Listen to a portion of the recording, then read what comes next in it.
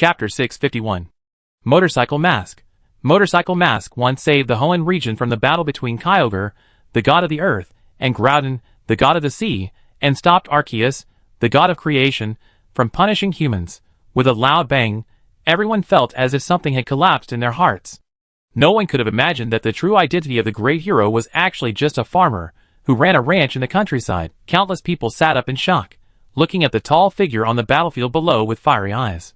Some people were excited, some sat there in a daze, and some shouted out loud, "Naoki!" Instantly, all the stunned people reacted, as if they were caught in some kind of fanatical atmosphere, and began to shout loudly, "Naoki! Naoki!" Mr. Mask?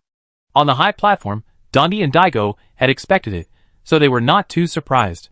Sharona stared at the scene below in a daze, and she didn't know what was going on in her mind. Adu and Kalyani were stunned. It was him, in the distant Padilla region, the Padilla Alliance headquarters. Looking at the screen, Yusiai smiled slightly. Sure enough, she was right. It was Naoki. In this way, their Padilla Alliance can also benefit from it. The talent introduction plan was a great success. Not only that, even the next chief champion has been settled. At this moment, Yusiai was in a better mood than ever before. In a mansion in Yangwang City, Chishu's father, who was watching his son-in-law's game, stared blankly at the screen on TV. What? His son-in-law? His son-in-law's true identity turned out to be the hero. Chishu's father was so shocked that his chest rose and fell violently. He lost his grip on the apple in his hand, and it fell to the ground and rolled along the floor. Chishu's mother, who was packing clothes in the bedroom, heard the noise and came out. Seeing her husband like that, she couldn't help but feel very strange. What's wrong? Chishu's father came back to his senses and exclaimed, "Come and see." Chishu's mother walked forward puzzled, and then she saw her son-in-law on TV. Naoki is really excellent. The mother-in-law looked at her son-in-law and was more and more satisfied. No, not this. Chishu's father shook his head repeatedly. Look at that Giratina, our son-in-law. His real identity is the Motorcycle Mask, who saved the Hoenn region and fought the god of creation. What? This time, Chishu's mother was also shocked, staring blankly at the picture on the screen. Kanto region, Pallet Town. Professor Oak opened his eyes wide, and after a brief shock, he quickly came to his senses. Naoki, this guy, is he too good at hiding? Wait, if Motor Mask is him, then aren't all the legendary Pokemon that Motor Mask has captured Naoki's Pokemon? Groudon, Kyogre, Giratina, Ho-Oh Rayquaza, Arceus, so many legendary Pokemon. If he could see these legendary Pokemon with his own eyes, and study them, he would have no regrets in his life. Team Rocket Base. Sakaki's eyes kept flickering, his brows furrowed, and he stared at the figure on the screen without blinking. If someone familiar with Sakaki was here, they would be able to see at a glance that he was in a state of extreme shock at this moment. But soon, a feeling of relief rose from Sakaki's heart. At this moment, Boss Sakaki was extremely grateful that he had given the order in advance and did not let the Rocket team members rob those delivering him Dragonite. If they had angered him at that time, maybe the next morning, they would have seen Motorbike Mask riding Giratina, followed by Rayquaza, Ho-Oh, Bud Crown, Groudon, and Kyogre at the Rocket team's headquarters. Fortunately, we didn't make enemies with him. Sakaki breathed a sigh of relief. Even though the Rocket team has developed to this point today, such a person is not something they can afford to provoke. Sakaki thought calmly, and then called his secretary Minato. Give orders. All current Rocket team members are never allowed to set foot in the Padia area in this life, and anyone who violates this will be expelled from the Rocket team immediately. Minato was slightly startled, but when he saw the picture on the screen, he immediately understood everything. Yes. At the Gongmin Arena, the commentator took a lot of effort to calm the audience. He held the microphone and couldn't hide his excitement. This is really shocking. I didn't expect that Naoki was the Motorbike Mask who saved the world many times. At this moment, the win or loss of this game is no longer important. Because everyone knows that when Giratina appears, the battle has already had a result. How could anyone stop a legendary person who could fight and defeat Arceus, the god of creation? But even so, the battle was not over yet. Amid the cheers of the audience, Giratina looked at the familiar Pokemon opposite with fiery eyes. Oh, it's that guy. Giratina still remembered that a long time ago, those two annoying guys, Dialga and Palkia, had fought once.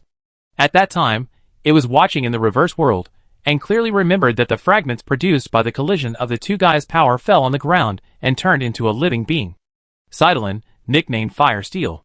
The opposing Darko quickly calmed down after being shocked. As both were beast masters, he was no match for the other. Even though he knew he had no chance of winning, he still wanted to fight seriously. At the referee's command, the fifth match, Giratina vs. Sidolin, officially began.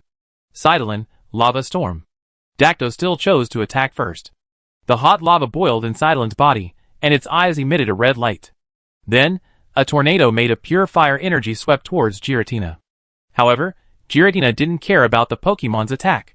It enjoyed the admiring eyes of the audience around it, and its huge body kept circling on the field, showing its strong strength. The lava storm missed, and Sidolin continued to attack. Giratina didn't take the initiative to attack, but only used its own pressure and the breath of the mythical beast to intimidate Sidolin. Naoki, Sure enough, Giratina wanted to use this opportunity to attract fans, right? Stop playing, Giratina. If you keep dragging it out, the audience will think you are not as strong as that Sidolin. How can that be? Giratina was simple and rough. Hearing this, he immediately stopped the performance. It opened its bloody mouth and fired a huge shadow ball. With a loud bang, a violent explosion occurred on the battlefield, and a big pit was blown out on the ground, and Sidolin fell into the pit, his eyes kept spinning. Kill instantly with one move. Dingpei quickly stepped forward and announced numbly, Theodolin has lost his ability to fight. Giratina won this battle. Giratina! Giratina! Giratina! The audience burst into a roar. Giratina grinned, revealing a hideous smile on his face. That's right, this is the strength of Giratina. No matter what opponent, it can be killed instantly with one move, Naoki, Naoki shouted several times in a row, and Giratina reluctantly returned to the Pokeball. It can't wait to return to the reverse world, watch its own videos online, and listen to how those humans praise it. Chapter 652. Listening to the excited shouts of the audience around him, Darko closed his eyes, and couldn't help but smile bitterly. Perhaps when he used Darkrai to crush those trainers, they felt the same way now, that feeling of powerlessness.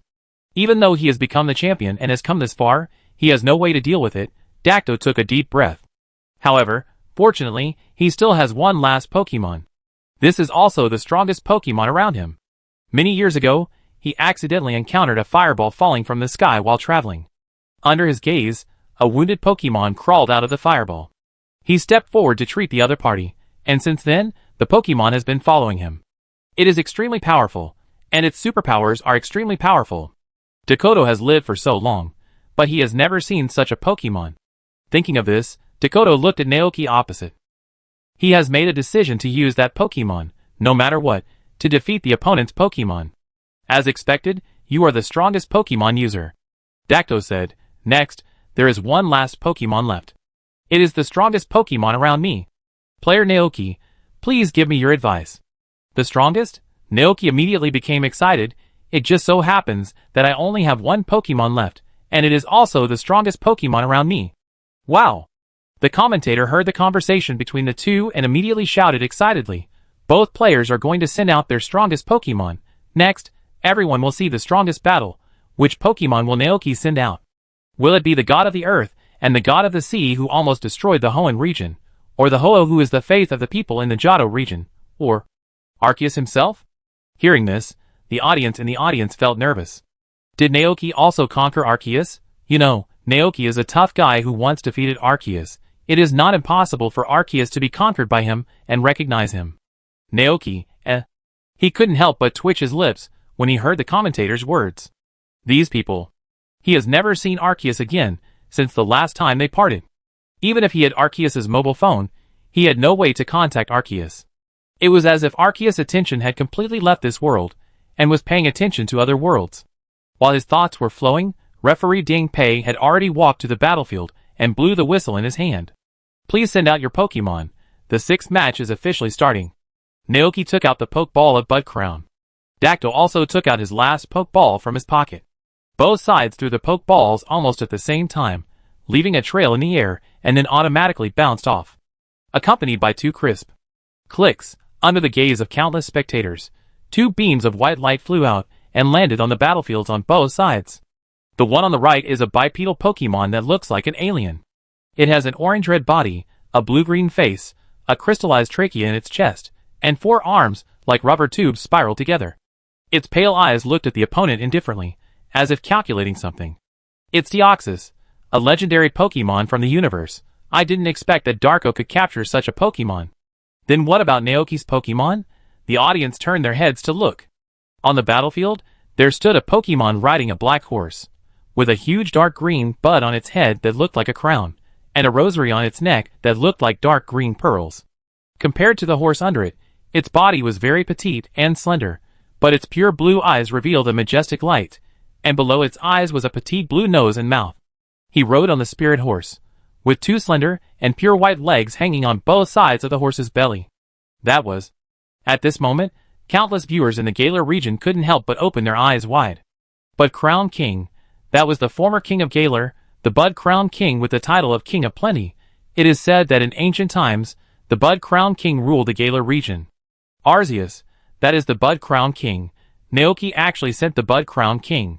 The commentator was also very excited at this moment. Is that the King of Plenty?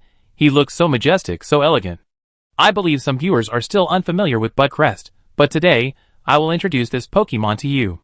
Budcrest, the King of Plenty, the great king who once ruled our Galar region. It is said that he can bring abundance to the humans who believe in him, so that crops can be harvested and flowers can bloom.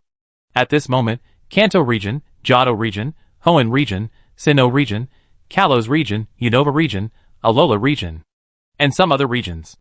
Almost all the viewers sitting in front of the TV set their eyes on the majestic Pokemon riding on a black horse. In the Palace Gate Arena, the Bud Crown King suddenly felt a powerful force pouring into his body, causing his power to grow exponentially. You don't need to believe in the Bud Crown King completely. Just knowing that he really exists can generate the power of faith for the Bud Crown King. And once people begin to believe, they will provide more power of faith for the Bud Crown King. At this moment, the power of faith of millions of viewers continuously poured into the body of the Bud Crown King. Such a huge amount of energy, even the Bud Crown King couldn't help showing a hint of surprise on his face. At this time, Naoki's voice came from behind. Bud Crown King, I leave it to you. After a short moment of shock, the Bud Crown King came back to his senses. He looked at Deoxys opposite him, and his tone was full of majesty. Now, let you see the power of the farmer. The sixth strongest battle, the Bud Crown King of billions of faith versus the cosmic virus Deoxys, officially began. Deoxys, mental shock. Dacto still chose to attack first. The order was given, and Deoxys on the field moved instantly. It waved its arms, condensed a huge energy ball in front of it, and flew towards the Bud Crown. But Crown fought back with a shadow ball. Two completely different energies collided in midair, and Deoxys' energy ball was instantly crushed. The shadow ball flew towards Deoxys at an extremely fast speed. Danger! Darko shouted. Deoxys reacted quickly, and used teleportation immediately. His figure disappeared from the original place, and appeared at the other end. Immobilize, then stars shatter. Naoki's eyes flashed. Next, he had to deepen the world's faith in the King of the Flower Crown, because according to his observation, the deeper the impression of the King of the Flower Crown in people's hearts, the more power of faith he gained. And now, with so many viewers watching this live broadcast, the power of faith that the King of the Flower Crown gained was beyond his imagination. The Crown King nodded slightly, and his eyes were dignified as he looked at Deoxys. An invisible energy flew towards Deoxys. The next second, the light in the huge arena suddenly dimmed. It was a darkness that even the lights could not penetrate. What's going on? Why did it suddenly dim? What is that? This scene attracted the attention of everyone in the audience. However, immediately afterwards, a star-like light suddenly flashed in the dark space. 1, 2, 3. In a few breaths, tens of thousands of starlight bodies appeared around the crown of the flower. Dacto sensed an unprecedented crisis, and immediately ordered without hesitation, Danger! Deoxys, teleport! Deoxys tried to teleport, but failed. Teleport can't be used. No, even its body can't move. When Deoxys discovered this, a drop of cold sweat suddenly flowed on his forehead. But at this moment, a dazzling light suddenly appeared in front of its eyes. Deoxys subconsciously raised his head. Then, he saw the sky full of stars, flying in front of him without knowing when. The next second, the starry sky shattered, and countless stars emitting purple light bombarded it. Almost in an instant, Deoxys was submerged by the light. The darkness around the crown of flowers gradually dissipated. When the light surrounding Deoxys disappeared, what appeared in everyone's eyes was Deoxys, who had lost his ability to fight. Killed instantly with one strike. At this moment, the whole audience was shocked. Countless cameras and lights flashed wildly, capturing the elegant and majestic appearance of the Bud Crown King. Naoki smiled slightly. As he expected, bringing the Bud Crown King to this place would enhance the strength of the Bud Crown King. Deoxys loses his ability to fight. Naoki won this match. Dingpei blew the whistle in his hand and announced the result. The audience suddenly erupted in cheers and shouts. Naoki! Naoki! Naoki! Bud Crown King! Bud Crown King! Bud Crown King! At this moment, everyone knew that a new king was born. After winning this battle, Naoki's ranking was promoted from 10th to 9th. Next, he only needs to have a position exchange battle with the 8th-ranked 8th Master to advance to the ranks of the 8th Master. Naoki shook hands with Dakota after the game. Dakota looked admiring and looked like he was defeated. We lost. Thank you very much. You made me realize that there are always people who are better than you. From today, Darkrai and I will withdraw from the competition. I am glad to meet you this year. Naoki raised his eyebrows and asked, what are your plans next? We will continue to practice. Darko said firmly. He himself is not a talkative person. As a loser, after a simple farewell, Darko turned around silently and left the Gongmin Arena. No one knew where he went. In front, a large number of reporters had already rushed in, and even the staff of the Palace Gate Arena and the strange force could not stop them. Soon, Naoki and the Bud Crown King were surrounded by a large group of reporters. Oh my god, it's really the Bud Crown King. So amazing. Let me go first. I came first. Naoki glanced and saw that the reporters in front of him were not from the same TV station. They came from different regions and different TV stations. Seeing that these people were about to fight in front of him, Naoki hurriedly said, Don't fight, I'm here, I won't run away, I can answer one question for each of you. Hearing this, the reporters gradually calmed down. Mr. Naoki, are you really the motorcycle mask? A younger female reporter asked excitedly. Naoki smiled and shook his head. No, I'm just a rancher. The female reporter was slightly stunned, and it was obvious that after she finished asking the question, the next reporter immediately stepped forward to ask. Mr. Naoki, why did you choose to reveal your identity here? Naoki thought for a while and answered conservatively. Actually, I didn't want to reveal it, but Giratina wanted to participate, so I decided to let everyone in the ranch experience the feeling of fighting. For them, it can be regarded as a change of life. The reporter paused for a moment, thinking to himself, so this is why you asked those Pokemon who were engaged in production to come to fight? Then, the third reporter squeezed in. How did Mr. Naoki capture so many legendary Pokemon? They recognized me. Naoki smiled slightly. In fact, many legendary Pokemon came here on their own. Originally, he only had Budcrest, Guten, Uriko and Ursagi, while Rayquaza, Mewtwo, Groudon, Kyogre and Ho all came here on their own. After answering a bunch of repetitive questions, a reporter finally asked about the game. A reporter wearing glasses asked, Naoki, your next opponent is Mr. Day. Before the game starts, do you have anything to say to Mr. Day? Naoki smiled. Mr. Day, please give me more advice. Day, who was watching the live broadcast, After winning the game, Naoki was in a very good mood. He took his wife and daughter to play around in Gongmin City before returning to the ranch. After sending Giratina and Kyurem back to the World Tree and the Reverse World, Naoki began to check the situation of the 8 Masters.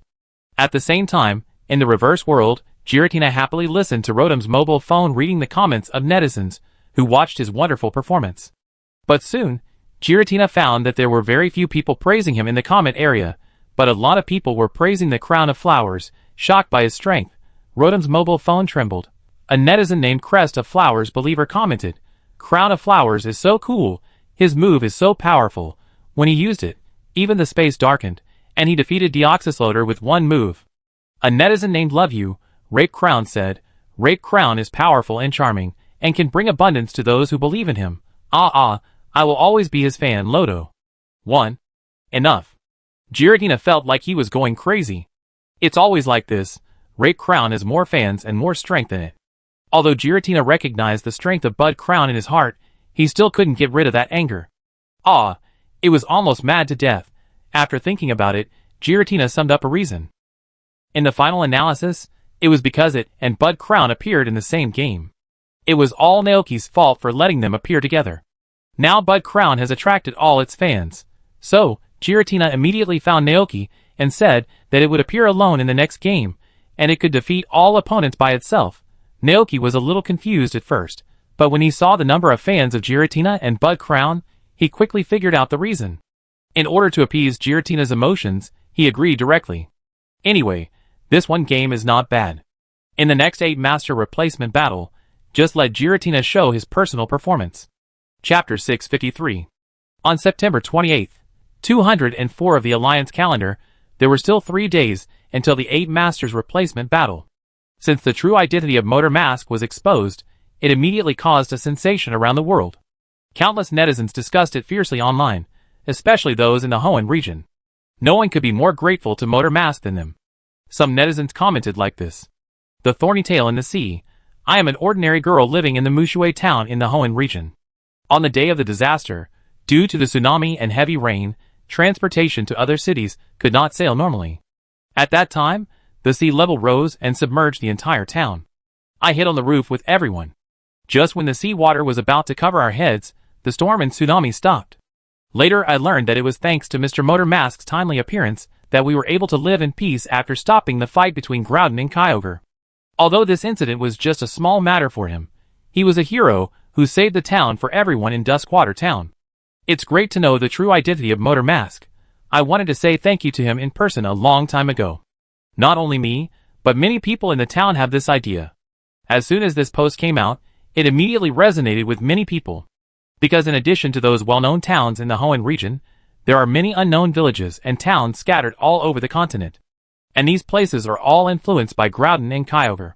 For a time, countless netizens were ready to go to the Padilla region with gratitude and admiration for the heroes. Not only that, the treehouse store suddenly surged with countless attention, and the orders in the ranch were instantly full. Many people left their comments below the store. Wow, it turns out that this shop is owned by Motor Mask. No wonder he can use Pokemon like Dragonite to deliver packages. I've placed an order. Support Mr. Motor Mask's shop. In the ranch, the working Dragonites were flustered by the sudden order.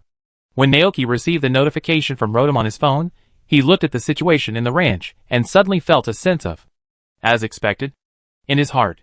He was thinking about how to deal with it, but at this moment, the ranch suddenly received many packages. Watching the gulls and pied bird couriers landing on his ranch, Naoki was stunned. He and Chishu hadn't shopped online recently. Naoki walked up and looked at the courier slip printed on the package. It was a package from Mushui Town in the Hoenn region. It said for Motorcycle Mask. Naoki blushed. The nickname given to him by netizens was too embarrassing.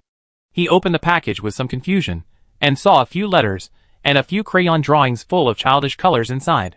The painting seemed to be drawn by a child. It seemed to be a town. It was raining heavily in the sky. The sea water flooded the town. Many people hid on the roofs. The second painting showed a human riding a flying Pokemon. There were 2 Pokemon in the sea below. It seemed that they were fighting. The third one showed a person riding a flying Pokemon defeating 2 Pokemon in the sea. The sun appeared in the sky. Naoki raised his eyebrows and opened another letter. It read, to Mr. Motorcycle Mask. I am Shaoan from Duskwater Town. Thanks to you, everyone in Duskwater Town was saved from the terrible tsunami. This is a picture my friends and I drew for you. When we grow up, we want to become trainers as powerful as you. Naoki was slightly startled, and then he understood what was going on. He opened several other letters, and found similar contents on them. It turned out that he stopped the battle between Groudon and Kyogre and saved so many people. Naoki took out his Rotom phone and took a few photos of the letters. At this moment, Mayor Thomas suddenly called. Naoki pressed the answer button, and Mayor Thomas's slightly anxious face appeared on the screen. What's wrong? Mayor Thomas? Naoki asked. Naoki! Recently, a lot of people have suddenly come to the town, and they all seem to want to come to see you. Mayor Thomas said. Naoki, What he was worried about really happened. There were too many people. In order to avoid scaring Xiaoshu, Shishu asked the 3 holy beasts to take Xiaoshu to the World Tree to play for a while. He stayed to deal with those who came here because of his reputation. After sending one group away with great difficulty, another group came the next day. After sending them away, Shishu was very helpless. He thought about it, then logged into the official account of the Treehouse store, and then posted a paragraph and attached the photos he had taken before. I received the letter. I am very happy to help everyone. However, too many people have visited recently, which has caused trouble for me and my family. My family, and I just want to live a peaceful life here. I hope everyone will not waste too much time for me. Of course, if you want to come to the ranch to participate in the trial, I will welcome it. On the first day of this message, under the leadership of some rational netizens, the trend of going to the Padilla area to see Motor Mask gradually eased. Gradually, life returned to its former peace. Only then did Naoki breathe a sigh of relief. It was at this time that the 8 Masters replacement battle officially kicked off. And this incident finally shifted the attention of netizens back to the World Championship. On October 1st, 204 of the league calendar, Naoki, who ranked 9th, was about to play against Day, who ranked 8th among the 8 Masters. If Naoki wins, he can advance to the ranks of the 8 Masters and start the Masters tournament with the other 7 people to compete for the final king. Gongmin Arena. Both inside and outside, it was full of warm welcome today. People sat in the audience, shouting Naoki's name loudly. Day, He helplessly held his forehead. Oh my, the enthusiasm of the audience is completely ignited by you. Naoki grinned, looked at the young man with a fiery red afro opposite him, and said, Mr. Day, please give me more advice. Day, the Fire King of the Sinnoh region, is powerful and very good at fire attribute Pokemon. For ordinary people, he is an opponent that cannot be underestimated. Hearing this, Day was very helpless. The civil war between the Beast Masters a few days ago came to his mind. The more he thought about it, the more he felt that he had no chance of winning. He also knew that Dakota, who had challenged the Sinnoh League and became the champion of the conference. After that, he participated in the champion road, defeated the 4 heavenly kings including him, and successfully met the champion Sirona. It was a pity that he was defeated by Sirona in the end and missed the regional championship. That day, even Dakota was defeated by this man named Naoki with a crushing momentum. He was once a defeated opponent of Dakota. Would he still be the opponent of the other party? The more Day thought about it, the more desperate he became. But he soon cheered up. Instead of being scared, why not burn with passion, being able to fight against legendary Pokemon? Even if you lose, you can gain a lot of experience. For trainers who pursue the way to become stronger, this is exactly the opportunity they dream of, isn't it? If you want to become an 8 Master, then come and show us the flames burning in you. Day took out a Pokeball first. It seems that Day is ready. Seeing this, the commentator above held up the microphone and said, I wonder what kind of performance Naoki will bring us today. Let us look forward to it.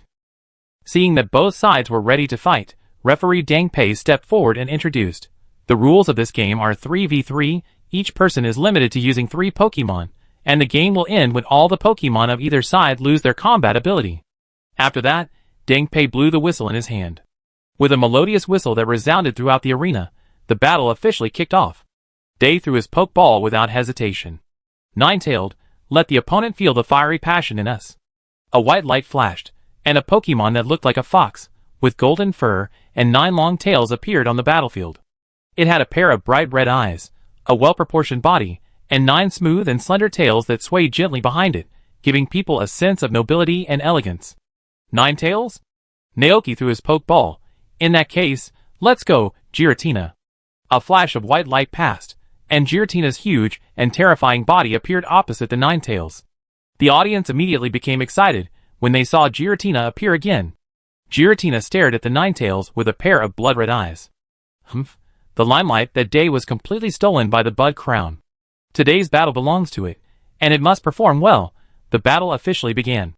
As soon as the Ninetail with the sunshine attribute appeared, the weather above the arena changed from cloudy to clear. Is it really a legendary Pokemon? Yi knew the horror of the Giratina. Although it was huge, its body was as agile as a ghost. I guess hypnosis would not have much effect on it. In this case, he took the approach of strong attack, using the connection between sunshine and the fire attribute Pokemon to attack the Giratina with heavy firepower. They didn't need to win the game. As long as they could defeat one of the opponent's Pokemon, they would have made a lot of money. Therefore, as the game started, Day quickly ordered, Ninetails, use jet flames to ignite the opponent. Ouch! Ninetail's mouth immediately burned with raging flames, and the 9 tails behind it moved without wind, and a beam of fire rushed towards Giratina. Humph! Giratina snorted disdainfully, and a faint light flashed in its mouth, and a huge shadow ball condensed and formed, facing the direction of the jet flames. The next second, the jet of flame collided with the shadow ball, and the two briefly stalemated in midair, and then the shadow ball actually split the jet of flame in two from the middle and flew towards the 9-tailed fox. The 9-tailed fox was shocked and hurriedly tried to interrupt the jet of flame to avoid it, but it was too late, and the shadow ball had already flown to its face. With a boom sound, the nine-tailed fox's entire body was immediately submerged in the explosion, and it seemed that it had already suffered a lot of injuries. A surprise attack by the hidden spirit. Naoki sighed slowly, and then said. The next second, in full view of everyone, Giratina on the field disappeared out of thin air. Too amazing, Giratina disappeared. Is it some kind of move? The commentator quickly said. When the nine-tail emerged from the aftermath of the explosion, it suddenly found that its opponent had disappeared. Nine-tail, stay alert. Ouch. The nine-tail on the field was extremely nervous at this moment. It could vaguely feel that a dangerous sight was locking onto it from an unknown place. But with its current strength, it has no way to tell the location of that force. However, at this moment, a sound of breaking through the air came from behind it. Before the nine-tailed fox could react, it felt a huge force knocking it away. Before it knew what happened, its entire body had lost its ability to fight. Instant kill. The audience had fiery eyes. As expected of Mr. Naoki, the current battle could no longer shock them. Day's strength is still a little bit worse than those ranked higher. At this moment, everyone wants to know, when Naoki faces Daigo, Sirona, Adu, and even masters like Dansei, will he still defeat the opponent's Pokemon instantly like now? Ninetales loses its combat ability. This battle is won by Naoki. Dingpei is no longer surprised by this kind of scene, and his tone does not fluctuate at all. The Pokemon of both sides are not at the same level at all. His Ninetales is at least at the level of a king, but he didn't expect that it couldn't even withstand 3 moves from that Giratina. Oh. He couldn't help but sigh, but soon he cheered up again. No, he still has Pokemon to fight. Faced with such a strong enemy, Day chose to take a step back. Not seeking to defeat the opponent, no matter what, as long as he can cause damage to the opponent, it is enough, so... Go, Arcane! Yi threw the Pokeball in his hand with all his strength. The second battle, Arcane versus Giratina, officially began. Arcane, use speed. Yi gave the order at a rapid speed as soon as the battle started. Arcane moved instantly, and it pounced on Giratina at lightning speed. Before Giratina could react, its body burning with blazing flames suddenly hit Giratina. However, Giratina did not react at all, and Arcane passed directly through Giratina's ghostly body. Wait, Godspeed is ineffective? Isn't Giratina a Dragon-type Pokemon, but a Ghost-type Pokemon? Or is it a Ghost plus Dragon-type Pokemon? Yi's heart sank immediately. The next second, Giratina swung its huge dragon claws, and knocked Argent out with one claw. The huge claws left several claw marks on Argent's fur, and with just one strike, it severely injured Argent. Yi's heart tightened. Giratina, evil wave! Naoki spoke. Malicious energy gathered in Giratina's mouth. Sensing that something was wrong, Day quickly said, Arcane, cheer up. The evil wave had already swept over. Day frowned, and was extremely nervous. No, at that distance, there is no way to dodge. Let's fight. Arcane, use all your strength to spray fire. Arcane had just recovered from the severe pain of the dragon claws. When it heard the trainer's order, it didn't have time to think about it, and instinctively mobilized all the fire energy in its body. In an instant, billowing flame swept out, and collided with a wave of evil. A violent explosion occurred instantly on the huge battlefield. Did you resist? Day was delighted. But the next second, Giratina's wave of evil broke through the layers of smoke and fiercely bombarded Arcanine. With one hit, Arcanine lost its combat ability on the spot. Giratina's eyes were red, and it was bathed in the admiring gazes of countless audiences, and it was extremely proud. It is so powerful that no matter what Pokemon it is, it will be defeated by it. Now, its number of fans can exceed that of Bud Crown, right? Giratina thought. Arcanine has lost its combat ability, and this battle will be won by Naoki.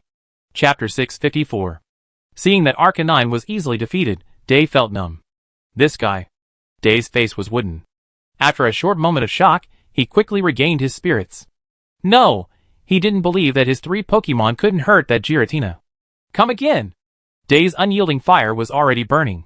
He decisively threw his Pokeball. A flash of white light passed, and a strong and powerful Infernape suddenly appeared on the field. The third match officially begins. Dingpei blew the whistle in his hand. Yi waved his hand. Infernape, Shadow Clone. As soon as the voice fell, the Infernape on the field moved. It began to run quickly towards Giratina. During the process, Shadow Clone separated from it and surrounded Giratina. Giratina squinted his eyes and looked at the scene. Now, Thunder Fist! Yi shouted. In an instant, dozens of Infernape. Waving his lightning fist, he rushed towards Giratina in the middle. Faced with this scene, Giratina exhaled dragon breath, which swept across, and with the sound of puff puff puff, the shadow clones transformed by Infernape dissipated one after another. Infernape at the back was keenly aware of the bad news, and it quickened its pace. When the dragon breath approached, it exerted force on its legs, and its whole body jumped high into the air. It clenched its right fist, and lightning surged, bombarding Giratina. Hit! Goal achieved. He clenched his fists excitedly and shouted in his heart. Yes! However, the next second, a huge dragon claw slapped Infernape away. Let's end it, Naoki said. Giratina's figure instantly disappeared from the spot. Before Infernape could react, the huge body quietly emerged from the void and violently knocked Infernape away. Infernape fell heavily on the energy shield at the edge of the arena, and then rolled to the ground. His eyes rolled up, and he no longer had the strength to stand up. Infernape has lost its ability to fight, and Naoki won the 8 Masters replacement battle. Dingpei quickly announced the result of the game. Let us congratulate Naoki for successfully advancing to the ranks of the 8 Masters. This World Championship has ended successfully. 3 days later, the final battle for the king will be held here. The opponents of the 8 trainers will be decided by drawing lots later. A huge roar broke out in the audience. Giratina slowly landed in front of Naoki, and his scarlet eyes looked around the audience seats, and a hideous smile appeared on his face. This means that Giratina is extremely happy at the moment. Seeing this scene, Naoki sighed helplessly. He felt that Giratina might as well debut as an idol. At this time, Day walked over here. Even though he lost the game, there was no sad expression on his face, but he looked very happy. I did what other trainers couldn't do, Day said loudly. Naoki was stunned. What? My Infernape successfully hit Giratina. Day was extremely proud. Naoki, Mr. Day is really humorous. The next step is the draw ceremony for the 8 Masters.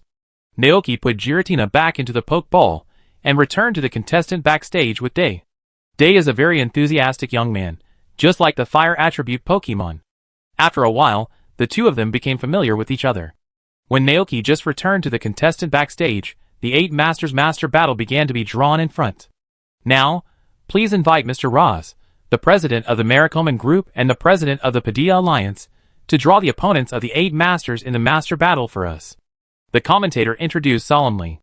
As a spotlight fell, a man in a suit, a bow tie, and neatly combed hair slowly walked out from an entrance. His face was friendly and kind, and he waved to the audience in the audience as he walked forward. The commentator quickly handed over the microphone. Roz took the microphone and began to say, Ladies and gentlemen, welcome to our Galar region. I am the president of the Alliance, Roz. I won't introduce you here anymore. Dear guests present, and friends watching on TV, I've kept you waiting for a long time. The Galar region's grand event, the Masters Tournament, is about to begin. Now, I will hold a draw ceremony for the 8 trainers standing at the top of the world to compete in the quarterfinals. As soon as the words fell, the big screen above the arena popped up photos of the 8 trainers.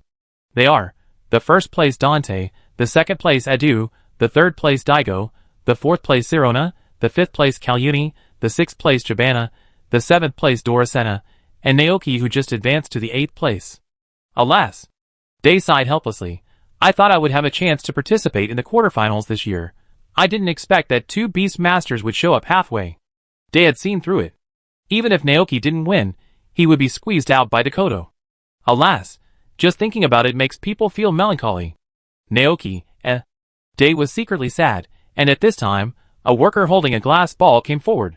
There was a hole above the ball, and many small pieces of paper were placed inside. In front of everyone, Roz reached into the ball, and pulled out a piece of paper. He opened the paper, and Rotem stepped forward to aim the camera at the paper. The next second, Sharona's name appeared on the screen. And Sharona's head also appeared in the first place in the quarterfinals. Next, her opponent was to be drawn. President Roz continued the lottery.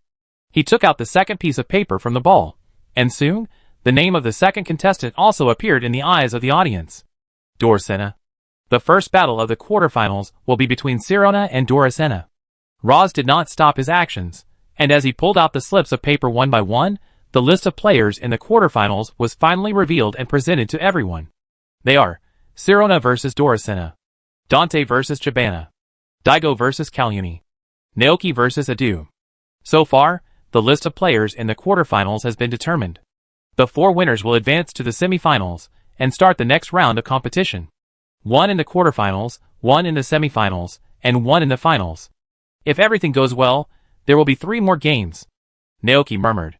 However, what he didn't expect was that he would meet Do in the first round. Day was very surprised by the result of the draw. "You play Do?" he said. Naoki came back to his senses and asked in confusion, "What's wrong with Do?" Adu's strength this year is very strong. There were not many Dragon attribute Pokemon in the Kanto region before, and Adu's lineup was very casual. But I heard that in recent years, Adu has traveled to many regions, captured many Dragon Pokemon, and has formed a real Dragon army, Day explained. Naoki, has the title of Adu's Flying King spread to the Sinnoh region? The quarterfinals will be held in 3 days, with only 1 match per day, which means that his match with Do will not start until a week later. There is nothing to do here at the moment. Naoki said goodbye to Day, and then rode the Gulton back to the ranch. The first thing he did when he got home was to release Giratina from the Pokeball. Giratina didn't stay in the ranch for long. While Naoki was holding the child, its huge body leaned over and rushed into the lake, entering the reverse world. Giratina landed on his own Flower Sky Island and immediately called Rotom on his phone, asking him to read the netizens' praises for him in an excited tone. Rotom, a netizen named Bud Crown Horse, said, "Giratina is really strong. It defeated the 3 Pokemon of Day without any damage. I wonder which one is stronger, it or Budcrest." A netizen named Shadow Messenger said, "+1, I want to know too, but I feel."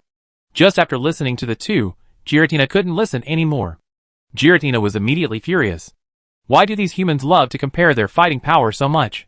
What's more annoying is that it really can't beat Budcrest. Giratina asked Rotom to check the increase in fans for him, and found that no matter how hard he tried, he couldn't match the natural growth of Budcrest.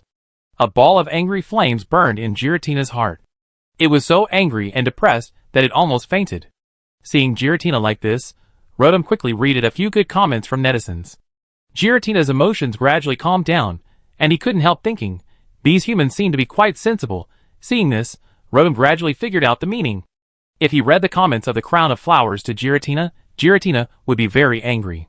In this case, wouldn't it be better if it didn't read those comments, but only read the comments of humans praising Giratina? If necessary, it can also make up its own. Anyway, Giratina doesn't know human words, Rotom thought secretly. As long as it can make Giratina happy, it's fine. In Gongmin City, Dante and President Roz stood in the stands of Gongmin Arena, overlooking the crowd below. Compared to the previous 2 years, there are more and more tourists coming to watch the World Championship this year. President Roz sighed. In the past few months, those tourists have driven consumption and economic growth, allowing the cities in the Galar region to achieve considerable development. Seeing his hometown bustling, Dondi was also very happy. Yes. President Loaz wanted to say something else, but at this moment, a phone call suddenly came. President Loaz took a look and then answered the phone. It sounded like something urgent. Something happened at the underground energy factory. Dondi, I leave it to you. I'm going to go over there to deal with it. Dondi was suspicious because according to his investigation, Wujitai, who caused the Dark Knight, was very likely sealed in the underground energy factory in Chuangguan City. But he didn't say anything, just nodded without changing his expression. President Roz left in a hurry. Meanwhile, Chuangguan City, underground energy plant. Sonia, wearing an employee uniform, looked at Oliver in front of her with some nervousness. I always feel that something is sneaking behind me recently. It turns out to be you. Oliver narrowed her eyes, revealing a hint of coldness in her tone. Oh, Miss Sonia, are you going to tell me that you sneaked in here to take a walk? Looking at the people from the Miraculous group who surrounded her, Sonia had a drop of cold sweat on her forehead. But facing this situation, she didn't intend to pretend, but said directly, the Infinite is very dangerous. It will destroy the entire Galar region.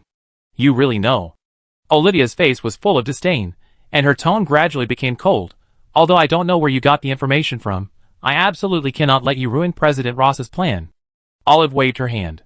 The uniformed people around came forward to control Sonia, snatched her Pokeball and Rotom phone, and locked her in a small room. Sonia was extremely panicked, because she found that President Roz was actually using the energy from the wishing star to feed the Infinite. This behavior is tantamount to seeking the skin of a tiger.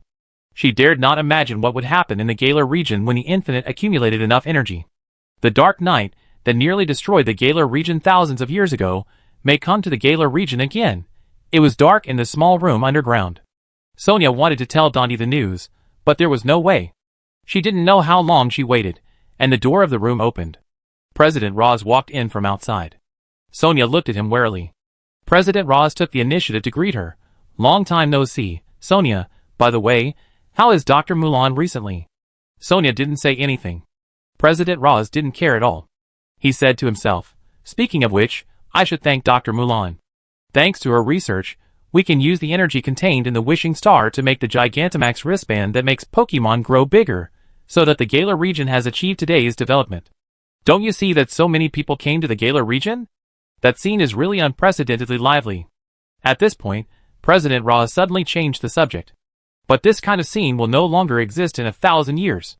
By then, no one will even be alive in the Galar region. In order to solve that crisis, we need to rely on the power of the promise. Maybe you can't understand my feelings at the moment, but it doesn't matter. I don't need your understanding. Everything I do is for the Galar region. President Ross looked at Sonia with indifference on his face. I don't know what you have investigated, but before the end of the World Championship, you should stay here. After saying that, President Roz walked out of the room and closed the door. Olive came forward and asked, President Roz, what should we do now? Roz pondered for a moment, and then asked, how many wishing stars have been collected? Olive, if all are put into use, the energy is enough to wake up Wujitaina. In that case, let's advance the plan. Roz said, there are many talents in this World Championship. If they are there, together with Dante, they will definitely help him subdue and control Wujitaina, and then use him. The savior who can save the future of Galar.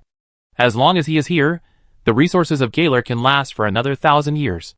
Maybe people can't understand his behavior at this moment, but I believe that everything he has done will be proven in 1,000 years. Hearing this, Oliver was slightly startled. If you do this, I'm afraid it will lead to a large number of Dynamax Pokemon rioting out of control in the Galar region in the near future. This is a necessary test for the future.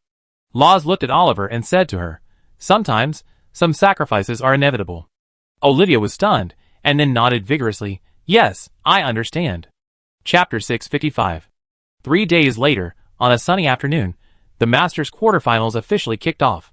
The first match was between Sinnoh champion Sirona and Kalos Dragon King Doricina.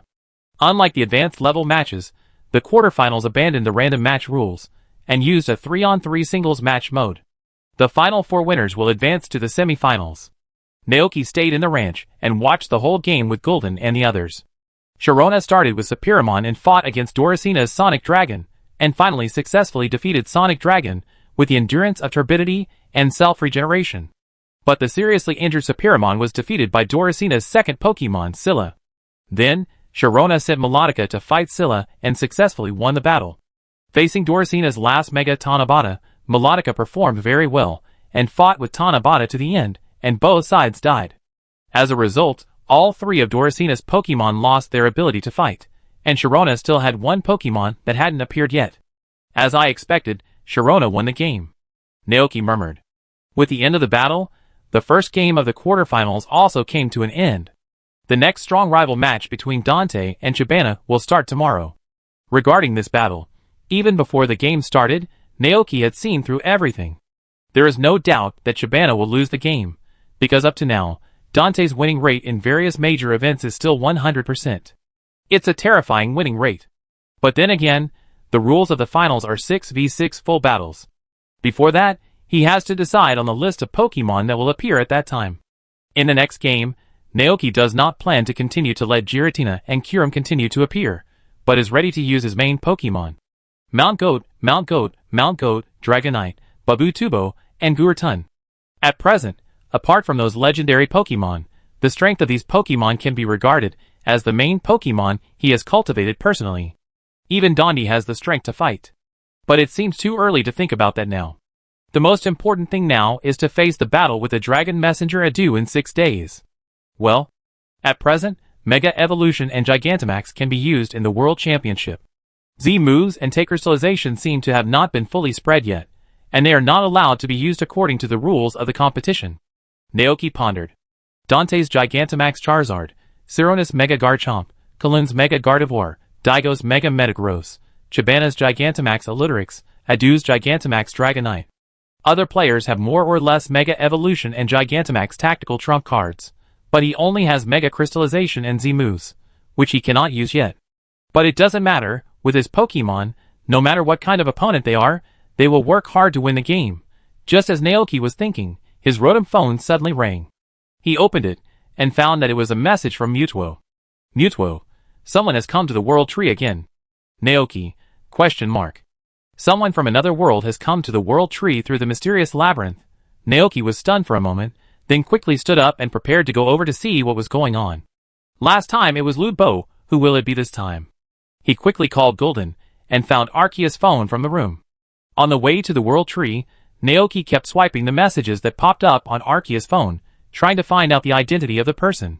Arceus' phone records all the information of Pokemon, and every adventure they take in the maze world is fully recorded. For a long time, 99 pieces of information have been accumulated. Naoki spent a long time browsing, and finally found clues in the column of Meowth and Pikachu. On August 8th, Meowth and Pikachu wanted to see the outside world. On August 9th, Meowth and Pikachu formed the Meowth Expedition Team. After handing over the work of the tavern to Tan and Mouse, they entered the Gate of Time and Space. On August 12th, the Meowth Expedition Team got lost in the incredible maze. At a four-way intersection, Pikachu decided to go left. On September 17th, Meowth and Pikachu mistakenly entered World 001 because they got lost. On September 18th, Meowth and Pikachu learned from the local Pokemon that there was a strange guy on the top of the mountain. Out of curiosity, the two Pokemon decided to go over to investigate.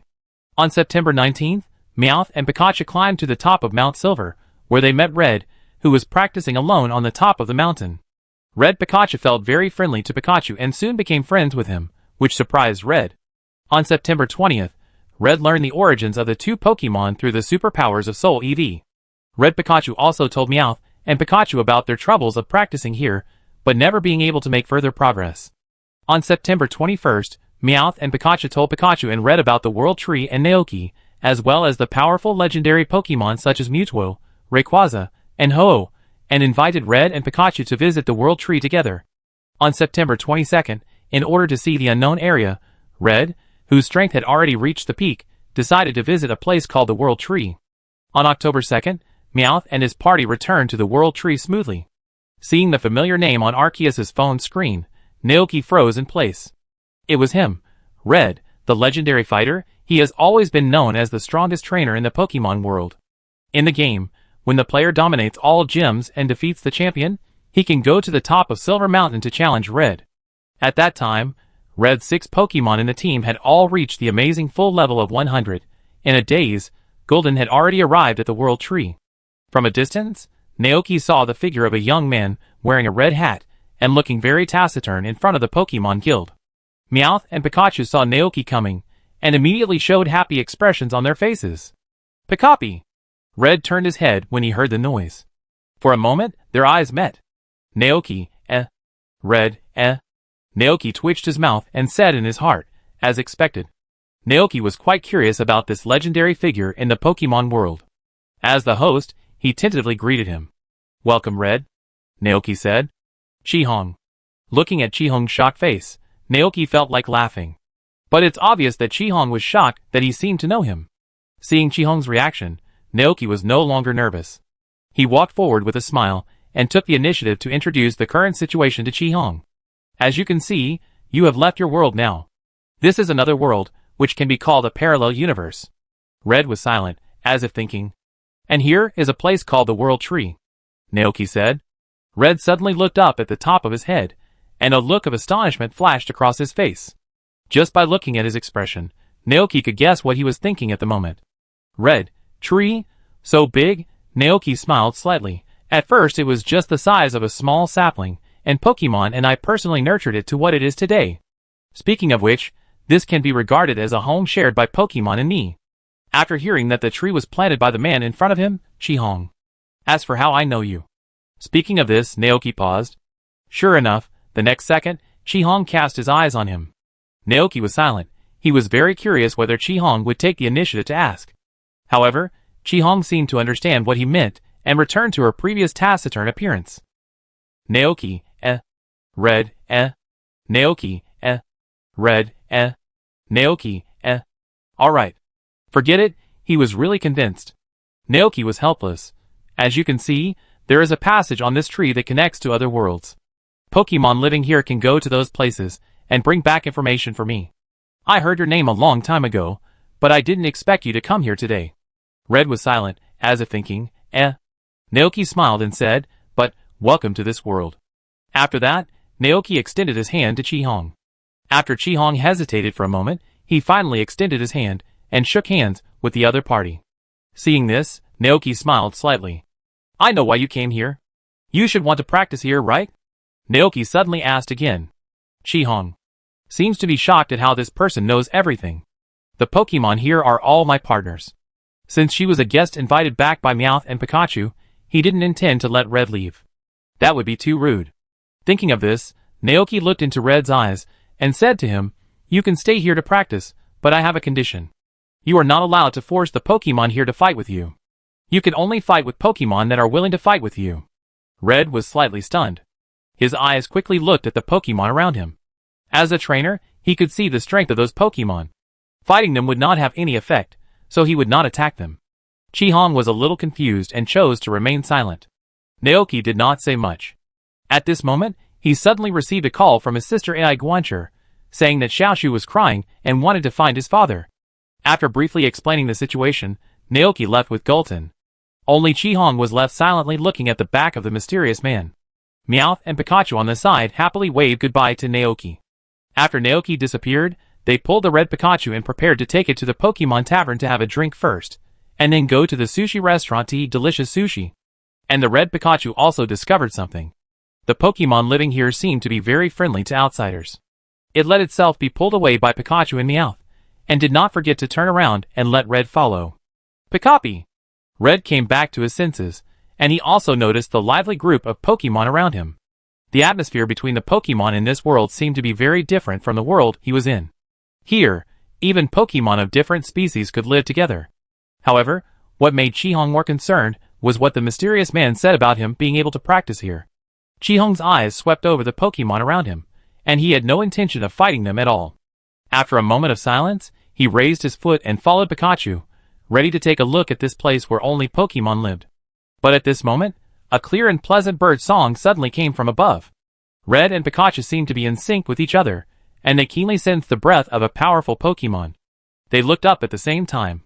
Then, they saw a beautiful Pokemon shining, like a rainbow slowly landing on the branches above. Red, At this moment, another dragon roar sounded above, and the next second, a dark figure like a swimming dragon flew into the sky with a terrifying breath. Red's face was full of astonishment. Those are...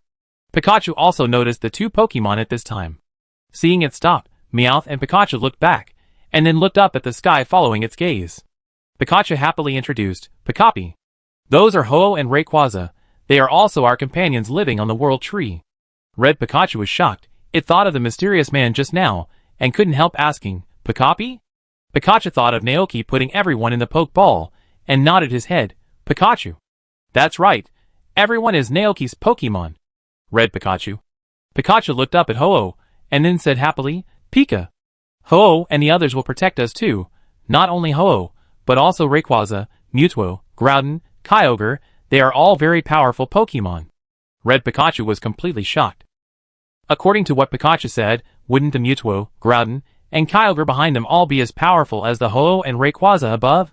Pikachu looked at it and said, Pikachu? Pika Pika. Am I right? Practicing here will definitely make you stronger. Hearing this, the red Pikachu turned around and looked at his trainer. The eyes of the man and the Pokemon met in midair. The next second, Red understood what Pikachu meant.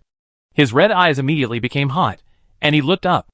It turned out that this place could really help him practice. At this moment, the mysterious man's words lingered in his ears, and he understood the meaning of what the other party had said before.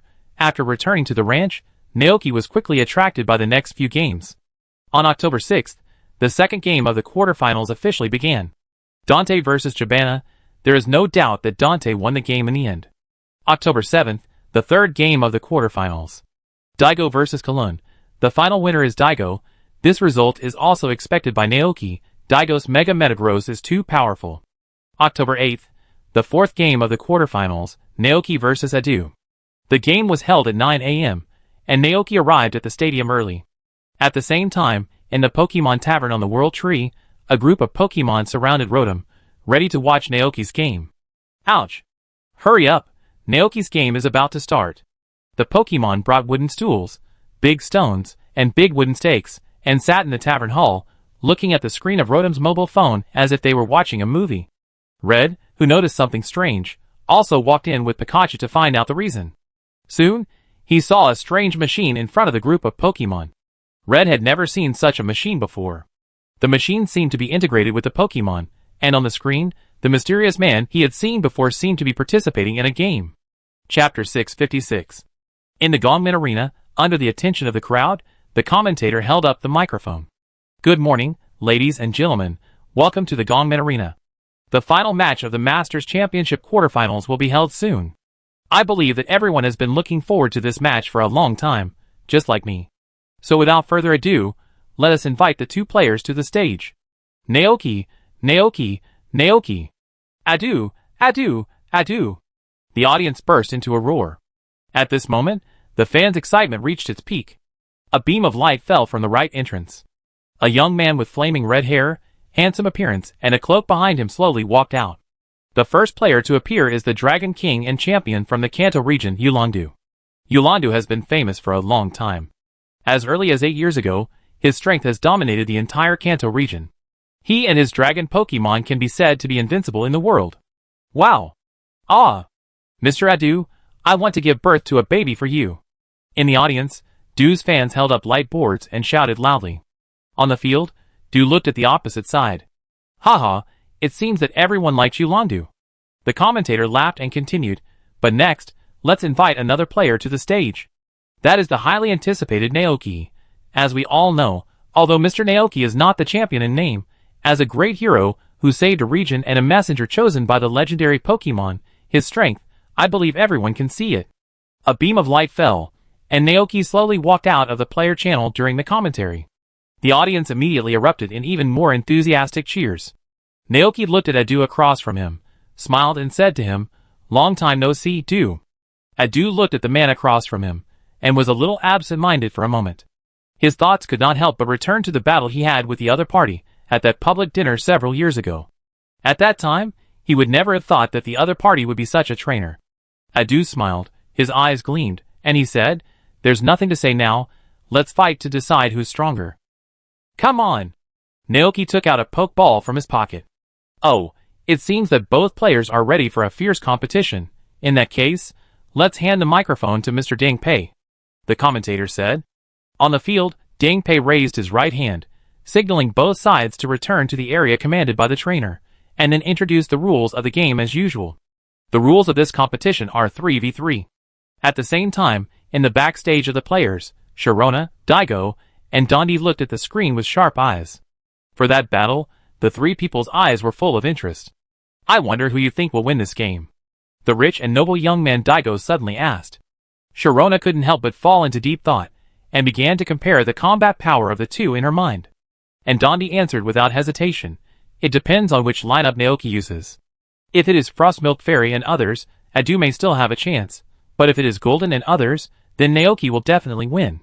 As for legendary Pokemon like Giratina and Bud Crown, the answers are even more unnecessary." World Tree Expedition Guild. When Du appeared, Red immediately cast his eyes on him. "That is, Du? There is also Du in this world? No, they don't seem to be the same person." Red keenly noticed that the auras emanating from the two dust were completely different. He recalled what the mysterious man named Naoki said that day. This seems to be a parallel world. This means that everything in this world is parallel to the world he lives in. So here comes the question. If there is a Du in this world, what will he be like in this world? The battle officially begins. The whistle sounded, and the final battle of the quarterfinals officially kicked off. Both sides threw their pokeballs almost at the same time. With two beams of white light flashing, two completely different Pokemon appeared at the two ends of the battlefield. On the left is the red Gyarados, one of the top fighters in the team. On the right is a strong and sturdy Mount Goat with bright eyes. Too amazing, Naoki did not continue to use the legendary Pokemon, but sent out a Mount Goat instead. The commentator was very surprised. You know, the opponent is a well-known champion. Isn't it a bit of an underestimation of the opponent if he doesn't use his strongest force at this time? In stark contrast to the commentator, when he saw this Pokemon, Dante's eyes lit up instantly. Appeared. Naoki switched to the Rancher lineup. Others don't know about that Mount Goat, but he has personally experienced it. Adu didn't know the horror of Naoki's Mount Goat in advance. Could he come up with a temporary countermeasure during the battle? This is going to be a good show, Dundee thought. The first match of the quarterfinals, Mount Goat vs Gyarados, officially begins. Gyarados, freeze Fong. Du gave the order instantly. But just as he finished speaking, he saw a strong green light suddenly burst out from the Mount Goat on the opposite side. Almost in the blink of an eye, the green light enveloped the entire arena, and the pure grass energy turned into thousands of grasses swaying in the wind. In an instant, the arena seemed to have turned into a vibrant grassland. This amazing scene, like a miracle, instantly attracted the attention of countless spectators. Is that an illusion? So beautiful. That is, a green grass field? The name of this move emerged in Du's mind. Why is the green grass field of this Mount Goat so outrageous? As his thoughts turned, Gyarados twisted his huge body and rushed towards the goat on the opposite side. Ice attribute energy condensed in his mouth, turning into sharp ice teeth. Gyarados opened his bloody mouth and bit the goat fiercely. Hit! The commentator opened his eyes wide. But the next second, he found something wrong. The goat stood there motionless, as if he had no feeling at all. No, something is wrong. Ice Fong? Naoki smiled. The current Mount Goats are no longer ordinary Mount Goats. After a series of enhancements from the World Tree's cuisine, their vitality has changed. Even ordinary attribute restraints cannot have much impact on them. Not to mention the green grass field. Seeing the Gyarados' eyes Fong biting on the thick grass fur of the Mount Goat, Naoki whispered, Mount Goat, Vine Whip. Even though Gyarados bit him, the goat remained motionless, as if he had no feeling. It didn't move until Naoki gave the order. Two vines as thick as pythons stretched out from his body. Although they looked thick, they were cleverly wrapped around Gyarados. Sensing the danger, Gyarados wanted to retreat, but it was too late. The huge vines wrapped around him, lifted him up high, and then threw him heavily to the ground. Gyarados was thrown to the ground in an instant. Seeing this scene, Du couldn't help but open his eyes wide. Gyarados. While Gyarados hadn't gotten up yet, Naoki quickly said, Mount Goat Bodybuilding. Bodybuilding is a fighting type move. After using it, Pokemon will increase its attack and defense. In this way, his infinite recovery flow of Mount Goat tactics became more and more unbreakable. After the bodybuilding ended, Gyarados finally flew again. Seeing that the opponent actually treated it like that, it instantly became furious. Du's eyes flickered. Since melee attacks can't hurt the Mount Goat, let's try long-range tactics. Gyarados Storm. The terrifying power of wind swept out of Gyarados' mouth, turning into a violent storm, howling and attacking the Mount Goat. Danger. The flying type has twice the restraint of the grass-type Pokemon. The Mount Goat is in danger. The commentator was shocked. If it was a normal trainer, he would probably immediately order his Pokemon to get out of the way at this time. However, the next second, something unexpected happened to everyone. Naoki and the goat didn't avoid it, but stood there and continued to use bodybuilding. What do they want to do? The power of storm is very terrifying, and the goat can hardly bear it. All the audience's hearts were in their throats. And just as they expected, the storm swept the goat. The violent airflow left scars on its body. With just one strike, the Mount Goat was dealt considerable damage. Seeing this, everyone looked puzzled. Using bodybuilding in the face of the storm, is Naoki trying to increase the power of the Pokemon and then survive in the face of death? Someone tried to guess his thoughts. The opposite Watari also looked puzzled. He frowned, and his intuition told him that something must be wrong. According to Naoki's performance in previous games, it was impossible for him to make such a dangerous move. The next second, his thoughts were confirmed. The plain green grass field suddenly radiated a bright green glow. At this moment, the entire green grass field seemed to be blown by the wind and began to move in unison. A stream of vital energy immediately flowed into the body of the Mount Goat. The wound caused by the storm just now was healed instantly. At this moment, the whole audience was shocked. As we all know, the move of the green grass field can restore the physical strength of the Pokemon standing on it. But the amount of recovery was very small, and now, the injuries on the Mount Goat were completely healed. The recovery effect of this green grass field is so exaggerated. Du was stunned, he frowned, and felt extremely difficult. Facing this scene, Naoki slowly let the Mount Goat use bodybuilding again. After 3 bodybuildings, the Mount Goat's strength and defense have been greatly improved. If this continues, not only Gyarados, but also the next two Pokemon will be naturally at a disadvantage. No, there must be a way.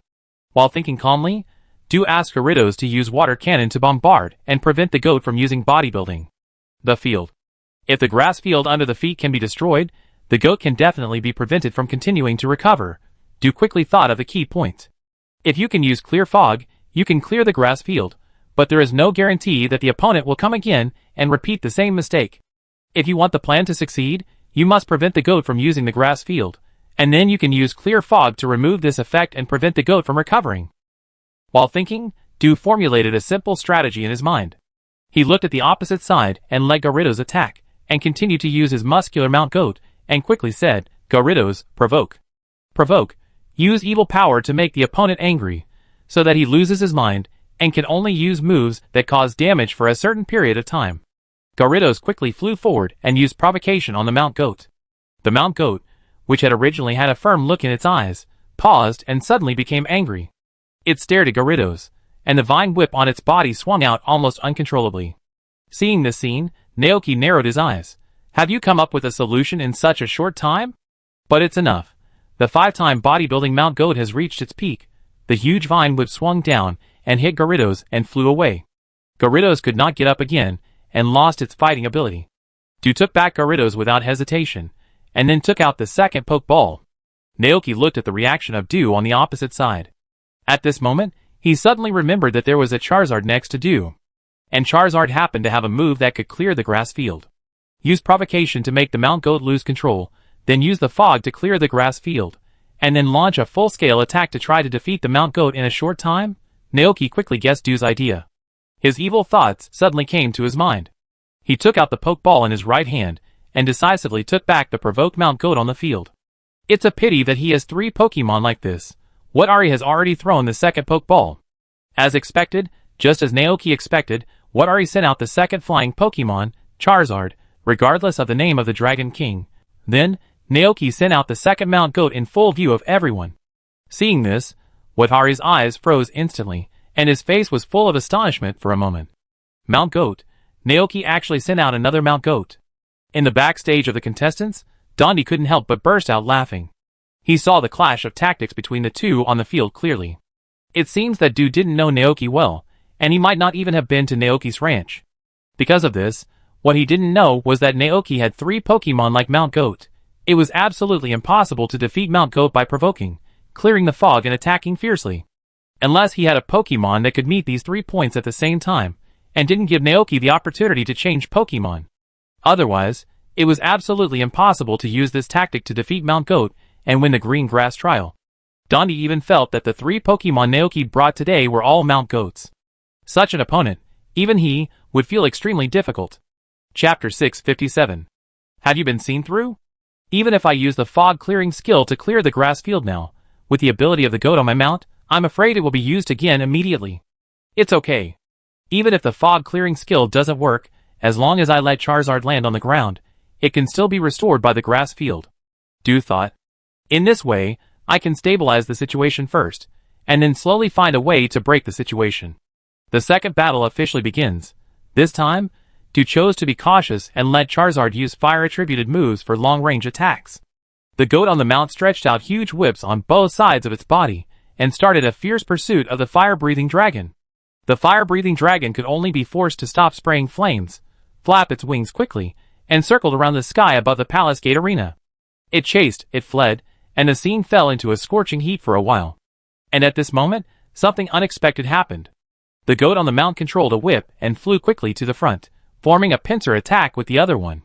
The fire-breathing dragon was unable to dodge, and was hit hard on the spot, falling to the ground in a mess from midair. Charizard, hit. Seeing Charizard fall down, Du felt relieved. Green grass field. The characteristics of this move not only increase the power of grass attribute Pokemon's moves, but also restore the physical strength of Pokemon on the ground. With the green grass field, as long as Charizard lands on the ground, its injuries will be healed. Not only Du, but all the trainers watching the battle on the spot thought so.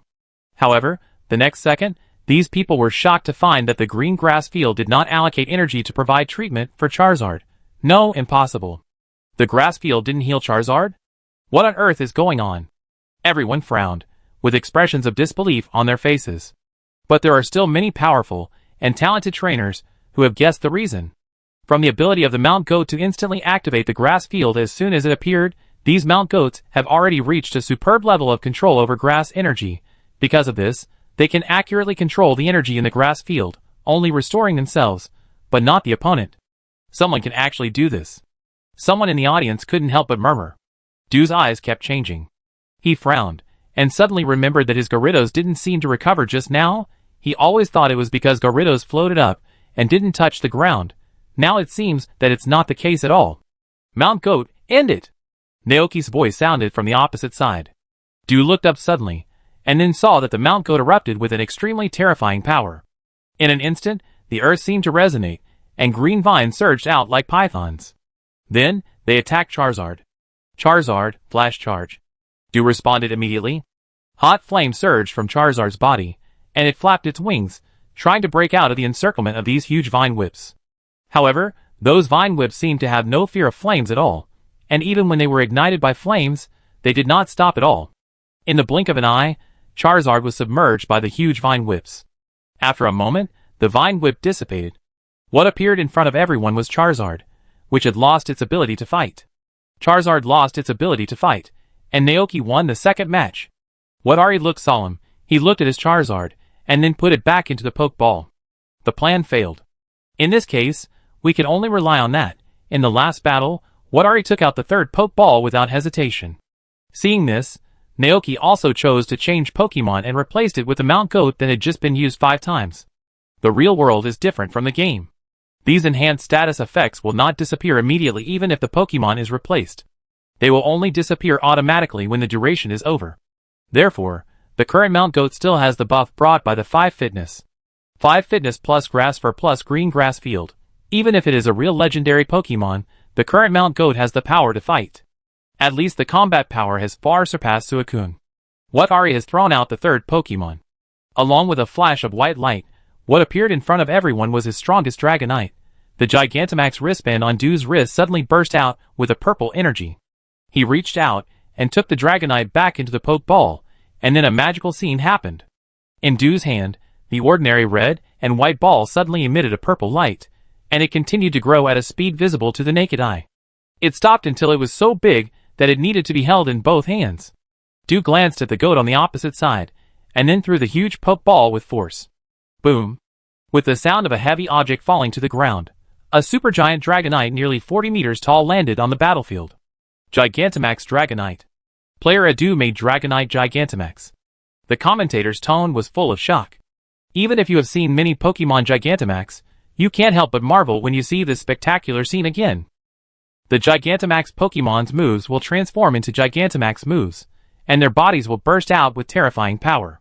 Does Adu want Dragonite to burst out with the strongest attack to defeat Naoki's Mount Goat? The commentary was very fast.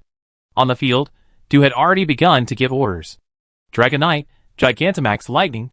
The Gigantamax energy in Dragonite merged with the electric energy, as if some kind of resonance had occurred. Almost in an instant, a large black cloud gathered over the Gongmen Arena, which was as big as a football field. Terrifying lightning brewed inside, and then aimed at the goat below. Goat, go all out, use that move. Naoki narrowed his eyes, and then gave the order in a deep voice. Me? The goat moved, and it began to run towards Dragonite at a very fast speed. A dazzling green light gathered in its mouth, and in full view of everyone, it turned into a huge, sacred sword of grass. That move. Everyone was shocked. The goat held the holy sword in its mouth, and its eyes were fixed on Dragonite. The next second, a huge lightning bolt fell from the sky, and in an instant, it covered the entire arena. The goat jumped high in the lightning, and the huge sword blade slashed across, and then landed steadily on the ground. The strands of electric current spread along the goat's feet to the ground, helping it to alleviate the damage caused by the giant lightning. Naoki knew that this was not the real purpose of Wataru, because if he wanted to knock down the goat with one blow, it would be more appropriate to use the giant ice. The purpose of his move was to destroy the green grass field under his feet. The Dynamax lightning left a few strands of yellow electric light, which destroyed the original green grass field and then replaced it. The green grass field was transformed into an electric field. Dragonite, now! Tish shouted loudly, Dynamax Ice. Mount Goat, come again! Naoki spoke at the same time. Even though Dragonite has 4 times the resistance to grass attributes, after being strengthened by the World Tree, the grass energy of Mount Goat is now enough to ignore these resistances. On the field, 2 Pokemon moved at the same time.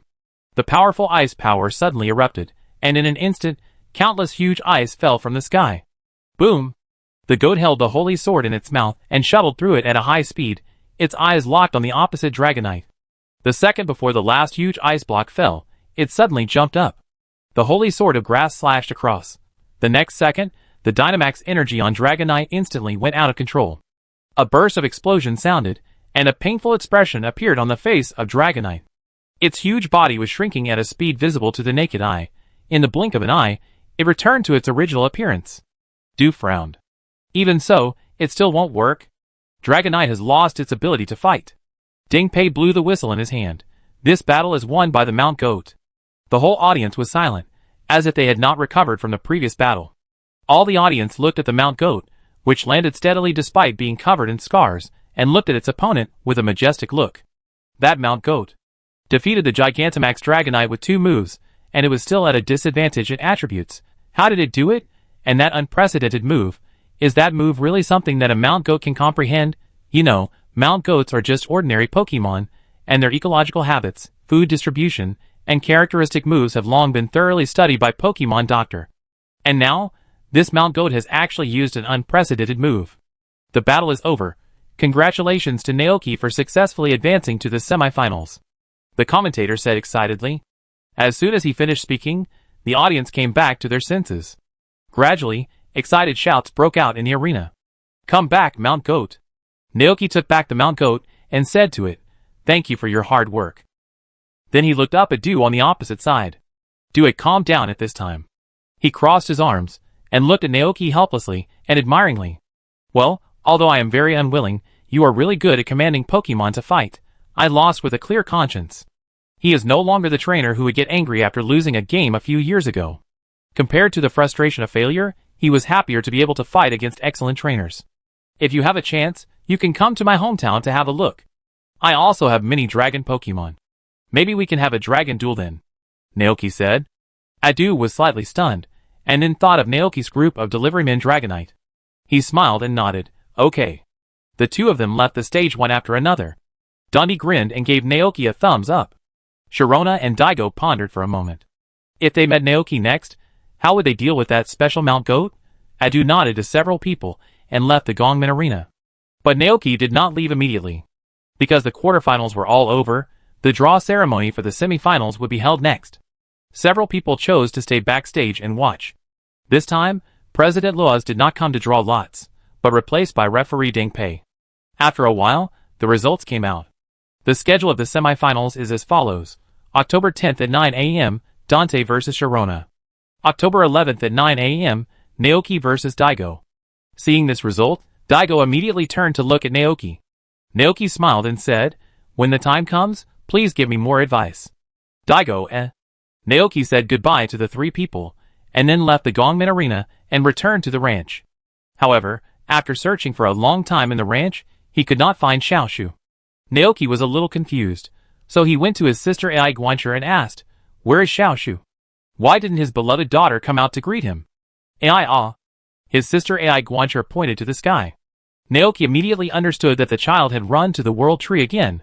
A red figure appeared in his mind, and Naoki thought about it and decided to go to the World Tree first. The World Tree, in the Pokemon Tavern. The live broadcast on Rotom's phone has ended. The Pokemon in the tavern are cheering and celebrating Naoki's victory. Red and Pikachu are standing on the periphery, thinking about the battle just now. At this moment, a burst of cheers from children suddenly came from outside.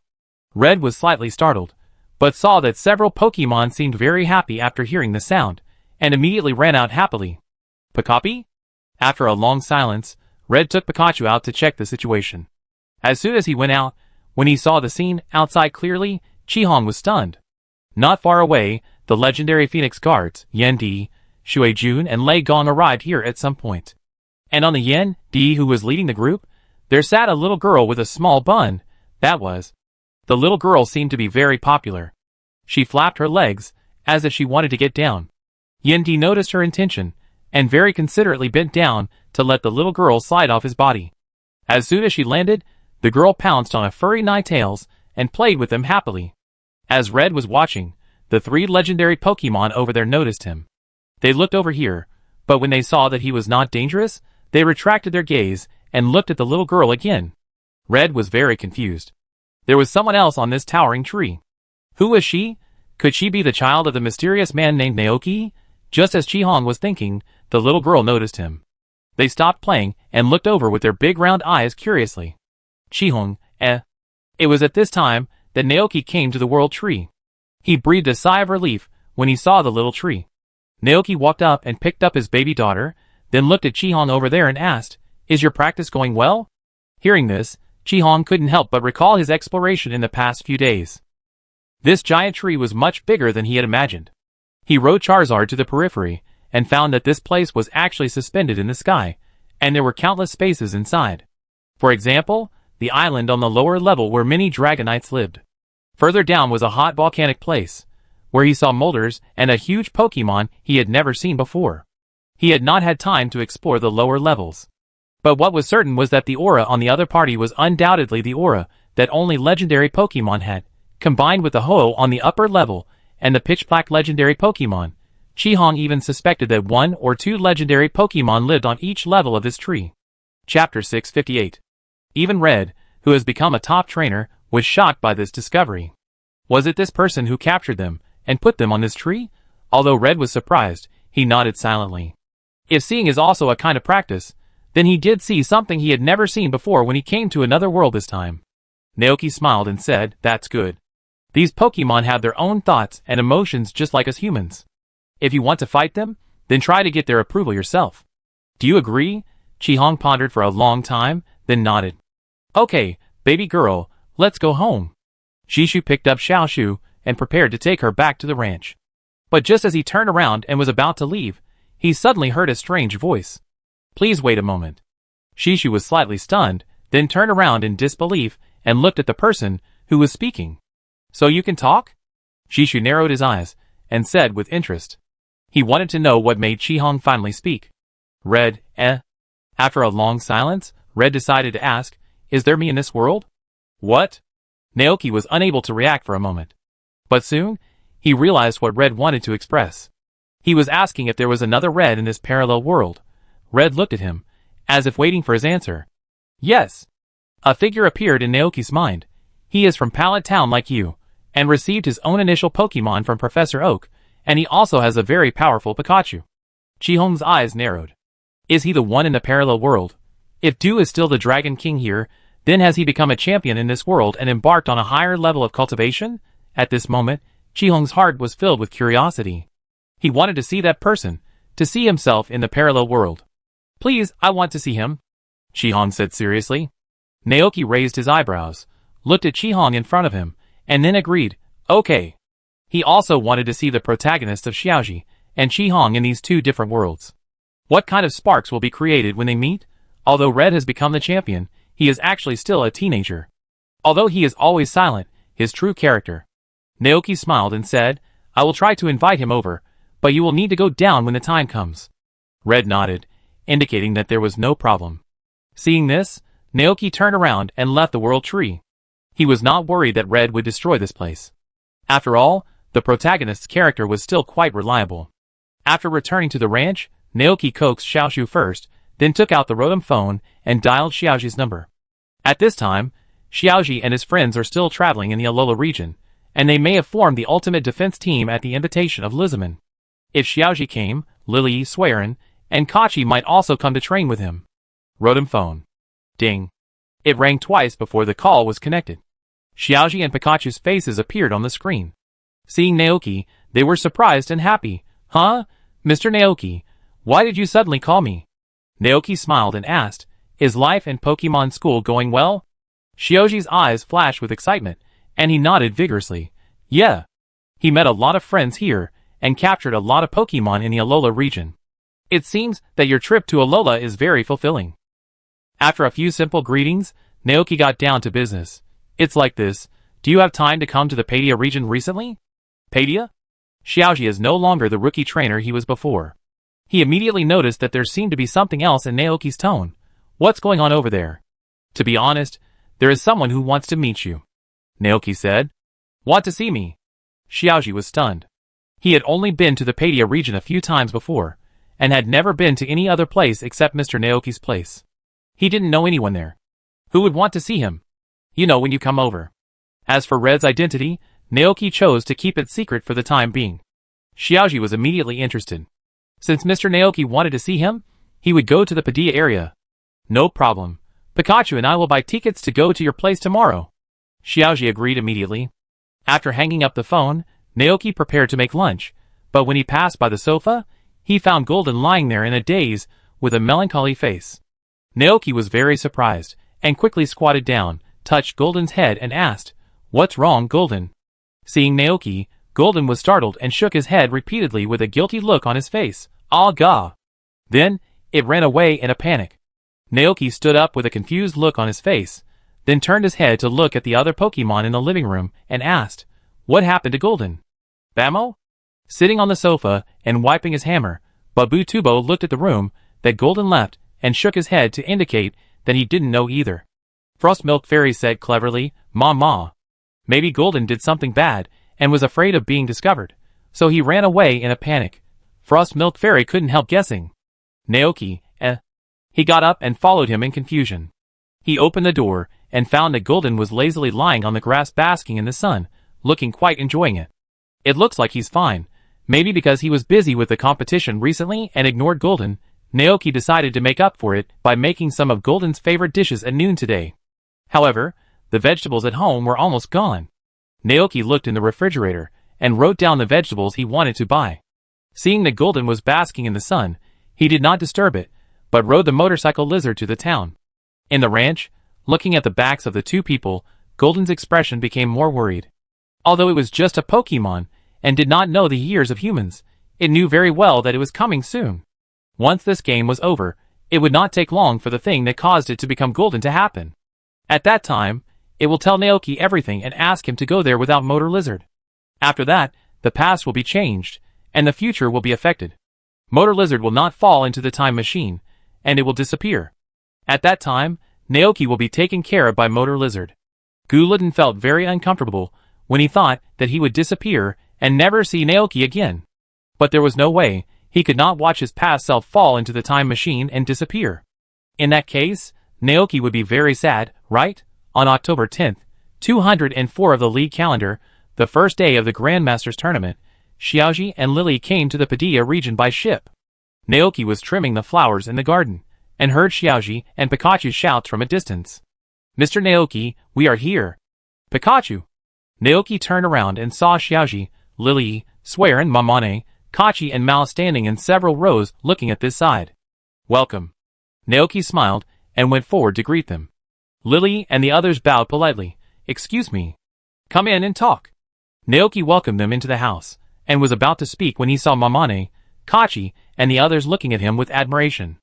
"Is there something on my face?" Naoki raised his eyebrows. No. The fat boy Mamane said quickly. "We just didn't expect that the hero who saved the world on the internet was actually you." Naoki smiled and said, "It's not that exaggerated. I just stopped Groudon and Kyogre from fighting." As for Naoki's identity, Xiaoji had already guessed it, because he had fought with Bud Crest at Naoki Ranch before. So when he heard Naoki's identity, he was not too surprised, but felt that he was worthy of being Naoki. Naoki's eyes swept across the people in front of him. After not seeing each other for more than half a year, both Kachi and Lilia seemed to have grown a lot. Especially Lilia, she looked much better, not as afraid of Pokemon as before. She even held an Ice Vulpix in her arms. White Rolling. The name Lilia gave to the Ice Vulpix in the anime popped up in Naoki's mind. At this time, Xiaoji asked about the business with a curious look on his face. "By the way, Mr. Naoki, who wants to see me?" Hearing this, Naoki stood up and said to everyone, "Wait here for a while, I go call him over. Sister, help me take care of these guests." "Aia." The younger sister Aisha nodded softly. Naoki turned around, went outside the ranch, and used his mobile phone to contact Mutuo on the World Tree, asking it to tell Red that the person he wanted to see had arrived and could come down. Mutuo quickly replied with OK. So, Red, who was practicing on the World Tree, only felt a flash of white light in front of his eyes, and the next second, a Mutuo appeared in front of him. Seeing this familiar Pokemon, Red was slightly stunned. But the next second, he heard Mewtwo in front of him say to it telepathically, "The person you want to see is here, follow me." Has he already arrived in this world? Red came back to his senses, and without saying anything, he followed Mewtwo in silence, passing through a green light, and then came to a broken area full of desolate atmosphere. This is... Red was stunned. He quickly adapted to the environment here, and seeing that Mewtwo did not stop, he quickly followed. As Red moved forward, he observed everything in this place calmly. The broken sky island, the backward waterfall, the deep dark space. There is no doubt that this is no longer the time and space he was in before. Continuing forward, a relatively large group of sky islands soon appeared in front of them. Those sky islands were slightly different from those in other places. Some were blooming with flowers, some were planted with fruit trees and tea seedlings, and some were planted with many glowing flowers. On a sky island with blooming flowers, Chi-Hong saw a mysterious Pokemon that he had never seen before. Chi-Hong was a little dazed, and the next second, the surrounding scene changed drastically. After a closer look, they found that they had left that special world and came to a pasture. And the mysterious man named Naoki was standing not far away waiting for him. Red, Naoki didn't care much, after all. Red didn't like to talk. He smiled and said, "The man has arrived, are you ready?" Red nodded. "In that case, then follow me." Mewtwo had returned to the World Tree, and Red followed Naoki all the way to the house located on the grass not far away. Pushing the door open, Naoki made way. Xiaoji and the others, who heard the noise, all looked over here. Behind Naoki, a boy wearing a red hat and a red stand-up collar sports jacket was standing there. And on the boy's left shoulder, like Xiaoji, there was a Pikachu standing. The next second, Xiaoji and Chi-Hong touched in midair. With just one glance, Chi-Hong recognized which of these people was himself in this world. Pikachu? Not only Red and Xiaoji, but also the two Pikachus exchanged glances, with puzzled expressions on their faces. Red, Xiaoji, ? Is this the person who wants to see him? But he has never seen him before? However, since the other party wants to see him, and is a trainer, Xiaoji is naturally very happy. He took the initiative to introduce himself. "Hello, I am Xiaoji from Pallet Town. Nice to meet you." Red. Shock? Red, Shock was stunned. This person is so strange. Why doesn't he speak? A surprising idea suddenly popped up in Ash's mind. Could it be? Is this person dumb? So pitiful. How does he usually command Pokemon to fight? Seeing this scene, Naoki couldn't help but want to laugh. Seeing that Ash's thoughts were about to go astray like a flaming horse that had broken free from its reins, Red finally couldn't help but speak. Red. This is his name. Xiaoji finally realized that this person could talk. He felt relieved for some reason, and then asked with a smile, "What do you want me to do?" Xiaoji, "I want to fight you." Fight? Xiaoji seemed to be activated when he heard this word, and he immediately agreed. "No problem. Xiaoji from Pallet Town, I accept your challenge." Trainers in the wild are all like this. Just a glance will start a fierce Pokemon battle. Therefore, Xiaoji was not surprised by Red's challenge, but happily agreed. Although they don't know each other yet, they will know each other as long as they have a Pokemon battle first. Seeing this scene, Naoki thought to himself, "Very good, it fits Xiaoji's style very well. In that case, let me be the referee for you too," Naoki said with a smile. Xiaoji is no longer the rookie trainer who just started out. He became the champion of the Kalos Conference last year. Even if he faces Red, he may not lose. The only problem is that Xiaoji likes to restart training. Every time he goes to a new area, he will change all Pokemon except Pikachu. However, there is a good show to watch. Chapter 659. In the pasture, on the battlefield of grass. Xiaoji and Red stood at the two ends. Lilia and others stood aside and watched the battle. The rules of the game are a 3v3 full battle. I won't introduce the specific rules. You should all know them. Let's start. The referee Naoki looked at the two and said with a smile, "Then, let's go, Pikachu." Xiaoji took the lead and chose to send Pikachu to fight. Red remained silent. He did not send Pikachu, but took out a new Pokeball from his body. A white light flashed, and a Pokemon with velvety fur, a small cat-like appearance, a pair of violet eyes and lavender fur, and a beautiful ruby on its forehead suddenly appeared in the battle with Pikachu. Solomon? Naoki immediately became interested. If he remembered correctly, the origin of Red Solomon was very special. It was once used as an experiment by Team Rocket, and was later rescued by Red. It can directly evolve into 3 forms, Vaporeon, Jolteon, and Flareon through the evolution stone. And it can also return to its original state after evolution. Later, because this ability would bring it pain, Red made it evolve into Solstice forever. While Naoki was thinking, the battle between Solstice and Pikachu had officially begun. Xiaoji's Pikachu started with a flash of lightning. Pikachu then ran quickly, its body turned into a white light, and hit Solstice like an arrow. Red did not give any command, but Naoki knew that he had the ability to communicate with Pokemon telepathically. Even if he didn't speak, he could convey his thoughts to Pokemon in real time through his heart. The ruby on the forehead of the Solar EV flashed a charming light, and it moved slightly, actually avoiding Pikachu's lightning. Pika? The lightning flashed into the air, and Pikachu couldn't believe that the Solar EV's reaction was so fast. As soon as it stopped, it suddenly felt its body rise uncontrollably into the air, and then a huge impact came, and for a moment, it seemed as if its soul was violently impacted. Mental strength plus mental impact. Pikachu felt the pain and yelled, "Pikachu!" In just one round, Xiaoji realized that his opponent was very strong, and immediately shouted, "Pikachu, use 100,000 volts." Dazzling lightning burst out from Pikachu's body, turning into a fierce electric current that swept towards the body of the Sun EV. The control of the mental power was interrupted, and Pikachu's body loosened and fell from midair. "Use Iron Tail," Xiaoji said quickly. Red's luck was very bad. 100,000 volts triggered paralysis on the body of the Sun EV, which also caused it to move a beat slower, and it was beaten back by Iron Tail on the spot. Another lightning flash. Xiaoji chose to attack with a quick attack. However, this time, his luck was not so good. Sun EV endured the negative effects of paralysis and dodged Lightning Flash's attack.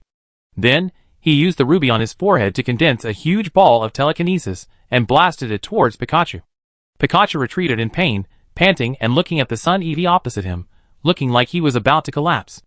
Xiaoji also saw Pikachu's situation. In order to prevent Pikachu from rushing forward and being controlled by the mental power again, he decisively used a long-range move to attack. Pikachu, 100,000 volts. The electric current was fierce, and it was difficult for Solby to dodge. Facing this attack, Red actually made an unexpected move. He actually let Solby use Morning Light on the spot.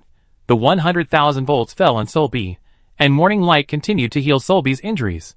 The two offset each other, and Solby actually withstood this attack. When Pikachu's electric current dissipated, Solby finished with a mental power move. As expected of Red? Naoki sighed, and then announced, "Pikachu has lost the ability to fight, and Red will win the first match." "Pikachu!" Xiaoji brought Pikachu back, and Pikachu opened his eyes weakly. "Pika. Thank you for your hard work," Xiaoji said softly. "Leave it to us next." Red took a look at Solby, who was exhausted, and then chose to take it back and replace it with a new Pokemon. "The second match officially begins," Naoki announced. "Maramita, I leave it to you."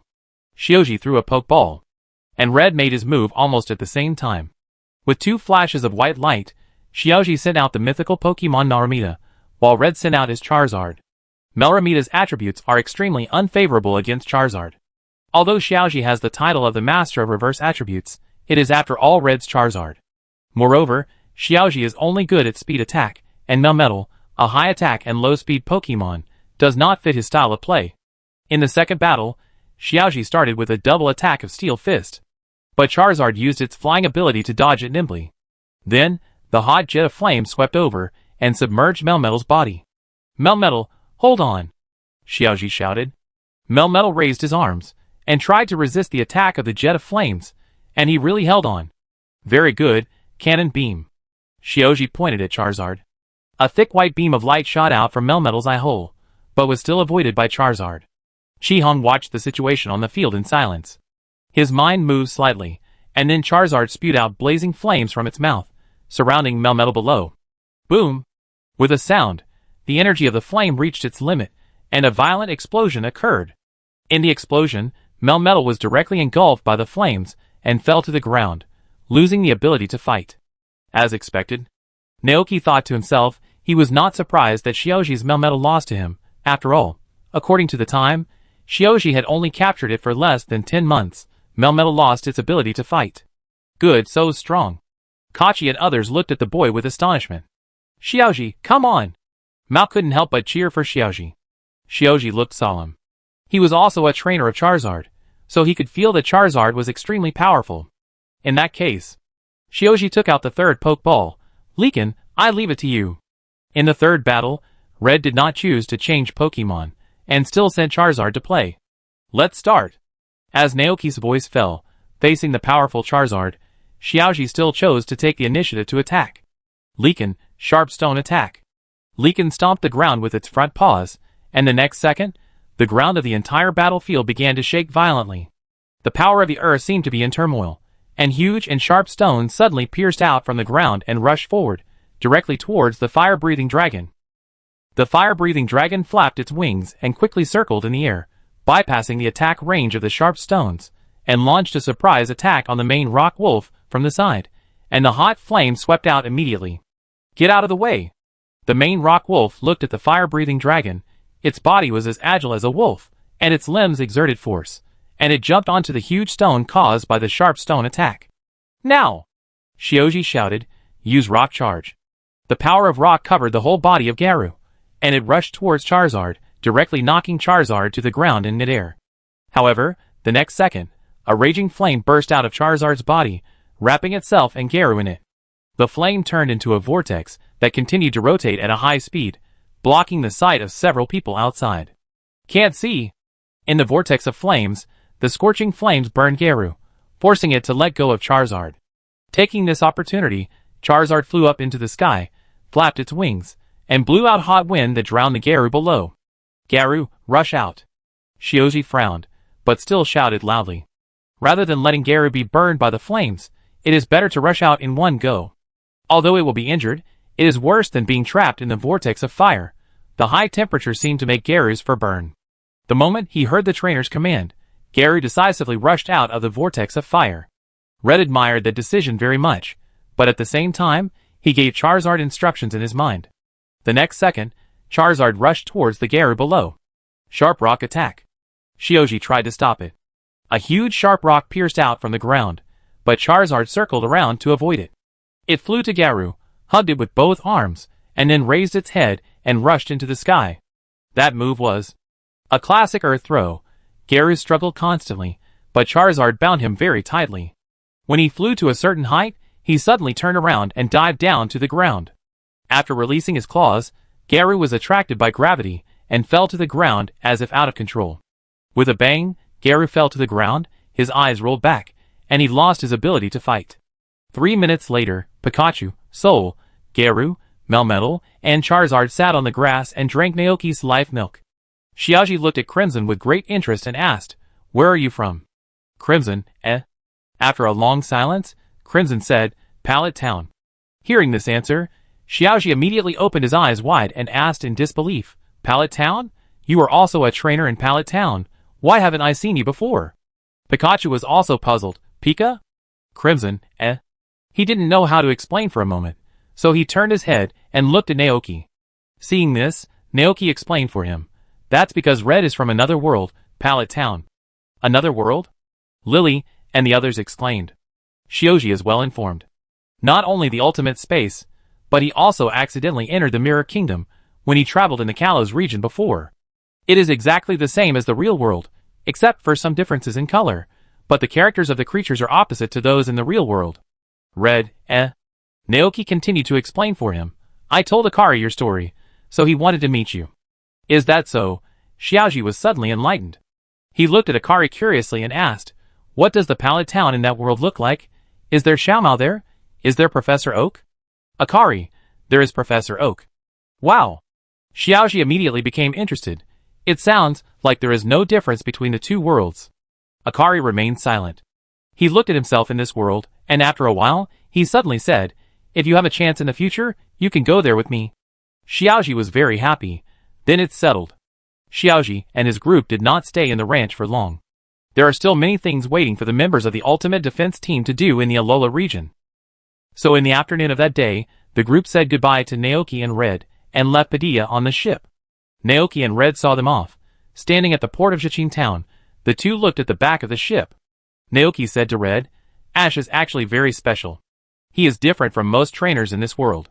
Every time he travels to a new area, he will send his old Pokemon to Professor Oak's Research Institute, and then meet the local Pokemon again there. Like you, Ash also has Charizard, Bulbasaur, and Squirtle around him, but his Pokemon are also very special. Many of them don't like to evolve, so Ash keeps them in their original form. Red was still as silent as before, and Naoki didn't know what he was thinking. After sending Xiaoxi away, the two returned to the ranch. Xiaoshu saw his father from a distance, and ran into Naoki's arms. Dad. Red couldn't help but look at the little girl riding the 3 sacred beasts. Naoki smiled and introduced, "That's my daughter, not bad. She will definitely become a very powerful trainer in the future. Xiaoshu, this is Brother Red." Xiaoshu looked at Red. She listened to her father very much, and called out obediently, "Brother Red." "Red, Are you going to stay at the ranch for dinner today?" Naoki asked. Red shook his head. So far, he had already explored the World Tree. Next, he wanted to continue his training there, and try to challenge those powerful legendary Pokemon. "Okay, in that case, I won't keep you any longer." Naoki stood up and asked his sister, Ai Guanshi, to take out a box of live goat milk from home and gave it to Red. "This is the goat milk produced by my Mount Goat. Its effect is similar to the holy ash of the Phoenix King. No matter how badly the Pokemon is injured, as long as it drinks a bottle, the injury will heal. I believe it will be helpful for your next training." Shi-Hong was slightly startled. He opened his mouth, and then said, "Thank you." Shi-Hong is still very polite. Naoki smiled and said, "Go." Shi-Hong nodded, but before leaving, he asked Naoki for a notebook and pen. Although Naoki was puzzled, he guessed that Shi-Hong might want to record the ecological information of those rare Pokemon on the World Tree, so he readily agreed. It happened that there were some unused notebooks and pens at home, so he gave Shi-Hong several pens at once to facilitate his recording. With a pen, Shi-Hong said goodbye to Naoki, and then turned around and left the ranch with Pikachu and returned to the World Tree. Coincidentally, Chishu also returned home. It was late autumn, and the temperature in Padilla had dropped. After Naoki prepared dinner, the family gathered in front of the warm fireplace, eating dinner while watching the first game of the semifinals today. Dante versus Sharona. As expected, Dante won the match. Tomorrow, it will be his match with Daigo. Naoki began to think about which 3 Pokemon to send out for the battle tomorrow. According to the plot in the anime, Daigo will send Cradle Lily, Bosquort, and Mega Metagross. But now Daigo's opponent is not Xiaoxi, but him, which may make Daigo make some adjustments. In this case, let Dragonite start, Babutubo hold the line, and Gorilla be the backup. Naoki chose a more stable lineup. But speaking of Babutubo, Naoki suddenly remembered something. As we all know, Songxiang's Giant Beast Slash and Zangmarant's Giant Beast Bullet can both cause double damage to Gigantamax Pokemon. And now, with the blessing of the Bud Crown, Babutubo's Giant Beast Hammer, which has the same power as Songxiang and Zangmarant, will it also cause double damage when facing Gigantamax Pokemon? If so, it can serve as a trump card against Danteye's Gigantamax Charizard in the future. Chapter 660. On October 11th, 204 of the Alliance calendar, the second game of the semifinals at the Gongmin Arena officially kicked off. Ladies and gentlemen, welcome to the Gongmin Arena. The next game will be a crucial match between Naoki and Daigo. The winner will advance to the finals and fight the last champion Dondi. Okay, without further ado, the two players have entered the arena.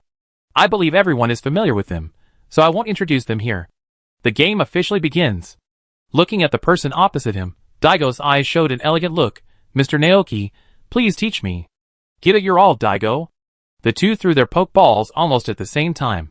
With 2 flashes of white light, Naoki's side sent out Dragonite, while Daigo's side sent out the fossil Pokemon that lived in the distant past, Cradle Lily. "Take root." With Daigo's order, Cradle Lily took deep root in the earth. Dragonite habitually used prey for rain, and in an instant, heavy rain poured down, covering the entire battlefield. It wanted to use its combination of prey for rain and thunder as usual, but it didn't expect to be stopped by Naoki. Cradle Lily is rooted in the ground, and the current that touches its body will be transmitted to the soil, so that the power of thunder will be greatly reduced. Seeing the opponent stop, Daigo smiled and continued to attack at his own pace. Cradle Lily, Meteor Beam. The Cradle Lily on the field immediately began to charge, and white light continued to emerge. In that case, let's use Storm. Looking at the charging Cradle Lily, Naoki quickly said, "The opponent is charging, pay attention to avoid the next beam attack." Dragonite nodded, it flapped its wings, and in an instant it condensed a fierce storm, which was mixed with rain and continuously attacked the cradle lily. The cradle lily felt pain, but its roots rooted in the ground were constantly restoring its physical strength. Finally, the meteor beam finished charging, and a beam of dazzling light aimed at the Dragonite hole and shot out. Because Naoki had reminded him in advance, Dragonite always paid attention to Cradle Lily's actions. When it saw the beam of light shooting out, it suddenly accelerated and turned its body, barely avoiding it. Strong whip. Daigo was graceful. 2 green whips flew out from both sides of Cradle Lily's body and hit Dragonite in midair. Dragonite dodged quickly, and the long whip missed the target, and its movement was slightly stagnant. The next second, Dragonite seized the opportunity and grabbed the whip on Cradle Lily with its 2 dragon claws. Now, use electromagnetic waves, Naoki said. A strong electric current burst out from Dragonite, following the rain falling on the whip, and rushed towards Cradle Lily along the whip. Shrouded by lightning, although the roots helped Cradle Lily to relieve the current, electromagnetic waves were not an attacking type of move.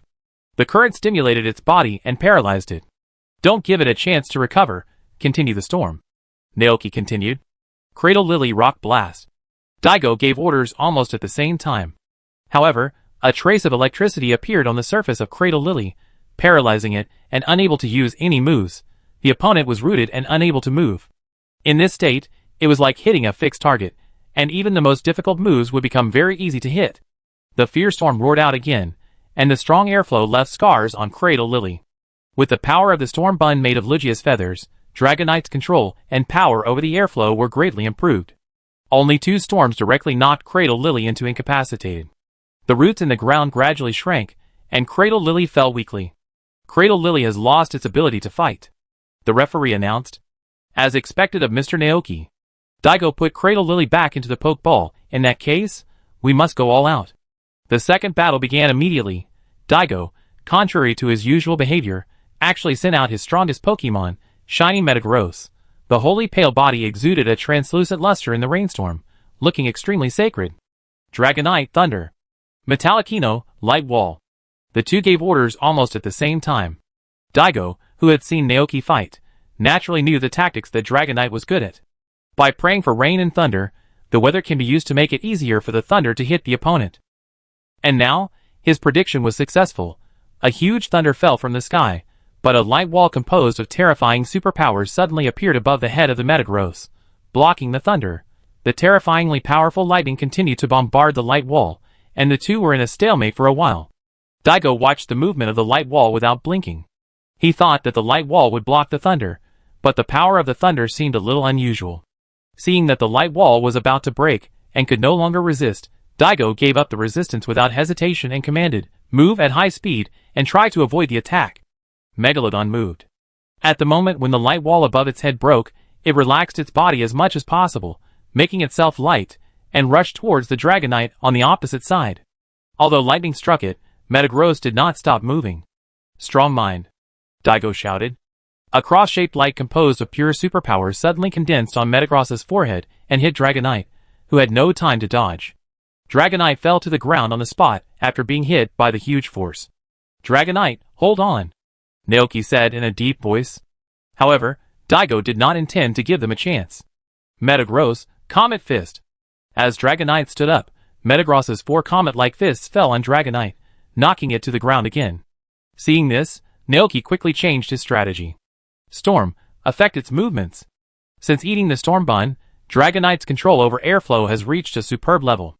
Even without deliberately using it, as long as the mind moves slightly, a stream of air will linger. One more time, Comet Fist. Daigo continued to attack. Just as Metagross was about to rush forward, a terrifying airflow surged out from Dragonite's body. The storm was raging, and its movements were stagnant, which just gave Dragonite a chance to react. Dragonite took the initiative to face Metagross after it flew up again. Flame Fist. Naoki gave the order in time. Dragonite's fist was suddenly covered with a layer of scorching flames, and it faced Metagross with Comet Fist without fear. The next second, the 2 fists collided with a bang, and a violent energy suddenly surged in the huge battlefield. The huge impact force directly knocked the 2 Pokemon back at the same time. Seeing this scene, Daigo frowned. Why is the physical strength of that Dragonite so high? Could it be because of drinking life goat milk for a long time? No, if this goes on, Metagross will be in trouble. Thinking of this, Daigo activated the Mega Evolution without hesitation. The key stone, the Mega Stone, the bond between him and Metagross burst out instantly and merged into the body of Metagross. In the light, the appearance of Metagross changed rapidly. In the blink of an eye, a giant monster nearly 3 meters tall appeared on the battlefield. Wow! Daigo's Metagross evolved into Mega Metagross. The commentator shouted excitedly. Super Metagross? Looking at the majestic Metagross, Naoki quickly said, "One more time, thunder." The huge thunder and the storm came crashing down, but the speed of the Mega Metagross after the Mega Evolution was greatly improved. It used its superpowers to fly through the rain at a high speed, and it actually left the lightning far behind with its speed. Naoki was shocked. Comet Fist, Daigo said in a deep voice. The fist like a comet hit Dragonite with a bang, and the huge force made Dragonite fly backwards again. The figure of Mega Metagross did not chase after it. It hovered in place, and a thick beam of light suddenly condensed in front of it. Destruction Death Light, Daigo said loudly. The next second, the Destruction Death Light shot out, and the milky white light instantly submerged Dragonite. Boom! The light dissipated, and Dragonite seemed to have lost its ability to fight. Seeing this scene, Naoki slowly exhaled a breath, worthy of being the champion. After the super evolution, the Metagross actually burst out with such powerful strength and speed. But now, the only opportunity for super evolution in the game has been used up, and Daigo only has a Metagross with almost half health and the last Pokemon left. And he still has 2 Pokemon left. Naoki took out the Pokeball and took back Dragonite. Thank you for your hard work, take a good rest next. The Mega Metagross's Mega Evolution duration has not yet ended, and Daigo does not intend to change Pokemon, but is ready to use Mega Metagross to launch an all-out attack. Seeing this, Naoki decisively took out the second Pokeball. A white light flashed, and Babu Tubo, wearing metal armor, a king's helmet of the same style as Song Xiang and Zhang Marant, a red cloak tied behind his back, and a small golden hammer in his hand, appeared in everyone's sight. Its expression is like that of a king, and its whole body is full of a majestic aura of a king. The cloak behind it moves automatically without wind, and it looks so majestic. Someone recognized the Pokemon at first sight. Is that the Pokemon Babuto from the Paidia region? It's a different colored Babuto, but what is it wearing? Is it armor? And the weapon in its hand? Is it the same as the giant forge?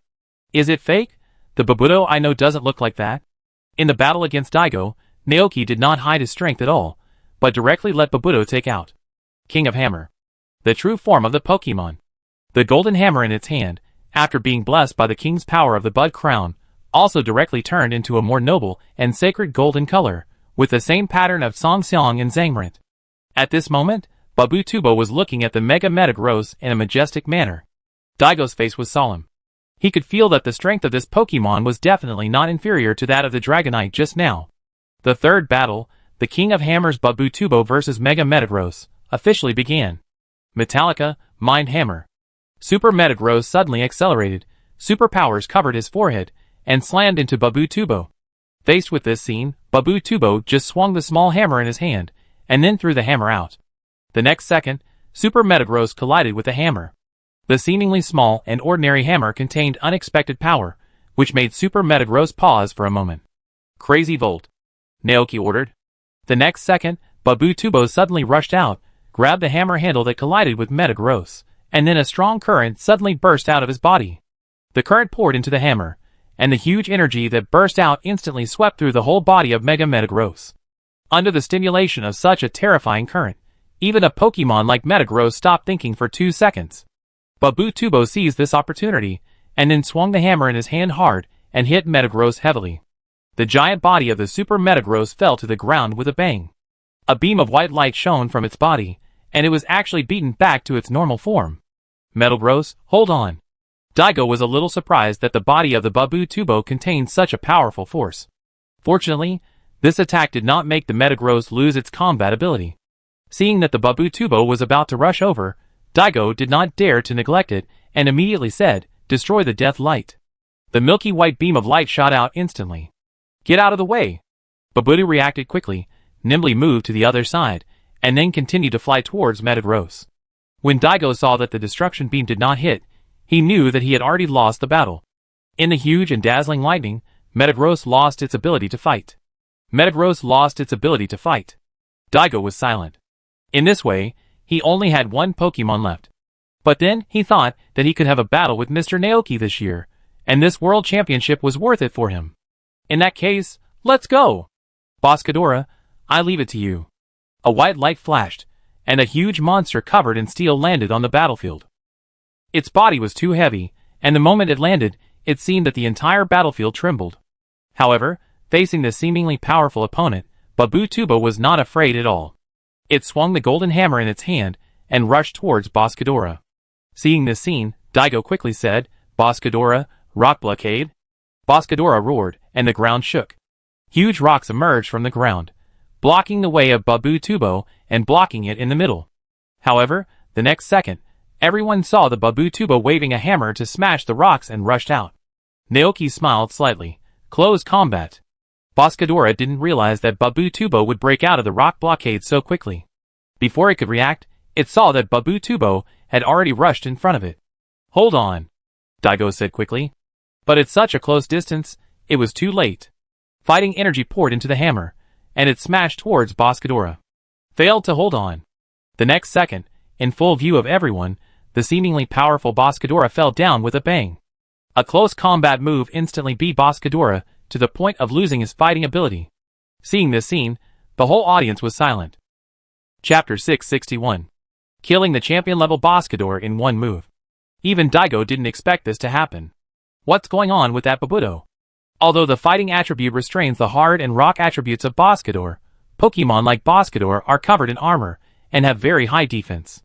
And now, the Pokemon's close combat not only broke Boss Ghidorah's defense, but also defeated it in one move. Countless spectators were stunned. Deng Pei was the first to react. Boss Ghidorah has lost his ability to fight. Naoki won this match. Let us congratulate Naoki for advancing to the finals. The audience burst into applause. After the game, Daigo said goodbye to Naoki and turned to leave the Gongmin Arena. Today is October 11th, and the finals will be held 3 days later, on the 14th, but the venue has been temporarily changed. When Naoki was about to go home, he received a notice from the tournament team. It said that the venue of the finals was temporarily changed to the Konkan Arena in Konkan City. Konkan City? Naoki was a little surprised.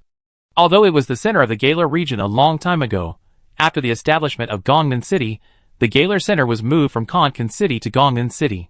However, according to the Galar Alliance's idea, it is possible that they want to use this wave of popularity and traffic to drive the economic development of Konkan City. Naoki didn't care.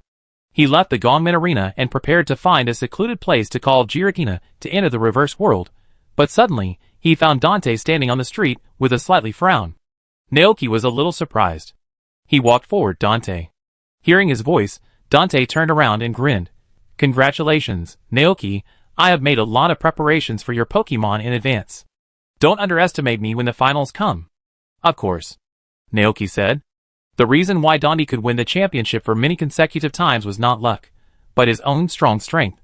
Why did you look so sad just now? Naoki asked. At this point, Dante couldn't help but look at his Rotom phone. Sonia hasn't contacted me for a long time. I just asked Dr. Mulan, but Dr. Mulan didn't have any news about her. Dante always had a bad feeling in his heart. Something happened to Sonia? Naoki was slightly stunned. As far as he knew, Dante and Sonia had been secretly investigating the matter of Mugen Taina, President Ross, and the Miraculous group in the past 2 years. Could it be? Maybe Sonia forgot the time when she went to investigate in the wild. Dante comforted himself. Because Sonia had been investigating Dynamax and ancient legends in the wild before, and had not contacted him for a long time. Okay, Naoki, go home quickly. The tournament committee just asked me for something. See you at the tournament in 3 days. Dante turned around and said again. Naoki kept this in mind and nodded, okay.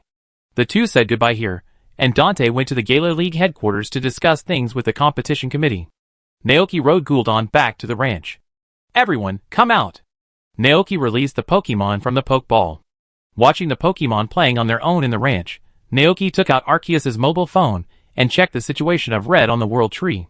On October 11th, Red challenged Kyurem for the first time.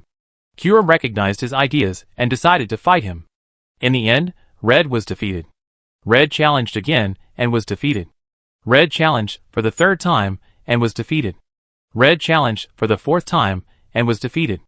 Red challenged for the 5th time and won by a narrow margin. Huh? Naoki was a little surprised. Red has passed Kurum's test? Narrowly won, should it mean 6 for 1? But even so, it can prove how strong Red is. He is indeed the strongest person in the legend. Naoki was a little emotional, and he continued to check the records on Rotom's phone. After that, Red seemed to rest for a day. And now, Naoki saw Arceus challenge Groudon on his phone, but failed. The current Groudon is not an ordinary Groudon. It has absorbed a lot of natural energy, restored its original return form, and has made further progress. Even for Red, it is not so easy to defeat it. But he was the legendary Red after all. Before the result came out, no one could be sure that he would keep losing. It was late autumn, and the temperature in the Padilla region gradually cooled down. It would probably snow soon. Every morning now, the ground would be covered with a layer of frost. The flowers in the garden withered one after another, and the 3 bees could no longer collect fresh nectar. However, the ranch was not short of nectar now. So early this year, Naoki moved the 3 bees and Butterfree into the warm glass greenhouse. Time flies by, and in the blink of an eye, it is October 14th, 204 of the League calendar. In Chuangguan City, the architectural style here is a blend of medieval city wall ruins, and the historical atmosphere is very strong. The huge, castle-like Chuangguan Arena is located in the center of the city. At 8 o'clock in the morning, before the game started, the arena was already crowded with people. Countless tourists from other regions came to watch the game on site, and they all wanted to see the final battle between the absolute King Dondi and Motorcycle Mask Naoki. The strongest battle. The hot search on the internet has been on for 3 consecutive days, and the popularity and discussion have exceeded 100 million. Even on some illegal websites, betting has already appeared. In the Chuangguan Arena, the front row of the audience seats is already surrounded by reporters and famous anchors from all over the world. This final battle will be broadcast live around the world: Kanto region, Orange Islands, Johto region, Hoenn region, Sinnoh region, Unova region, Kalos region, Alola region, Galar region, Padia region. From the elderly with gray hair and glasses in their 70s, to children who have just learned to walk and talk, even mini Pokemon sat in front of the TV, watching this epic battle with their family and friends. Pallet Town, Professor Oak's laboratory. Professor Oak looked at the content on the screen with interest and asked, "Xiao Mao, who do you think will win this game?" Xiao Mao did not answer. In fact, he could not be sure of the answer in his heart. He had met Mr. Naoki once, and that man was extremely powerful, far beyond the trainers he had ever seen. But the other one was the strongest champion, who had been famous for a long time, and had won the championship of the 8 Masters for several consecutive times. Who of these two will win in the end? Unova Region, Pokemon League. ADK put all his official duties aside today, and set aside a morning to watch his friend Naoki's game. In his opinion, no matter who the opponent is, Naoki will win the battle. After all, he has personally understood the strength of the Pokemon that Naoki has cultivated. Padilla region. UCI and Xian Li also put down their work and watched the live broadcast of the game directly in the league's office. If Naoki wins this battle, our Padilla region will be completely famous. By then, everyone will know that the strongest king trainer has emerged from their Padilla region. Naoki's fans and trainers who pursue stronger strength may come to the Padilla region for training. They are all shining talents. Naoki is really the big treasure of their Padilla region. Just thinking about it, UCI couldn't help laughing out loud. Oh ha ha! Xian Li, The chief started again.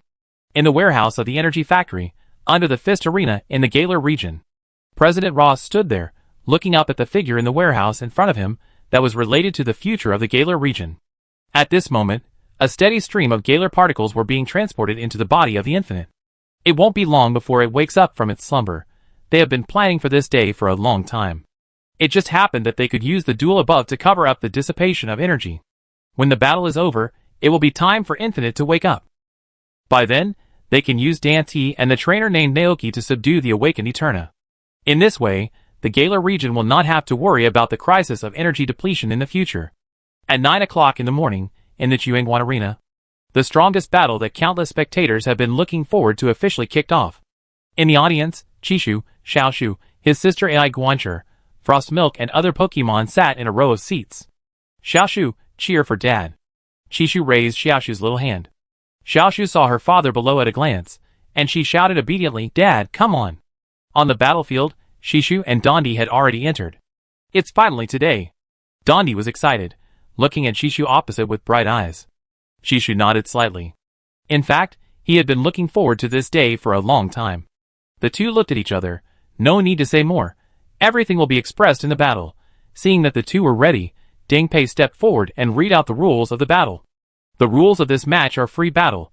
Each player can use 6 Pokemon to fight, without any restrictions. Until all 6 Pokemon of either side lose their combat ability, the match will end. Unlimited free battle, slightly different from the previous match rules. Under this rule, players can use their hand speed and the accuracy of using Pokeballs to retrieve Pokemon on the field and replace them with the next Pokemon. This rule tests players' ability to coordinate and defend different Pokemon, and is more entertaining. Naoki had only seen this kind of game in anime, and Xiaoji even used the method of taking back Pokemon to avoid the opponent's Pokemon's moves. In this world, although Naoki had not played many games with this kind of rules, fortunately, in addition to being a rancher, he was also a teacher. When he was working at Blueberry Academy, he had learned about this aspect and taught it to the students. Swoosh! Ding Pei blew the whistle in his hand, and then announced, "The game officially begins." The two threw their Pokeballs at almost the same time. 2 white lights flashed by. Naoki sent out Babutubo to test, while Dante sent out a rabbit that looked like a football player. It was the 3 fire-attributed Pokemons of the Galar region, Flare Ace. The battle began. Babutubo, lightning. A yellow electric current surged from Babutubo in midair, and the current quickly covered its entire body, and then it rushed towards the Flare Ace on the opposite side with them. Dante smiled slightly, as if he had been prepared, and said in a deep voice, "Hot Sand Land." The next second, the Flash Ace moved, and it ran quickly on the field.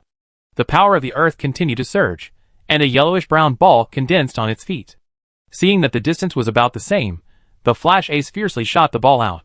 Although it did not hit, Dandy's goal had been achieved. Bab, who was covered with lightning, suddenly collided with the Flash Ace. The two wrestled with each other, and neither of them took a step back. Threads of electric current splashed out, but this move did not cause any damage to the Flash Ace. Freeman.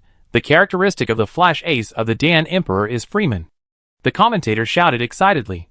Because of the use of Hot Sand Land, the attribute of the Flash Ace has become the ground attribute, so the electric attribute attack cannot cause damage to it. Seeing this scene, Babutubo was also surprised. "Bamo? It's our turn," Dan Emperor said loudly. "Headbutt." The Flame Ace, who was wrestling with Babutu, looked at Babutu in front of him. A layer of white light suddenly appeared on its head, and then it slammed into Babutu's head. Babutu was hit, and felt dizzy, and flew backwards. All this happened in a flash, so fast that Naoki and Babutu couldn't react at all. "Did you really make sufficient preparations for my Pokemon?" Naoki took out Babutu's Pokeball, took it back without hesitation, and then replaced it with Dragonite. Seeing this, Dundee did not hesitate to take back the Flare Ace and replaced it with the next Pokemon. As a habit, Dragonite automatically activated. Pray for rain as soon as it appeared. In an instant, heavy rain fell, covering the entire battlefield. A beam of white light flashed, and the Pokemon that Dundee replaced suddenly appeared in everyone's eyes. Dundee read Dragonite's Pray for Rain first, and actually sent out Thousand Faces. The commentator's eyes were full of brilliance. "You know, the water-attributed Thousand Faces chameleon has a great advantage in rainy days, but there are also advantages and disadvantages. Naoki's Dragonite is very good at electric-attributed moves, which naturally restrains the water-attributed Thousand Faces chameleon. Dragonite Thunder." Naoki gave the command without hesitation. The huge thunderclouds gathered rapidly. The Thousand Faces chameleon in the heavy rain looked up calmly, and the next second, its body began to become transparent at a speed visible to the naked eye, until it completely disappeared in the rain. The thunder roared, but it lost its target and missed. "Sniper, Thousand Faces, Sniper." Dandy smiled, and gave an order to Thousand Faces. In the rain, a transparent figure quietly emerged from behind Dragonite. It was like an elegant sniper, stretching out its fingers, stirring up violent water flow at its fingertips, using its fingers as sniper rifles and water flow as bullets. With a whoosh, the water flow compressed to the extreme by Thousand Faces shot out from its fingertips, and successfully hit Dragonite in midair. Chapter 662. Use the stealth and mobility of the Thousand Faces evil spirit to deal with it. A countermeasure instantly emerged in Naoki's mind. Dragonite Storm. The Thousand Faces evil spirit sniper hit made Dragonite feel a little angry. The moment it heard the command, it immediately flapped its wings and summoned an extremely terrifying storm. The Thousand Faces evil spirit sensed the crisis and entered the stealth state again to deal with it. Dante observed the situation on the field and looked for the right time to attack. The storm blew the rain and swept across the entire battlefield. Naoki also focused on the situation on the field. Suddenly, he saw that the wind direction and water flow in one area were very different from those in other areas. Found you. Dragonite, left front, thunder. Naoki said in a deep voice. Dragonite used thunder in that direction without hesitation. The huge thunder crashed down, using attribute restraint, and severely damaged the Thousand Faces escape with one blow. Wow! By using the storm to blow the rain, using the direction of the airflow and water flow to determine the position of the Thousand Faces Shiaku? The commentator's eyes lit up. Excellent. Seeing that his tactics were seen through, Dante took out the poke ball without hesitation and wanted to take the Thousand Faces Shiaku back.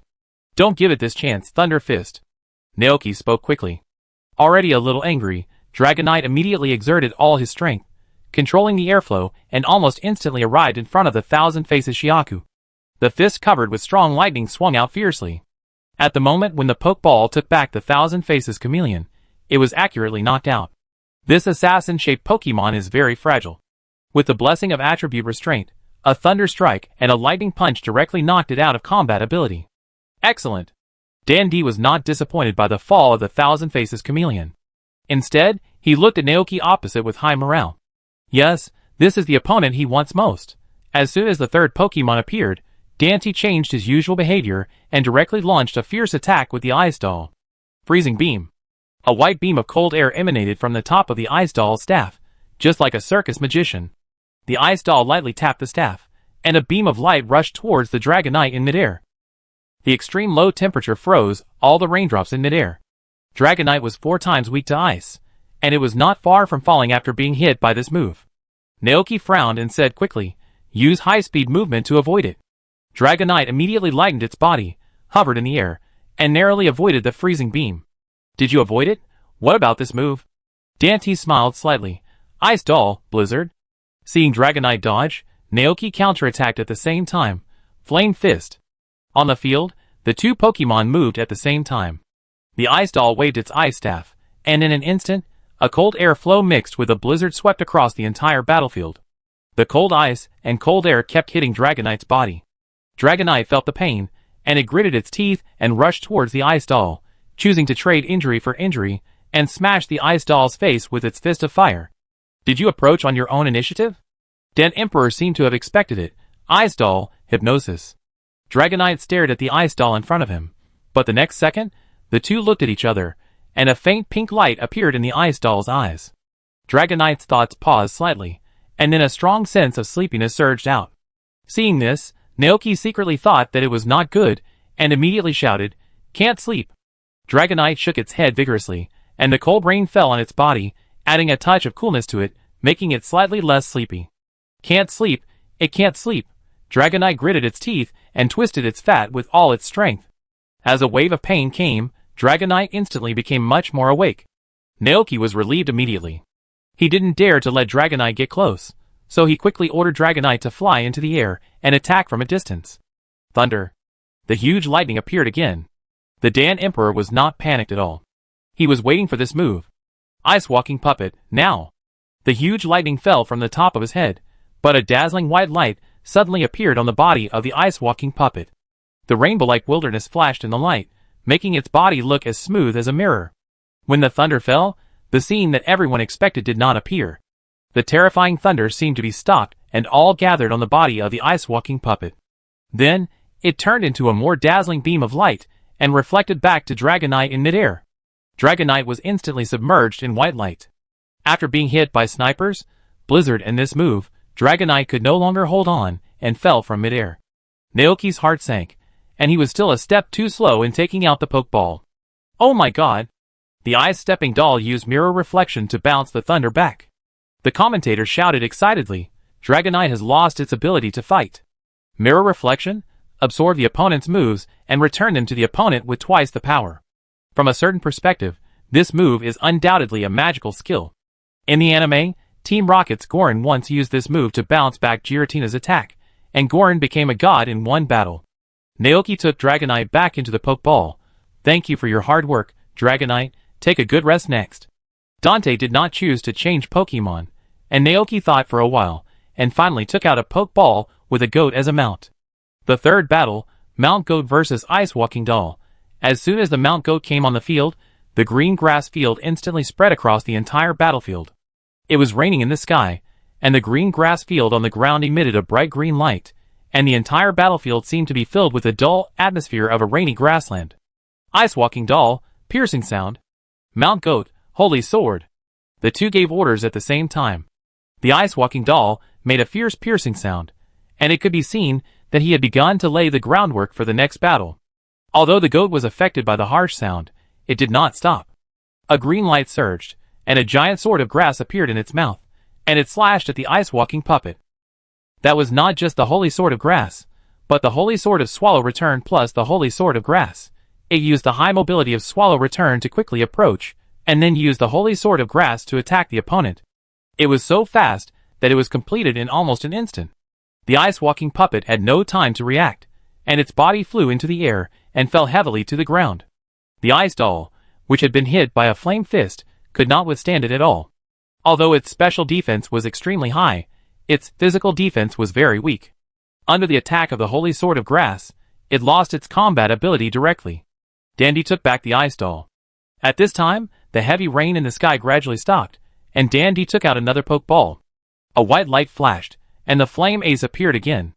Naoki did not hold back, and still chose to use the holy sword of grass to attack. The goat on his mount held the leaf blade in its mouth and rushed out again. Faced with this scene, Dandy ordered without hesitation, "Hold on." The flash ace crossed his arms in front of him, and a layer of white light film quietly emerged, blocking the way of the goat on his mount. The huge leaf blade pressed against the light film and crushed it fiercely. Cracks began to appear on the light film that had been motionless. The next second, the light film shattered, and the huge leaf blade swept the flash ace away. Failed to hold on. Stomp! Naoki immediately launched a pursuit. The forelimbs of the Mount Goat seemed to weigh 1,000 pounds, and it stomped hard on the ground. The next second, cracks appeared on the ground, spreading towards the flash ace at an extremely fast speed. Seeing this, Dandy frowned and said, "Bounce." The flash ace looked at the spreading cracks, and it used its legs to jump high into the air, dodging the heavy stomping while launching a flying kick at the Mount Goat opposite. This flying kick caused considerable damage to the Mount Goat, but under the effect of the green grass field, the injury immediately healed at a speed visible to the naked eye. "We can't delay any longer," the Emperor of Dan ordered without hesitation. "Sunny day." The flame ace retreated rapidly, and a blazing heat wave swept out from it. As if it had some kind of resonance with the sky, the originally dark clouds suddenly parted the clouds, and a beam of hot and bright sunshine was projected down. "Don't give it a chance. One more time," Naoki said. At the same time, the Emperor of Dan ordered, "Fire Oath." The flame ace launched the last of its power, and summoned a blazing pillar of fire to attack the goat mount. But it was also hit by the leaf blade in its mouth, and the huge force directly made it lose its combat ability. Seeing this, Dandy took back the flash flame ace without hesitation and replaced it with the booming King Kong. As soon as the booming King Kong appeared, Dandy quickly ordered, "Oath of Grass." A grass column sprayed out from the position of the fire column, and the grass and fire blended, brewing a bigger fire. In an instant, the entire green grass field seemed to be ignited and turned into a large sea of fire. The flames burned the goat mount and directly burned up the grass energy on the ground. The grass field was destroyed. Naoki instantly realized Dante's intention, and quickly took out the poke ball to take back the goat mount and replaced it with Babu Tread. And Dante did exactly as he expected, replacing Booming Gorilla with Charizard. Seeing that Naoki also changed Pokemon, Dante couldn't help but touch his head. "Sure enough, did you see through it? It seems that you have made sufficient preparations for today's battle," Naoki said with a smile. The two smiled at each other, and then gave orders at the same time. "Babu Tubo, lightning." "Charizard, spray flames." Babu Tubo was covered with lightning, swung his hammer, and flew towards Charizard. Charizard's mouth spewed out blazing flames. Under the light of a sunny day, the flame on Charizard's tail burned even more fiercely. "Is it really the sunny day that triggered the solar power feature?" Naoki murmured. While thinking, the blazing flame spewed out by the fire-breathing dragon also wrapped Babu Tubo in it. The cloak behind Babu Tubo rustled, and he held the hammer across his body, resisting the flames while moving forward. But the temperature of the flames, and the energy contained in them were too hot, and too terrifying. Under the scorching flames, the temperature of the small hammer in Babu Tubo's hand also rose sharply. It's so hot. Babutubo was burned so much that his hand loosened, and when the hammer fell to the ground, his body was also swallowed by the flames and fell into the sea of fire below, formed by the fusion of the oath of grass and the oath of fire. But Babutubo's reaction was also very fast. It quickly flew up again, summoned its hammer with the power of electricity, and flew towards Charizard again. Big word explosion. Dandy continued to order. Be careful to avoid it. Having seen the terrifying power of the fire of the Charizard, Naoki naturally would not let Babutubo continue to force it. Looking at the big word flame flying towards him, Babutubo suddenly rose up, avoided it, and threw his small hammer towards Charizard. Seeing the distance approaching, Naoki quickly said, "Lightning flash." Bubble's body turned into a white light, and quickly hit Charizard. Charizard's attention was still on the hammer, and it ignored Bubble for a moment, and was hit by the lightning flash. Dandy keenly sensed the danger, and he took out the Pokeball without hesitation and aimed at Charizard. The next second, Naoki's voice came. Now, use the lightning double attack with all your strength. Lightning double attack, Bubble's strongest attack, has a power of up to 120. When used, it will release a terrifying electric current, causing huge damage to the opponent. The Charizard, which was twice as weak as the others, would definitely be severely injured after this attack. However, the next second after Babutubo burst out with strong electricity, a beam of red light enveloped the body of Charizard and took it back into the Pokeball. The double attack of the electric light missed, and Babutubo staggered. The next second, Dante replaced Charizard with Dragon Bardo. As all the electricity in the body burst out, the current on Babutubo seemed to disappear. Realizing that something was wrong, Naoki quickly took out the Pokeball and wanted to take Babutubo back. However, Dragon Ball has already locked onto Babutubo. Dragon Arrow.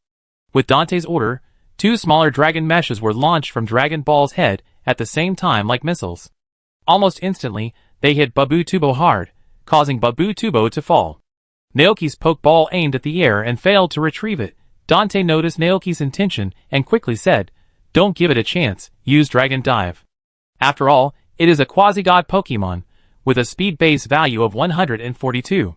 Dragon Ball is extremely fast. In almost the blink of an eye, it hit the newly risen Babuto like a missile. Babuto, which had just exploded with all its power, was already in a state of exhaustion. After being hit by Dragon Ball's Dragon Arrow and Dragon Dive, it lost its combat capability. Babuto lost its combat capability. Seeing this, Naoki secretly said, "What a pity. The competition has reached a white-hot stage." Naoki currently has 4 Pokemon left, namely, Gillerton, Mount Goat, and Mount Goat. And Dante has 3 left, namely, Charizard, Dragonite, and Booming Gorilla. You are worthy of being regarded as a strong opponent by me. Dante smiled, looking at the sea of fire still burning on the battlefield, and said, "This is the surprise I have created for you during this period of time. Fire pledge plus grass pledge, grass meets fire, the fire gets more intense, even if it is a green grass field, all the energy will be turned into fuel for the sea of fire, constantly burning the Pokemon in it." At this time, Dragonite, who can use Rain Prayer, has fallen, and Naoki has no Pokemon to extinguish this sea of fire. As long as he can stop those Mount Goats from recovering their strength, he still has a chance of winning, unless there are those legendary Pokemon among his remaining Pokemon. But based on Dante's understanding of Naoki, except for Golden, he is unlikely to bring other legendary Pokemon to this battle today. In this way, his chances of winning are increased. Moreover, he still has the Gigantamax trump card that he has not used yet. Naoki smiled and said, "I really didn't expect that I could use this method to crack the green grass field of Mount Goat. This method really surprised me. But Mount Goat's strength is more than that. The green grass field is just a means of recovery. The real horror of Mount Goat is the value improvement brought to it by those World Tree dishes. If there is a Pokemon around Naoki that is a numerical monster, then it must be Mount Goat. Come on, let me see the surprise you and Charizard prepared for us." As he spoke, Naoki took out a Pokeball. With a flash of white light, Mount Goat appeared again. Chapter 663. Oh, I never thought that Dante would use the combination of Grass Oath and Fire Oath to break Naoki's green grass field. In this way, the Goat Mount will not be able to use the green grass field to recover physical strength, and will be burned by the sea of fire at all times. In this case, the famous green grass trial of Naoki Ranch will be broken? The commentator's tone was very excited. On the field, the two players could naturally hear the commentator's words. Dante grinned and looked up at Naoki across from him. But Naoki didn't look flustered at all. Instead, he looked like he was in control. Dondi instantly became alert. Could it be that the Mount Goat had some tactics that he didn't know? Mount Goat, Leaf Blade, Naoki ordered. Dondi quickly came to his senses and responded immediately. Draw Baruto, Dragon Arrow. As the Mount Goat's mouth condensed with green light, its body also lit up with white light. A combination of Swallow Return and Leaf Blade, it held a giant sword of grass in its mouth and rushed towards the opposite Dragon Baruto on the Sea of Fire. With a whoosh, two petite dragon meshes shot out from the crown of Dragon Baruto. The Dragon Arrow hit, but the Mount Goat's footsteps did not stop at all. The huge holy sword of grass slashed directly at the body of Dragon Baruto and knocked it out with one blow. But it was a champion-level Dragon Baruto after all. It quickly stabilized its body and dived towards the Mount Goat again. Rattan Whip. Naoki spoke calmly. Two huge Rattan whips shot out with a bang, sweeping forward like a giant python. A surprise attack. As if he had predicted that Naoki would attack, Dondi spoke very quickly, almost at the same time as Naoki. The moment the Rattan whips flew, Baruto dived into the shadows and disappeared, quietly looking for an opportunity to launch a surprise attack in a place that no one could see. As expected, the Rattan whips missed. The Mount Goat stood there, looking around vigilantly, trying to find the trace of the Dragon Baruto from the surroundings. Want to use the spirit attack to attack? Naoki immediately said, Mount Goat, don't give it this opportunity, use the Flying Leaf Knife. Me? A powerful grass attribute energy burst out from the Mount Goat's body, and in an instant, a sky full of green flying leaves like blades was formed. The leaves flew, and in the blink of an eye, they actually formed a swirling flying leaf storm, with the Mount Goat as the center, sweeping in all directions. Dorlong Baruto, who was hiding in the dark and trying to attack, was immediately affected by the storm and forced to show up. Is that the Flying Leaf Blade? The commentator shouted excitedly. Naoki has developed the Flying Leaf Blade to such an extent. Mount Goat, Holy Sword of Grass. Dorlong Baruto, Spray Flames. The two gave orders at the same time. The Mount Goat picked up the Holy Sword of Grass again, and faced the raging fire spewing from Dorlong Baruto's mouth, and chose to face the challenge. The huge Holy Sword of Grass was across his body, and it actually cut the flame in two. Dorlong Baruto, use all your strength to spray flames. Dan Emperor shouted. Dorlong Baruto's face turned red, and he mobilized all the fire energy in his body. The flame that gushed out of his mouth suddenly became more fierce and hot. Under the influence of the sunny day, the temperature had reached a very exaggerated level. But this only blocked the speed of the goat. The flames inevitably spread to the Mount Goat. But the Mount Goat still split the fire beam into two little by little, and kept approaching Dragon Ball. Seeing this, countless spectators sat up in shock. That was Arceus. The grass attribute Pokemon kept moving forward with a jet of flames. Oh my god, is Naoki choosing to trade injuries for injuries? Does he want to use the trump card that he has one more Pokemon than Dante to forcibly replace Dragon Ball? You know, without the grass field, the Mount Goat can't recover, and the Sea of Fire under his feet is still burning the Mount Goat. Does Naoki not want to drag it on any longer, and want to go all out to end the battle? However, among all the people, only Dante noticed something wrong. Impossible. This is not what Naoki would do. He must have some trump card that he hasn't used yet. After all, it is not a fire attribute Pokemon, and the fire attribute energy in Dragon Ball is always limited. Going all out to use the jet of fire in a short period of time has already made its face red. But the Mount Goat seemed to have an endless supply of green grass energy. Finally, Dorlong Baruto could no longer hold on. The flames of the jet flames weakened instantly, and the next second, everyone saw the Mount Goat split the flames in two. The Holy Sword of Grass derived from the leaf blade slashed directly through Dorlong Baruto's body. The wounded Mount Goat fell steadily to the ground without looking back. And behind it, Dorlong Baruto's figure fell towards the Sea of Fire below like a kite with a broken string. Seeing this, everyone was so shocked that they could not speak for a long time. After a long while, Dingpei came back to his senses, and quickly announced, Baruto has lost his ability to fight. Dondi took back Doran Baruto, and decisively sent out Charizard again. Dandy's Charizard is on the stage again. The Mount Goat has just suffered a lot of injuries, and coupled with the burning Sea of Fire, its physical strength is probably running out. The commentator quickly introduced the situation on the field to the audience. The fire-breathing dragon of Dondi, whose characteristic is the power of the sun, can easily defeat the Mount Goat under the blessing of a sunny day. Naoki naturally heard the commentator's voice. He was not panicked at all, but smiled slightly. Too naive. Do these people think that without the green grass field, The Mount Goat will not be able to recover its physical strength? Naoki smiled slightly. Mount Goat, drink milk. Fire-breathing dragon, spray flames. Dundee did not spare any effort, and chose to go all out. The two gave orders almost at the same time. On the field, the fire-breathing dragon vibrated its wings, and a raging fire was stored in its mouth. The fire turned into a thick and strong flame, sweeping towards the goat below.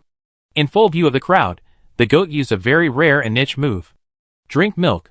The next second, the jet of flame submerged the goat. However, the imagined scene of the goat losing its ability to fight did not appear. It was bathed in flames, and drank its own goat milk leisurely. The flames burned its body, leaving horrible scars, but the next second, under the effect of goat milk, those injuries were instantly healed at a speed visible to the naked eye. Destruction and rebirth. These two extremes continued to play out on the Mount Goat.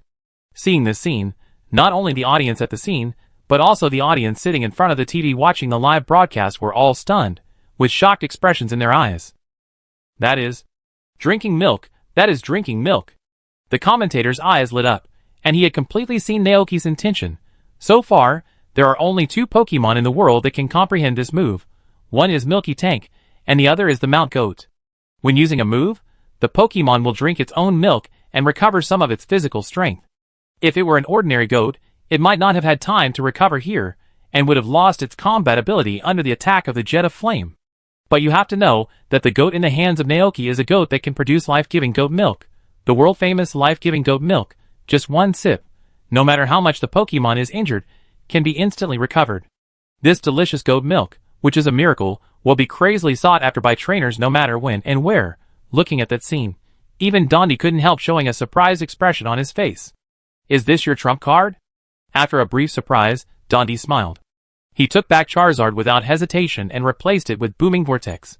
Facing the goat mount that had recovered to its peak state by drinking milk, Dundee ordered, "Provoke," and then turned back quickly. Seeing that the gorilla had provoked him, Naoki immediately saw Dante's intention. He whispered, "Don't give it a chance, Vine Whip, grab it." The next second, the two Pokemon on the field moved at the same time. After successfully provoking the gorilla immediately tried to use the rapid return to retreat, and returned to the Pokeball to summon Charizard. But before it started to move, two thick Vine Whips wrapped around its body and tied it tightly. The Vine Whip was extremely tough, and no matter how the gorilla struggled, it could not break free. The rapid return failed, and Dundee realized that something was wrong, and immediately took out the Pokeball to take back the Booming Vortex. But how could Naoki and the goat give him this opportunity? The goat exerted force, and controlled two huge Vine Whips to lift the bound Booming Vortex high into the air. Dandy's Pokeball missed. Naoki immediately said, "Throw it." The next second, the Vine Whip that bound the Booming Vortex violently fell into the sea of fire on the ground. Boom! With a loud bang, a hole was directly hit on the ground. But the goat did not stop its action. It controlled the whip to fly into the air again, trying to hit again. Dundee frowned slightly. Even the power of the Congo Boom couldn't break free. How tough would the whip be? Now was not the time to be stunned. Seeing that the Congo Boom couldn't break free, Dundee said without hesitation, "Destroy the Death Ray and attack the whip." Hearing the trainer's command, the Congo Boom subconsciously opened its mouth and began to accumulate power, but the next second, its body was thrown heavily to the ground. This directly knocked it unconscious, and the destructive Death Ray that had just been charged was directly interrupted. The whole arena was silent. Everyone stared at the poor King Kong ape, who was tied up and kept being beaten. Faced with this situation, even the Dan Emperor had no way to do anything. He tried to command, but the King Kong ape, who was repeatedly beaten, could not even use his moves normally, until the King Kong ape was knocked unconscious and could not get up again. Everyone in the audience was shocked. Booming Kong has lost his ability to fight, Deng Pei announced numbly. Seeing this, Dundee showed a helpless expression on his face. Looking at his Pokemon partner, who fought to the end with all his strength, he sighed softly, and then took out the last Charizard Pokeball. "It was the happiest thing for me, in the past few years, to be able to meet you." Dundee looked at Naoki opposite with high morale. "It was also you who made me see that there were stronger people before me. It's great to be able to fight with you. Come on, no matter what the result is, we will go all out." Naoki watched Dante's actions, and did not choose to change Pokemon. To be honest, it is a bit unfair to use the Pokeball to take back the Pokemon to dodge the move when the move is about to hit. It's okay to use it only once or twice, but it seems a bit cheating to use it all the time in a battle. In this case, next time, he will not change Pokemon in the battle, and use the full strength of his Mount Goat to fight Dante's Charizard. The Gigantamax wristband on Dandy's wrist burst out with a powerful Gigantamax energy. A purple light spread over the Charizard Pokeball in his hand, and the Pokeball kept growing in the light. Along with the sound of a heavy object falling to the ground, a giant Pokemon with a body size of more than 40 meters, a white belly with diamond-shaped spots on it, a blazing flame burning on the wings on its back, and flames constantly gushing out of its tail, mouth and dragon horn suddenly appeared on the battlefield. Is that the Gigantamax Charizard, when Charizard completed its Gigantamax? Both Naoki and the audience felt a wave of heat rolling in. Wow, Dante's strongest Pokemon, Gigantamax Charizard, has appeared. The commentator looked up at the giant, and couldn't help but shouting excitedly. It was so huge that it looked powerful. Its strength must be extremely strong. The goat on the mount looked at the giant opposite with a slightly solemn expression, as if he felt a hint of threat from it. Naoki also looked at the Gigantamax Charizard. After the Gigantamax Pokemon is Gigantamaxed, it can only use 3 moves, and then it will run out of energy and return to its normal form.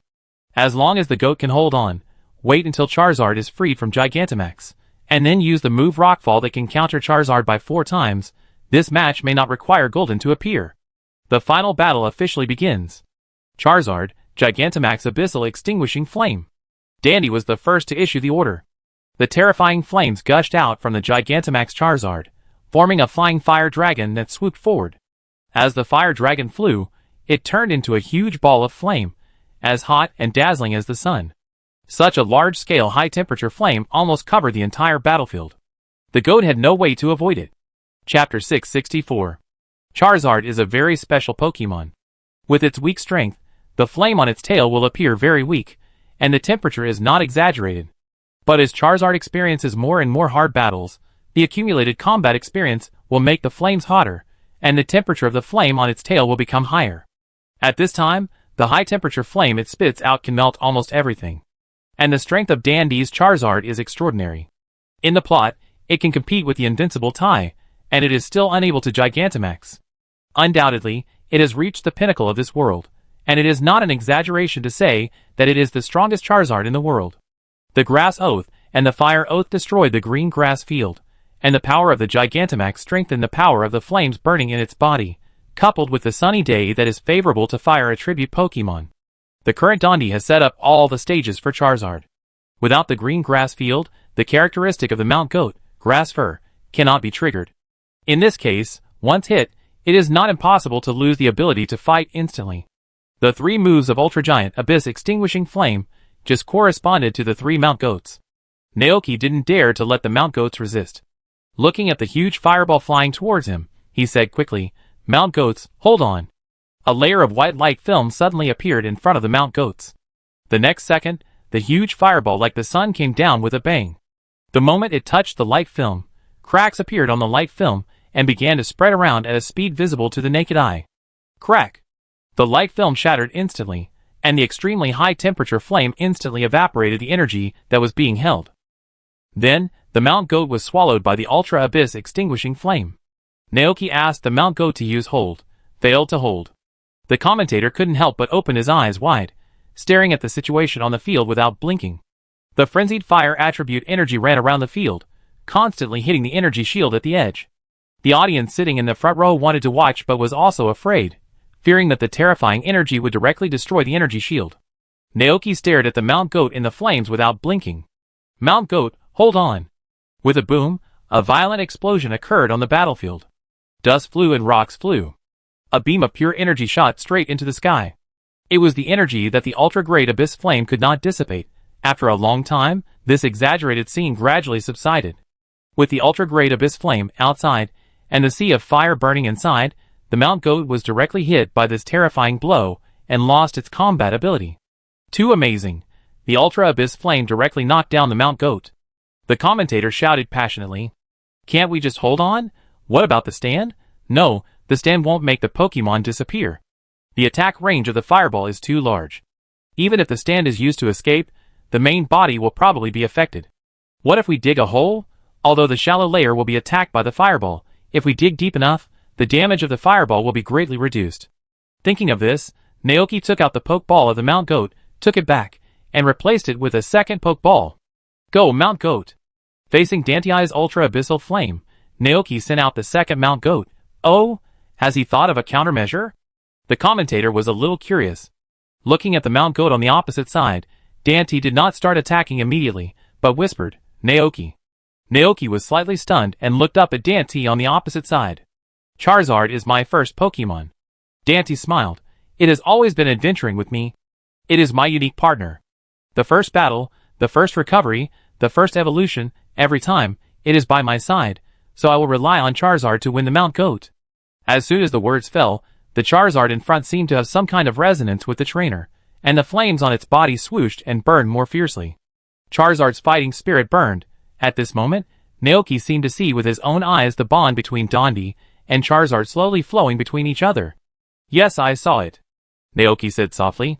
Dante waved his hand and said loudly, Charizard, Super Abyss Extinguishing Flame. Mount Goat, dig a hole. The two issued orders at the same time. A huge fireball burst out from the Ultra Giga Charizard again. The goat quickly stirred the soil, dug a hole in the ground, and crawled in. Naoki actually chose to use digging to avoid this attack. The commentator said excitedly. As soon as he finished speaking, a fireball fell from the sky and landed at the place where the goat had just been. The terrifying fire energy lost its target and instantly turned into a raging flame that swept across the entire land, turning the battlefield into an even more terrifying sea of flames. The raging fire kept jumping, but it had no effect on the goat on the ground. If Charizard was in its normal form now, perhaps it could use the jet of fire to attack the hole to force the goat out. It seems that digging a hole really works. Seeing this, Naoki breathed a sigh of relief. However, Dante was not disappointed at all, but smiled and said, use digging a hole to avoid the inevitable ultra-great abyss extinguishing flame. But how about this? Charizard, extremely huge. Dante quickly came up with a countermeasure. Naoki's face changed slightly. Extremely huge, extremely terrifying ground-based power erupted from the ground, causing great damage to the opponent. Its power is even far greater than an earthquake, especially since the Mount Goat is still underground. Naoki secretly said that it was not good, and quickly said, Mount Goat, come out. But it was too late. The supergiant Charizard stepped on the sole of the foot. The terrifying energy instantly gushed out from the ground, and the entire venue began to shake violently. With the soul of the Charizard as the center, the ground began to crack inch by inch. The range is the entire venue. The Mount Goat in the ground was the first to be hit, and was directly blasted out. At the same time, after the three moves, the Gigantamax energy was exhausted, and Charizard's body began to shrink at a very fast speed. Fortunately, the Mount Goat's vitality is very tenacious, and it has resistance to ground-based moves, so it was not knocked down by a single blow. Mount Goat, drink milk. The scarred Mount Goat immediately began to drink the Life Goat milk, and its injuries immediately began to heal at a speed visible to the naked eye.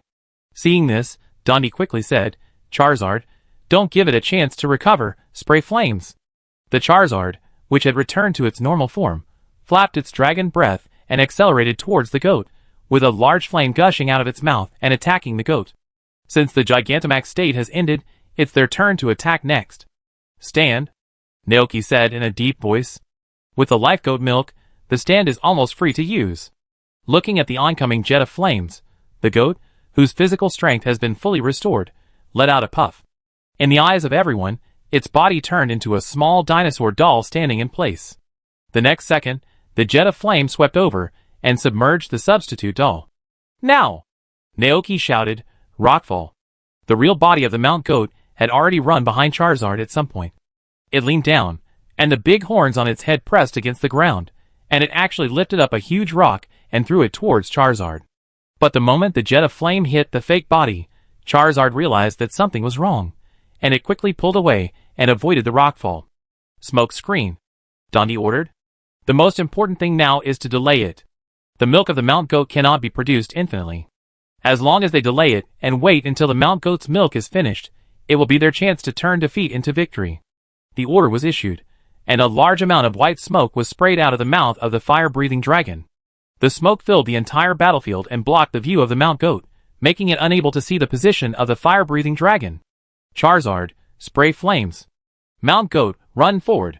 The two gave orders at the same time. A beam of flame condensed from the mouth of the Charizard, and the goat took a step and ran forward quickly on the sea of fire. The scope of this area is very wide, and the coverage of the smoke screen is limited. As long as they leave that area, they will be fine. But how could the Charizard let the goat leave like this? It flapped its wings and followed closely from the air. A beam of flame pierced through the smoke screen, but it didn't hit. Then, the second beam, the third beam. When the fourth beam was hit, it finally hit. Seeing that the situation was not good, Naoki carefully observed the battlefield, and then quickly said, "Jump up." Mount Goat has a very strong jumping ability. Even if it is a 3-story building, they can easily jump up. After the command was issued, Mount Goat suddenly jumped up, broke through the coverage of the smoke screen, and landed on the other side. Charizard, Hot Wind. Charizard followed closely behind, flapping its wings, and suddenly formed a strong hot breath, blowing towards Mount Goat. The hot wind swept through, leaving scars all over its body. The goat was in great pain, but it managed to hold on. Catch the whip! Facing the hot wind, the goat stretched out 2 thick whips from both sides of its body and attacked the fire-breathing dragon. Air slash! Cut it off! Dandy spoke immediately. Facing the oncoming whips, the fire-breathing dragon flapped its wings, creating 2 air blades to meet the 2 whips. But the goat was very smart to slow down the speed of one of the whips, letting the other one act as a shield. While it was cut by the air blade, the speed of the other one was not hindered at all, and it successfully broke through the air and came in front of the fire-breathing dragon. The next second, the vine whip was like a nimble python, tightly binding the fire-breathing dragon. Seeing this scene, Dondi said in a deep voice, "Spray the flame."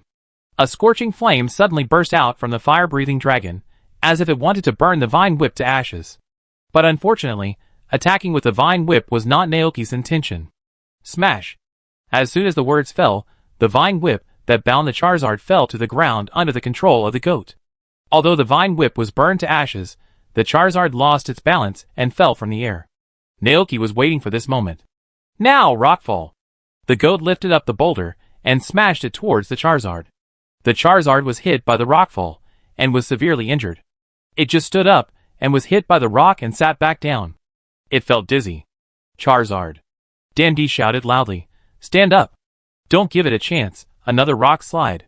Naoki said at the same time. On the field, the Mount Goat used rock slide again. After 2 moves, Charizard was directly beaten to scars. But the pain brought by this attack also made it sober up. Almost without hesitation, it flapped its wings and flew into the air. Charizard, Purgatory. Mount Goat, Swallow Return Leaf Blade. The 2 spoke almost at the same time. The 2 Pokemon moved instantly. Charizard blew a large stream of flames from its mouth, sweeping towards the goat. However, the goat was obviously faster. Its body turned into a white light, and Yanfan closed the distance. The huge holy sword of grass slashed.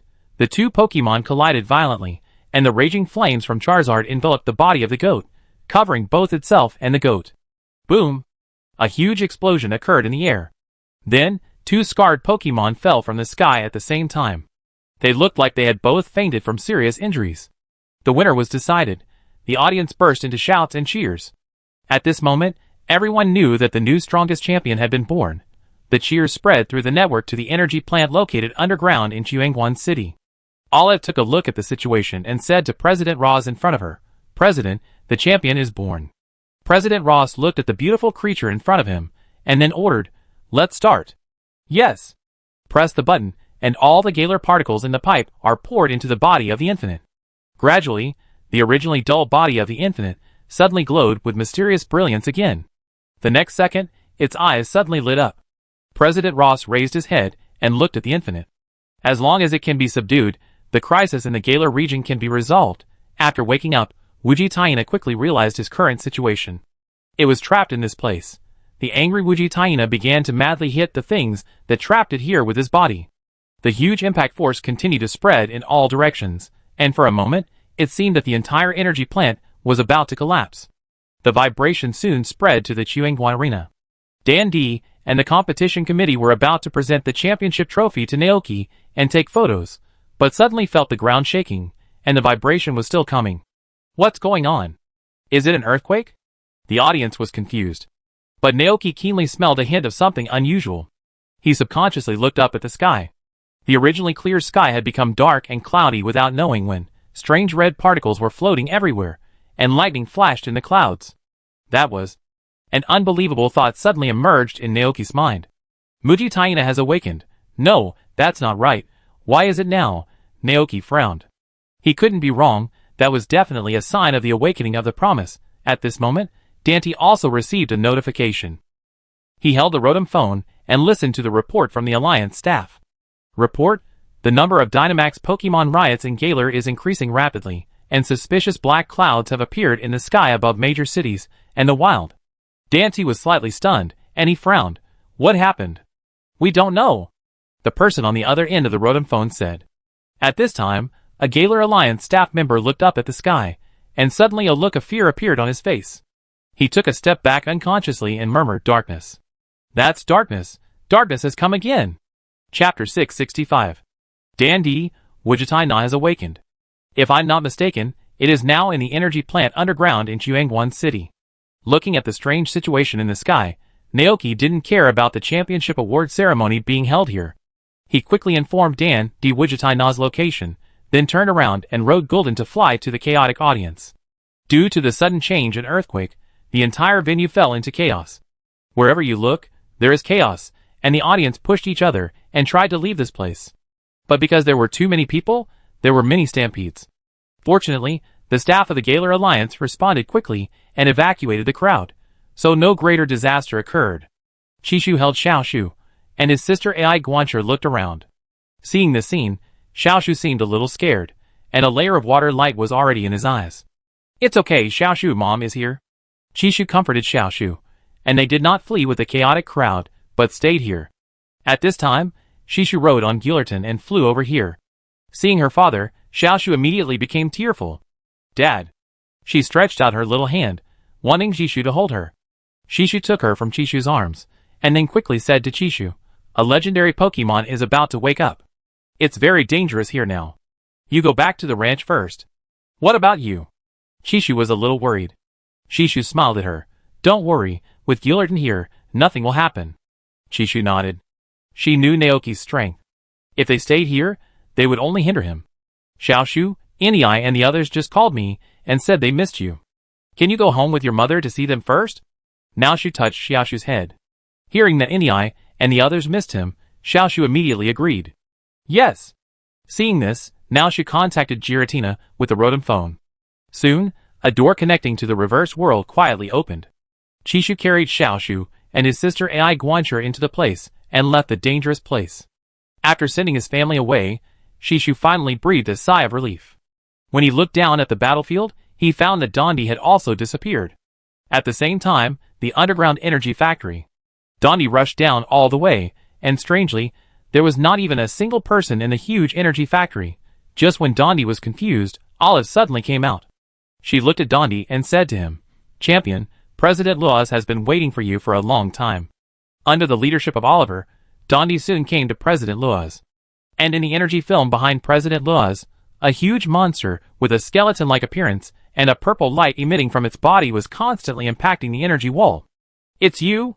Dondi frowned and asked, "Why do you do this?" "Listen to me patiently for a few words first." President Ross didn't care about Dandy's attitude at all. He turned around and looked at the trapped Wujitana behind him, and said to Dondi, "Maybe in your opinion, I am doing something ridiculous. I think you probably can't understand it at all. However, in order for people to live and work in peace, and for the Galar region to prosper forever, we need to develop unlimited energy. This is my belief and my mission. And the only plan to achieve this mission is to awaken Wujitana." President Ross said softly. Recalling what happened outside just now, and the report from his subordinates about the Dynamax Pokemon riots throughout Galar, Dante did not agree at all. At this moment, he seemed to suddenly understand something. His face changed slightly, and he asked, "Did you discover me for today? I need a trainer with enough strength to help me control the ultimate." President Ross looked at Dante again. "So, I recommended you to the Alliance at that time, and under our training, you really did not disappoint me." Madman. Dante's mind reappeared the scene of the ancient Dark Night that the Bud Crown King showed him at Naoki Ranch. If the infinite Taina cannot be controlled, the entire Galar region will be destroyed by the Dark Night. "So, cooperate with me, Dante," President Ross said. Dante refused without hesitation. Seeing this, President Ross's face changed, and his face showed an almost crazy expression. "You don't understand. You don't understand at all. Dante, please take a good look at the land of Galar in front of you. The energy that makes this place so brilliant will no longer exist in 1,000 years. By then, there will be no one left in Galar. If you think about this, you should understand that we cannot afford to waste even a day in order to solve this serious problem. In order to create a better future, every second counts now. We will develop the Galar region with our own strength, and definitely not with the help of Mugen Taina. Dante took out Charizard's Pokeball from his waist, and prepared to stop Roz. But the next second, a deafening roar came to his ears. Along with the roar of the infinite, the Galar particles that were almost overflowing in its body completely burst out. Crack! The device that President Roz was proud of was directly shattered. The fully awakened infinite raised its head, and with an ancient roar, its body directly penetrated the earth, reached the ground at a very fast speed, and flew into the sky. At this moment, everyone in Jiangwan City witnessed this terrible scene. The black cloud seemed to be pulled by something, slowly rotating and forming a vortex.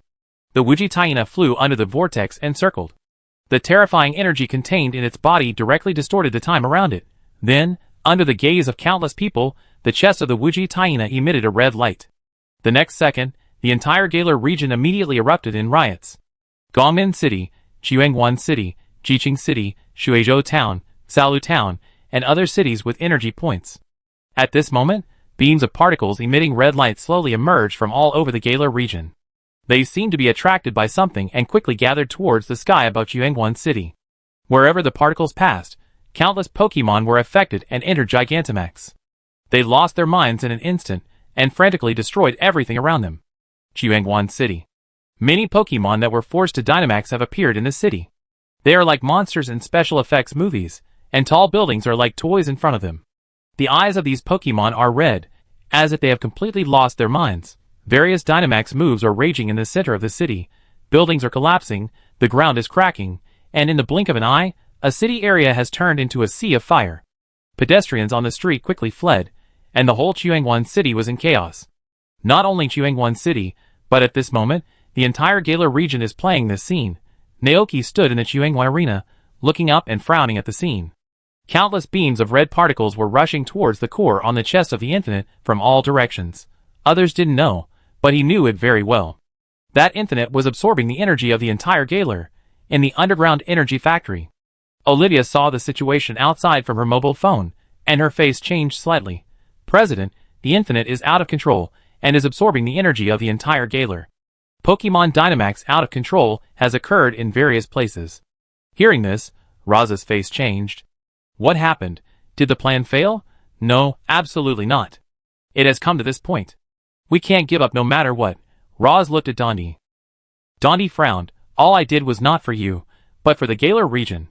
After saying that, he turned and left, ready to stop Wuji Taina.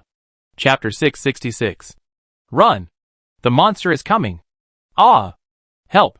Whoa, Mom! Jiangwan City was completely occupied by the Dynamax Pokemon that had lost their minds, and the screams of humans continued. Various Dynamax moves of huge scales were aimed at the high-rise buildings on both sides. The terrifying energy directly caused the high-rise buildings to collapse, and the streets to break. For a moment, the whole city became a pile of ruins. Such a strong impact caused a very terrifying natural gas explosion. In a short moment, a street was reduced to ruins. Due to the holding of the 8 Masters Finals, countless people gathered in Jiangwan City at this time. In almost the blink of an eye, hundreds of people were affected by the explosion. Some people were directly knocked unconscious by the shock wave, some were seriously injured, and some were trapped in the cracks of collapsed buildings. The staff of the Galar Alliance tried to evacuate the crowd, but the number of people here was too large, and even they had no way to do it. Looking at the sky shrouded in darkness, and the huge monster hovering above his head, a staff member was full of despair. He used a communication device to contact residents in other cities. This is Jiangwan City, which is currently experiencing a terrorist attack. Urgent help! Urgent help! A noisy voice came from the other end. A large number of irrational Dynamax Pokemon have also appeared in Shuizhou Town. Danger! There was no sound from the other end. Hearing this, the staff member immediately realized that this incident was not only happening in Jiangwan City, but also in the entire Galar region. Dark Night. Dark Night has come. It will destroy the entire Galar region. On the other side of the street, the gym leader of Jiangwan City, Chibana, quickly commanded his Elytron to prop up a high wall that was about to collapse. He shouted to the humans and Pokemon hiding below, "Get out of here, leave the city and go to the wild." Several people fled in a hurry. Chibana just breathed a sigh of relief, but suddenly heard a little girl crying. "Wow, Mom!" He turned his head suddenly and found that a little girl of a few years old was holding a Pokemon doll, and was trapped in the gap of the collapsed building 100 meters away. Chibana's heart tightened, and he immediately wanted to rescue. But the next second, he saw a Dragonite flying over. It moved the boulder and carried the little girl out. And behind the Dragonite, there was a tall figure. Seeing the other party, Chibana was stunned. "Is that Naoki?" Naoki also noticed Chibana. He handed the injured little girl to Chibana and said to him, "She is in your care." "What about you?" Chibana asked subconsciously. Naoki cast his eyes to the top of a building. There, a figure riding a fire-breathing dragon was approaching the infinite fast. "I want to help Dondi," Naoki said. He turned over and rode on the golden. Before leaving, he thought for a moment, then took out 3 Pokeballs from his waist and threw them into the sky. Caw caw caw. Accompanied by 3 flashes of white light, 3 sturdy Mount Goats suddenly appeared on the street. Naoki looked at them and said, "Mount Goats, the people in this city are suffering from a crisis. Use your power to help them." The Mount Goats looked around and immediately understood what Naoki meant. "Me?" The 3 Mount Goats nodded with firm eyes. Then, Chibana saw Naoki turn around and leave. The 3 Mount Goats he left behind burst out with a dazzling green light. The light turned into a hemisphere that enveloped the Mount Goats, and then began to spread in all directions at a very fast speed. Almost instantly, Chibana felt himself being submerged by the light. That warm, vital, reborn feeling instantly enveloped his whole body. Chibana was surprised to find that his injuries and fatigue were all healed at this moment. He looked up blankly, and saw that the surroundings were already covered by the green light. Chibana held the little girl and rode the desert dragonfly into the air. Then, he saw a scene that he would never forget in his life. The ruined city of Chuangguan was flooded with green light everywhere, and the land seemed to have turned into a vibrant green grassland. Dots of green light floated out from the field, constantly healing the humans and Pokemon on the land. That was a green grass field? Chibana was stunned. He knew about the green grass field and had seen Naoki's game. However, what he didn't expect was that the green grass field of the 3 goats could actually cover the entire city. Could it be that Naoki still retained his strength in the battle with Dante? Chibana thought in disbelief. He looked down and saw the 3 goats walking slowly on the street. The green grass field they summoned covered the entire city, and continued to provide treatment for the injured. This scene was a miracle. The healed people stood up and looked at everything around them blankly, as well as the land covered by green light. At first, they were still very confused, until they saw the 3 goats walking slowly like saviors. High in the sky, facing the giant that was absorbing the energy of the entire Galar, Dante fearlessly ordered, "Charizard, spit fire." The Charizard flapped its wings and flew high into the sky. Blazing fire spewed out of its mouth, and hit the purple bones of the Infinite. But this attack did not seem to cause much damage to Infinite. No effect? Dante frowned slightly. At this moment, a voice came from behind him. "Aim at the red core in its chest, that's the source of its energy." Dante turned his head, and saw Naoki riding Gulton to catch up. A smile suddenly appeared on his face. "You're here to help me too? I knew you would come, so let's defeat it together." Naoki nodded and smiled, of course. The Endless Hyena was originally the regret of the King of the Crown. Although the King of the Crown did not show it, he also had the intention to completely solve the Endless Hyena. Boom! At this time, a thick purple beam shot out from the sky, and the terrifying power directly passed between Naoki and Dante, instantly splitting the tall building under their feet into 2. Boom! Amid the violent explosion, the tall building collapsed. Dante quickly jumped onto Charizard, and while flying up, he said to Naoki, "Now is not the time to chat, let's knock down the Eternal Hyena first." Naoki naturally had no objection. He switched to Dragonite, and completely freed Gulden. Dante took out the Pokeball of Dragonite, while Naoki took out several bottles of life milk. "Come here, I help your Pokemon recover its strength first," Naoki said. The attack of Infinite came again. Dante rode Charizard to avoid it, and then came to Naoki's side, stretched out his hand to take 2 bottles of life milk from him, one for Charizard and one for Dragonite. The injuries of the 2 Pokemon in the previous battle were instantly recovered. Dante turned his attention to Infinite again and ordered, "Dragon Arrow." Naoki said to Gulden from another direction, "Screech." The 2 Pokemon rushed out at the same time. Gulden let out an extremely sharp roar, and the invisible sound waves penetrated the body of the Infinite, causing its attack to pause slightly. The next second, the red core in the chest of the Infinite suddenly burst into red light, and a purple-red beam of light shot out from it towards the golden hole. Max Cannon, the exclusive move of the Infinite, but Golden's speed would not allow it to hit so easily, and Golden quickly dodged it. At the same time, Doran Baruto attacked Wijitai from another direction. Locking on the dragon arrow, the two little Doran Mijas were like intercontinental missiles, turning into a beam of white light, shooting out from Doran Baruto's head, and accurately hitting the red core in Wijitai's chest. Being hit in the vitals, Wijitai trembled all over and let out a sharp cry of pain. The pain and anger made it fall into a state of rage at the same time, and the huge tail swept towards Doran Baruto fiercely. "Get out of the way!" Doran Baruto quickly pulled up and successfully dodged the dragon tail. Seeing that Wijitai's attention was attracted by Duolong Baruto again, Naoki smiled and said to Golden, "Let it see our dragon tail too." Golden rushed out fiercely, and the thick scaly tail was covered with rich purple energy, and then it was thrown fiercely on Wijitai's bones. Wijitai was completely angry, and the core on its chest burst into an unprecedented red light. In an instant, the surrounding time and space were distorted, and its chest turned into a cannon barrel. The next second, a terrifying beam of pure and huge energy. Boom! It burst out with a sound. Dante riding Charizard was almost hit. The man and the Pokemon looked at Quan Guancher, who was torn in half by the red beam, with lingering fear. If it had just been hit by it. "Don't be distracted. This is not the true power of Wijitai," Naoki said in a deep voice. "Gillerton, Dragon Star Group. To deal with such a huge opponent, there is no more suitable move than Dragon Star Group." Boom! Gillerton sprayed a mouthful of dragon energy into the sky. In an instant, the entire sky seemed to be dyed red. Huge meteorites continued to surge from the clouds, accompanied by a huge rumbling sound, and one after another red meteorites fell from the sky. That red dyed the sky red. Wijitaina, who was in the sky, was the first to be hit. 1, 2, 3. Countless meteorites containing the power of terrifying dragons crashed down on it. The severe pain made Wijitaina twist his body and let out a wail. The huge body could not support itself and fell to the ground with a bang. Dandy flew forward and said, "Next, catch it with a pokeball and make it calm down." However, Naoki shook his head and looked at the Everlasting below and said, "Not yet." Everlasting had just absorbed the power of the entire Galar, and now it did not fall. Dandy did not expect this. He was slightly stunned and asked, "What?" As soon as he finished speaking, the next second, a terrifying wave of energy erupted from the Everlasting below.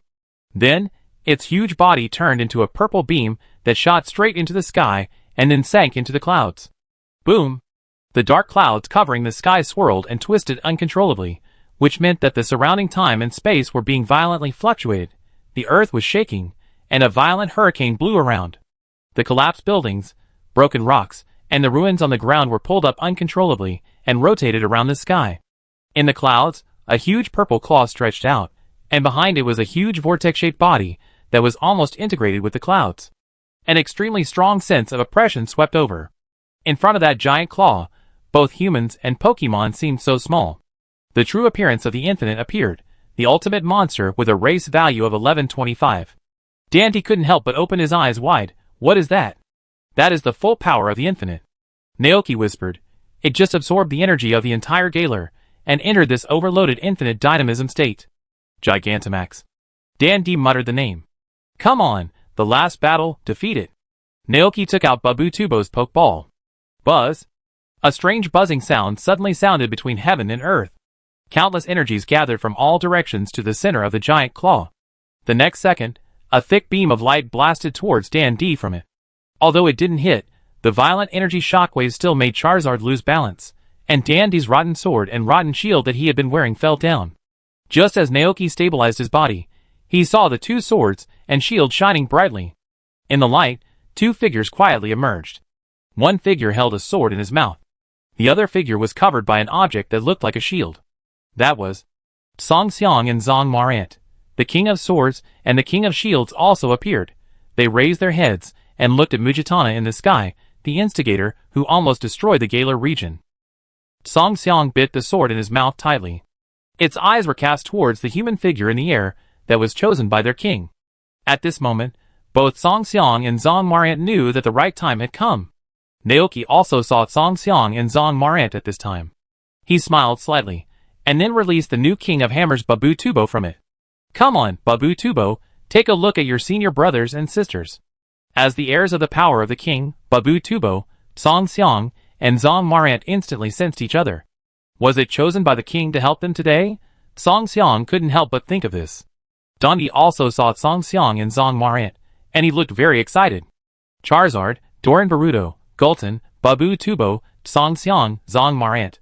All the people are here, now, the real decisive battle has arrived. Chapter 667.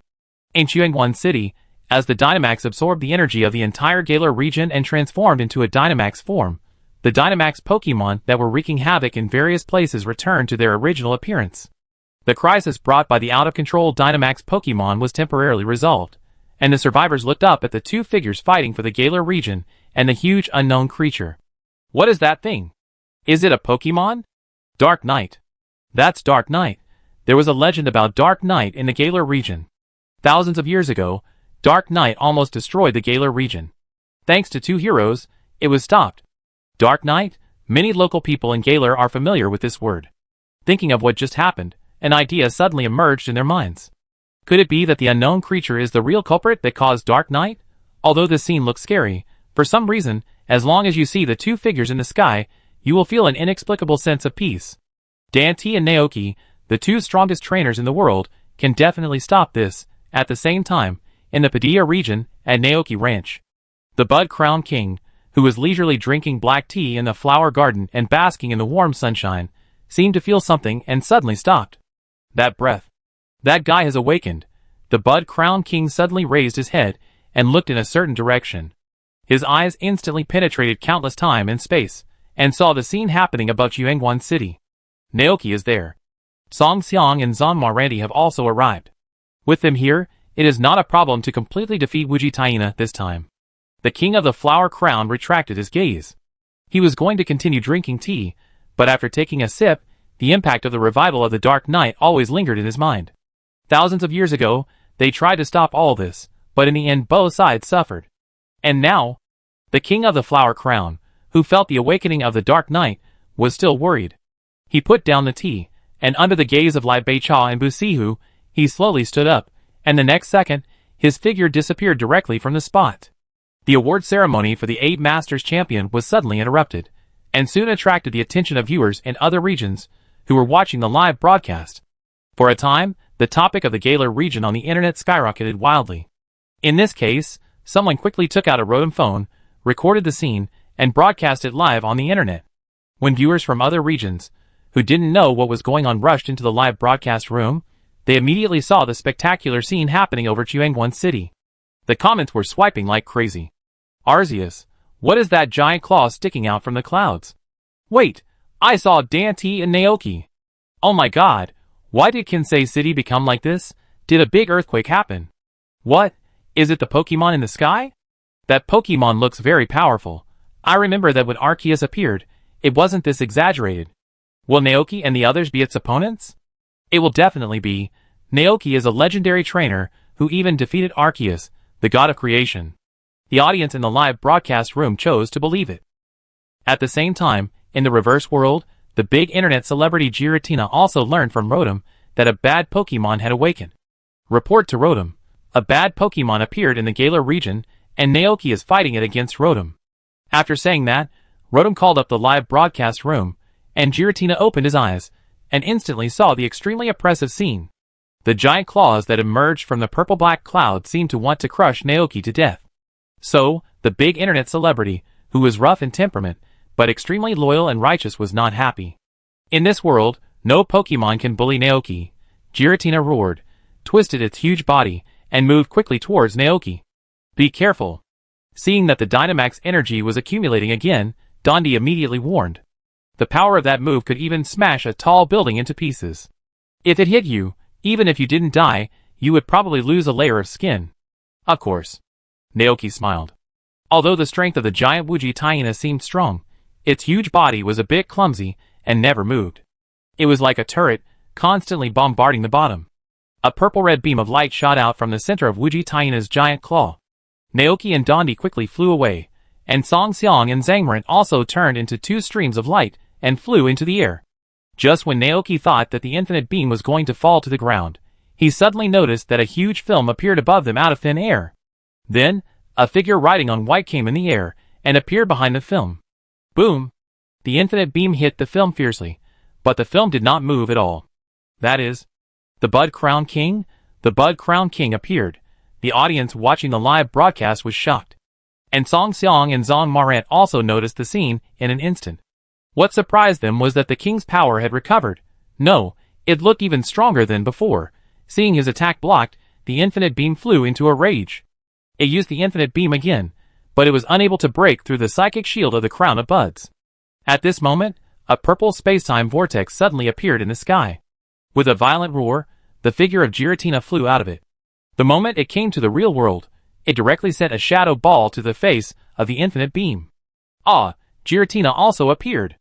So excited, are you all here to help? Good job, come on, everyone, work together to defeat that Pokemon.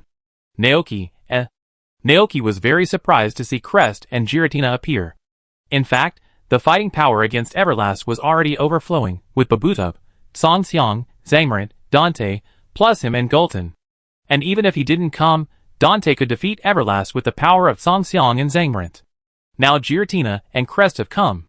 You simply don't want Everlast to live. But it just so happened that Naoki was ready to hand over everything to the Bud Crown King, and let the grudge that spanned thousands of years be ended by the former king of Galar. Did the Bud Crown King show up too? Dandy looked at Mugen Taina, and couldn't help but smile. We didn't completely get rid of you 1,000 years ago, so this time, we will never repeat the same mistake again. King! King! Sang Xiang and Zhang Marant shouted in unison. But Crown King blocked Mugen Taina's attack, slowly turned his head to look at them, and said to the two in a majestic tone, "You join me in completely defeating it." With the king here, Song Xiang and Zhang Marant were full of confidence. Yes! The siblings turned into a beam of light, and flew to the side of the Bud Crown King. The Bud Crown King moved his mind slightly, and the huge barrier in front of him dispersed the infinite beam of light from Wuji Taina. He raised his hand high, exuding the majesty of a king. The terrifying ice attribute energy gathered crazily in it, and quickly condensed into the shape of a spear. Snow Spear. Seeing the king launch an attack, Song Xiang and Zhang Marant followed closely. Song Xiang bit the fairy sword in his mouth, and his whole body was covered by a dazzling light. He turned into a ball of light, and slashed towards Wuji Taina. Giant Beast Slash. Zhang Marant followed his sister's steps, and the king's shield on his body suddenly became larger, and then wrapped around his whole body, turning it into a cannonball, and slammed into Wuji Taina in the sky. Giant Beast Bomb. Seeing this scene, Dandy looked excited. Let's do it too. Charizard, Spray Fire. Dragon Ball, Dragon Wave. How can we be missing it this time? Naoki was also moved by the scene. Gulton, use all your strength, aim at the core, and use Dragon Dive. Bubble, Behemoth Hammer. The two issued orders almost at the same time. Several Pokemon moved instantly. Fire blazed in Charizard's mouth, and purple dragon energy waves rose from Dragon Ball's mouth. Gulton was shrouded in red light, and rushed towards the infinite. The hammer in Baboob's hand was blessed by the power of the king, and suddenly became extremely huge. It raised the hammer above its head, and then fiercely hammered towards the infinite. Snow Spear, Giant Beast Slash, Giant Beast Bullet, Giant Beast Hammer, Jet Flame, Dragon Wave, Dragon Dive. 7 major moves, attacking Wuji Taina from different directions. At this moment, the live broadcast of the 8 Masters Finals was reconnected at some point. Viewers all over the world sat in front of the TV and witnessed this spectacular scene with their own eyes. Wuji Taina tried to use the Wuji Beam to resist. But facing the combined attack that was as fast as a flood, it had no way to avoid it. The Snow Spear instantly crushed its most proud attack, and then pierced its huge body mercilessly.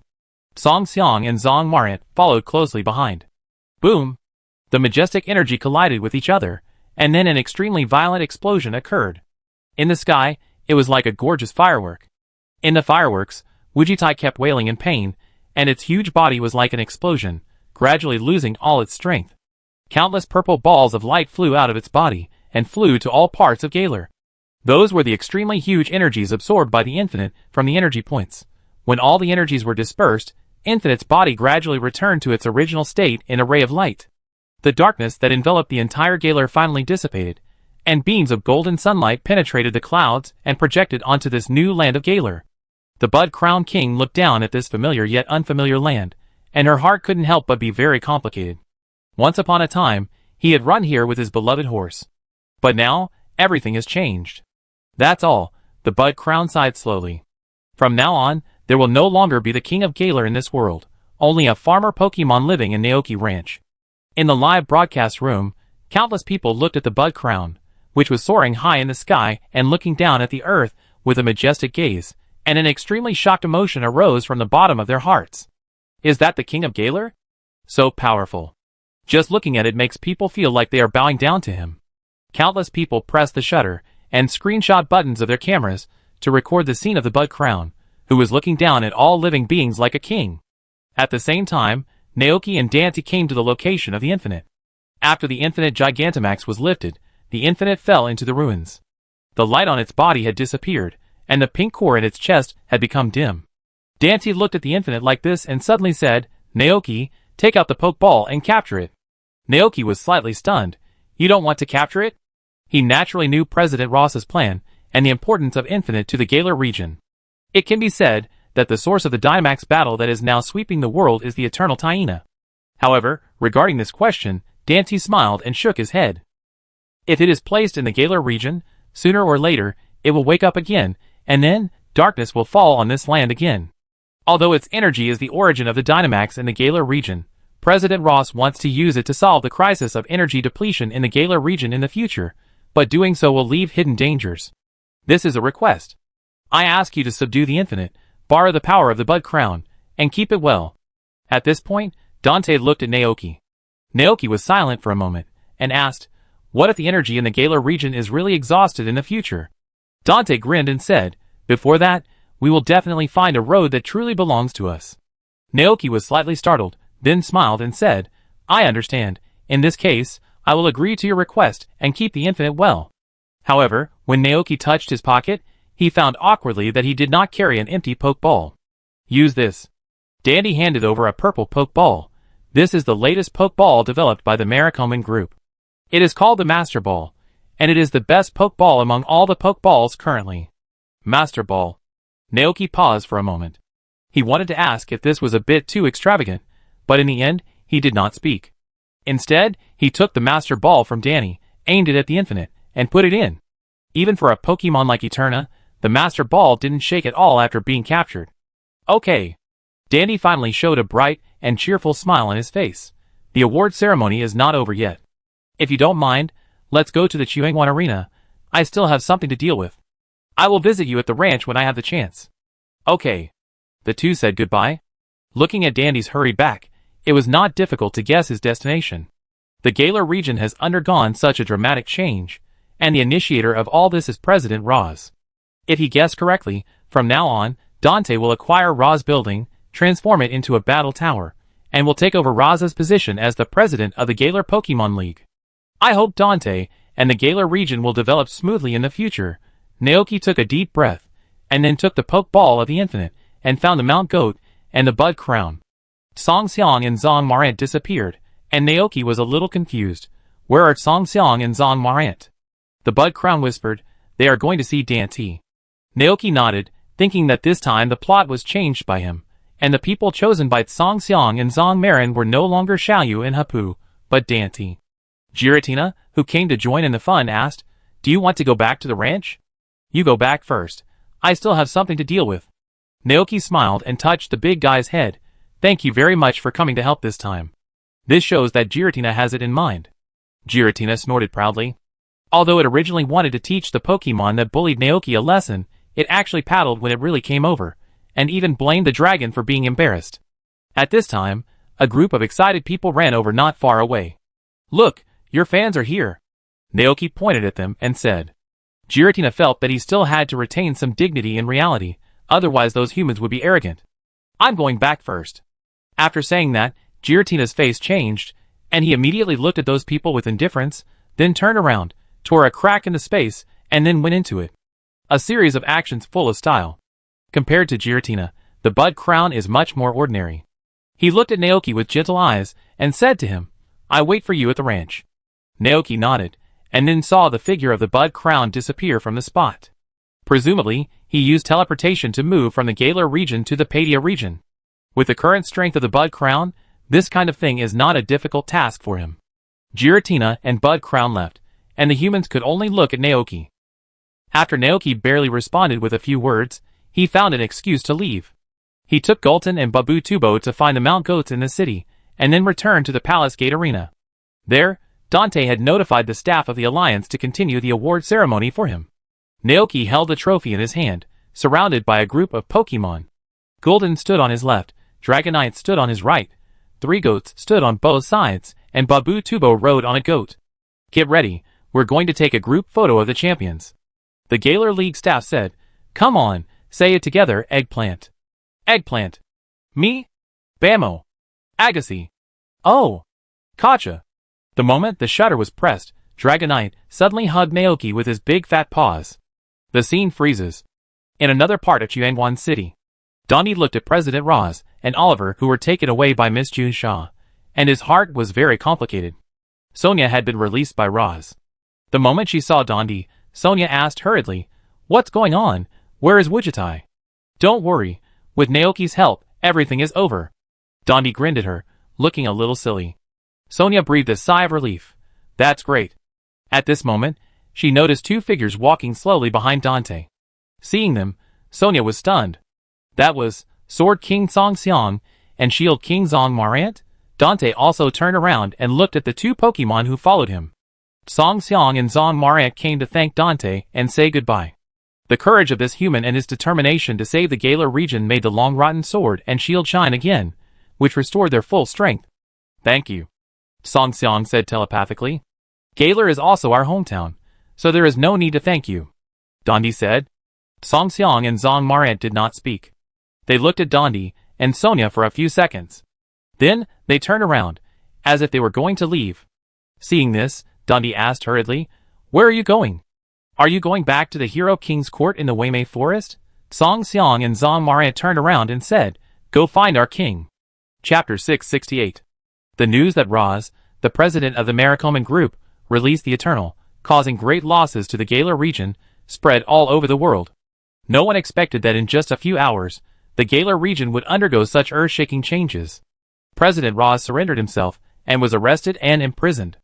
Major cities suffered heavy losses from the attacks of the Dynamax Pokémon. The Eternal was resealed, and the green grass field covering the entire city was hotly searched, causing countless people to discuss. Many people are worried about the future of the Galar region. After all, the Miraculous group is closely related to the Galar region. Now that the group's president has problems, I am afraid that the entire Galar region will be affected. Not only that, Roz is also the president of the Galar Alliance and the first person to hold power in the Galar region.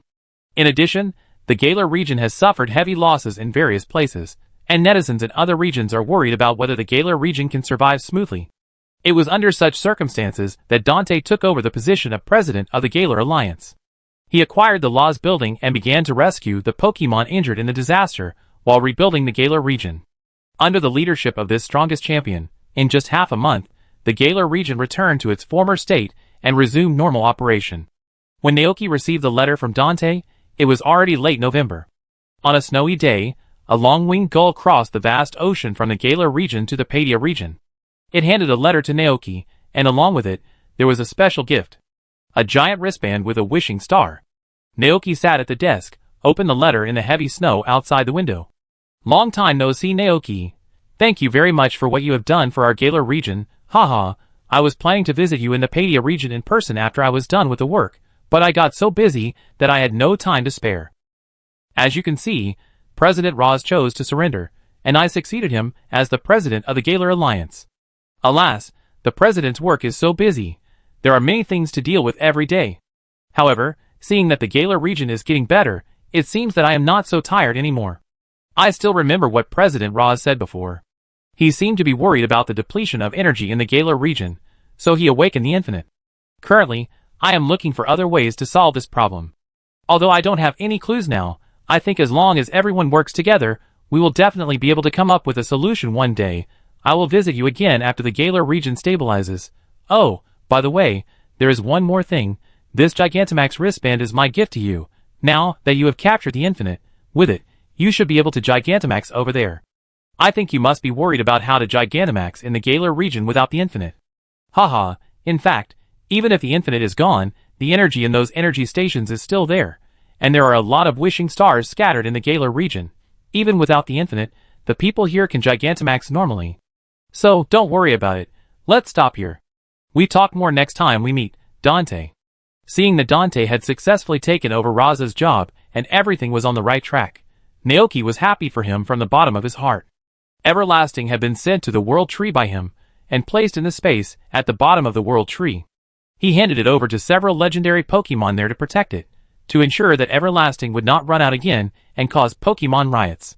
With the seal of the Bud Crown, the promise will continue to sleep in the Master Ball. In this way, the crisis in the Galar region will be completely resolved. When Xiaoji defeats the 8 Masters next year and retires, the main storyline of the Pokemon world will be over. What awaits them will be a completely unfamiliar and brand new future. However, Naoki no longer wants to get involved. It is now the end of the 204th year of the League calendar. After this year, he will be 27 years old. Judging from the average life expectancy of humans, he is already an old man in his 30s, and it is time to shift his focus from the outside world to his family. Naoki put away the letter from Dante, then stood up and put the Gigantamax wristband in his collection. He opened the cabinet, which contained the Taijing Pearl that Dr. Olin had given him before, various Super Evolution stones obtained in the Kalos region, and the Z bracelet and Z pure crystal obtained in the Alola region. Now with the addition of a Gigantamax wristband, the special enhancements in the Pokemon world are all complete. He doesn't need it, and he can pass it on to Xiaoshu when he grows up. Speak of the devil, and he will appear. Just as Naoki was about to close the cabinet door, he heard Xiaoshu's silly laughter.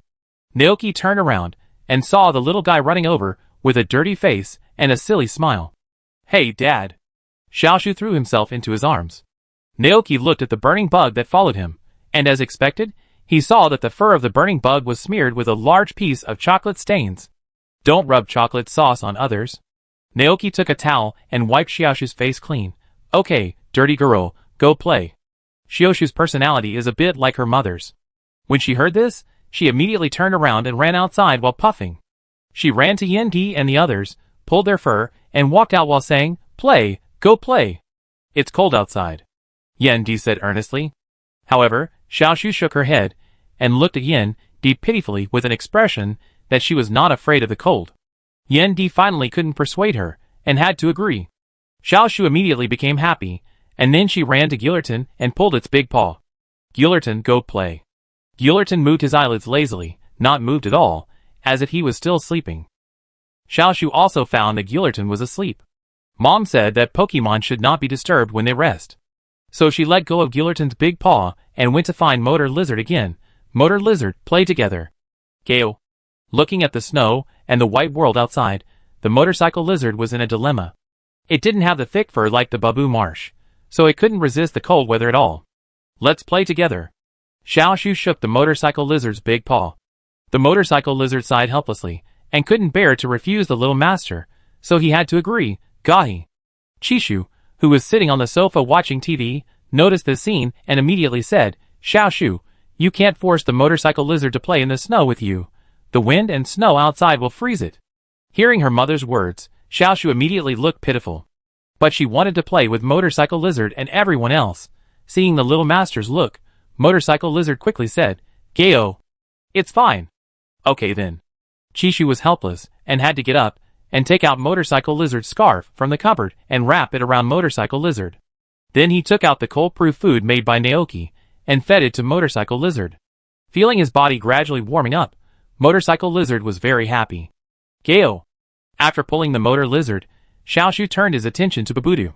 Finally, at her invitation, Babudu, Eruption, Martial Bear Master, Dream Demon, Electric Belly Frog, Electric Shock Monster, and other Pokemon went outside. It was snowing outside, and the heavy snow had covered the entire ranch. When you stepped on the snow, your feet would make a rustling sound. The temperature at this time was still acceptable. Suicune and Reiku also followed. The other Pokemon were nestled in front of the warm fireplace, roasting the fire and yawning comfortably. As soon as she went out, Xiaoshu immediately ran excitedly on the snow. She imitated Naoki and rolled snowballs on the ground with her little hands, trying to make a snowman. The 3 sacred beasts had no choice but to follow, and used their bodies to shield Xiaoshu from the wind and snow. It was at this time that Song Xiang and Zhang Marant arrived at the ranch.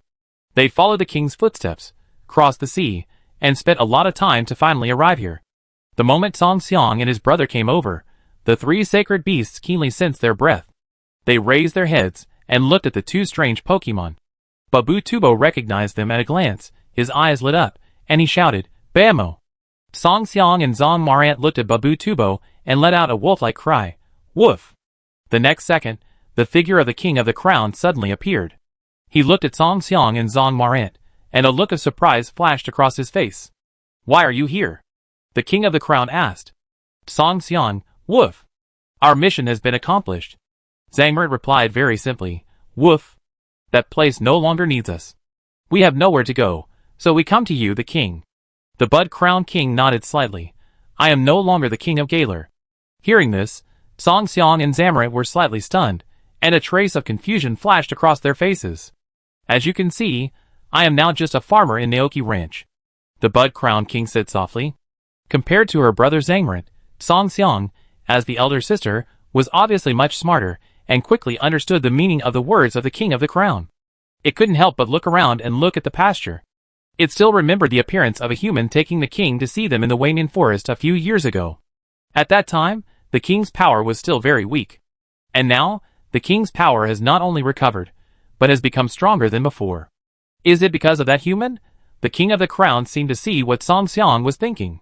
"Yes, it was Naoki who helped me regain this strength. He has spread my name to other parts of the world over the years. Thanks to his help, I not only regained my strength, but also became stronger," he said softly. It was indeed that human. At this moment, after hearing that the human had helped the king so much, both Song Xiang and Zhang Marant were grateful to him. "Woof!" Song Xiang was holding the sword in his mouth. He was about to say something else, but before he could say the word woof, he saw a little human girl who had come to him at some point and looked at him with curiosity. Song Xiang paused for a moment, and didn't react for a moment. The next second, the little girl curiously reached out to the glowing fairy's sword in its mouth. "Wow! So beautiful!" Song Xiang was startled, and instinctively stepped back, looking at the human girl nervously. But the next second, it saw three powerful figures protecting the girl behind them. The leading fire attribute Pokemon looked at them majestically. Seeing this scene, the Bud Crown slowly floated forward and said with a smile, "You don't have to worry." He looked at the three holy beasts and explained to them, "They are Song Xiang and Zhang Marant. They fought with me thousands of years ago, and have no ill intentions." Then, the Bud Crown King looked at Xiaoshu again. He slowly floated in front of Xiaoshu, and with a slight movement of his mind, a gentle telekinesis gently brushed away the snowflakes that fell on Xiaoshu's body and brought her to him. She is Naoki's child, named Xiaoshu, and she is a very well-behaved child. The Bud Crown King reached out and touched Xiaoshu's head kindly. "She is just curious about your glowing sword." Naoki's child. Song Xiang suddenly realized. But the fairy sword is not only very sharp, but also contains very powerful power. It would be bad if it was accidentally injured. After a moment of silence, a light appeared on Song Xiang's body. In the light, its appearance changed rapidly, from the form of the King of Swords to the form of a warrior. Xiaoshu was immediately attracted by this magical scene. "Wow!" The Bud Crown King looked at the two Pokemon and asked, "What are your plans for the future?" Hearing this, Song Xiang and Wuzong Marant looked at each other. Now that the crisis of the night has been resolved, Galar no longer needs them. Although they can stay, there is no longer anything familiar to them there. Everything from 1,000 years ago has long disappeared, and the familiar Galar region and the Pokemon they knew are no longer there. Now, there is only the king. Thinking of this, Song Xiang was stunned again, because it felt a familiar breath again, looking at the Meltons hiding under the eaves not far away and secretly observing this place. Song Xiang and Zhang Marant were shocked. That is, Melmetal, the friend Pokemon who once helped them forge the sword and shield. It is here too. After a brief shock, Song Xiang and Zhang Marant were surprised and excited. Not only the king is here, but Melmetal is also here, so why don't they stay here too? Thinking of this, Zhang Marant answered without hesitation, "Woof! It and its sister want to stay too." The Bud Crown King was not surprised by this. He nodded slightly, and then said, "We need to ask Naoki about this matter." Hearing this, Babu Tubo immediately took the initiative to say, "Bamo!"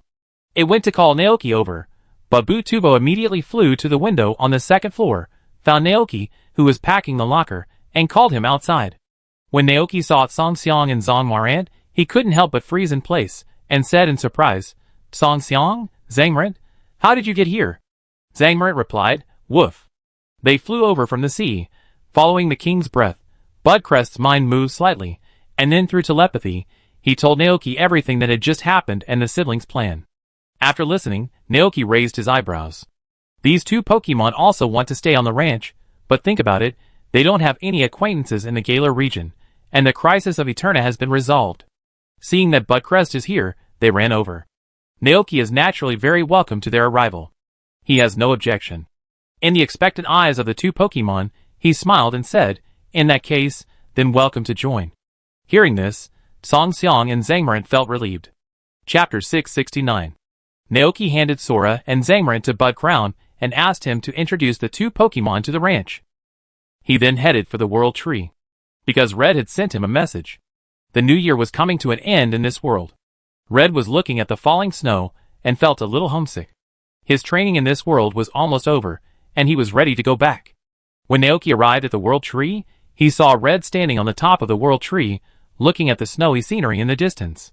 During this period of time, Red has been practicing on the World Tree. The number one in the Pokemon world is not in vain. He defeated Mewtwo, Kyurem, Ho-Oh, Articuno, and Moltres. Although he lost to Groudon Kyogre and Black Rayquaza, this is enough to prove Red's strength. As his thoughts flowed, Naoki asked, "Are you going back?" Red turned around and looked at him. After a moment of silence, he nodded. He walked forward with Pikachu and handed something over. Naoki looked down and saw the notebook that Red had asked him for a few months ago. There were obvious signs of use on the notebook. Naoki thought Red wanted to use it to record the ecological data of Pokemon on the World Tree and then take it back to Professor Oak. But now it seems that this is not the case. What is this? Naoki reached out and took the notebook with doubts. When he opened it, he saw that it actually recorded many battle experiences and methods of training Pokemon. Then, Red spoke for the first time, and he seemed a little awkward. "Here are some of my experiences, as a thank you." Naoki took a breath of cold air. This is the experience of champion-level training. For a trainer who has just set out on a journey, if he can have this kind of information, he will definitely be able to avoid countless detours. There is no doubt that this is very precious, both in terms of value and commemorative significance. Red, goodbye.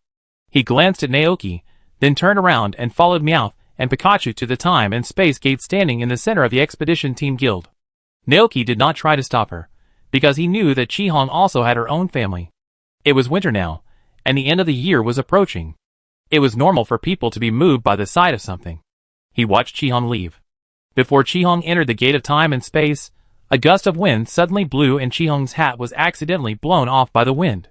Naoki was slightly stunned, and the next second, he saw Chi-Hong disappear in the depths of the gate of time and space.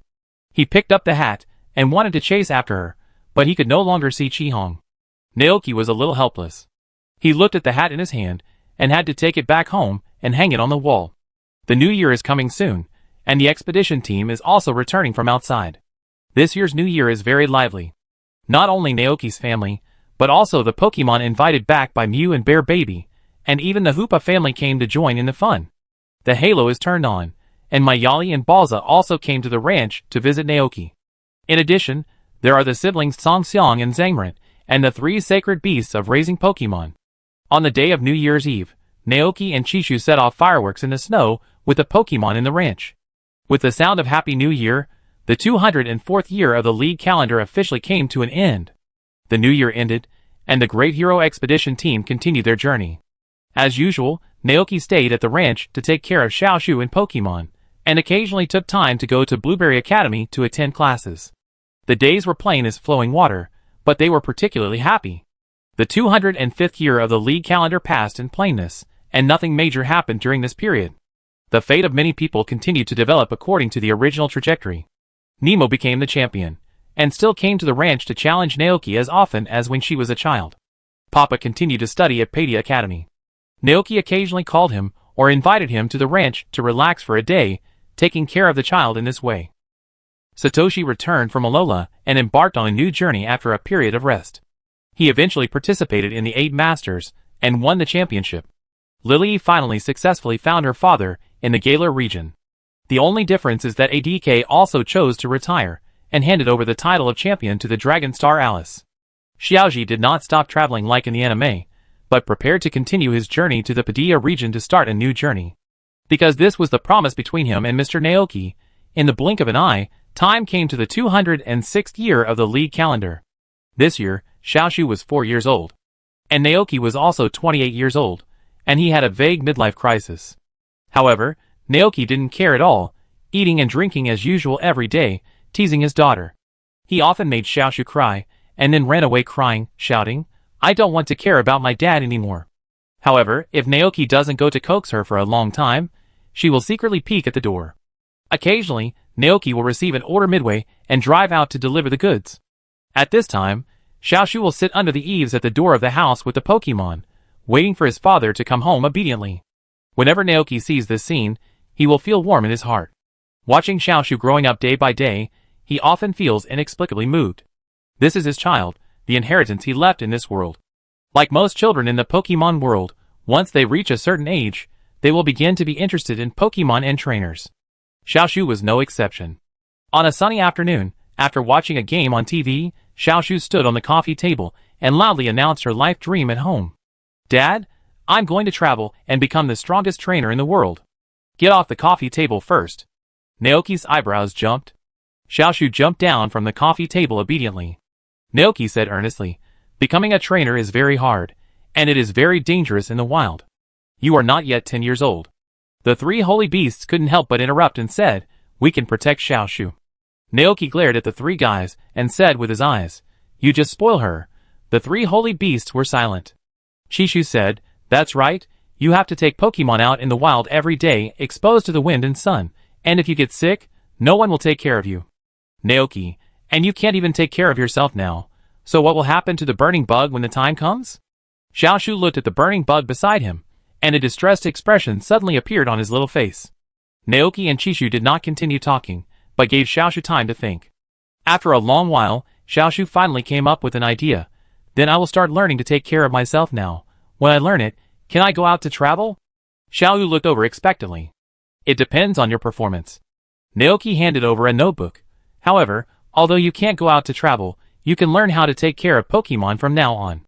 This notebook was left by an older brother. It records the methods of raising Pokemon and the experience of commanding battles. You can study it first, and let Rotom read it to you. If you encounter something you don't understand, you can ask Rotom to explain it to you, or you can ask me or your mother. Xiaoshu took it excitedly. Is that older brother very powerful? What kind of person is he? Of course, he is a very powerful champion. Naoki smiled and nodded. Wow! Xiaoshu immediately took the notebook and regarded it as a treasure, and took the burning bug to his room to study. Is it too early to let her touch these now? Chishu couldn't help asking. It doesn't matter. It won't hurt Xiaoshu to let her try it first. Naoki said. That's right. At the same time, deep in the Padilla pit, at the 4th observation station, Dr. Olin and Dr. Fudu had drops of sweat on their foreheads, and they looked at the screen on the monitoring screen with nervous faces. Roaring Moon, Flutter Wings, Roaring Tail, Fierce Mushroom, Crawling Wings, Iron Thorn, Iron Warrior. Countless Paradox Pokemon are in a frenzy of rioting. What on earth is going on? Dr. Olin murmured. Why do these Paradox Pokemon, which are usually quiet and no different from ordinary Pokemon, suddenly riot? Not only the 4th observation station, but also the 3rd observation station, the 2nd observation station, and the 1st observation station have all observed a large number of Paradox Pokemon rioting. Dr. Fuda frowned and asked quickly, AI, quickly calculate the possibility of this happening. Yes.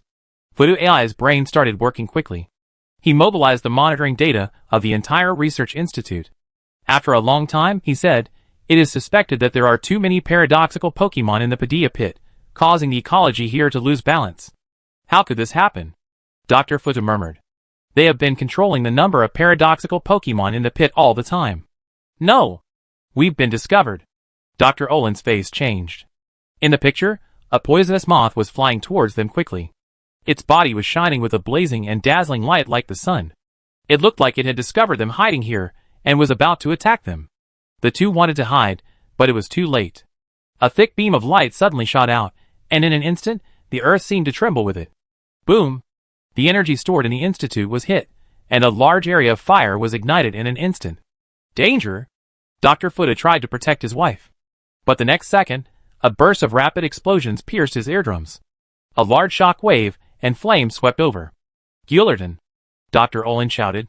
Seeing that Guillerton, who was closest to the energy tank, was about to be hit, Dr. Olin rushed out at this critical moment and protected Guillerton under him. Dr. Fuda also rushed over to protect his wife. Boom! Amid the violent explosion, the figures of the two were engulfed by flames and explosions. The eyes of the iron poison moth flashed with yellow light. After seeing that there was no life below, it turned around and slowly left. It was unknown how long it took for the flames that swept the 4th observation station to gradually die out. In the charred ruins, a timid-looking Dalton climbed out carefully. In the Zero Zone Research Institute, Owling AI and Fuda AI, who sensed the accident at the 4th observation station, were slightly stunned. A moment later, they saw everything that happened there through the surveillance. Dr. Olin and Dr. Forta lost their lives to protect the Gulton. Although they were AI, the two had real feelings. Looking at that scene, their hearts were extremely heavy. But soon, looking at the images observed by the observatory, the expressions of the two Dr. AI became solemn. Now, the entire Padilla pit has begun to riot. The monitoring screen shows that many paradoxical Pokemon have passed through the defense program on the top of the pit, left the pit, and entered the Padilla area. The time machine is still running, sending paradoxical Pokemon from the past and future to the present. If this continues, the entire Padilla pit, and even the entire Padilla region, will be devastated. Now, the time machine must be shut down.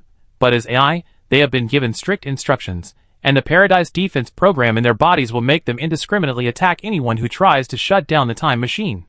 The two AI quickly calculated how to deal with this incident, and who has the ability to deal with the paradoxical Pokemon riot, shut down the time machine, and have a friendly relationship with the two doctors, and can handle the aftermath for the two. The huge computer quickly searched for relevant data.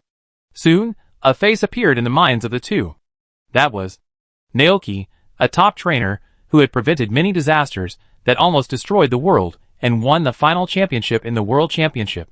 And he knew everything about the paradoxical Pokemon, and had visited the Zero Area Research Institute under the guidance of the two doctors.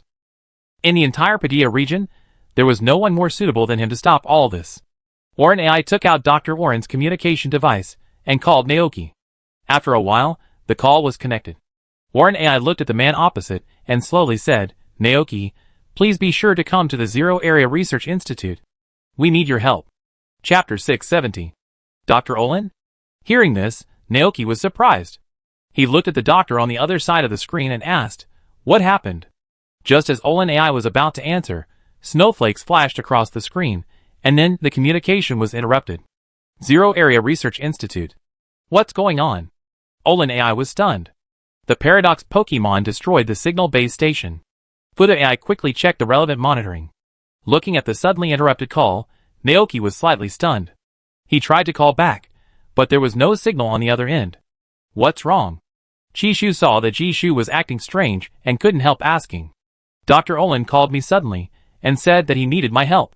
Jishu recalled the expression on Dr. Olin's face just now and wondered if something happened in Area 0.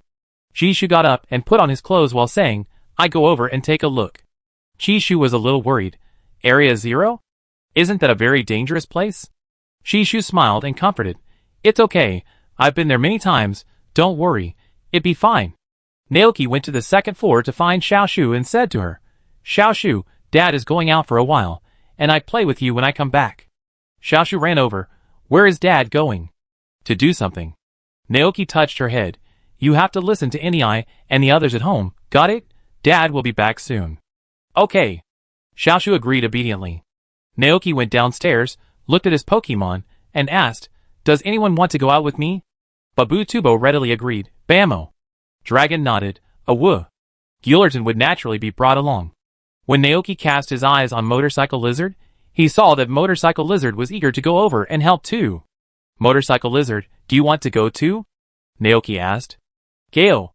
Motorcycle Lizard nodded repeatedly. However, the next second, it heard Guillerton's warning, Gale. Motorcycle Lizard was slightly stunned, and then his expression became aggrieved. It didn't understand. It was a very powerful Pokemon now, and it could definitely help Naoki. It had never helped Naoki like Dragonite and the others. However, Golden didn't care about that. It released all its pressure and stared at Motor Lizard. It said no, and it meant no. Seeing the two Pokemon like this, Naoki was stunned. He asked in confusion, "Golden, why is it like this?" Golden looked at Naoki. "Ah, gah." Naoki understood what it said. It was saying, "That place is very dangerous. Motor Lizard is too weak. It can't even protect itself when it gets there. How can it protect Naoki?" However, after hearing this, Motor Lizard was very unconvinced. It is no longer the weak Pokemon it once was. Gillerton looked at it, and the atmosphere was a little tense for a while. "Ah, gah. If you want to go, prove your strength to me. If you win, I let you go. If you lose, you stay here and don't make trouble," Gillerton said. When it was still a Motor Lizard, that Gultron didn't protect Naoki well, this time it will definitely protect Naoki well. After hearing Gultron's words, Motor Lizard's eyes lit up with fighting spirit, and it agreed immediately. Geo. In the confusion of Naoki and Babu Tubo, the two of them ran out of the house and went outside.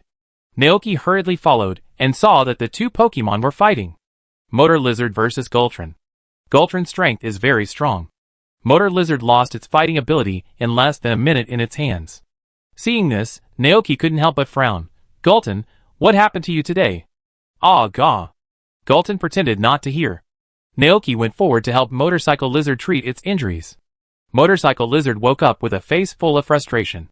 "It's okay, Motorcycle Lizard, you are already very good." Naoki comforted it with heartache. "When I come back, I will train you well, and then I will definitely let you surpass Gulton." "Gah? Of course it's true," Naoki promised. Then he stood up, looked at Golden, and said to it, "You went too far today, Golden." Golden hung his head. "Ah, gah." "Apologize to Motor Lizard," Naoki said. Hearing this, Golden looked at Motor Lizard, and Motor Lizard also looked at Golden. Neither of the two Pokemon spoke. Naoki, forget it, there are important things to deal with now. He took Babu and Dragonite back into the Pokeball, and said to Golden, "I talk to you when I come back. Motor Lizard, you stay here first, we will be back soon." Seeing that Naoki had no intention of taking Motor Lizard with him, Golden heaved a sigh of relief. After this is over, it will definitely tell Naoki all the truth. When history is changed, it will disappear, and the past itself can always be with Naoki. Carrying Naoki, Golden flew high into the sky and headed straight for the Padilla crater. In the ranch, seeing Motor Lizard's depressed look, Chishu comforted him. "Don't be sad, Motor Lizard, you have done a great job." "Gale?" Motor Lizard raised his head. "You have been working hard to help Naoki. You are helping with moving fruit trees, harvesting crops, and picking apples." Chishu comforted him. "So, don't be sad, you have done a great job." Hearing this, Motor Lizard didn't know what he thought of, and soon cheered up again. "Gale. That's right. Although its strength is not as good as Golden's, it can definitely help Naoki." Looking up at the direction where Gillerton left, Motor Lizard made up his mind. While Chishu went to the house to prepare lunch, Motor Lizard secretly followed him to prove himself that he was now a very powerful Pokemon and could protect Naoki. But before he was ready to leave, a pair of small hands suddenly grabbed him. Motor Lizard turned his head and saw his little master. The little master asked, "Motor Lizard, are you going to your daddy's place?" Motor Lizard nodded. "Geo." Shushu asked again, "When will you come back to play with me? I want to go to the World Tree with you to catch butterflies." Since she was a child, Motor Lizard often took her to the flowers on the World Tree to catch butterflies, and there were many Pokemon to play with. Motor Lizard thought for a while and replied, "Geo." "Then come back soon," Shushu urged. "Geo." Motor Lizard agreed immediately. Chapter 671. The clouds and mist filled the top of the Padilla pit, and the sun shone down from the sky. After a long time, the scene here was still so mysterious and dreamy, as if people were in a fairyland. It had been several years since Naoki came here last time, but the environment in the giant pit had not changed much since then. Naoki wanted Golden to dive in, and dive directly to the bottom.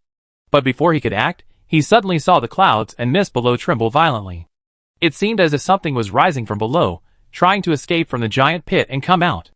After a moment, a blood moon flew out from under the clouds, and then rushed into the distance. "Is that Roaring Moon?" Almost in the blink of an eye, Roaring Moon disappeared. Its target was the vast Padilla region. Naoki frowned, and suddenly had a bad premonition in his heart. The Paradox Pokemon broke through the Padilla giant pit and came out. Something might have happened in the Padilla giant pit. Gulton, get down. Ah, Gulton plunged into the mist. As soon as he entered, he immediately felt a strange atmosphere. Looking down, he saw countless paradoxical Pokemon fighting fiercely below. Pokemon were constantly injured or forced to flee because of being defeated. There were even many flying paradoxical Pokemon soaring into the sky. Their goal, like the roaring moon just now, was the outside world. No, we must not let them out. No one knows the nature of these paradoxical Pokemon better than Naoki. If a large number of paradoxical Pokemon break through the giant pit and go to the Padilla region, at that time, I am afraid it will bring a terrible disaster to the Pokemon and humans on this land. What happened in the Padilla giant pit that caused these paradoxical Pokemon to riot? Did something happen to Dr. Olin and Dr. Fortu? Naoki was full of questions. He looked down. Now he could only go to the Zero Area Research Institute to know the answer. But before going there, Naoki took out 2 Pokeballs, Dragonite, Babuto, guard the Padilla defense line and prevent these paradoxical Pokemon from entering the Padilla region. Dragonite and Babuto also noticed the scene below. Feeling the riotous atmosphere, the 2 Pokemon looked very solemn. Awoo! Bammo! I leave this to you. Naoki nodded to the 2 Pokemon, and then said to Golden, go to the Research Institute. Ah, gah! 1 man and 1 Pokemon continued to go down. Hua la la! The sky above was changing, and the extremely oppressive black clouds covered the entire Padilla pit, and heavy rain poured down. Babu Tubo shuttled through the clouds, and the electric current in his body surged out, turning into a huge electric ball. The strands of electric current spread in all directions along the rain, and actually directly formed an extremely huge electric grid, covering the entrance of the giant pit below. The Padilla defense line was formed in an instant, and countless paradoxical Pokemon were blocked inside the giant pit. The sound of air surging filled his ears. Golden was moving at an extremely fast speed, and the surrounding scene was changing rapidly. Naoki's eyes swept around in all directions. He found that it was not just the paradoxical Pokemon on the upper floor that were rioting, but the paradoxical Pokemon in the entire pit were rioting. Ah, Golden! The Golden under him made a warning cry. We were almost at the bottom. Naoki immediately paid extra attention. Before he got close, he heard a series of violent explosions coming from Area 0. When the Golden passed through the bottom of the giant pit, Naoki was stunned when he saw the scene in front of him. Golden, Milton. In this place, there were actually 2 Goltons and 2 Miltons fighting fiercely for territory without distinguishing between enemies and friends. No, that's not right. 4, how could there be 4? There should be only 3, but now there are 4. Where did the Golden under him come from? After a short moment of shock, Naoki was awakened by Golden. He came to his senses, and quickly looked around. Where are Dr. Olin and Dr. Fortu? Only by finding them can we know the truth of all this. Don't worry about them.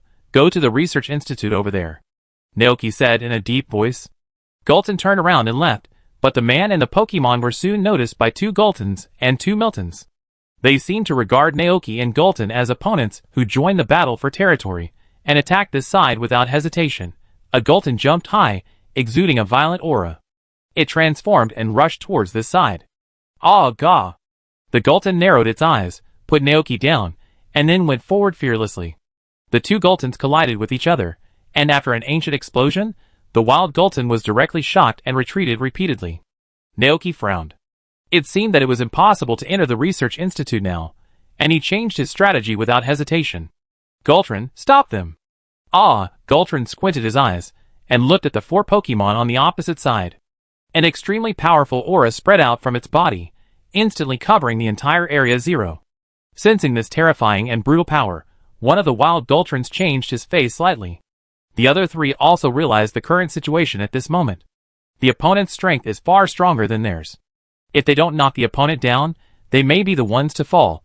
In an instant, the 4 Pokemon changed their minds and attacked Gulton at the same time, trying to eliminate Gulton from the battle for territory. Naoki frowned, and took out his Rotom phone, intending to ask for help. But the next second, he saw a shocking scene. Gulton stood still, and the 4 wild Gultons and Miltons each used their own special moves and rushed towards Gulton. Boom! In the violent explosion, the 4 wild Gultons and Miltons were actually blown away by Gulton. Looking at this scene, Naoki paused. What was going on with his Gulton? It was so strong that it could fight 4 enemies alone. Something was wrong.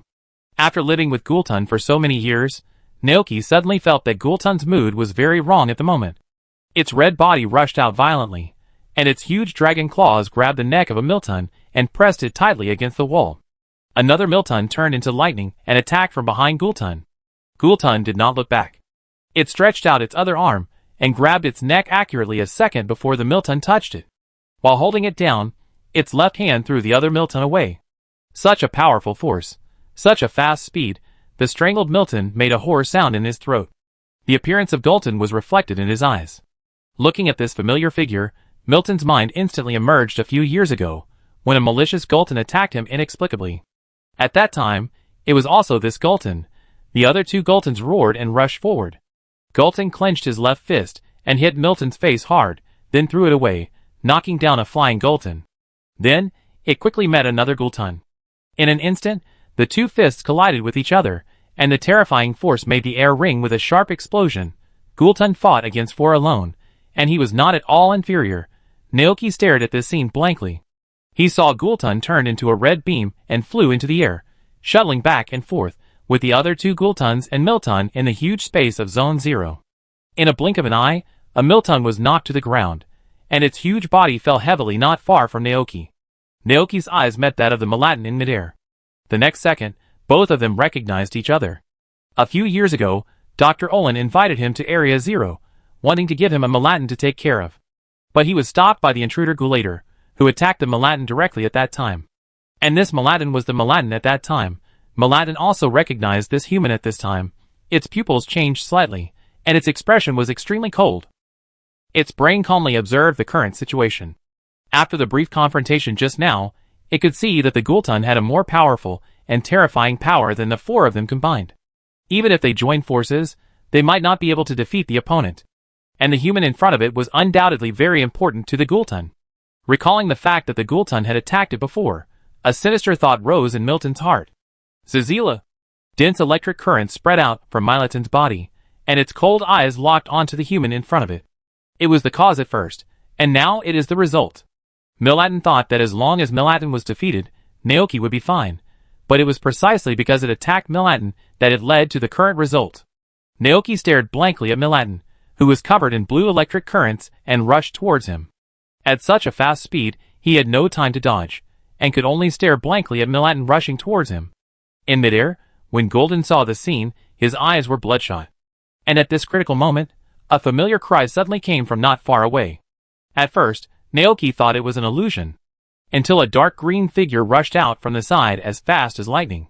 In an instant, time seemed to slow down. Naoki clearly saw the motor lizard, saw its resolute expression, and the determination in its eyes. For a brief moment, their eyes met. Naoki seemed to hear the motor lizard saying to him, "I can help you too, Naoki." Naoki was slightly dazed. The next second, the motor lizard knocked Milton away, and it rushed into the sky with Milton's lightning attack, and crashed straight into a huge building. Boom. Sound. The powerful energy smashed the roof of the building, revealing the working time machine below, and Milton fell into it with the motor lizard.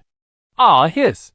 Seeing the scene, Milton's eyes seemed to be able to spit fire, and an unprecedented irritability arose from his heart. Boom, boom, boom. The huge force directly knocked the two Gultons and the Milton away.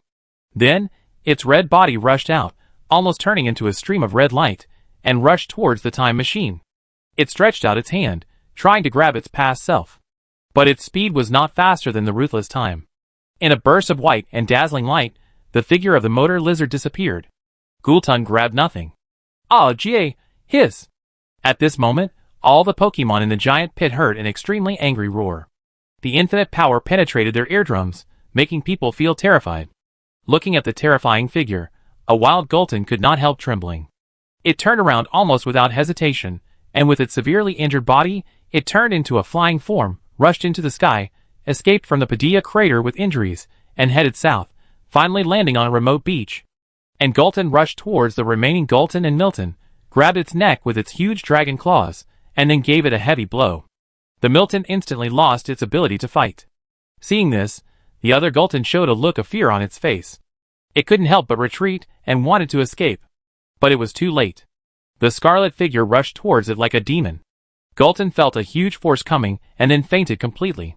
At the same time, A shrill warning sounded in the huge Zero Zone Research Institute. Alarm! Alarm! The time machine is damaged. The Paradise Defense System is activating. Chapter 672.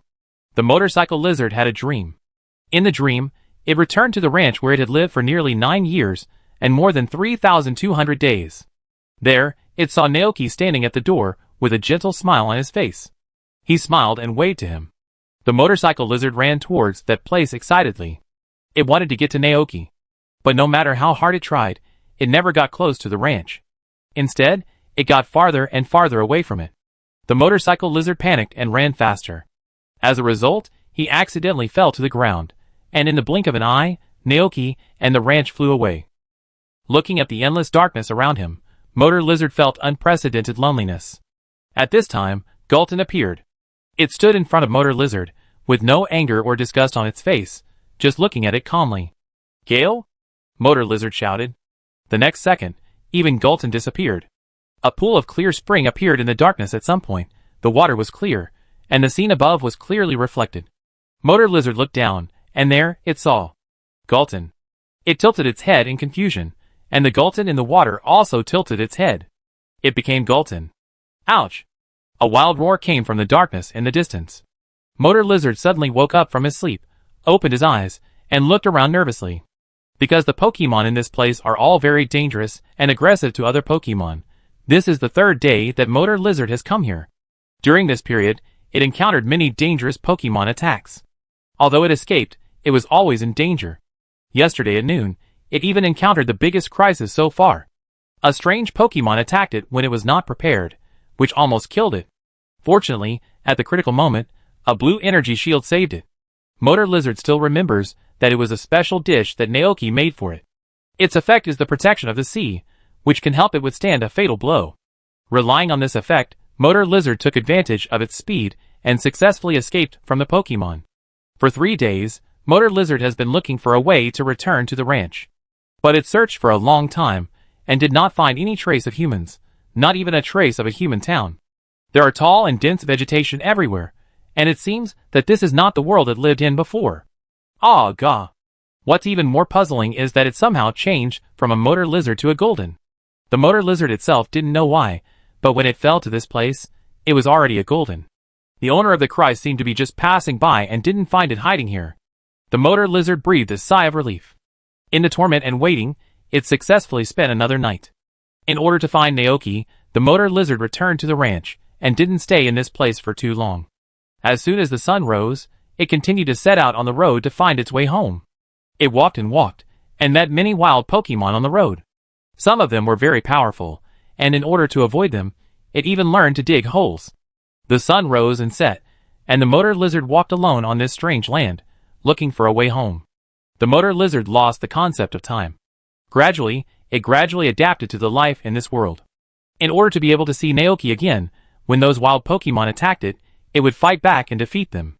Constantly searching, constantly fighting with other Pokémon, constantly getting hurt, constantly training. In this boring and long process of searching, it went from being full of hope at the beginning to being disappointed, and then to despair. It persisted, persisting and walking on this land. It didn't know how much time had passed. Maybe a few months, maybe a few years, maybe even longer. Motor Lizard gradually became numb, with only one thought left in his mind. Naoki. It wanted to find Naoki, and return to his side. Perhaps because of missing him too much, Motor Lizard could feel someone touching his head occasionally in his dreams at midnight. Was it Naoki? But every time he woke up from his sleep, he found that there was still no one around. After years of struggling between life and death, Motor Lizard's fighting skills have been greatly honed, and its strength has been enhanced. When facing those dangerous Pokémon, it gradually became able to fight. It could have dominated a forest, and become the overlord there. But Motor Lizard still didn't stop, even though it didn't know where to go. As long as it kept walking, maybe it could return to Naoki? Motor Lizard always thought so. Butterfree once said that when the sun sets and the moon rises, the pumpkin will be ripe after 7 rounds. At that time, Naoki will come back. Many late nights, Motor Lizard would stay alone on the towering cliff, looking at the bright moon hanging in the night sky. But Motor Lizard counted the moon many times, but never saw Naoki. Naoki, it wants to see Naoki. In the lonely night, a desolate and lonely roar suddenly came out. In a dense forest, a flapping wing was suddenly awakened. A night of silence. The next morning, the motor lizard continued on the road to find Naoki. This day, it met a wild Guillerton here. The Guillerton regarded it as an enemy who wanted to seize the territory and attacked it without hesitation. Its strength is very strong. The motor lizard fought a desperate battle with it, and finally defeated the opponent despite being seriously injured. After doing this, motor lizard turned around without hesitation and continued on the road of searching. Before leaving, motor lizard suddenly noticed a Pokemon hiding in the bushes not far away. It was a Flutterwing. Over the years, motor lizard had defeated many Flutterwings, but it didn't care. Seeing that the opponent didn't seem to have the intention to attack it, motor lizard took a look and then turned away. After that, motor lizard continued to wander around this land, struggling to survive and fighting with the wild Pokemon living here. It fell into danger again and again, but it always turned defeat into victory with its will. Just when the motor lizard thought it would continue like this, it encountered an extremely powerful wild Golden. The Golden was the overlord here. It exhausted all its strength, but was still no match for the opponent, and was knocked to the ground. Seeing the fist about to fall on it, the motor lizard closed its eyes in despair. But the next second, the imagined pain did not come. The motorcycle lizard suddenly opened his eyes, and saw that the fist seemed to be blocked by something, and could no longer move forward. The motorcycle lizard was slightly stunned. In a trance, it seemed to see Naoki. Although the man had white hair, and was older than Mayor Thomas, it still recognized him at a glance. That was Naoki, that was its Naoki. Seeing Naoki disappear, a terrifying force suddenly erupted in the heart of the motorcycle lizard, and it knocked Golden in front of it to the ground with one blow, and once again turned defeat into victory. But when the motorcycle lizard looked around and wanted to find Naoki's figure, it found nothing. His grievance, missing, sadness, loneliness. All kinds of emotions lingered in the heart of the motorcycle lizard. Tears flowed uncontrollably. Chapter 673.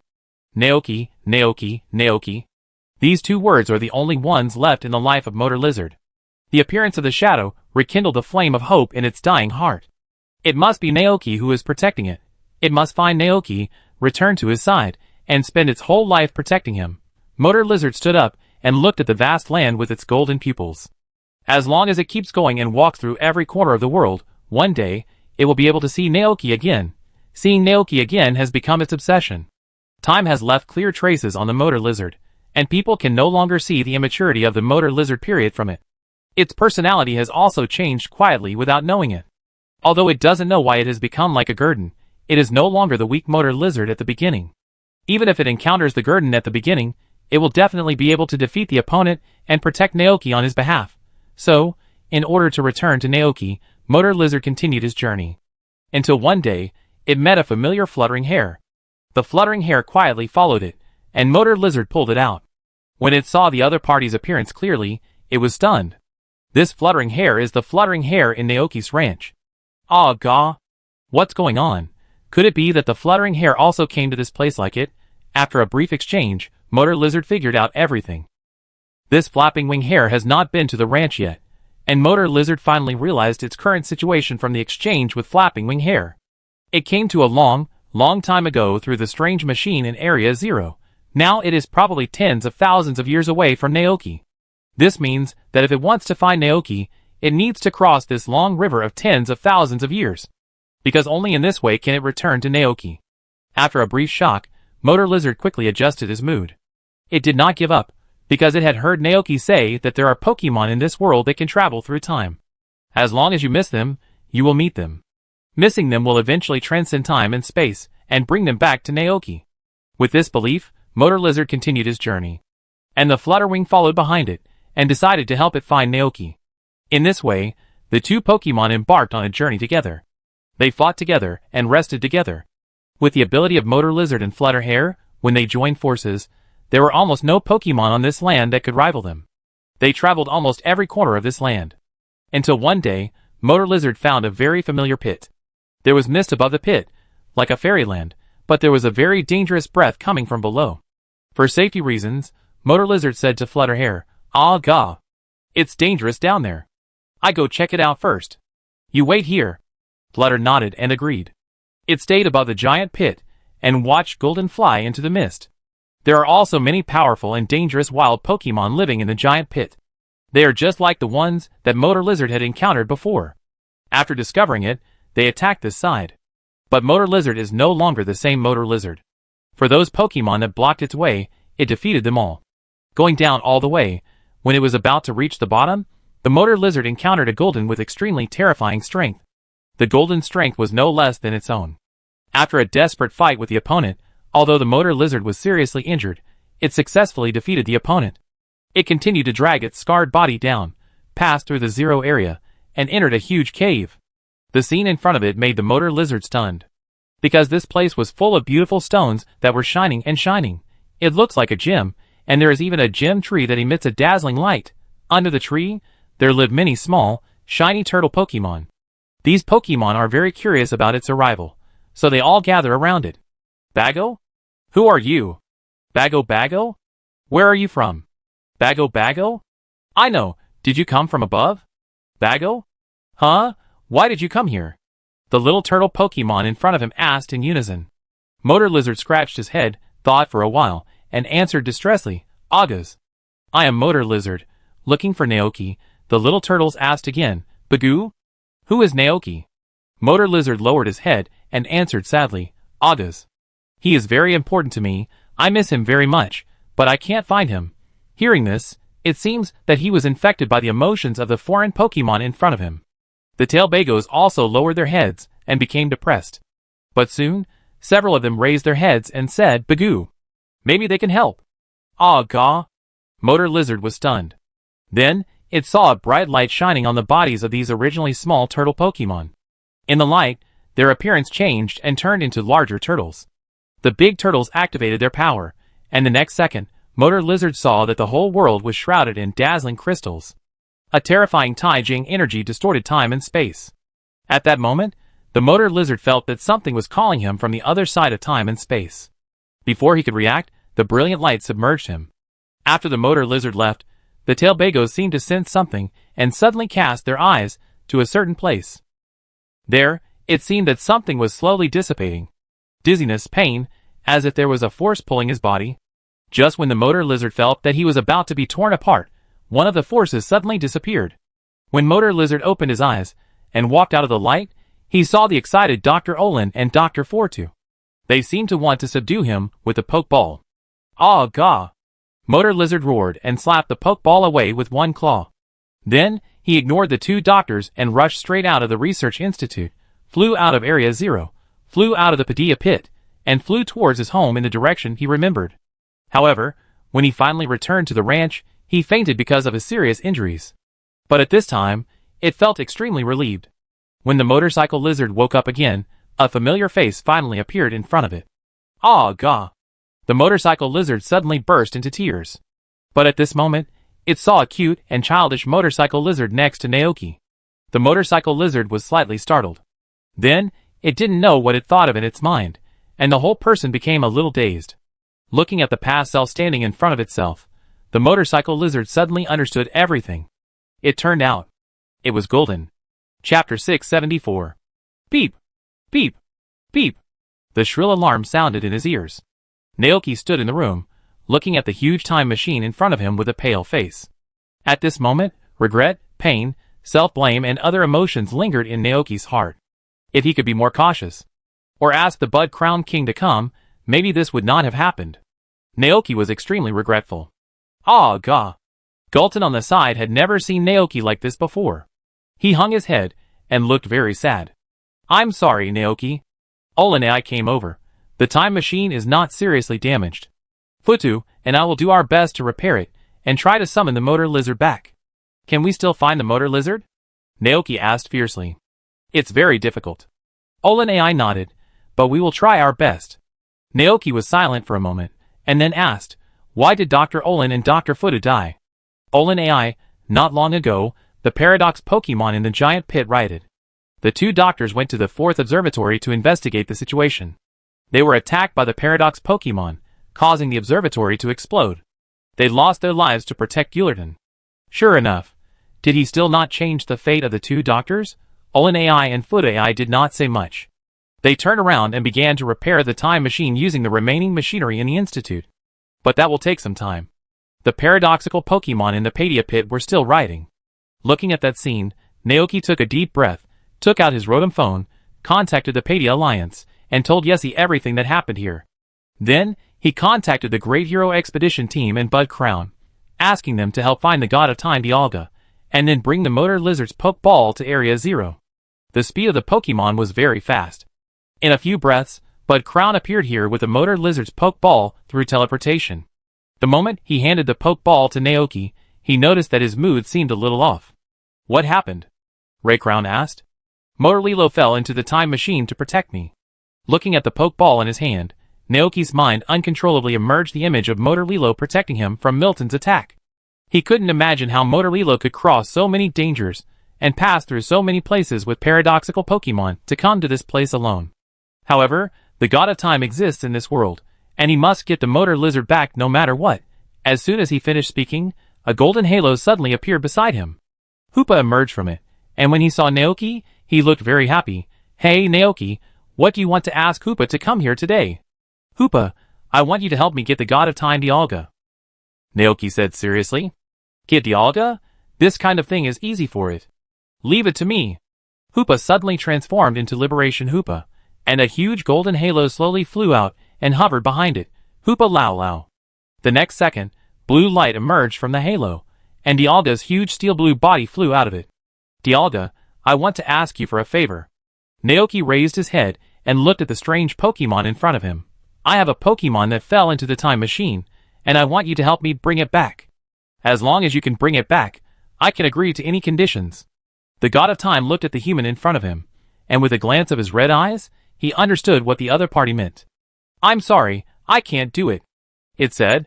Naoki was stunned for a moment, and didn't react for a while. What do you mean? Because it has returned to you. Naoki was slightly stunned. But Dialga cast his eyes in a certain direction. Naoki followed its line of sight, and then saw a familiar figure in the open space. Strong body, scarlet dragon scales, golden pupils. That's Golden. Naoki's pupils shrank slightly. What did Dialga say? What did it mean? Ah, gah. Golden was blaming himself for not saving his past self. Suddenly, he heard Dialga's words, and he raised his head sharply, and then his eyes met Naoki's. Seeing Naoki standing there in a daze, Golden knew that he could no longer hide it. In order not to make Naoki so sad, he slowly stood up and walked towards Naoki. At this moment, whether it was Bud Crown, Dialga, or Hoopa, they all looked at it. It seemed that Golden had walked for millions of years in these few short steps. Finally, it stood in front of Naoki again. Ah, gah, gah. Golden seemed to have made a great decision. It looked at the Pokeball in Naoki's hand that belonged to its past self, and then stretched out its head, and touched the button on the Pokeball with its forehead. Naoki opened his eyes wide, and suddenly an unbelievable thought emerged in his mind. No, it's impossible, this is absolutely impossible, but the next second, that scene was played out in front of him. A beam of red light poured out from the Pokeball, wrapped around Golden's body, and took it in. Because he was too shocked, Naoki's body trembled slightly uncontrollably. Dong dong. The Pokeball fell to the ground, making a dong dong sound. At this moment, Naoki felt numb all over. At this moment, he suddenly understood. Why did Golden appear at the ranch? Why was Golden so close to him even when they first met? Why was Golden so familiar with Dragonite? Why was Golden so close to strange trees and small trees? Why was Golden so powerful? Why was there still 2 Goldens in Area 0, even though he had subdued Golden? Why was Golden hostile to the Milton? That was because there had never been any Goldens, and the one who had been with him was always the Motor Lizard. Countless emotions surged like a tide, turning into 2 lines of tears, sliding down his cheeks uncontrollably. Naoki fell to his knees with a plop, muttering, I'm sorry, I'm sorry. A white light flashed, and Golden appeared from the Pokeball. It looked at Naoki, who was blaming himself in front of it, without saying a word, but gently moved its big head over, and as usual, it rested on his shoulder, leaning against each other. Ah, gah. The Heroes Expedition team showed sad expressions. The Bud Crown sighed slowly. After a long time, Naoki calmed down a little. Although the truth of the matter was played out in front of him, he had lived with these 2 Pokemon for so long, and had seen too many times that Gultrin and Motor Lizard were jealous of each other. He subconsciously could not think of these 2 Pokemon as the same. Where did Motor Lizard go after falling into the time machine? What did it experience? And why did it become Gultrin? All kinds of questions emerged in Naoki's mind. Naoki looked at Dialga with some reluctance and asked, "Is there really no way to bring Motolizard back? They are the same Pokemon. Even I can't do that." After saying that, Dialga turned and left. What if it was Arceus? Naoki suddenly remembered the real Arceus he had seen before. He quickly came to his senses and asked the Crown of Flowers to bring Arceus's phone here. The Crown of Flowers nodded slightly, and in a few breaths, he appeared in front of Naoki with the Arceus's phone. Naoki quickly took it from him and tried to contact Arceus through Arceus's phone. But 1 second, 2 seconds, 3 seconds. Arceus never responded. God's observation was over, and he had completely left this world. Naoki's heart sank. Ah, Gah. Golden hung his head, also looking very sad. If possible, it also wanted to bring back its past self. If Arceus didn't work, what if it used a time machine? Naoki suddenly turned his eyes to the time machine that the two doctors' AI were repairing. Maybe through the time machine, he could call back the motor lizard, just like calling those paradoxical Pokemon from the past and the future. Naoki gradually calmed down. He looked at the Great Hero Expedition team and the Bud Crown, and thanked them. "Thank you, there are still some things to do in this place. I can't return to the ranch for the time being. You can go home first. I will go back when I find the motor lizard." Several Pokemon left one after another. Naoki stayed at the Zero Area Research Institute. In the afternoon, Dragonite and Babbitt came over. After receiving the news, the Padilla Alliance immediately sent the main force of the Alliance to the Padilla pit to build a defense line to prevent those ferocious paradoxical Pokemon from breaking into the Padilla area.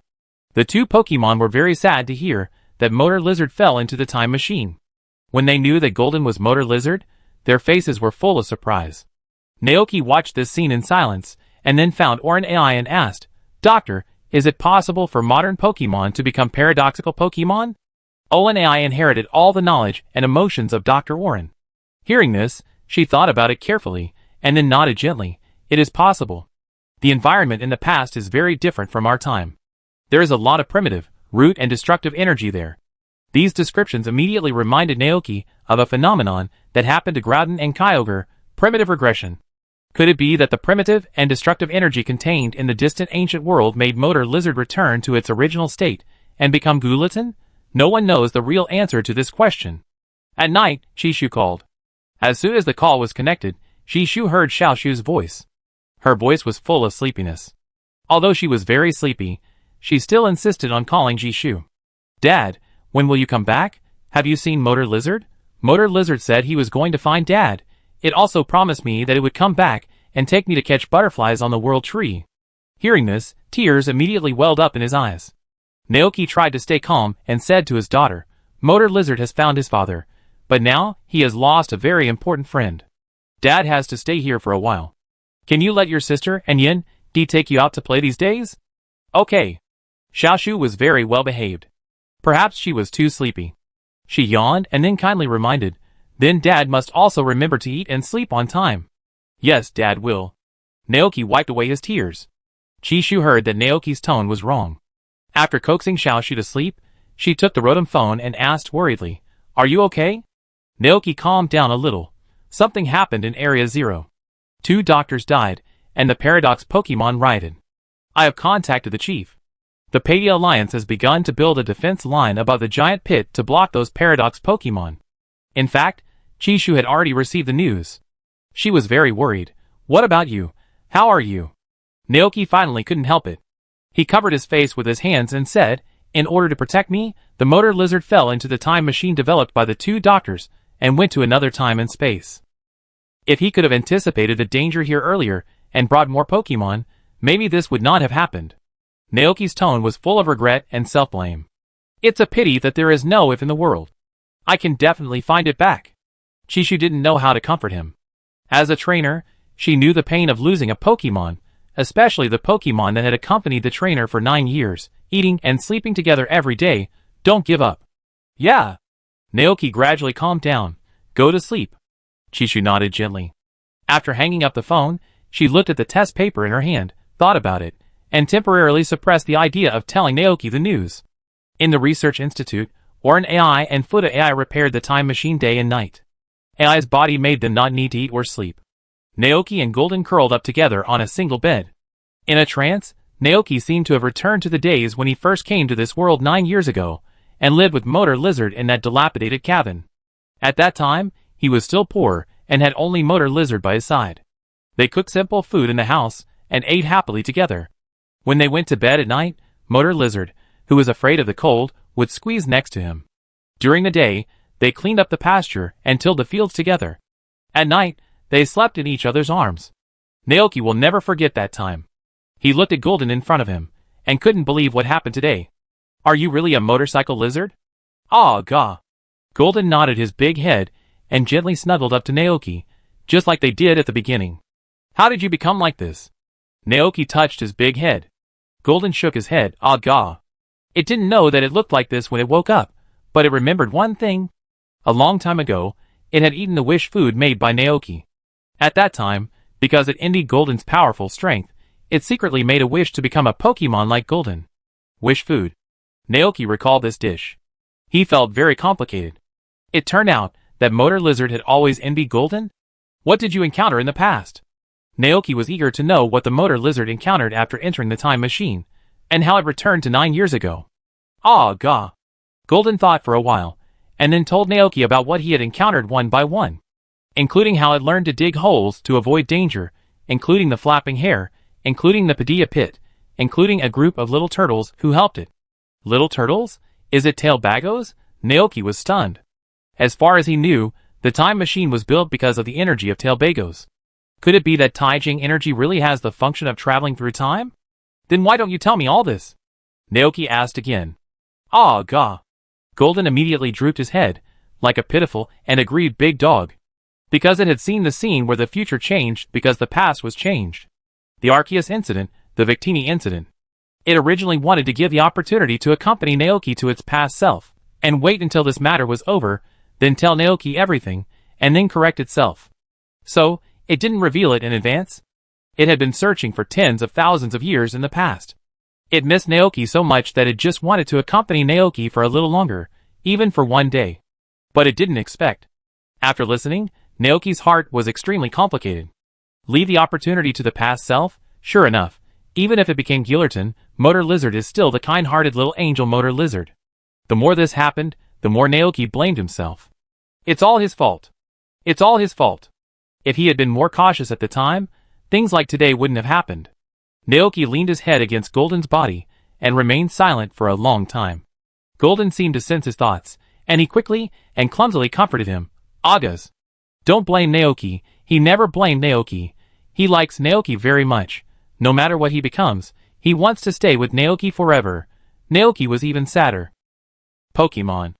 This is Pokemon. They will always accompany their trainers, always protect their trainers, and will never abandon their trainers no matter what happens. How can people not like such a simple creature? I'm sorry, Motor Lizard. A large number of Pokemon that have never been seen before appeared in the Padilla area, attacking nearby Pokemon and residents. Once this incident fermented, it immediately attracted the attention of all Padilla. Fortunately, Naoki had Babu Tubo and Dragonite take action, and UCI handled it quickly, and led people to capture those ferocious paradoxical Pokemon in time, and sent them back to the Padilla pit. In just half a month, most of the paradox Pokemon that fled to the Padilla region were captured. Although a small number of them remained, they did not attack humans. The staff of the Padilla Alliance could not track them, so they stopped temporarily, but they did not give up, but kept an eye on the movements of various places. Once the paradox Pokemon attacked again, the Padilla Alliance would take action again. In the blink of an eye, half a month had passed. In the Padilla pit, the two doctors' AI had successfully repaired the damaged time machine. They controlled the time machine, and began to search for the traces of the motorcycle lizard in the vast river of time. But this behavior is tantamount to finding a needle in a haystack. A day passed, a week passed, and more than a month passed, but no trace of the motorcycle lizard was found. In a month, Naoki's face had grown a thick beard, and his hair and beard that had not been taken care of for a long time made him look like a savage. But even so, Naoki still did not leave Area Zero. On the 38th day, there was finally news from the time machine.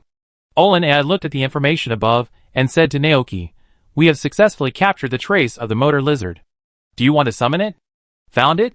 Naoki stood up suddenly, rushed to the front, and nodded without hesitation. Summon. Olin AI pressed the switch, and the next second, the huge time machine rumbled and started to run. The white light kept flashing, and the ears were filled with strange buzzing sounds. Time passed by minute, and Naoki stared at the time machine in front of him without blinking. After an unknown amount of time, the huge time machine suddenly made a roar, as if it was about to be damaged. Orin AI frowned and murmured, "No, it's impossible." "What's wrong? What happened?" Naoki asked hurriedly. Orin AI, it was detected that another force was summoning the motor lizard at the same time. Naoki was slightly startled. How could this happen? Is there anyone else who is summoning the motorcycle lizard besides him? Olin AI's voice was more serious than ever before. She said in an alarming tone, "If we continue, the motorcycle lizard will be in danger. Two completely different space-time energies will cause space-time chaos, thus tearing the motorcycle lizard apart." Fuda AI, who was standing by, seemed to have found something and quickly said, "That space-time energy is suspected to come from 9 years ago." 9 years ago? Naoki was stunned for a moment. Wasn't that the year when he first met Golden? According to the data, in the spring of 9 years ago, Dr. Olin and Dr. Fuda successfully summoned the first Gultun to the Institute. Dr. Fuda said. The next second, Naoki saw a video recording. On the screen, the two doctors stood in front of the time machine, and in a burst of light, a Gultun emerged from it. The two doctors wanted to use the pokeball to subdue it, but the Gultun slapped the pokeball away, and then it rushed out. That was. At this moment, Naoki suddenly opened his eyes wide, as if he had thought of some possibility, and an expression of disbelief suddenly appeared on his face. The next second, Orin AI's warning sounded again. Warning. The energy has reached its limit. The motorcycle lizard is in danger. If it continues, the motorcycle lizard will be torn into pieces by the chaotic space-time energy. Naoki struggled in his heart. He gritted his teeth, and finally chose to help the motorcycle lizard, saying without hesitation, "Cancel the summons." The rumbling time machine finally stopped running, and the traces of the motorcycle lizard also completely disappeared in the long river of time. Looking at the huge time machine in front of him, Naoki couldn't come back to his senses for a long time. At this moment, he understood everything. He personally gave Gultun to his past self, and sent him back to the beginning of time. 9 years ago, in the Padilla Pit, in the Zero Zone Research Institute.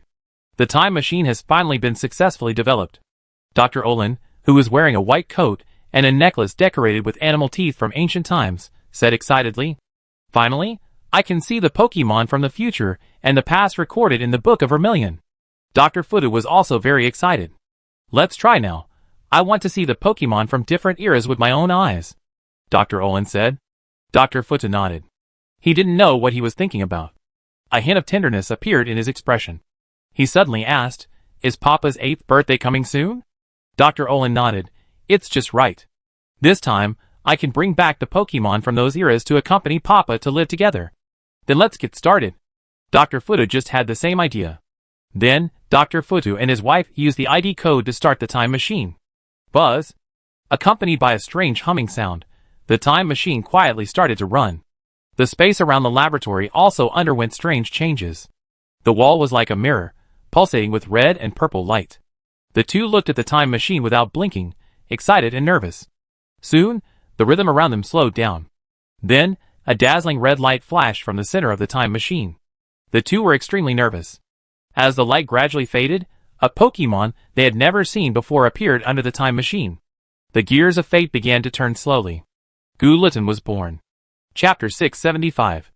Watching the surveillance video of Golden walking out of the time machine 9 years ago, Naoki couldn't come back to his senses for a long time. Olin AI and Fuda AI stood beside him, looking at the past scene with him. After a long time, they suddenly heard Naoki beside them ask, "What if we summon a motor lizard from an earlier timeline?" The time machine currently has no way to accurately locate a Pokemon in the past time and space. Otherwise, it wouldn't have taken a month to find the motor lizard. The reason why we can locate the time and location of the motor lizard is because something must have happened at that time. What happened?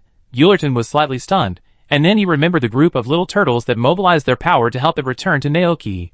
Could it be that their power resonated with the time machine, so they called and attracted each other? Olin AI paused, and then said, "And, in my memory, Dr. Olin once talked to you about the topic of time paradox. If the past is changed, your future will also change accordingly. Motor Lizard will not return to 9 years ago, and Gultun beside you will not exist." Naoki was slightly startled. Of course he knew this. He looked at Gultun beside him. Gultun happened to look at him. Ah gah. Fuchai continued. No matter from what angle, we don't recommend you to do that. Butterfree's wings flapping in the Kanto region will cause a storm in the Hoenn region. Even the smallest thing may trigger a series of butterfly effects, causing your current life to change dramatically. Naoki was silent. Hearing this, Golden opened his eyes wide and quickly stopped him. Ah gah. If that happened, the little master and the others might also be affected. It would rather let itself experience those things in the past than want the little master and the others to disappear. Although those encounters in ancient time and space were very dangerous, no matter what, it finally returned to Naoki's side. Golden.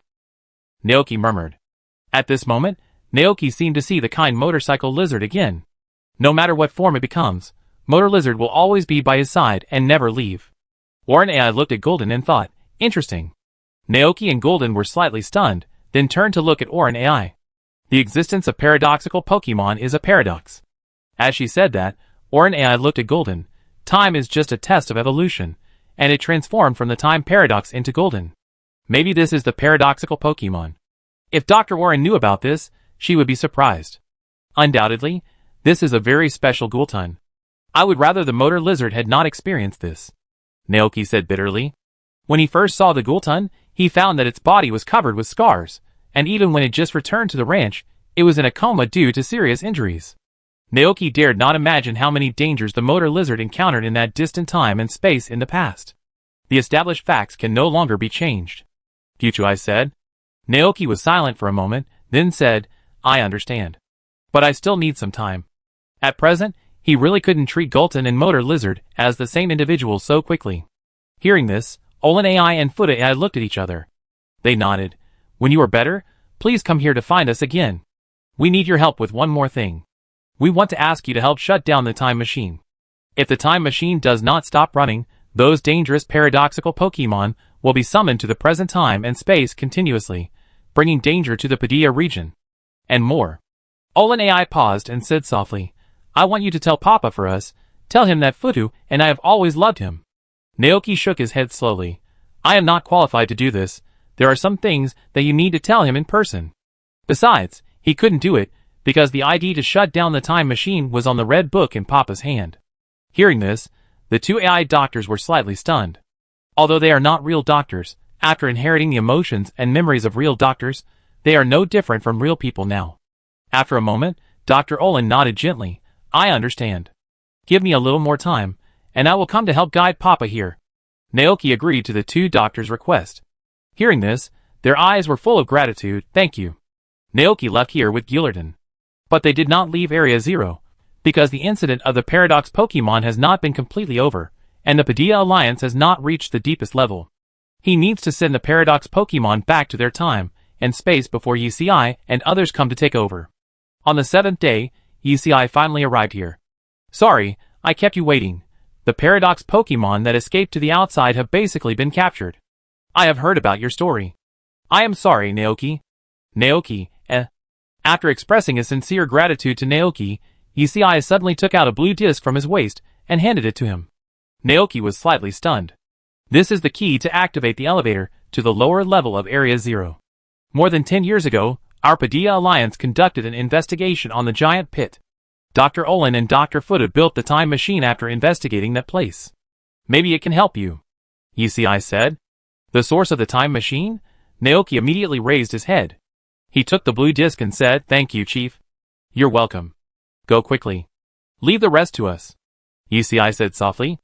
Naoki nodded, and he took Golden back to the Zero Zone Research Institute and inserted the disc into the elevator.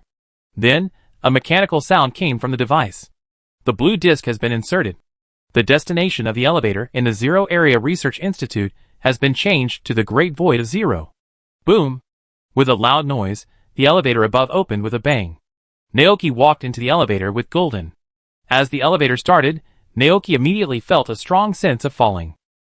The elevator kept falling. I don't know how long it took, but I can be sure that it was definitely a few minutes. Finally, with a strong crash, the elevator stopped. The air around them began to become thinner. It was obvious that they had come to a deeper place. Boom! The door that had not been opened for a long time suddenly opened. A huge hole full of crystals emitting brilliant Taijing light appeared in the eyes of Naoki and Golden. Naoki was stunned. This was a place he had never been to before. Golden on the side seemed very excited. It cried excitedly, "Ah gah! Gillerton?" Naoki understood immediately. "Have you been here?" "Ah gah!" Gillerton nodded repeatedly. It leaned down and motioned Naoki to get on. Naoki did not hesitate. He rode on quickly. After Naoki sat firmly, Gillerton's limbs exerted force violently, and then flew to the lower level. After passing through a large area of complex terrain, they soon came to a cave composed of huge crystals. There was an unusual smell in the cave. Naoki walked in carefully, and the next second, he saw an unknown creature that looked like a crystal on a huge crystal platform. Could that be the legendary Tailbagos? And Gulton was stunned when he saw that there was only this Tailbagos. How could there be only one left? At the beginning, it clearly saw that there were many small turtle Pokemon living in this place. Gulton was puzzled, and it ran forward quickly and searched around. Finally, under its violent behavior, several huge crystal columns collapsed, revealing a hidden cave behind them. In that inconspicuous cave, there were dozens of crystals exactly the same as the one outside lying in a mess, and the crystal outside looked like it felt that the cave was too crowded, so it ran outside to enjoy the wide platform alone. Seeing that these Pokemon were all there, Gillerton's face was relieved. "Agas." Then, it looked back at Naoki and shouted, "Agas." It was these Pokemon that helped it return to the ranch. Naoki understood what Gillerton meant, and he suddenly remembered what Dr. Olin had said before. She said, "The time machine currently has no way to accurately locate a Pokemon in the past. Otherwise, it would not have taken a month to find the motor lizard. The reason why we can locate the time and location of the motor lizard is because something must have happened at that time. At that time, was it because these Tailbagos were helping motor lizard? The Taijing energy of the past resonated with the time machine built on the Taijing energy of the future, attracting each other. So they located the time and place where motor lizard was?" Naoki slowly walked to the crystal. He stretched out his hand and gently touched the crystal. The next second, a dazzling light burst out from it. In Naoki's stunned eyes, the crystal slowly floated into the air, and then, for small feet, a purple head, and a small and exquisite tail stretched out from it. It yawned lazily, as if it hadn't woken up yet. Then, as if it had discovered something, the Tailbagos suddenly raised its head and looked at Naoki. The eyes of the man and the Pokemon met in midair. The next second, in Naoki's stunned expression, the Tailbagos' eyes lit up, and then trotted towards him excitedly. After running a distance, Tailbagos suddenly jumped up and threw its head into Naoki's arms, its tone full of joy. "Bago!"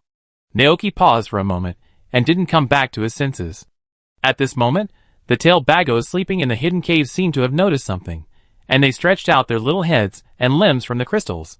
Accompanied by a flash of dazzling white light, dozens of Tailbagos ran out of the cave. When they saw Golden for the first time, their little faces looked very happy. "Bago!" a Tailbagos asked. "Bago Bago? Have you found Naoki?" Gillerton was about to answer Tailbagos that it had found Naoki. But the next second, it heard another Tailbagos say, "Bago Bago. After you left, we saw Naoki. He has always been with you." Gillerton was stunned and looked confused. "Ah gah." Tailbagos, "Bago, Naoki is so nice. He took us to play on the ground, picked fruits together, and told us your story." A Tailbagos next to him nodded and said, "Bago. Yes, he also protected us from the earthquake. But Naoki left later, and we never saw him again. I really want to play with him again."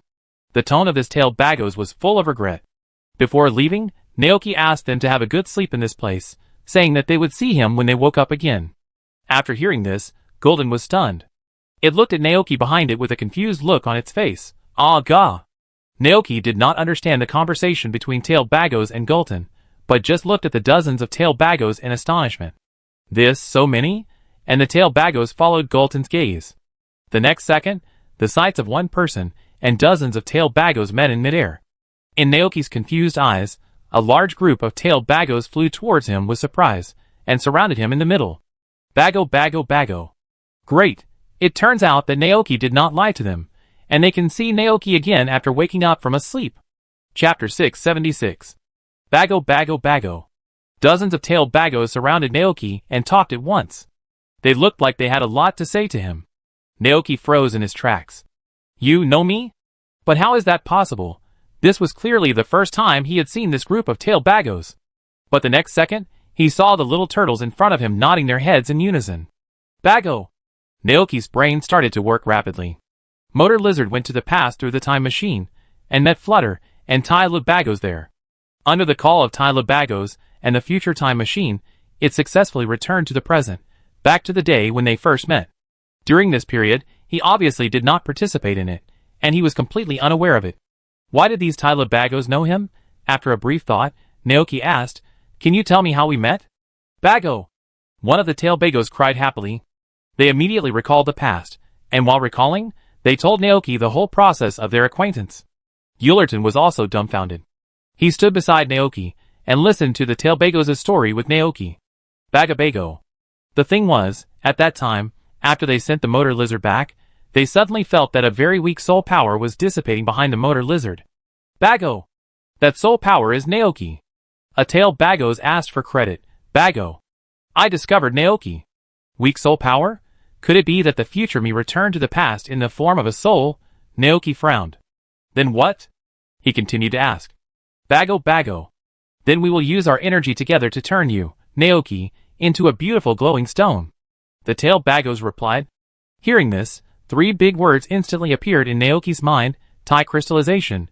Did the power of tail Bagos make his soul Thai crystallized? Could it be the ghost-type Thai crystal energy? Another tail Bagos showed a happy expression on his face. Bago. Then Naoki stayed and lived with us. Bago. Naoki, you took us to pick fruits on the ground, defeated bad Pokemon together, played games together, and told us the story of Motor Lizard. Bagogo. And Naoki, you also protected us from the earthquake. A Tylabagos looked terrified, and still has lingering fears. Bagoo. If it weren't for Naoki, everyone would probably be buried in the big pit. If that happened, we would never see Naoki again.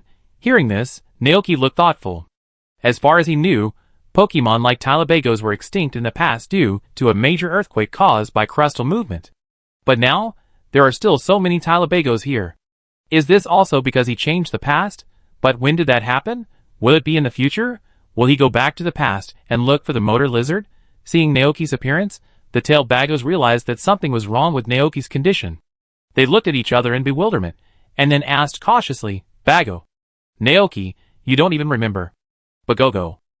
One tail Bagos was about to cry. It's over. They slept for too long. Naoki has forgotten them. Naoki, He tried to calm down, and then continued to ask, what happens after that? Tail Bagos, Bagoo. After that, Naoki, you leave. Before leaving, you let us have a good sleep here, and you said that we can see you again when we wake up. Naoki, did I tell you where I went? A group of tail Bagos looked at each other. Bagoo. Obviously, they didn't know either. Is that so? Naoki was thoughtful. Now it seems that the person who met the tail Bagos was him at a certain point in the future. At that time, he somehow went back to the past and found Motor Lizard, now Gulton. Thinking of this, Naoki made up his mind. He had learned everything from the tail Bagos. Since the past cannot be changed, at a certain point in the future, he will go back to the past and personally accompany Motor Lizard to spend those years. Thinking of this, Naoki's heavy mood due to the departure of Motor Lizard eased a little, because he knew that neither he nor Motor Lizard had ever left each other.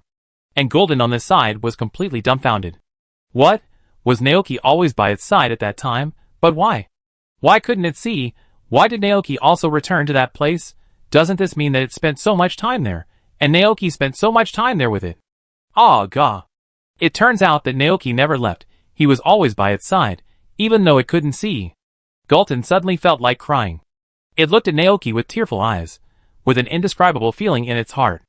Naoki looked at Gulton. Gulton couldn't hold it back any longer, and rushed over, knocking Naoki to the ground, looking like a big golden retriever with tearful eyes, looking extremely sad. The tail Bagos thought they were playing a game. So, the group of playful little turtles happily flew forward and pounced on Naoki. Bago! Naoki was almost crushed to death. After the tail Bagos made such a fuss, Golden gradually calmed down. Naoki stood there, looked at the group of tail Bagos in front of him, and asked, Golden and I are leaving this place. What are your plans next? Bago! A tail Bagos looked over angrily. Naoki didn't keep his word. They had clearly agreed that when they met again, he would continue to play with them. And now, Naoki actually wanted to go alone. This is too much. Absolutely not. The tail Bagos were very angry, and they all rushed to Naoki, as if they would not give up until they were taken away.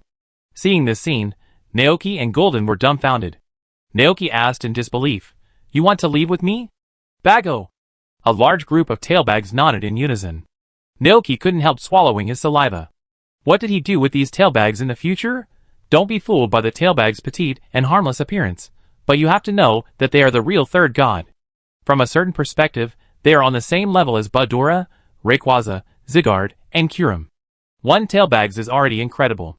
And now, there are dozens of tailbags. Naoki was shocked. Chapter 677. Before Naoki traveled through time, the DLC for Juzi had not yet been released. Although he had more or less heard some rumors about the third god, tailbagos, he had never seen them, let alone their strength, and even didn't know what they looked like. Now that he saw it with his own eyes, it was really hard to believe. The third god of the Hoenn region is Rayquaza, the god of the sky. The third god of the Sinnoh region is Giratina. The third god of the Unova region is Kyurem. The third god of the Kalos region is Zygarde. The third god of the Alola region is Necrozma. The third god of the Galar region is Buckrest. And there is no doubt that according to the current information, Tyler Bags is obviously the third god of the Padia region. Does such a small body really have the power of legendary Pokemon? And there are multiple numbers of them. If they really have the power of Buckrest and Rayquaza, I'm afraid they can rule the world with just these dozens of Tyler Bags. Looking at the large group of tailed Bagos in front of him, Naoki came back to his senses after a long time. I told you that when you wake up again, I will take you away with me. He couldn't help but ask. Bago! The tailed Bagos nodded their little heads, like a group of ducks quacking. Naoki, He took a deep breath and said, in that case, you just follow behind me and Gulden. Bago! Seeing that Naoki was going to take them out to play, the tailed Bagos cheered and seemed extremely happy. They immediately huddled together and followed behind Naoki and Gulden like a pendant. Naoki looked around, and there seemed to be nothing worth noting here. Now it seems that this group of Pokemon is obviously the source of Tie crystallization, and the time machine is also built on the basis of Tie crystal energy. Naoki closed his eyes, and a clear timeline immediately emerged in his mind. More than a decade ago, the Padia Alliance began to investigate the Padia Giant Pit and achieve certain results. Dr. Olin and Dr. Forte built a research institute and a time machine in Area Zero. 9 years ago, in the 198th year of the Alliance calendar, he traveled to this world and met the first Pokemon, Motor Lizard, from Mayor Thomas. In the same year, Dr. Olin and Dr. Forte officially began to call paradoxical Pokemon from the past and the future, and called Gulton, the original return of Motor Lizard. During this period, Gulton and Motor Lizard lived in the ranch. Until today, 9 years later, in the 206th year of the Alliance calendar, Dr. Olin and Dr. Forte died to protect Gulton. Because of his friendship with the two doctors, AI, who inherited the memories and emotions of the two doctors, asked him for help and asked him to come and shut down the time machine. Because of his negligence, the Motor Lizard fell into the time machine, and after tens of thousands of years, he finally found Tylebagos. The past Tylebagos resonated with the time machine built by Tie Crystal Energy in the future, and then the Motor Lizard, who became Gulton, was called back. However, the two doctors in the 198th year of the Alliance calendar and the Dr. AI in the 206th year of the Alliance calendar were calling Gulton at the same time. The future at two different time points simultaneously called out to Gulton at a certain time point in the past, causing Gulton to be almost torn apart by two different space-time energies. In the end, knowing everything, he finally chose to let go and personally sent the Motor Lizard that had turned into Gulton back to the 198th year of the Alliance calendar to his past self. So far, the closed loop has been completed. But now, he has discovered that the Tailbagos that should have been extinct are still alive in the world. If the Tailbagos are right, he will return to the past at a certain point in the future to accompany the Motor Lizard of the past time and space. He saved the Tailbagos from extinction, and then let them sleep in the Great Hollow until the 206th year of the Lee calendar, when he was discovered by him now. Naoki's face was full of bitterness. This is really a perfect closed loop. That's all. What has happened cannot be changed. The most important thing now is to completely solve the crisis brought by the Paradox Pokemon. In this way, he can protect his family and friends living in the Padia area. Naoki took Gulden back to the elevator. Just as he was about to get on the elevator, Gulden suddenly looked not far away. Ah gah! Naoki followed his gaze, and saw a notebook on a dusty table. That was. Naoki was stunned for a moment, then stepped forward to pick up the notebook, dusted it off, and found that it seemed to be the research data left by Dr. Olin about this underground cave. There is a huge cave in the lower layer of the Zero Zone, and the Tailbago's zero secret treasure is sleeping in the deepest part of the cave.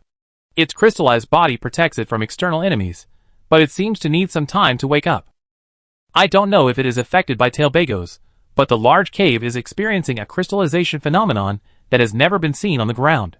I decided to temporarily call this crystal attribute of the crystal star crystal, which includes all properties. Star crystal? A term he had never heard of before. Naoki was a little confused. He continued to look down, trying to find relevant information, but unfortunately, Dr. Olin did not give too much narration. The following became an investigation of the Great Zero Hollow. We call the area below the Zero Zone the Great Zero Hollow. Judging from the strata, I speculate that this hole was formed about 2 million years ago. The remaining traces show that until the hole was formed, it was still filled with countless things. The depth of the collapse was about 1,000 meters. There were traces of repeated collapses. It is speculated that the cause was probably crustal activity and erosion caused by rain and groundwater. In the end, after the largest scale collapse until today, the terrain has remained stable. The Tailbagos tribe is suspected to have been exterminated in this collapse, and only one was transformed into a crystal form and fell into a deep sleep. 2 million years ago? Looking at this familiarity, Naoki's heart was extremely complicated. Doesn't that mean that Motor Lizard went to the world millions of years ago through the time machine? 2 million years, these 4 short words. There are countless times with the present. Naoki was silent for a long time. After a long time, he slowly exhaled and continued to look down. At this time, an essay from Dr. Olin attracted his attention. During the investigation of the secret treasure, time and space transfer occurred and came to another time and space. Judging from the temperature and humidity, it should be the east that I have read in the literature. Far away. The smell of sulfur is everywhere around. I met 2 children near the pond. They brought Gulton and Tailbagos. One of the children gave me a white book. It not only recorded the events of the Great Void, but also the awakening of Tailbagos. I really want to know who the author of this book, by Leah, is. These 2 short paragraphs revealed a huge amount of information. It seems that when Dr. Olin was investigating this place, he also traveled through time and space due to the energy of Taijing, and went to another place. Not only that, she also met 2 girls there with Gulton and Tailbagos respectively. Who are they? Is it also happening in the future? The Book of Vermilion. By Leah. Isn't she a teacher at Blueberry Academy? Naoki had a deep impression of this person. The other party had chatted with him before, and the content was probably about his views on the Book of Vermilion and his views on Hyja. And by Leah seems to be the descendant of Hyja. In this case, the Book of Vermilion in Dr. Olin's hand was obtained from the future. Naoki felt a little confused. Paradoxical Pokemon, Time Machine, not only involves the future and the past, but also involves time loops and time paradoxes. The main storyline of the Padilla region is too confusing. Naoki felt dizzy. He shook his head, put these notes on his body, and prepared to take them back to study the information carefully. He and Gulden, plus dozens of Tailbagos, filled the elevator to the brim. The elevator kept going up, and after about a few minutes, it stopped. The elevator door opened, and Naoki returned to Area 0 again. He looked at the Tailbagos around him. There was no rich food or places to play in the Area 0 Research Institute.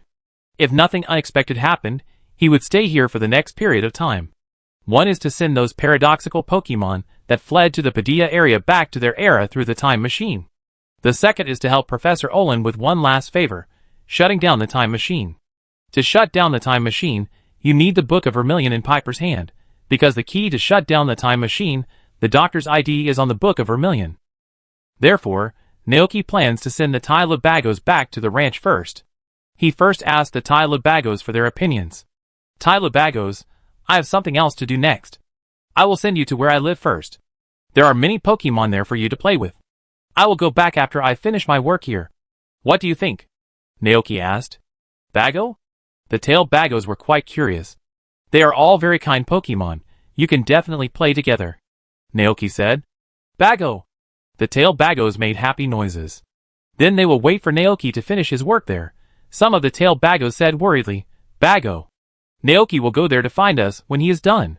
Naoki nodded. No problem, I will go back when I am done.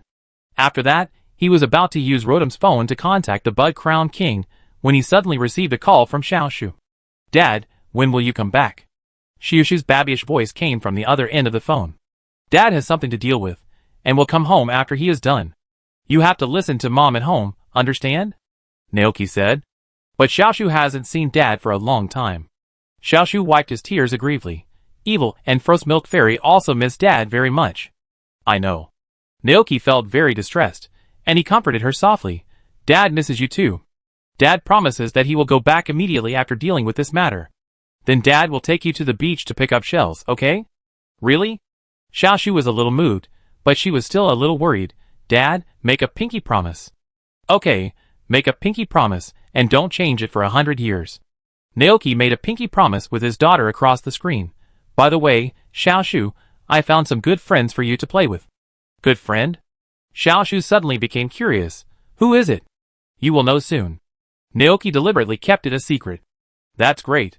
Xiaoshu on the other end of the phone suddenly stood up, looked around as if he was guilty, then hid in a corner with a Rotom phone, and whispered, Dad, I tell you secretly, Xiaoshu is going to have a younger brother. Mom was afraid that you would worry, so she didn't let me tell you. Brother? Naoki was slightly startled when he heard this. He immediately understood and said to Xiaoshu, Dad knows. Don't tell Mom that Xiaoshu told you. Xiaoshu was afraid that his father would complain. Okay, Dad won't tell. Naoki nodded. Then let's put it this way first. I go find the King of the Crown and bring my new friend back to the ranch. After hanging up the phone, Naoki sent a message to Chishu. Thank you for your hard work. Wait for me to get home. Then, he called the King of the Crown. Soon, the King of the Crown appeared in Area 0. At Naoki's request, he moved his mind slightly, and brought the dozens of Tailbagos back to the ranch.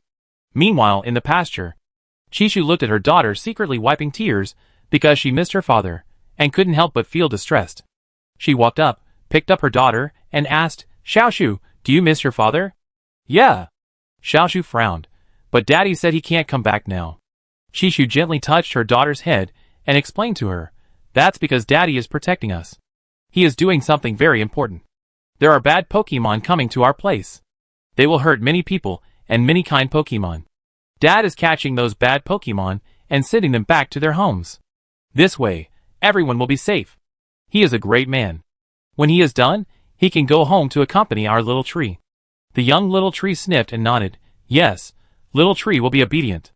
At this time, there was a lively sound outside. Chishu took the little tree out of the door, and saw that the Bud Crown King appeared in the ranch with a large group of little turtle Pokemon. Chishu was a little confused. Xiaoshu was very happy. Dad didn't lie to her, he really sent her many good friends back to play with her. She broke free from her mother's arms, excitedly ran to the Tailbagos, and introduced herself. Hello, I'm Xiaoshu. Let's be good friends together. The Tailbagos felt the friendly atmosphere from her, and were immediately very happy. Bago!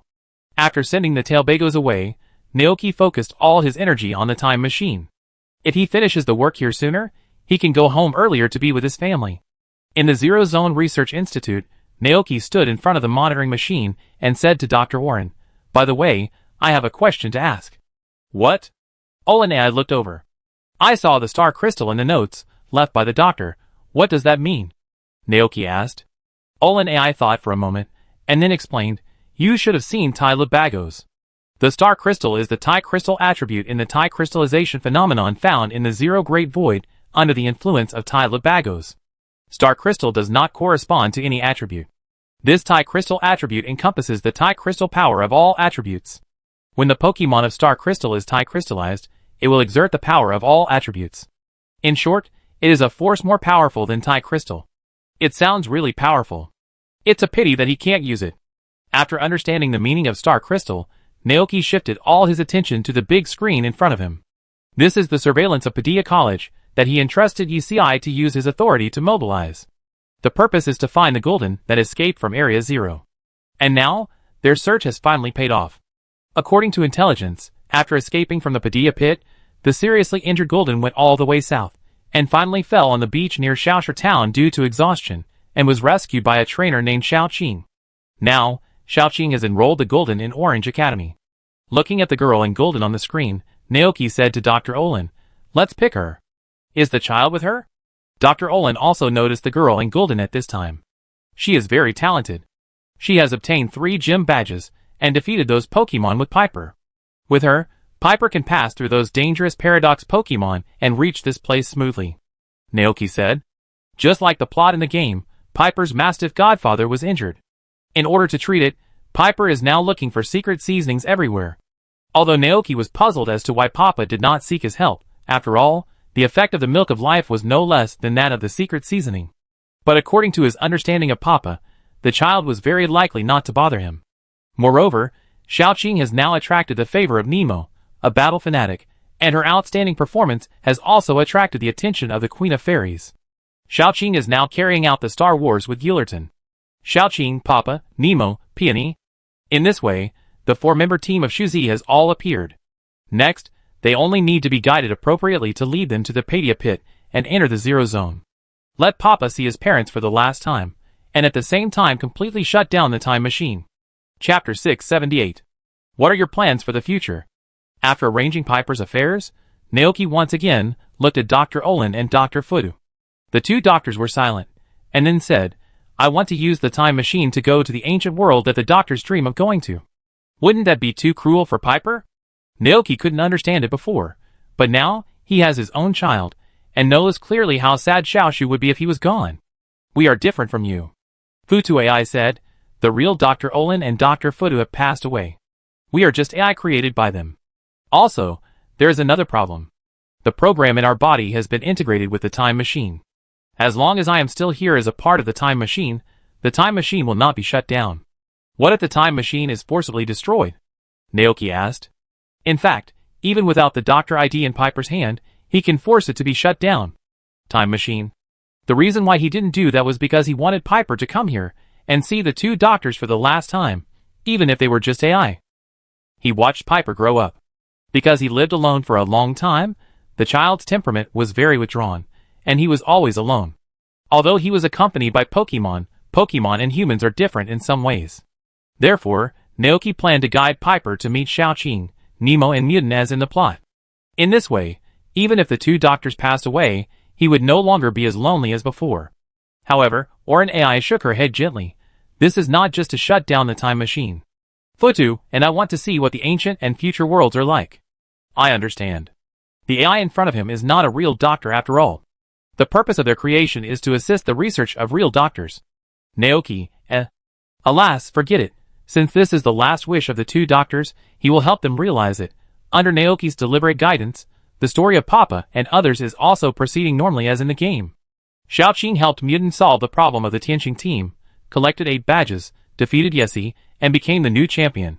Finally, in order to help Papa find his parents, who had been missing for a long time, and to find treasures in the Padilla giant pit, the 4-member team was officially assembled. They got Yes's permission, crossed the Padilla giant pit, and came to the Zero area smoothly. When Papa saw Naoki and Golden standing in front of the research institute, he was stunned. An expression of disbelief immediately appeared on his face. Mr. Naoki. Nemo's eyes lit up, and she was very excited. Mr. Naoki, why are you here too? Xiaoqing and Mutant looked at each other. They didn't know this Mr. Naoki. The Gulton following Xiaoqing immediately trembled after seeing the Gulton of Naoki and hid behind Xiaoqing. Long time no see, Nemo, Piper, and Mutant and Xiaoqing. Naoki greeted them softly. Xiaoqing and Mutant were slightly stunned. Do you know us? I am the mysterious person who will guide you to find the treasure and come to this place. Naoki's eyes were cast on the Gulton behind Xiaoqing, and his heart was a little complicated.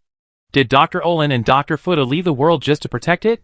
He took a deep breath, turned around and said, Let's go, the doctor is waiting for you. He led the way in front, and the 4 followed silently behind. At this moment, even the usually carefree Nemo noticed that the atmosphere in this place was a little strange. And Papa had a bad feeling in his heart. Why didn't his irresponsible parents come out to communicate with him, but Mr. Naoki instead? In a daze, the group passed through the corridor of the institute and finally arrived at the space where the time machine was. Dr. Olin and Dr. Fuda were standing under the time machine waiting for them. Hello, glad you're here. Dr. Olin smiled and greeted them softly. Naoki stepped aside. Piper secretly clenched her fists.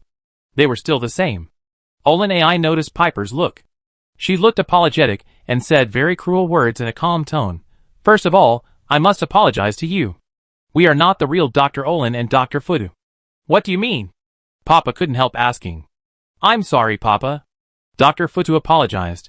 The doctor created 2 artificial intelligences based on their knowledge and memories, namely AI And we are robots driven by that AI.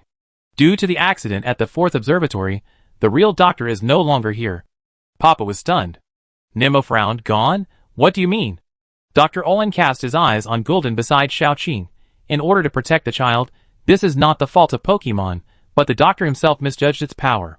If the doctor knew that the Gulden he stood up to protect was alive and well, he would be relieved, right? Xiaoqing, Nemo, Piper, Mutant, we asked you to come here because we hope you can help me complete the last step of my research in Area Zero. What we want you to do is shut down the time machine made by the doctor himself. Dr. Fuda looked at everyone. Nemo couldn't believe it.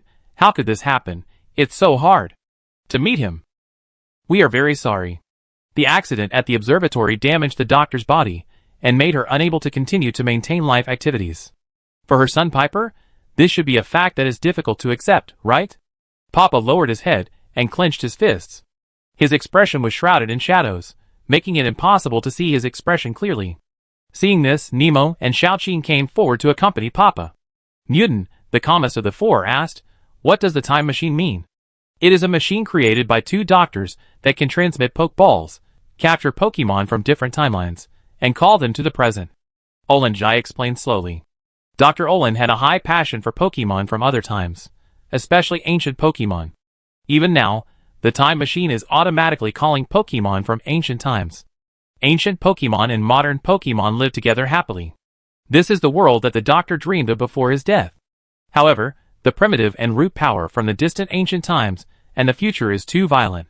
Their vitality will destroy the modern ecosystem. Not long ago, the paradoxical Pokemon in Area Zero rioted. Thanks to Naoki's prevention, no terrible disaster occurred. Although the doctor himself said that this is also an inevitable result. Now I am using the barriers throughout Area Zero to control the situation to prevent the ancient Pokemon from leaving here and going to Padia. But even so, there are Pokemon like Majestic Fawn that can break through barriers. Will they leave the small courtyard of Area Zero one day and expand their footprints to the Padia region? If that happens, the rich ecosystem of Padia will be destroyed. As a replica of the doctor, I don't think it is reasonable for such a tragedy to happen.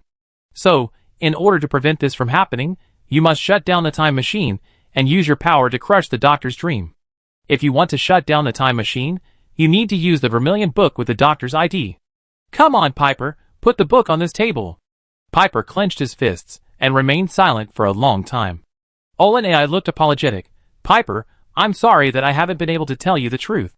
We have inherited all the doctor's feelings and fully understand her feelings. Your mother and father have always loved you. Piper couldn't hold back any longer. He wiped away his tears and said in a crying voice, "You are so mean. Why did you let me know now?" "I'm sorry." Olin AI was reluctant. "Piper, Gulden, although I don't want to leave you, it's time to end it all." The rumbling time machine suddenly began to work, and a strong white light emerged from it, covering the bodies of the two doctors. In the light, they slowly rose into the air. "Dad, Mom." Piper ran forward crying. "Don't cry, Piper, we won't disappear, we just go to another time and space." Olin AI explained, "Once the time machine stops, I'm afraid we will attack you. As AI, our will be hijacked by the program, and then we will be reduced to fighting robots, who only want to defeat those who get in the way. Besides, as long as I am still here as part of the time machine will not shut down, so we want to use the time machine to go to the ancient world and future world that we dream of going to. This is the best way." Pepper ran under the time machine. He stretched out his hand, trying to hold the two doctors, but it was too late. Olin AI and Fuda AI looked at the scene and whispered, "Goodbye, Piper. Goodbye, all free adventurers. Goodbye, Naoki. Have a safe journey." Buzz. As the words fell, the two doctors disappeared. The huge time machine was still running. Papa stood there, unable to come back to his senses for a long time. It was not until Xiaoqing, Nemo and others came forward worriedly that Papa woke up. He wiped the tears from his face, took the book of Vermilion from his bag, and placed it on the table. The next second, a gentle voice sounded. "ID authentication successful. Time machine about to shut down. 3, 2, 1. Time machine shut down successfully.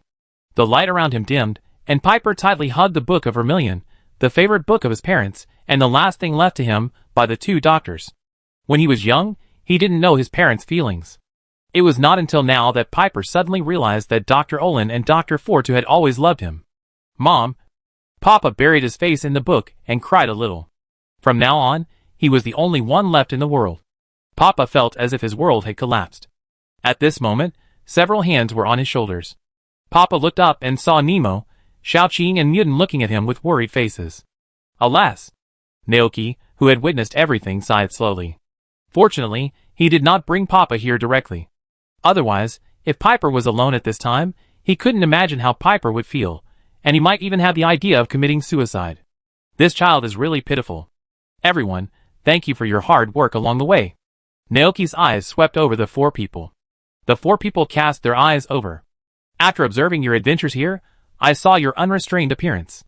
For the sake of their partners, Muden worked together and acted together. Nemo is determined to become stronger, and puts all her passion into the battle. Paper bravely fights against powerful enemies to protect her loved ones. Aoki keeps catching Pokemon and fighting to find treasures that belong only to her. This treasure hunt is over. I believe you have found your own treasures. Naoki sighed slowly. Don't be sad, go and create your own future. Golden, August. 3 days later, the 4-member team left Area 0. Before leaving, Piper took away all the items left by the 2 doctors. Those items were full of memories, and were very precious to Piper. After they left, Naoki rode Dragonite into the air. During this period of time, he has been here to send the paradoxical Pokemon captured by the Paideia Alliance back to their world through the time machine. Nowadays, there are not many paradoxical Pokemon in the Paideia Pit. Even if there were, it would not have much impact on the ecology of the Paideia region. In order to avoid future crises, Naoki decided to destroy everything here.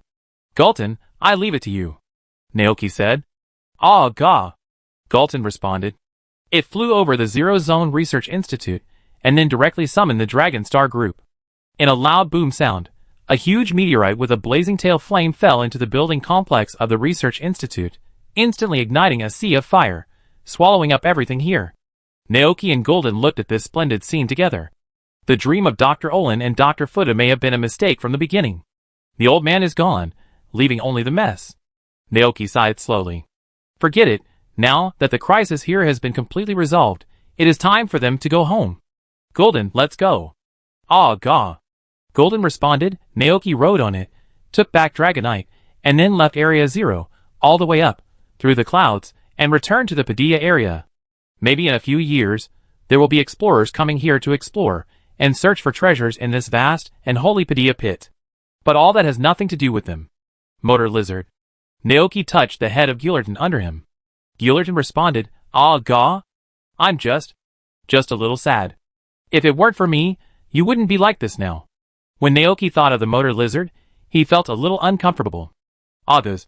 Motor Lizard never blamed Naoki. For it, no matter what it became, as long as it could accompany Naoki, it would be fine. What's the difference between the past self and the present self? It is always it, and has never left. Should I call you Motor Lizard or Galton in the future? Naoki asked. August. Galton swooped away into the distance. I know.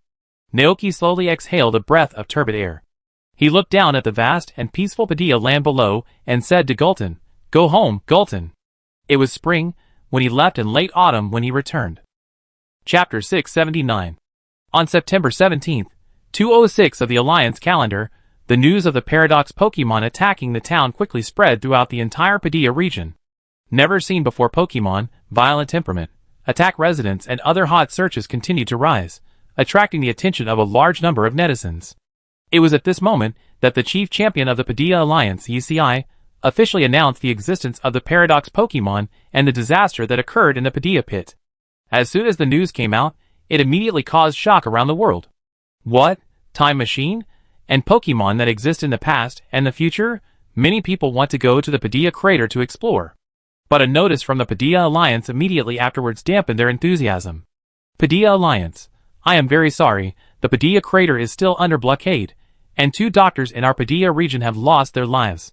In order to avoid a greater disaster, the Paideia Alliance has sent the Paradox Pokemon back to their era and permanently closed the time machine. Here, we must also thank Mr. Naoki. As soon as the disaster occurred, he went to the scene to stop it. He created a defense line with his own strength and prevented the paradoxical Pokemon from entering the Paideia region. As soon as this notice came out, the impact it brought was that the book of red and purple written by the explorer Hyja at that time turned from a street stall to a popular book in the whole region. What? It turns out that the information recorded on it is true. In this atmosphere, Naoki and Guillerton returned to the ranch from the Padilla region. After several months, they finally returned to the ranch again. It was spring when they left, and it was late autumn when they returned. The Pokemon in the ranch had not seen Naoki for a long time. When they saw Naoki slowly landing, they all showed unbelievable expressions on their faces. With a cry of surprise, almost all the Pokemon in the ranch were attracted and surrounded Naoki. Xiaoshu, who heard the sound, also ran over under the leadership of Yen Di. Following her were dozens of tailed Bagos. Dad! Xiaoshu excitedly threw himself into Shishu's arms. Dad is back. Shishu held Xiaoshu in his arms, thinking back to what he had seen during this period, and decided that he would be a qualified father in the future, and would never ignore the child like Dr. Olin and Dr. Fortu, and let Xiaoshu become the second Piper. As he spoke, Shishu's eyes swept over the Pokemon in front of him. He saw the Tailowbags, the Flutterhair, the Urukyurk, and all the Pokemon partners he had met over the years. I'm back, Naoki said to everyone.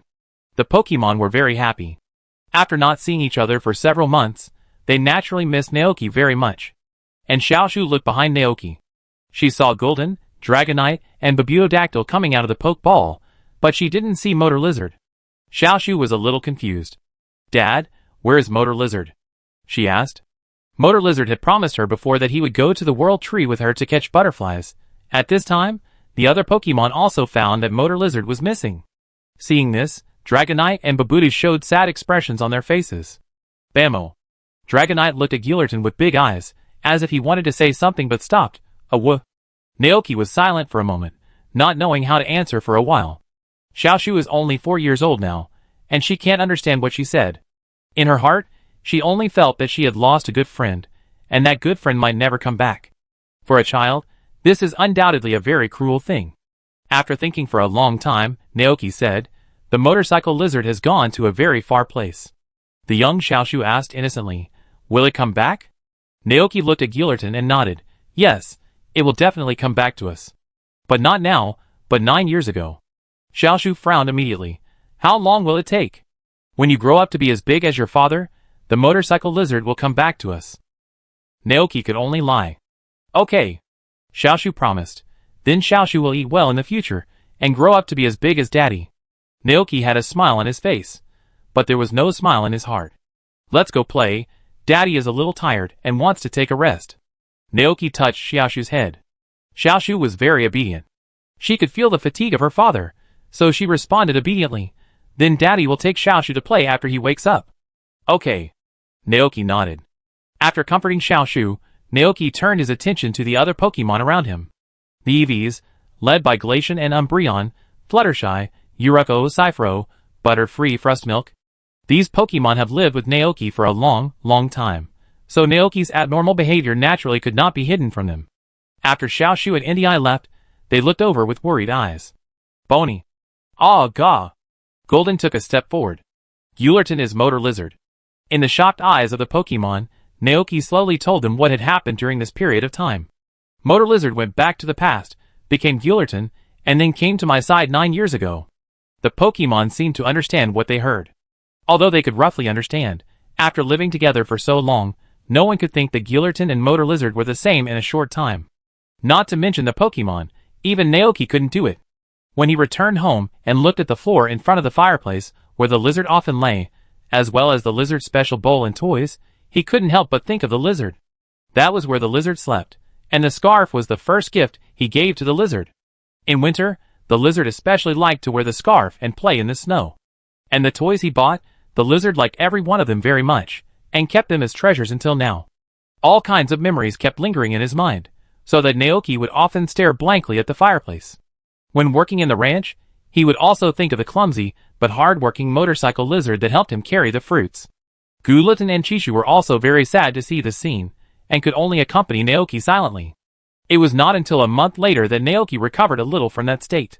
But he never forgot it, but buried it deep in his heart, silently waiting for one day in the future he would go back to the past, find the motorcycle lizard that fell into the past, and guard it by its side. In November of the 206th year of the League calendar, Chishu's belly gradually grew bigger. It happened that the league tournament in the Padilla region this year had ended, so she didn't have to go to the gym to work, so she stayed at home every day, taking care of Xiaoshu and the Pokemon in the ranch with Naoki. On a relatively warm afternoon, Bailia came to the ranch. She learned from the Padilla League what happened at the beginning, and that Naoki stopped the Paradox Pokemon riot. In addition, she wanted to know more about the Paradox Pokemon and the information of the Zero Zone, so she came all the way from Blueberry Academy.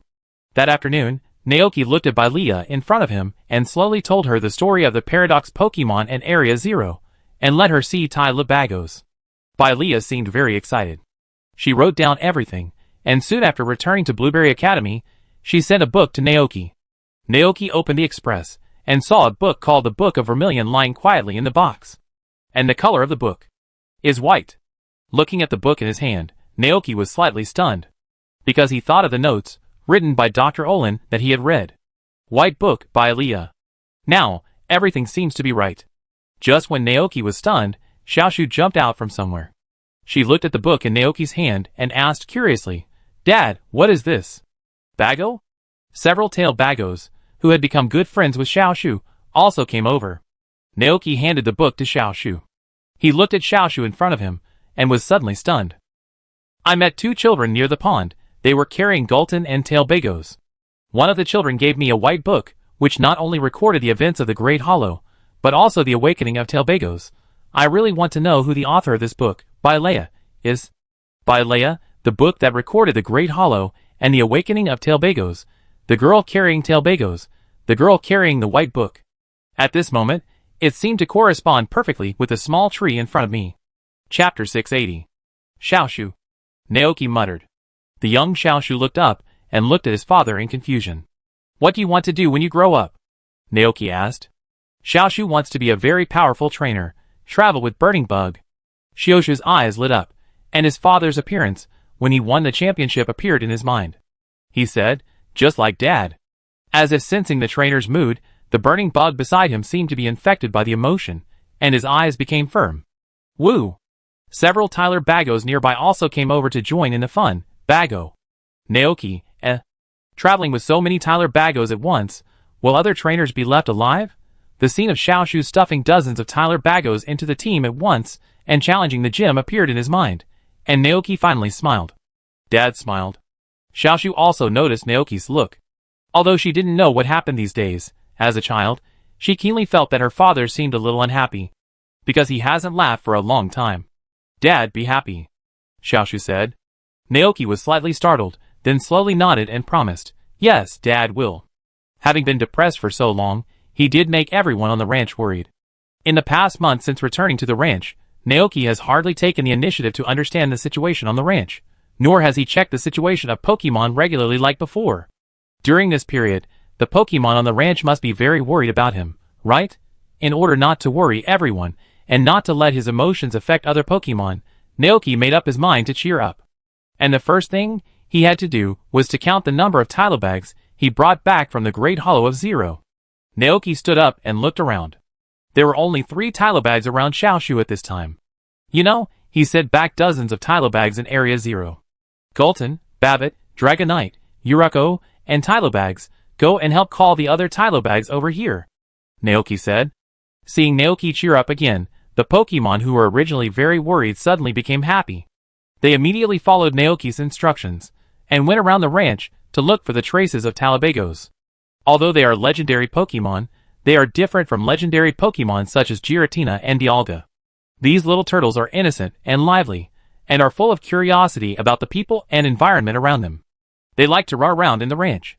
Yurako found 3 in the beehive of the 3 bees, and Gorilla took out 5 from the glass greenhouse, and Dragonite pulled 1 out of the chimney.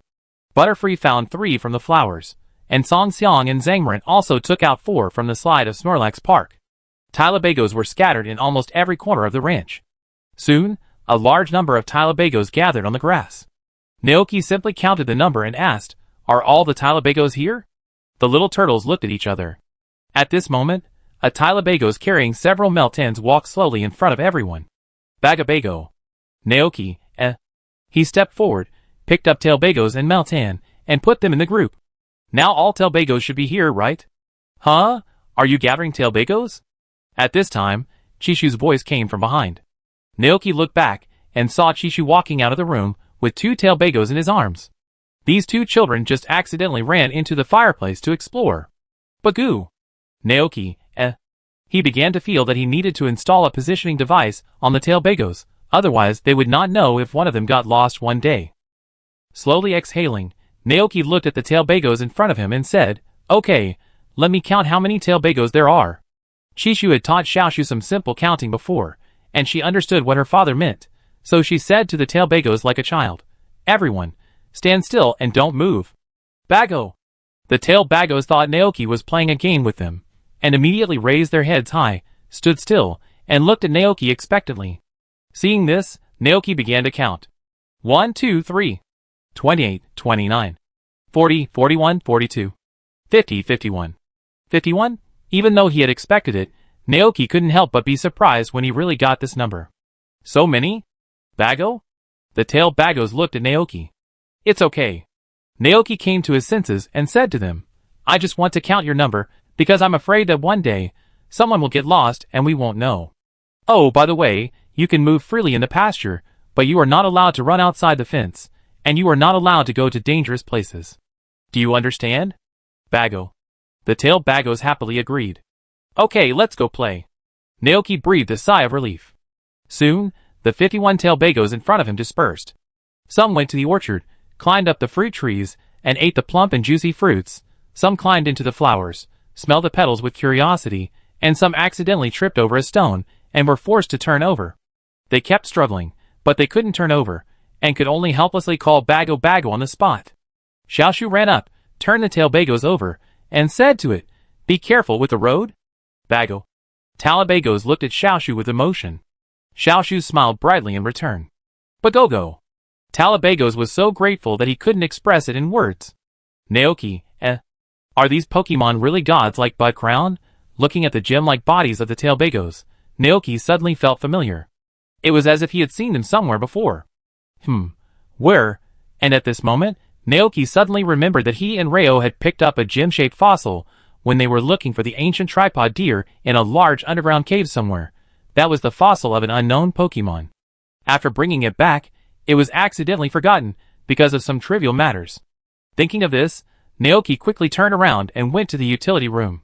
After a careful search, he finally found the gem-shaped fossil among a pile of debris. Looking at the stone in his hand that was somewhat similar to the body of tailbagos, at this moment, Naoki suddenly had a very bold guess in his heart. Could this thing be the fossil of tailbagos? Nowadays, fossil resurrection technology has been popularized all over the world. In these years, many ancient Pokemon have been resurrected from fossils. There are related research institutions even in the Padilla region. In order to find out the truth, Naoki immediately contacted the Fossil Research Institute in Juatai City. He went there in person and handed the gem-shaped fossil to the researchers. 3 days later, Naoki got a strange egg from the researchers. After returning to the ranch, he, Xiaoshu, and a group of Pokemon looked at the egg with curiosity. Naoki still remembers what the researcher said at that time. The other party said, "This fossil belongs to a Pokemon discovered from the future. It is very precious. In order to make this Pokemon more perfectly resurrected, we use the latest egg technology to perfectly restore the whole process of Pokemon from birth to hatching. Pokemon resurrected in this way can better adapt to the modern environment and grow better." And now, Bago? A tailbagos beside Xiaoshu climbed up the mountain in confusion and sniffed the scent of the egg with his nose. Bago! It smelled the scent of its companion from the egg. The tailbagos looked curious. Seeing it like this, Naoki's guess was finally confirmed. That fossil was indeed a tailbagos fossil. In the distant past, tailbagos were distributed all over Padilla. But one day later, due to the movement of the Earth's crust, a major earthquake occurred in the Padilla region. Those tailbagos living underground became extinct because of this terrible disaster, and finally turned into fossils under the influence of time. The fate of the tailbagos in the giant pit was changed because of his participation, and they have been sleeping until now. The ranch will welcome a new life. Naoki picked up the egg. "Dad, what Pokemon is this egg?" It's also a tailbagos," Naoki responded. "Wow! This is the first time Xiaoshu has seen a Pokemon egg." Naoki said to her, "When you were born, the burning worm was also an egg. Later, when you were born, the burning worm also hatched. Xiaoshu and burning worm grew up together, and have a very strong relationship. When she heard this, she immediately hugged Burning Worm. I don't know if it's because she drank too much life goat milk. Xiaoshu is very smart, and her little brain is working very fast. I saw her eyes wandering around Chishu's belly and the egg, and then she suddenly said, when my brother is born, can the Pokemon in this egg also hatch? Just like me and Burning Worm, my brother can also grow up with tail bagos. So smart. Naoki was thinking this. There are currently no Pokemon in the ranch that are the same age as the new baby in Chishu's belly. And this egg came at the perfect time. Instead of looking for other Pokemon eggs that have not yet hatched, it is better to leave this egg directly to their unborn child. Will my brother become a great trainer like me? Xiaoshu asked with expectation. I don't know about that. Naoki shook his head. Maybe it's my sister? Xiaoshu didn't care. She was full of confidence. I will have a Pokemon battle with him. Defeat him and become the most powerful trainer. Do you really want to be a trainer? Naoki asked.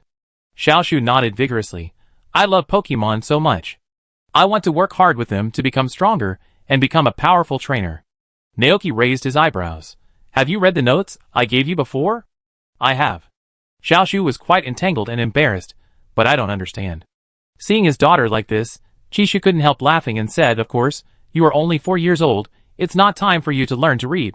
When you grow up a little bit, your father and I can teach you to read, and then you can understand the notebook by yourself.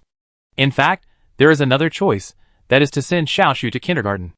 There is one in Ziqing town, where there are many peers and professional teachers to teach children all kinds of life knowledge and simple characters. But it's too early now. Xiaoshu has to wait until she is at least 6 years old to go to school. Okay, let's go out and play with Burning Bug and the others now, Naoki said. Xiaoshu nodded. She was very excited to think that she would be able to travel with many Pokemon in the future and meet different Pokemon. She came to the outside of the ranch with Burning Bug and several Tylabagos. Burning Bug, when I grow up, we will go out and travel together. Xiaoshu was full of fighting spirit. Woo! Burning Bug was also looking forward to that day. Yendi, Shuei-jun, and Lei Gon looked at Xiaoshu with satisfaction. Before they knew it, the child had grown up. They still remembered the cute appearance of Xiaoshu learning to speak and taking her first steps behind them. Just thinking of that memory, the 3 holy beasts felt extremely warm in their hearts, as if their hearts were filled with something.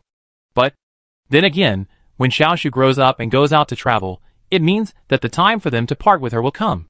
By then, when Lord Hoa's mission is completed, they will also have to complete their own missions. Thinking of this, the 3 holy beasts felt reluctant. After hearing the conversation between Xiaoyu and the Burning Bug, the 3 Tailbagos on the side suddenly showed curiosity and asked, Bagabago? Xiaoshu inherited her father's Chopan power. By touching the bodies of Tailbagos, she quickly understood what Tailbagos meant. They were asking, what is travel? Xiaoshu, traveling means going out with your Pokemon friends, traveling around the world, and meeting different Pokemon. Bagoo! The eyes of the Tailbagos lit up immediately. It sounds so fun.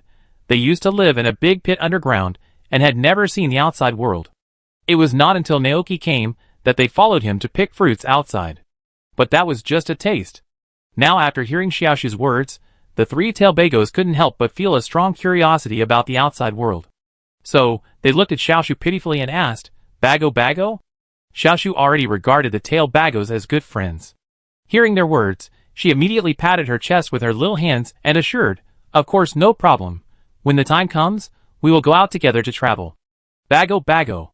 The 3 Tailbagos cheered immediately. At the same time, in the living room, Naoki also began to seriously think about Xiaoshu's future. The child seemed to be very interested in becoming a great trainer.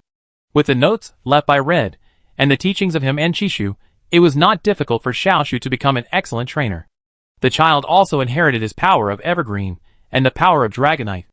So next, we can slowly teach Xiaoshu to practice using these 2 powers. Naoki thought. When Xiaoshu grows up a little bit, officially starts to cultivate the Burning Bug, and can take care of the Burning Bug by himself, he may let Xiaoshu go to Dragonite Island and use the power of Dragonite to find his own mini Dragonite or Haxorus to see if he can get the recognition of the mini Dragonites. Then, he, Gultron, Bubblehead, Dragonite, and other Pokemon can guide Shu and Dratini. Try to evolve Incinerator into Volcano, and Dratini into Dragonite before Shu turns 10. With Volcano, and the almighty Dragonite protecting Shu, when Shu goes out to travel, they, as parents, don't have to worry about their child's safety outside. Chapter 681. The teaching stage in the Pokemon world is very special, and it is very different from the world where Naoki lived in his previous life. There are no elementary schools, junior high schools, or high schools here, only kindergartens, colleges, and universities. Kindergartens are from 6 to 9 years old, and they will teach children some simple Pokemon knowledge and some common sense, as well as how to recognize words. When the child reaches the age of 10, he or she will face two choices. One is to take your own initial Pokemon and embark on a journey, and travel around the world with your own feet. The second is to enter the Pokemon Academy to study and learn Pokemon-related knowledge. The Padilla region is the Padilla Academy, and there are many similar places in other regions. The university is a place for researchers, Pokemon scholars, doctors, and some scientists. Xiaoshu is currently 4 years old and has not yet reached school age. But Naoki, Chishu, and Rotom have begun to slowly teach her to recognize some simple words. But more important than this is to teach Xiaoshu how to better use the power of the dragon and the power of the evergreen. The snow season in Padilla finally arrived. After the heavy snow, the whole ranch was covered in thick snow. Today's weather is pretty good, very sunny, and the afternoon sun shines on the ground quite warmly.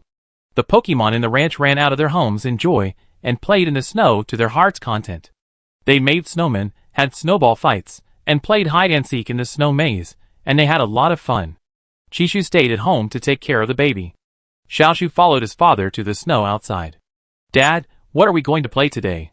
Xiaoshu looked forward to the next activity. "Are we going to build a big snowman together? Or have an exciting snowball fight?" Naoki saw what Xiaoshu was thinking. He smiled and shook his head, saying, "Neither." "Huh? What are we going to play?" Xiaoshu was very confused. "Today, I'm going to teach you how to better use the two powers hidden in your body." Naoki squatted down, he waved to Golden, Golden ran to the side, and then said, "Come, put your hand on Golden's head." The little tree did as he was told. "Now, close your eyes, use your heart to talk to Golden, and feel what it thinks." Naoki gently guided the little tree. The little tree closed her eyes, and she asked in her heart, "Golden, can you hear the little tree's voice?" "Ah, gaw." Soon, the little tree heard Golden's cry. And threw her hand on Golden's head. The little tree also clearly felt Golden's thoughts at the moment. It was thinking, "I heard it. Wow. Amazing." Xiaoshu opened his eyes suddenly, and then saw that his right hand was releasing a faint green light. Seeing this scene, Naoki was a little surprised. Learned it in one go? Xiaoshu mastered the power of Chompan so quickly. Genius. These two words emerged in Naoki's mind. Could it be because of the breeding tree house? That magical tree is not only effective for Pokemon, but also for humans? "Dad, what is this light?" Xiaoshu asked curiously. Naoki came back to his senses and introduced, "This is the power of Evergreen, the power given to us by nature. When you have this power, when you put your hand on the top of the Pokemon's head, you can communicate with them and sense what they are thinking without speaking. Moreover, this power can also allow you to help heal the injuries of Pokemon. When Pokemon are injured, you can treat them." The power of Evergreen. Xiaoshu had never heard of this power. She murmured, and then asked excitedly, "When the burning bug is injured, can we stop using the life goat milk?" She has been training the burning bug according to the method in the notebook for some time. Although there are some parts that she still doesn't understand, with her mother and Rotom around, everyone will explain it to her. Naoki nodded. "That's right." "Wow." Xiaoshu was very happy. In this way, we don't have to worry about the burning bug getting injured in the future. Naoki touched her head, "But this power is limited. Excessive use will make our bodies weak. Unless the life milk around us is used up, it is better to use the life milk to heal Pokemon. Do you understand?" Xiaoshu thought about it carefully, and then nodded. Xiaoshu got it. She looked up at her father in front of her. Dad looked at her tenderly against the light, and gently stroked her head with his hand. Even many years later, Xiaoshu never forgot the scene. Naoki smiled and said, "Then, I will teach you another power. It's called the power of dragon control." Naoki stretched out his hand, covered Xiaoshu's hand, and personally guided the power of dragon control in her body into Gillerton's body. "The power of dragon control?" Xiaoshu asked ignorantly. "This is a magical power that can help dragon Pokemon grow faster and have telepathy with dragon Pokemon." Naoki explained, "If you have it, you can help the dragon Pokemon around you and make them grow stronger and taller." Hearing this, Xiaoshu thought carefully about the attributes of the burning bug. Dad seemed to have said that the burning bug is a Pokemon with the attributes of bug and fire? But Xiaoshu doesn't have a Pokemon with the attributes of dragon. Xiaoshu was quite embarrassed. If so, wouldn't this power be useless? Well, actually, we have many Dragonite friends at home, Naoki said. Dragonite? Is it the Dragonite that comes to the ranch to deliver goods every day? Xiaoshu immediately thought of him. She immediately shook her head and said, Dragonite is Daddy's Pokemon. Not them. Naoki immediately understood what Xiaoshu meant. To be precise, there is an island on the World Tree where many Dragonites live. You probably haven't been there yet. It's on the lower level of the Expedition Guild. Hearing this, Xiaoshu's attention was instantly attracted. Wow, Naoki continued, when you grow up a little bit, we can go to Dragonite Island together. At that time, if you prove your strength to the Dragonites and get their recognition, maybe a mini dragon baby will be willing to become your Pokemon and travel with you. Baby mini dragons. Xiaoshu was very curious. What do they look like? The mini dragons and Haxorus in the ranch had already evolved into Dragonite and joined the delivery team, so Xiaoshu had never seen a mini dragon. Hearing this, Shishu raised his eyebrows slightly and asked, Do you want to see them? Xiaoshu nodded vigorously and responded loudly, Yes. Shishu thought about it carefully and found that there was nothing to do in the ranch now. It was winter here, and the temperature was still relatively cold. The weather on Dragonite Island is like spring all year round, and it is very warm. It is better to take Xiaoshu there to get familiar with the Dragonites in advance. This way, when she grows up, she may be able to go on a trip with a mini dragon or a Haxorus. In that case, Daddy will take you to Dragonite Island to see those mini Dragonites. Xiaoshu is very excited.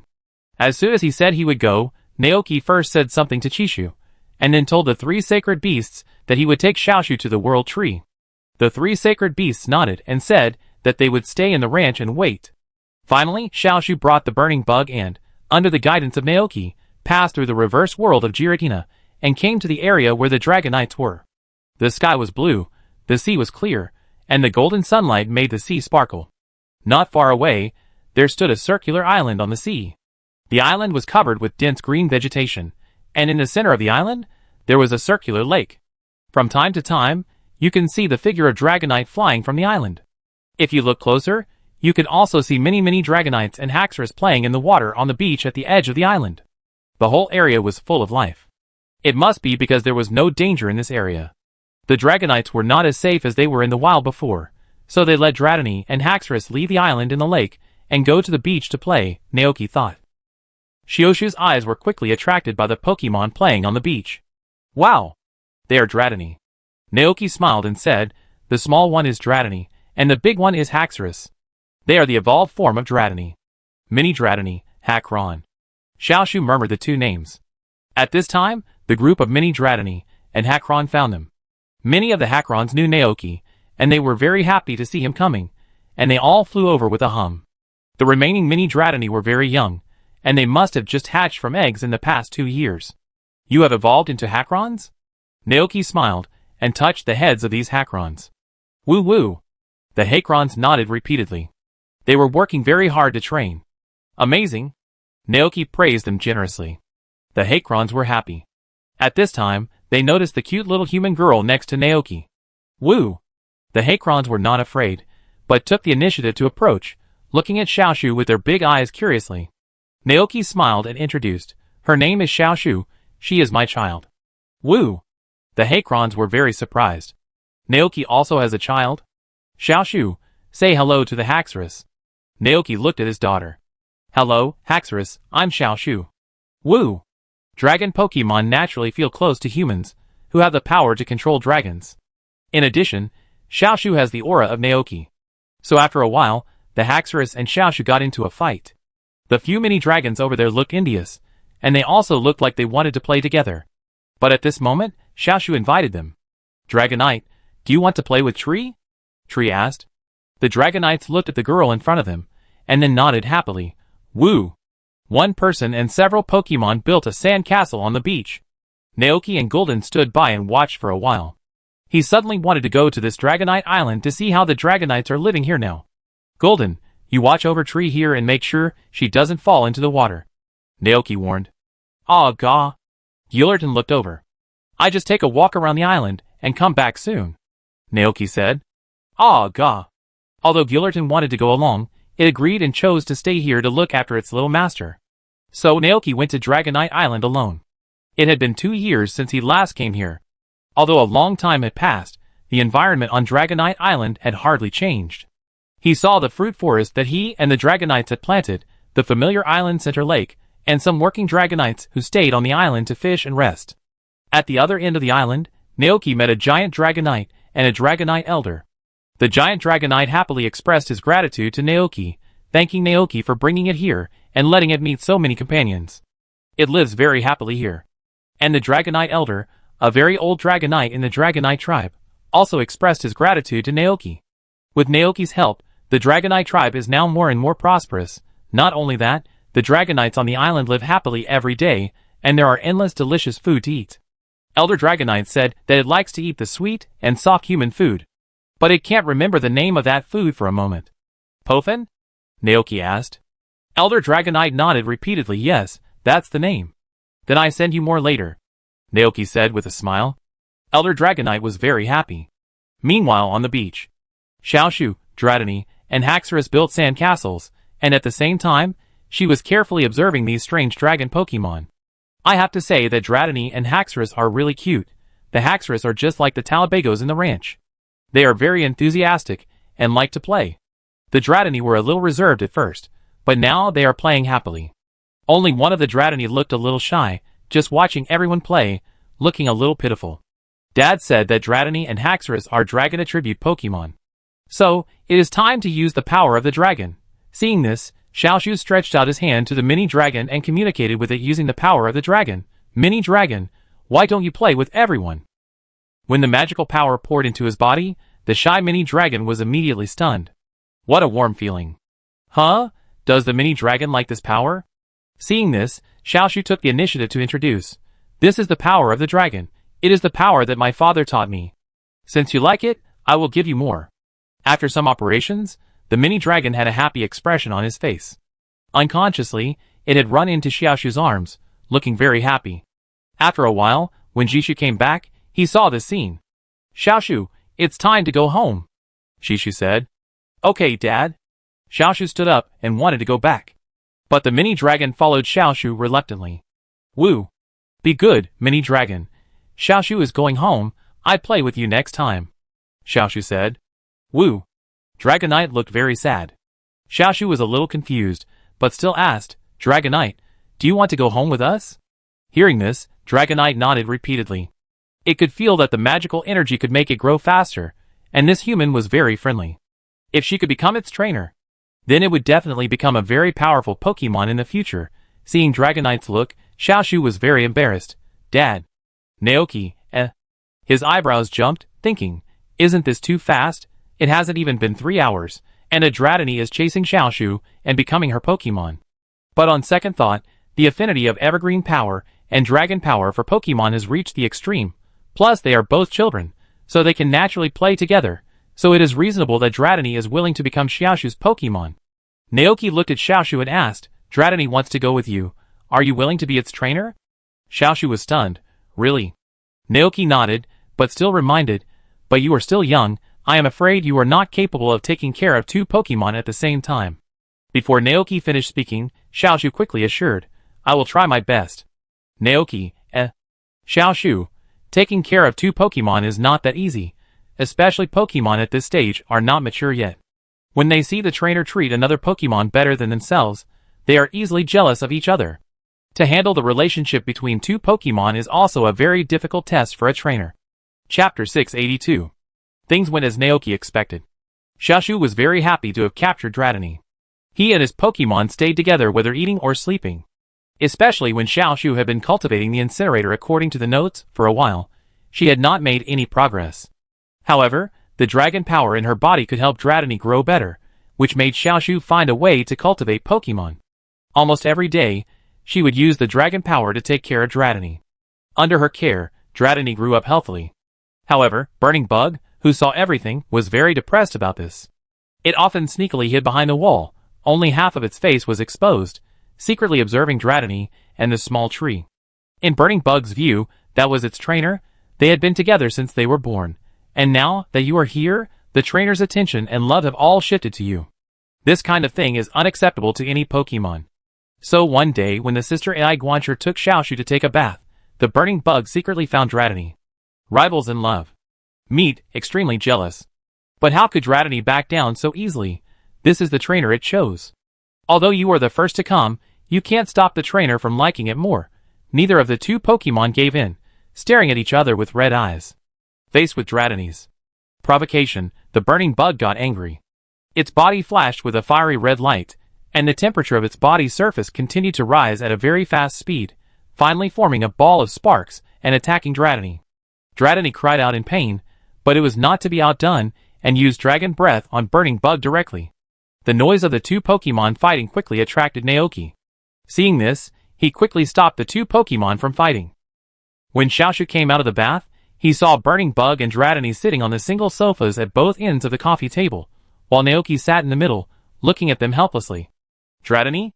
Burning Bug? Xiaoshu looked at the scene in confusion. The two angry Pokemon looked at their trainers. Xiaoshu was confused, and could only look at his father for help. Naoki, well, it seems that I have to start teaching you the next stage of knowledge. Xiaoshu, Burning Bug and Dratini were stunned for a moment, and then they all looked at Naoki. Naoki looked at Xiaoshu.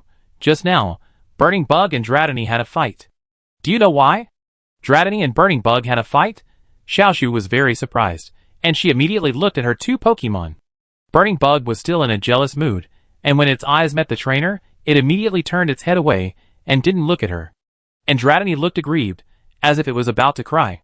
It didn't do anything, but Burning Bug suddenly attacked it. Burning Bug, what's wrong with you? Xiaoshu ran to Burning Bug.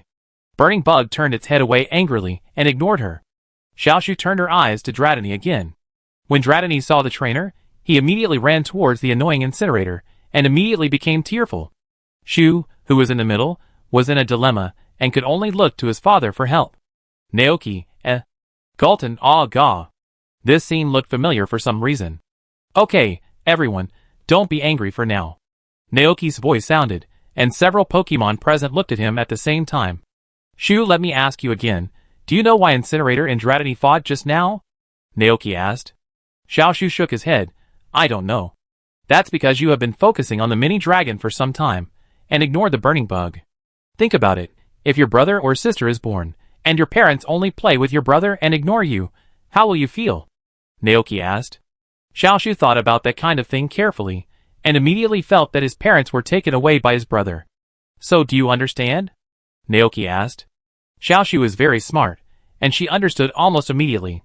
She looked at her two Pokemon partners, and suddenly realized. Because she had been using the power of the dragon to take care of the mini dragon during this period of time, so in the eyes of the Burning Bug, it was the mini dragon that took her away. What should we do at this time? Naoki asked guidingly. We should apologize to the Burning Bug. Xiaoshu felt a little guilty. Hearing this, the Burning Bug couldn't help but look at its trainer. So what are you going to do? Naoki continued. Xiaoshu ran to the side of the Burning Bug, looked at it sincerely, and said, I'm sorry, Burning Bug. I have ignored you during this period of time, and I will never do this again. After all, Burning Bug is a Pokemon that grew up with its trainer. It is easy to coax. When it heard this, it immediately forgave its trainer in its heart. But this made the mini dragon on the opposite side a little unhappy. Seeing this, Naoki continued, as a qualified trainer, you must be able to handle the relationship between partner Pokemon in a timely manner, share your love with every Pokemon, and treat them fairly. Only trainers who do this can go further. Xiaoshu figured it out. She walked up to Dratini again and sincerely apologized to it and Burning Bug. I'm sorry. Whether it's Burning Bug or Dratini, I like you both very much. Hearing this, Dratini and Burning Bug were slightly startled. Xiaoshu continued, I want to travel around the world with you. Let's go on adventures together, because we are all partners. Dratini and Burning Bug were stunned. They could sense what the trainer was thinking and knew that she didn't mean to ignore them. Woo! Dragonite was very touched and nodded repeatedly. Burning Bug's eyes flickered. Although it didn't say anything, from its expression, it was obvious that it had forgiven its trainer. Then, everyone, come together. Shu stretched out his little hand. Burning Bug hesitated for a moment, and then put his hand on it. Dragonite? Shu looked at Dragonite. Woo! Dragonite let out a happy cry, and then put the tip of his tail on it. When we grow up, let's go traveling together. Together, we will become the most powerful trainers and Pokemon in the world. Woo! The two Pokemon made a vow. Naoki and Kishu looked at this scene with great emotion. The couple looked at each other. In this way, they didn't have to worry about the two Pokemon around Xiaoshu having conflicts. Under Naoki's guidance, Xiaoshu deeply realized his mistakes.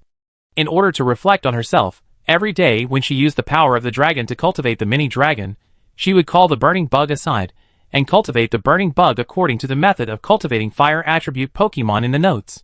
Moreover, Xiaoshu would imitate the battles between trainers on TV to let Dratini and Incendies compete with each other. In order not to disappoint the trainer, and to prove that he is the most powerful Pokemon around the trainer. The two Pokemon looked at each other with fighting spirit. In one match after another, both sides had wins and losses, Incendies' efforts and Dratini's resilience.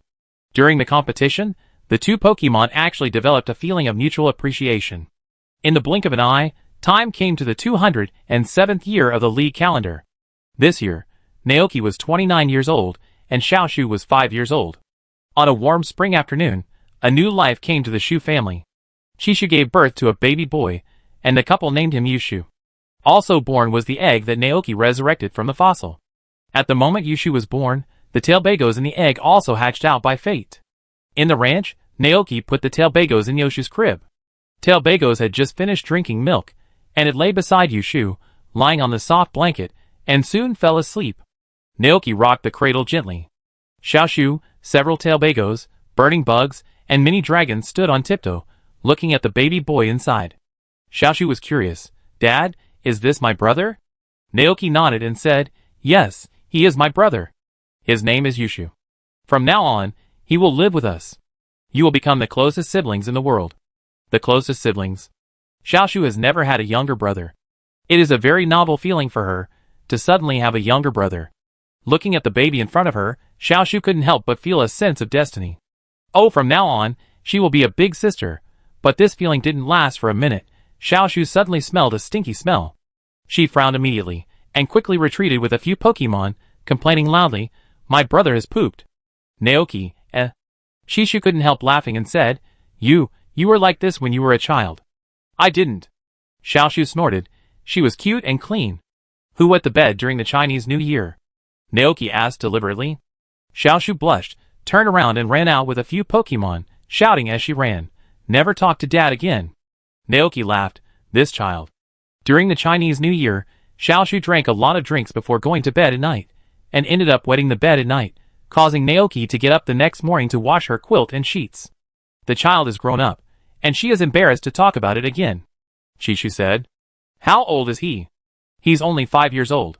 Naoki added, "Even if Xiaoshu is 50 years old, he's still our child." After that, Naoki got up to change his son's diaper. Yushu, who was still a baby, burst into tears.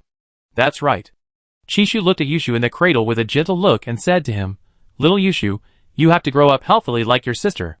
Carrying a few tailbagos, burning bugs and mini dragons, Xiaoshu ran out of the house, and ran to the grass outside. At this moment, a familiar figure suddenly walked outside the ranch. The person had his hands behind his back, was tall, had dark skin, and had long black and purple hair. Seeing the person, Xiaoshu's eyes lit up. "Auntie Yessie. Why are you here?" "Of course I came to see you." Yessie smiled and walked forward, handing Xiaoshu the commemorative poke ball she brought with her. "This is a souvenir produced by the Padilla Alliance, the champion's poke ball. It is said that whoever owns it can become the champion." Wow! Xiaoshu's dream is to become a champion and the best trainer in the world. When she heard this, her eyes lit up instantly, and she took the poke ball from Yessie. "Thank you, Aunt Yessie." Yessie smiled slightly, and cast her eyes on the Pokemon around Xiaoshu and asked, "Are these Pokemon your new companions?" She remembered that Xiaoshu only had a burning bug before. "Yes, Dratini is the companion that my father helped me to conquer." Xiaoshu happily introduced the Pokemon around him to Aunt Yessie. "There are also the Tyrables. They will also travel with me in the future." Hearing this, Yessie's eyes flickered. "Is that so?" Sure enough, as she expected, Naoki would help his daughter arrange the Pokemon around her. Both the Incinerator and the Dratini are extremely rare, and have a very high upper limit. The Vulcan Moth and Dragonite they evolved into are extremely powerful. And, let's not talk about these two Pokemon, just the Tyrables are enough. They are legendary Pokemon that have survived from the ancient times millions of years ago. Don't be fooled by their cute appearance. But their true strength is so great that even all the paradoxical Pokemon in the Paideia pit combined are no match for them. Vulcan Moth, Dragonite, 3 Tyragon bags, plus the 3 Entei, Raikou, and Suicune who have always been guarding the little tree. This lineup is unimaginable even for her, the top champion of Paideia. Oh ha ha! Yi couldn't suppress her smile. When she thought that Xiaoshu might become the new chief champion of Paideia in the future, she couldn't control her smile. Ahem. Yi coughed twice before calming down. She looked around and asked, "Where are your parents?" "They are in the room taking care of your brother." Xiaoshu wanted to say that her brother's poop was very smelly, but when she thought that her father might tell Aunt Yi about her bedwetting, she immediately shut up. "Then I go visit your brother." Yessie smiled softly. Xiaoshu waved her hand, and she stayed to play with the Pokemon. "The chief is here."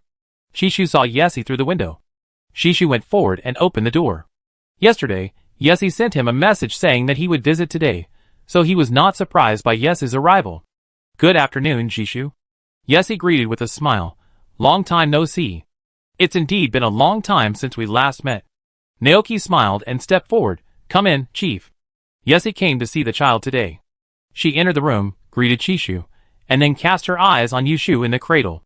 "Have you given him a name?" Yessie asked softly. "Yes, his name is Yushu."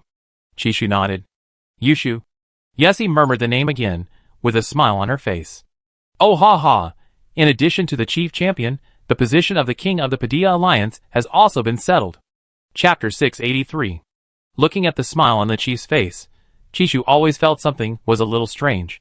But she didn't know what was strange, so she changed the subject. "Chief, was this year's league conference held smoothly?" At this time, Naoki also came in, and the few of them sat by the window and chatted. Yi nodded gently. Of course, it was smooth. There are many strong trainers this time, not only Xiao Qin, but also Xiaoji, the champion of the last 8 masters. That kid finally defeated everyone, and became the champion of the Paideia region. I wanted to invite him to join the Paideia Alliance, but he refused. At this point, Yi felt extremely regretful. Naoki, He suddenly remembered that Xiaoji came to the Paideia region to challenge him, right? By the way, when I was in the Paideia pit, did Xiaoji come to the ranch? Naoki looked at Chishu. He did, but after hearing that you were not at the ranch, he went back. Chishu slapped her head, because she had been worried about Naoki during that time, and she forgot to tell Naoki about this. Is that so? Naoki nodded. I see, I contact Xiaoji later. Oh, do you know that trainer? Yessie immediately became interested. Well, he is a very hard-working trainer. He traveled from Pallet Town and almost all over the world. Now he has finally realized his dream. Naoki nodded. I see. Yessie nodded gently. She looked out the window, and the scene when she first met Naoki emerged in her mind. At that time, a giant Dragonite crossed the sea and came to the Paideia region. Thanks to Naoki, it was stopped from landing. In a blink of an eye, 10 years have passed. She is now in her 30s, and heading for her 40s. Time flies. You see, I couldn't help but sigh with emotion. I still remember when I first met you, I felt that this trainer was very unusual. Naoki smiled. In fact, he also admired UCI. In the years as the chief champion, he has been conscientious and responsible in handling all matters big and small in the Paideia region. Although the staff of the Paideia Alliance seem to be working very hard, compared with other regions, the Paideia region can be said to be the best and safest place in the world. Okay. UCI stood up slowly and said goodbye to the two as usual. Let's stop here. There are still some things I need to deal with at the Paideia Alliance. I will come to visit Xiaoshu and Yushu after a while. The couple nodded and stood up to see UCI out. On the grass, Xiaoshu was holding a poke ball and commanding the burning bug to fight against the Flame Emperor. Although she was still young, her movements were very good. Burnworm used spark. Burnworm's body burned with high temperature, and it spit out a ball of sparks at the Entei on the opposite side. Although Entei could dodge, in order to make Xiaoshu happy, it cooperated with Burnworm to fight. The ball of sparks fell on Entei. The fire of Pokemon at this stage was very weak in both power and temperature, and could not cause any damage to it. But even so, Entei still pretended to cooperate and fell down. Seeing this, Xiaoshu thought that her Pokemon had been cultivated to maturity and really hurt Entei. She hurriedly ran to Entei and pushed its big claws in a panic. Seeing Xiaoshu so flustered, Entei stopped pretending, slowly raised his head, and his eyes revealed unprecedented tenderness. That look was like a father playing with his children. Xiaoshu breathed a sigh of relief. And Legong and Suokun on the side looked at Inti with strange faces. Inti, realizing his own loss of composure, quickly stood up and resumed his dignified and upright demeanor. Thunder God, Water God, Oh haha. Looking at that scene, Yicai chuckled. Xiaoshu is very talented. Talking about his daughter, Naoki, as an old father, was also proud. Well, her dream is to become the most powerful trainer in the world. I am looking forward to that day. Yicai said, Okay, you guys go back and take care of Yushu first. I'm leaving first. Be careful on the road. Chishu said goodbye to Yessie. Yessie nodded, then turned around and disappeared at the end of the road. The couple watched Yessie leave, then turned around and returned home. Chishu went to take care of Yushu, while Naoki took out the Rotom phone and called Xiaoji. Accompanied by a series of beeping sounds, the call was soon connected, and Xiaoji's much more mature face appeared on the screen. Huh? Mr. Naoki, are you done with your work? Xiaoji asked. Naoki nodded, and at this moment, he suddenly noticed the scene behind Xiaoji. It seemed to be a backyard built specifically for Pokemon, and many Pokemon were playing with each other there. Bulbasaur, Charizard, Geranium, Crab, Pidgeot, Dragonite, Gengar, Infernape. Obviously, those were all Pokemon that Xiaoji had met during his travels. Xiaoji, what are you doing recently? Naoki asked. Hearing this, Xiaoji immediately became interested. He turned around and showed the scene behind to Mr. Naoki. After returning from the Padilla region, I stayed in Pallet Town with everyone. With the support of my mother, we turned the backyard into a paradise suitable for Pokemon life, and then brought all the Pokemon I had previously left with Professor Oak here. Will you go out to travel in the future? Naoki raised his eyebrows and asked. But then again, if you count the time, Xiaoji is almost 20 years old now. Xiaoji thought about it carefully, and then said, Let's talk about the future later. I have been away from home for too long, now I want to have a good rest, and accompany everyone by the way. While talking, Geranium ran towards Xiaoji from behind, and rubbed Xiaoji's cheek with her big head affectionately. Okay, Geranium. Xiaoji touched Geranium's head. I will never leave you alone at home in the future.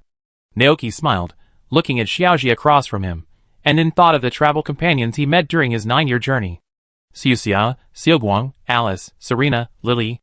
Naoki teased. Xiaoji is now an adult. According to the customs of Pallet Town, he should be getting married soon, right? Have you found a girlfriend? No way. Xiaoji was a little uncomfortable. It's too early to talk about those things now. Naoki couldn't help laughing. Xiaoji quickly found an excuse and hung up the phone.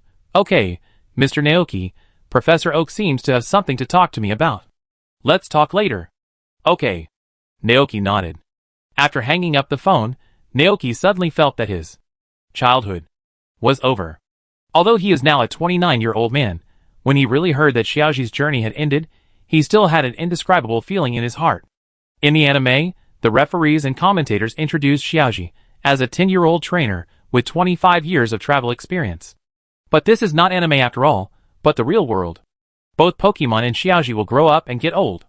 The plot he is familiar with is ended. From this moment on, everyone's fate will develop in an unknown direction. New life is born in this world, and some people will begin to die. In May of the 207th year of the League calendar, a big event happened in the town. Mrs. Dantes, who lived at number 308, La High Street, had reached the end of her life and passed away on a warm afternoon. Naoki, who was very familiar with the two elderly people, attended Mrs. Dantes' funeral. Xiaoshu followed behind her father. She looked at the people around her who were dressed in black and crying non-stop, shrouded in sadness, and felt that the atmosphere in the air was extremely heavy. The young and ignorant Xiaoshu could not understand the meaning of death.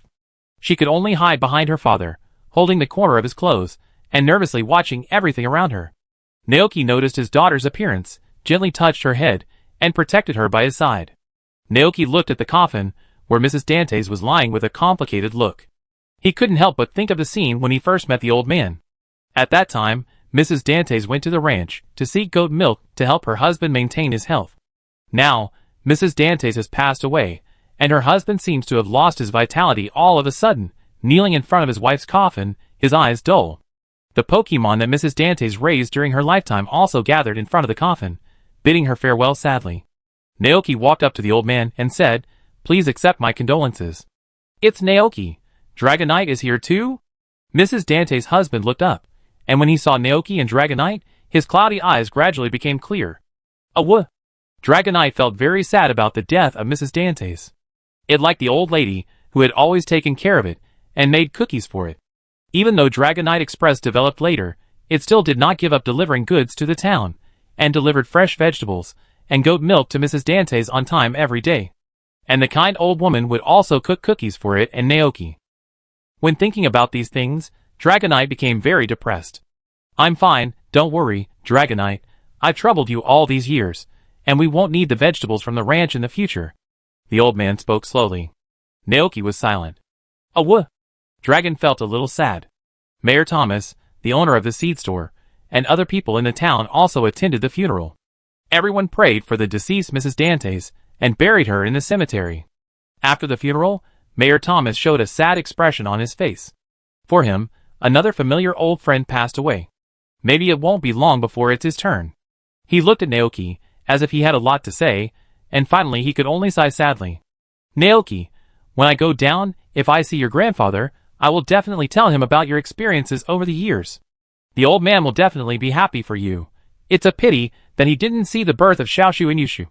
Naoki could only say, "Mayor Thomas, you are still very healthy now."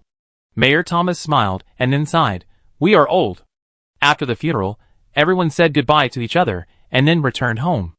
On the way back, Xiaoshu pulled the corner of Naoki's clothes and asked, "Dad, what happened to that grandma? What does death mean?" "That grandma has reached the end of her life and passed away." Naoki held Xiaoshu in his arms and walked towards home with Dragonite and Golden. "Will she come back?" Xiaoshu asked innocently.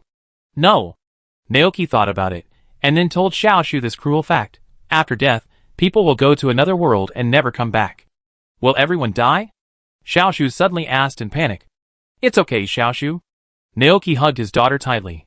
"Everyone will die, but don't be afraid. Daddy and Mommy will accompany you for a long, long time before that, until you grow up, become a powerful trainer, and then have your own children.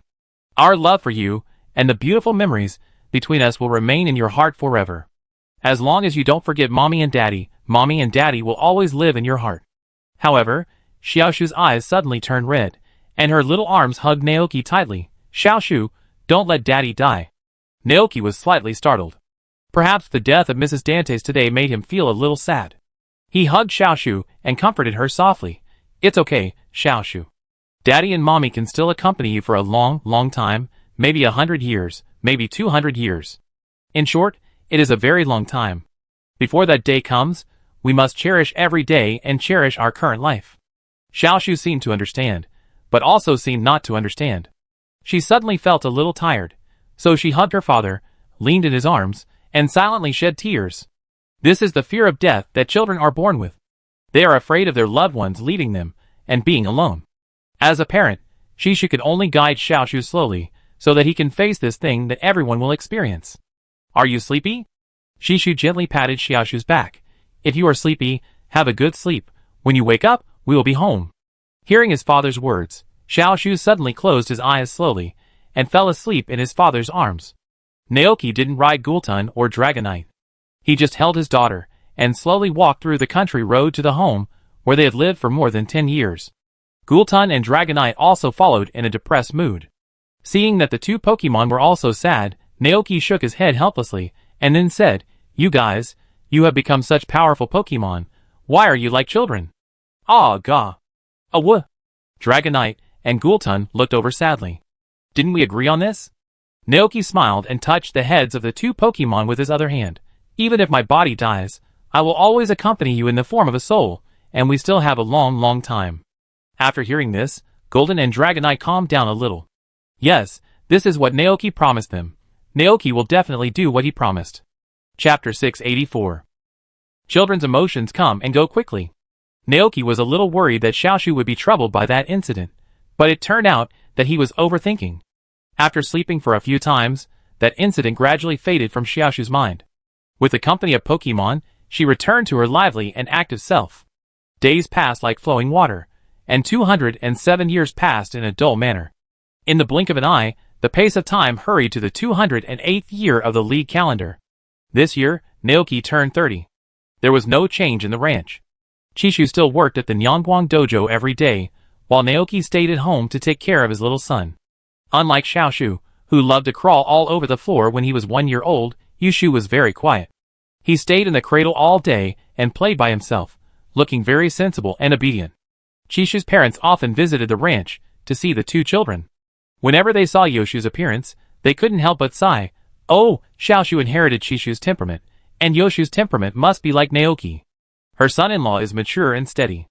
Naoki was slightly stunned. Let him do what he wants? He couldn't remember what he was like when he was a child. "Mom." Chishu defended himself.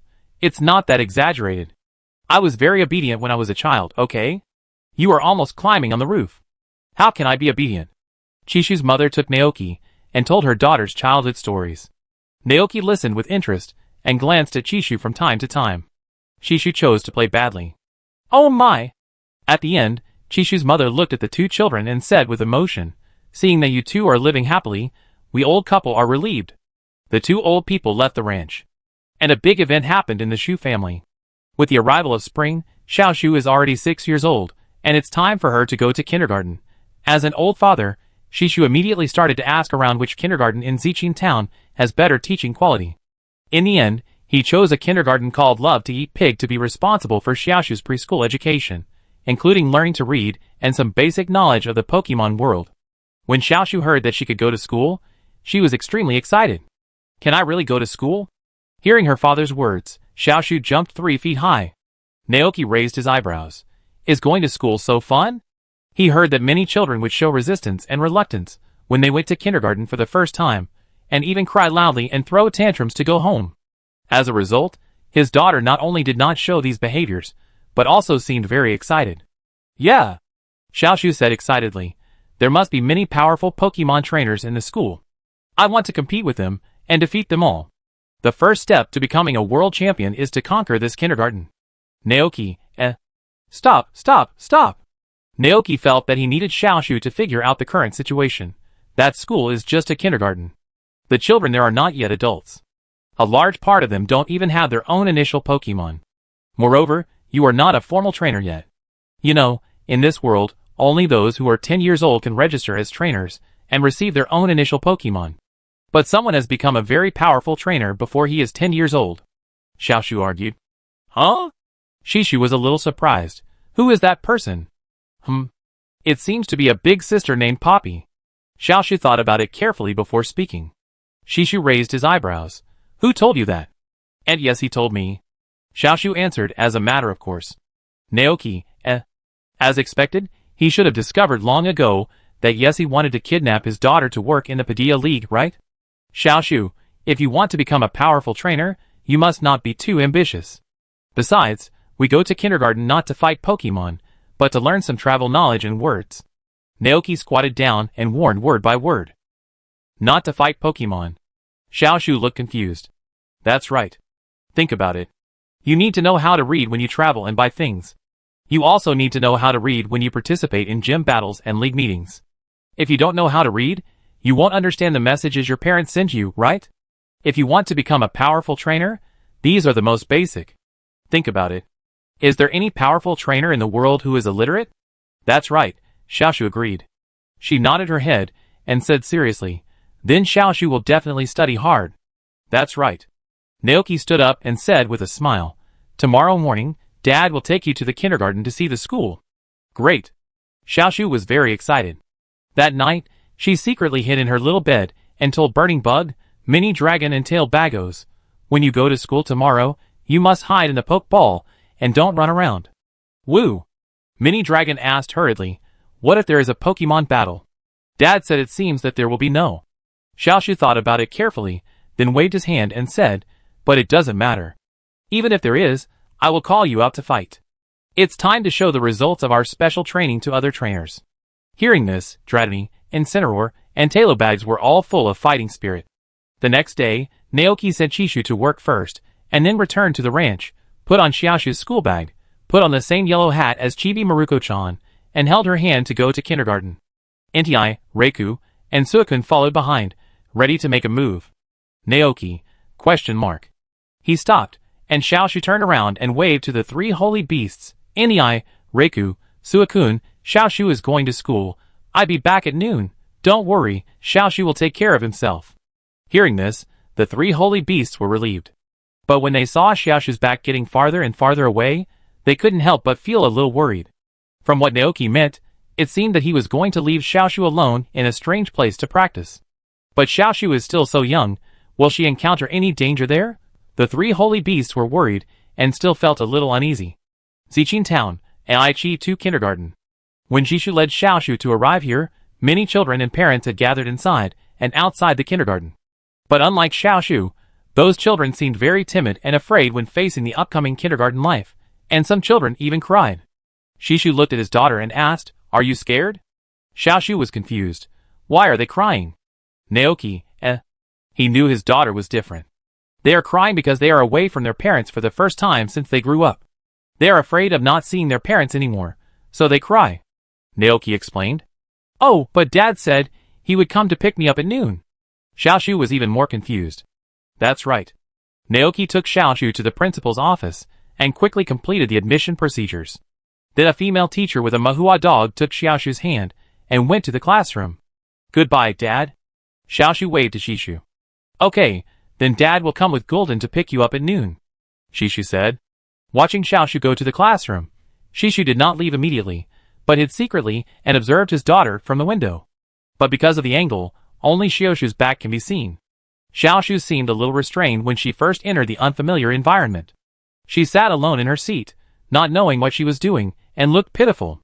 Seeing this scene, Naoki couldn't help but feel distressed. It turned out that his precious daughter's previous strength was deliberately pretended, just to prevent him from worrying. In the classroom, Xiaoshu was holding her school bag, and several tailed bagos poked their heads out of it, asking in a low voice, "Bago?" Yes, that's right, this is the kindergarten. Xiaoshu was quite excited. Although her father said that the children in the kindergarten have not become trainers yet, she found that what her father said seemed to be inaccurate at all. On the desk in front of the brown-haired boy on the left front, stood a petite bird Pokemon that looked like a petrel, and had black and yellow feathers on its body. Xiaoshu knew that Pokemon. She had seen it in the Rotom Pokédex. It was the electric petrel, an electric attribute Pokemon. Sure enough, that person was also a trainer like her, right? Xiaoshu thought of the trainer's code written in the notebook. When the two sides' eyes met, a Pokemon battle was about to begin, and it happened that the boy was also nervously observing the surrounding environment. The boy's name was Nick, a trainer living in the town of Jiqing. He just turned 6 this year, and Dian Haiyan was a birthday gift from his parents. Nick was very nervous when he first entered the kindergarten.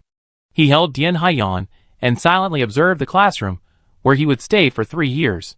But when he turned his head, he suddenly found a girl in a yellow hat staring at him. The next second, the eyes of both sides met in midair. Nick was stunned. Then, he heard the other party speak. "Are you a trainer too? Let's have a Pokemon battle," the girl said excitedly. Nick was stunned. He was about to say that he was not yet 10 years old, and was not a formal Pokemon trainer, but for some reason, he was infected by the girl's emotions. There is no child who doesn't want to be a trainer, commanding his Pokemon to fight against other trainers, and defeating them to prove his strength. Dian Haiyan was a companion that his parents gave to Nick a month ago. For the past month, Nick has been cultivating Dian Haiyan according to the method on TV. Now, the fire of fighting in his heart has also been ignited by the girl. In this case, let's have a competition, and see the results of Dian Haiyan's practice during this period of time. Okay. Nick agreed immediately. Seeing the other party agree, Xiaoshu's eyes lit up instantly. And then, Jishu outside the window saw his daughter stand up and run out of the classroom with a boy with Dian Haiyan. Naoki, ? He hurriedly followed. Soon, he found that Xiaoshu and the boy came to an open space. They imitated the trainer's appearance and sent out their Pokemon in a very realistic way, as if they wanted to have a battle. The boy sent out the electric petrel, and Xiaoshu sent out the volunteer Tailbagos number 1. Naoki, He twitched his mouth, and for a moment he didn't know what to say. The battle officially began. The boy commanded Dian Haiyan to use the Peck attack.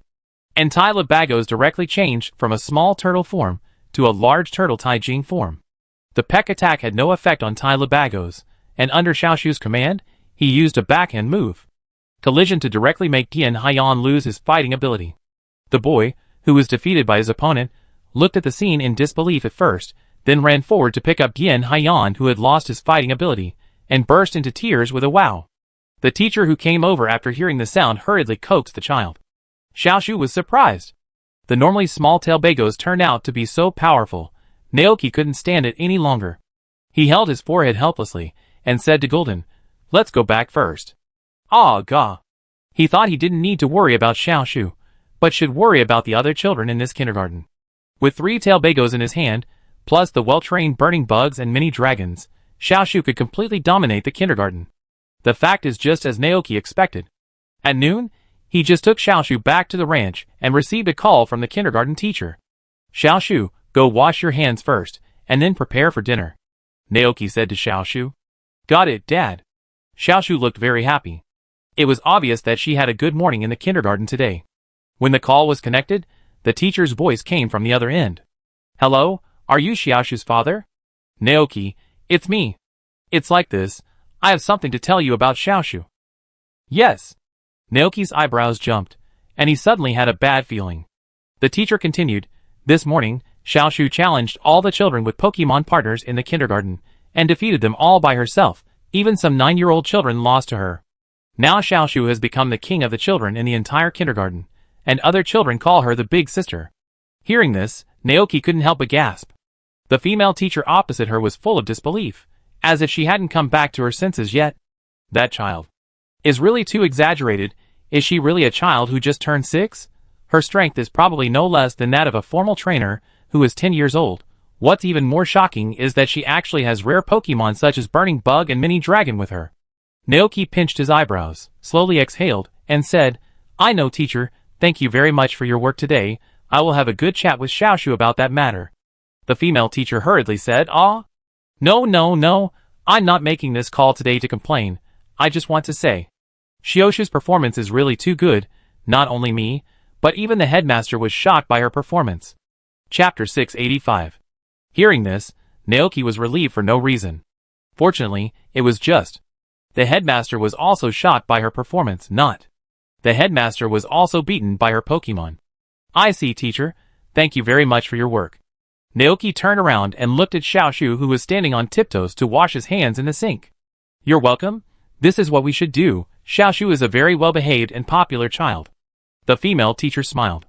After the call was hung up, Naoki couldn't help but sigh. Just at this time, Chishu rode Dragonite back to the ranch. Seeing Naoki standing there sighing, she was immediately very surprised. "Huh? What's wrong? Did something happen in the ranch?" Naoki couldn't help but sigh again, and then complained to Chishu, "Your daughter is really amazing. She became the big sister of the whole kindergarten on the first day of school." Hearing this, a big question mark appeared on Chishu's head. What? Big sister? Is that their daughter? Although Xiaoshu is indeed lively and cheerful, this shouldn't happen, right? She commanded Tailbagos and the others to beat up all the children with Pokemon in the park. Even children, who were several years older than her, were no match for her. Even the director of the park was almost killed. Naoki briefly described his daughter's heroic achievements today. After listening, Chishu couldn't help but burst out laughing. It seems that Xiaoshu's kindergarten career is going very well. Naoki looked at her with a strange expression. "Oh, don't worry," Chishu said. "You know what kind of personality Xiaoshu has. She just wants to fight other trainers after training for so long." Naoki was slightly stunned. It was true. But he was still a little worried. Now he just beat all the trainers. It would be bad if it developed into school violence in the future. After all, the title of Big Sister does sound full of social atmosphere. In order to avoid that incident, during lunch, Naoki began to ask Xiaoshu about the situation in the kindergarten in a roundabout way. "Xiaoshu," the old father Naoki asked worriedly. There were many Pokemon battles today, and Xiaoshu was in a very good mood. She drank the mushroom cream soup in the bowl, wiped the soup on her mouth, turned around and asked, "What's wrong, Dad? Your first day of school today, how do you feel?" Naoki asked. "School is fun." When he said this, Xiaoshu became excited. "Now I am the best trainer in the kindergarten. The principal and the teacher both praise me." Naoki, He thought about it, and then changed the question. "How many classmates did you make cry today?" "Cry?" Xiaoshu frowned. "Is there any child who cried because he lost the Pokemon battle with you? How many?" Naoki asked. "They wanted to fight Pokemon with me." Xiaoshu quickly shook his head to defend himself. "I didn't make them cry."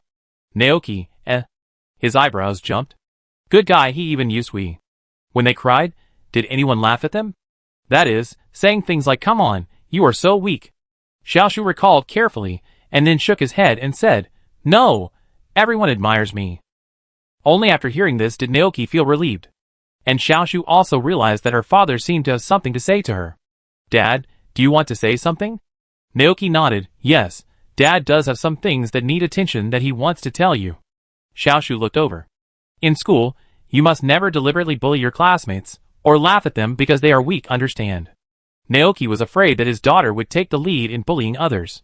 Xiaoshu didn't bully them, they wanted to play with me. Xiaoshu opened his eyes wide, very innocent. That's fine. Naoki paused, and then said, of course, we don't bully others, and we can't be bullied by others. If someone laughs at you for being from the countryside, you can beat them hard with tail bagos. We don't cause trouble, but we are not afraid of it. There are many nobles in the Pokemon world. If he remembered correctly, Xiaoji had met some nobles, who looked down on his background during his journey. Xiaoshu knows. Xiaoshu nodded and said, Indii and the others will protect me. Naoki was slightly stunned. Indii and the others went to school today. No wonder he didn't see the three of them here when he returned to the ranch in the morning. He thought they went to the World Tree to find the Phoenix King. Everyone protects Xiaoshu in the dark. Xiaoshu was very happy. Although the teacher and the others didn't notice Indii, she found him right away. Okay. In response, Naoki nodded. With the three sacred beasts protecting Xiaoshu, there was no need to worry about Xiaoshu being bullied. After dinner, Xiaoshu took a nap as usual. The burning bug and mini dragon accompanied her on the left and right, and then fell asleep. The sunlight outside the window shone on them, looking quiet and beautiful. Just looking at it makes people relax.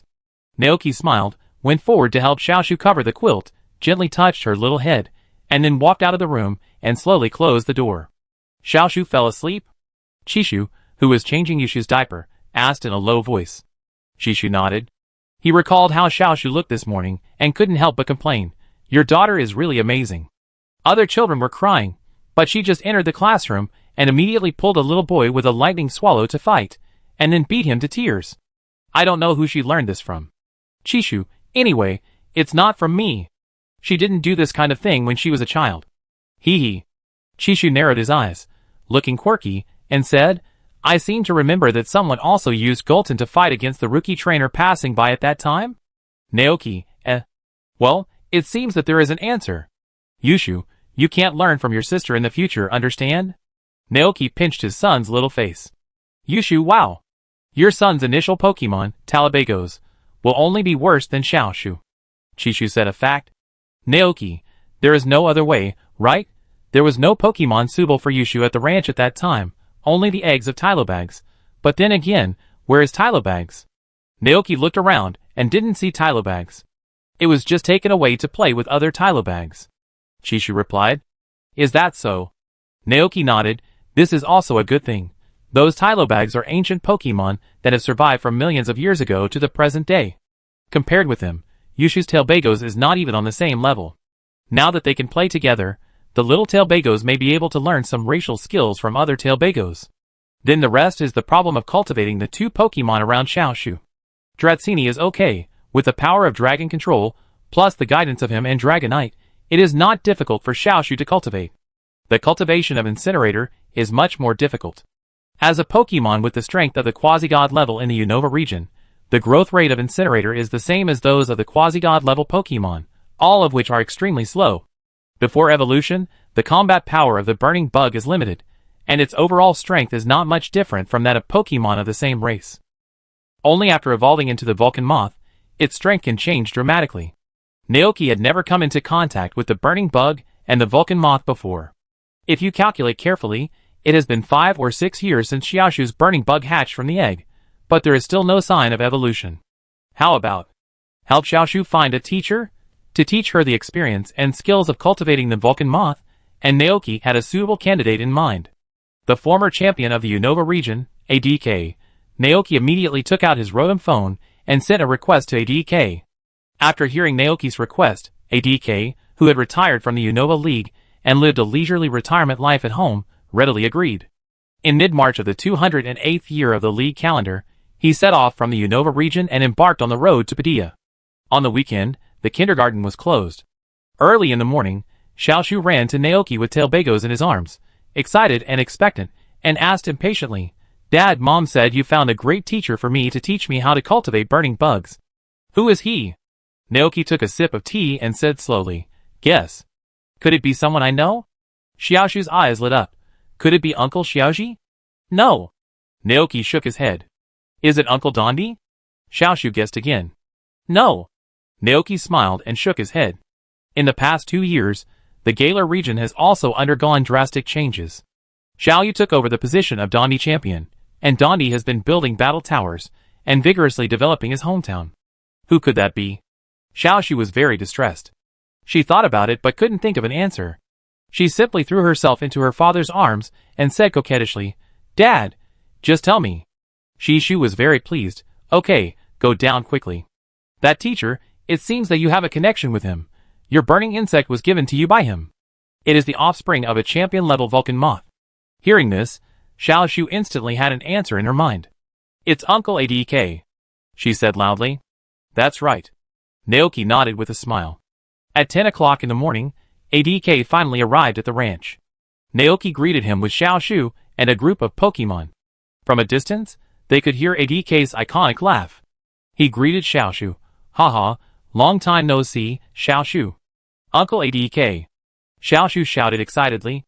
She still remembered when she was a child, Uncle Adk came to the ranch to bring her and Burning Bug some flying cloud ice cream.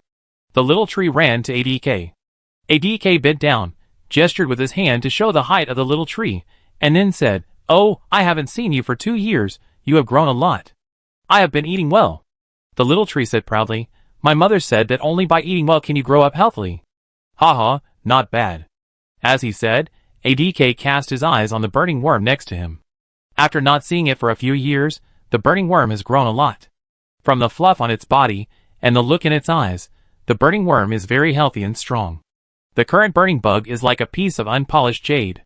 It only needs to be well polished to become a dazzling legend. "Vulcan moth, come out." Adk took out his pokeball.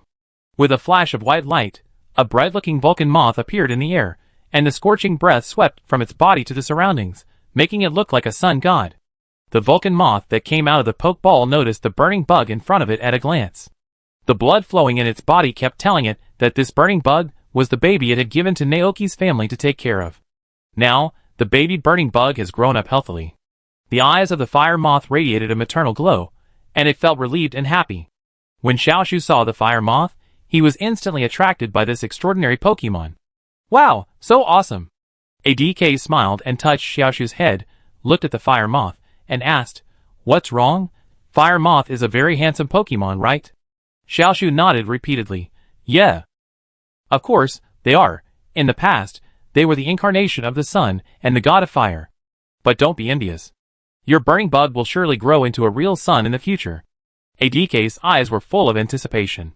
With the magical food made by Naoki and his experience in cultivating Pokemon like Vulcan moth, Xiaoshu's burning bug can minimize the detours he takes, allowing its strength to surpass Vulcan moth and reach a new level.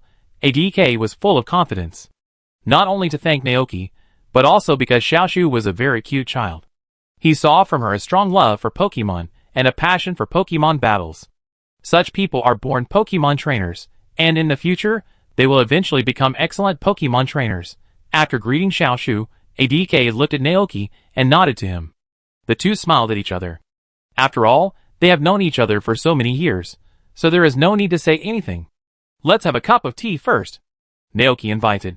The Unova region is very far from the Padia region, and Adk must be very tired from the journey. "Sorry to bother you," Adk said. The group returned to the living room, and the sister Ai Guancher brought Adk a cup of tea and snacks. "Is the Unova region okay?" Naoki asked. "Alice has completely taken over the job of champion." Adk's eyes were full of admiration. "That child is very good. I am now, just like you, drinking tea and eating with Vulcan moth every day in my hometown, and occasionally guiding the traveling trainers passing by." "Very good." Naoki was sincerely happy for Adk. The incident with Motor Lizard and Gulton made him deeply feel the feeling of the Pokemon that had been with him for many years leaving. No wonder Adk's Vulcan moth died in the game, and he became like that. But fortunately, that thing did not happen. At this time, a little head suddenly popped out from behind the sofa. Then, Naoki and ADK saw Xiaoshu's eyes bright and asked expectantly, "Dad, Uncle ADK, when will the class start?" Chapter 686. "Are you ready?" Naoki asked. "Ready!" Xiaoshu clenched his fists, his face full of fighting spirit. The burning bug, mini dragon, and Tai Labagos on the side also made fighting spirit movements following Xiaoshu's words. Naoki, Tai Labagos, please don't come here to make trouble, okay? Ha ha! Seeing the scene, ADK laughed. Okay, you are full of energy. Since Xiaoshu wants to go to class so much, let's start now. Great! Xiaoshu and several Pokemon around him cheered. The class was held in an open space in the pasture. ADK crossed his arms, and the Vulcan moth floated beside him. Xiaoshu stood opposite holding a burning bug and a Dratini. Naoki, Gulton, Yuriko and other Pokemon stood on the other side and watched. Before we officially cultivate a burning bug, first of all, we need to find out some information about the burning bug. ADK said slowly. Xiaoshu, do you know what the characteristics of the burning bug are? Xiaoshu immediately raised her hand. They are the body of fire, and the premonition of insects. Dad had told her about this before. That's right. ADK nodded. When the burning bug enters the combat state, the fire power in its body will burst out and cover its entire body. When the opponent's Pokemon touches it, it will be burned by the terrible flame. And the premonition of insects will greatly enhance the attack power of the burning bug's insect attribute moves. The more its physical strength is reduced, the stronger the insect power in its body will be. In this state, the burning bug can use powerful insect attribute moves. So, Xiaoshu, do you know what the characteristic of your burning bug is? Adik looked at Xiaoshu and the burning bug and asked. Xiaoshu carefully recalled the special training and battles with the burning bug. At that time, the burning bug's body would become very hot. Once after the battle, when she wanted to touch the burning bug, she was almost burned by the burning bug. It's the body of fire, Xiaoshu replied. It seems that you know the burning bug very well. Adik smiled. Yes, its characteristic is the body of fire. As a fire and bug Pokemon, burning bug has an attribute advantage when fighting against steel, grass, ice, fairy, fighting and bug Pokemon. At this time, burning bug's attack often causes terrible damage to the opponent. But correspondingly, there are advantages and disadvantages. When burning bug faces flying, rock and water Pokemon, it will be in a very disadvantageous position. As a qualified trainer, you can't let Pokemon only fight with advantages. When facing disadvantages, you must also use Pokemon's other moves to fight back. Haha, of course, it's a little early to say this now. The most important thing for the current burning bug is to cultivate its flame temperature and let it train its flame more. When the flame rises to a certain temperature, it will evolve into the legendary god of fire. As for the method of cultivating the intensity of the burning bug's flame, your uncle just happens to have a secret technique here, ADK said with a smile.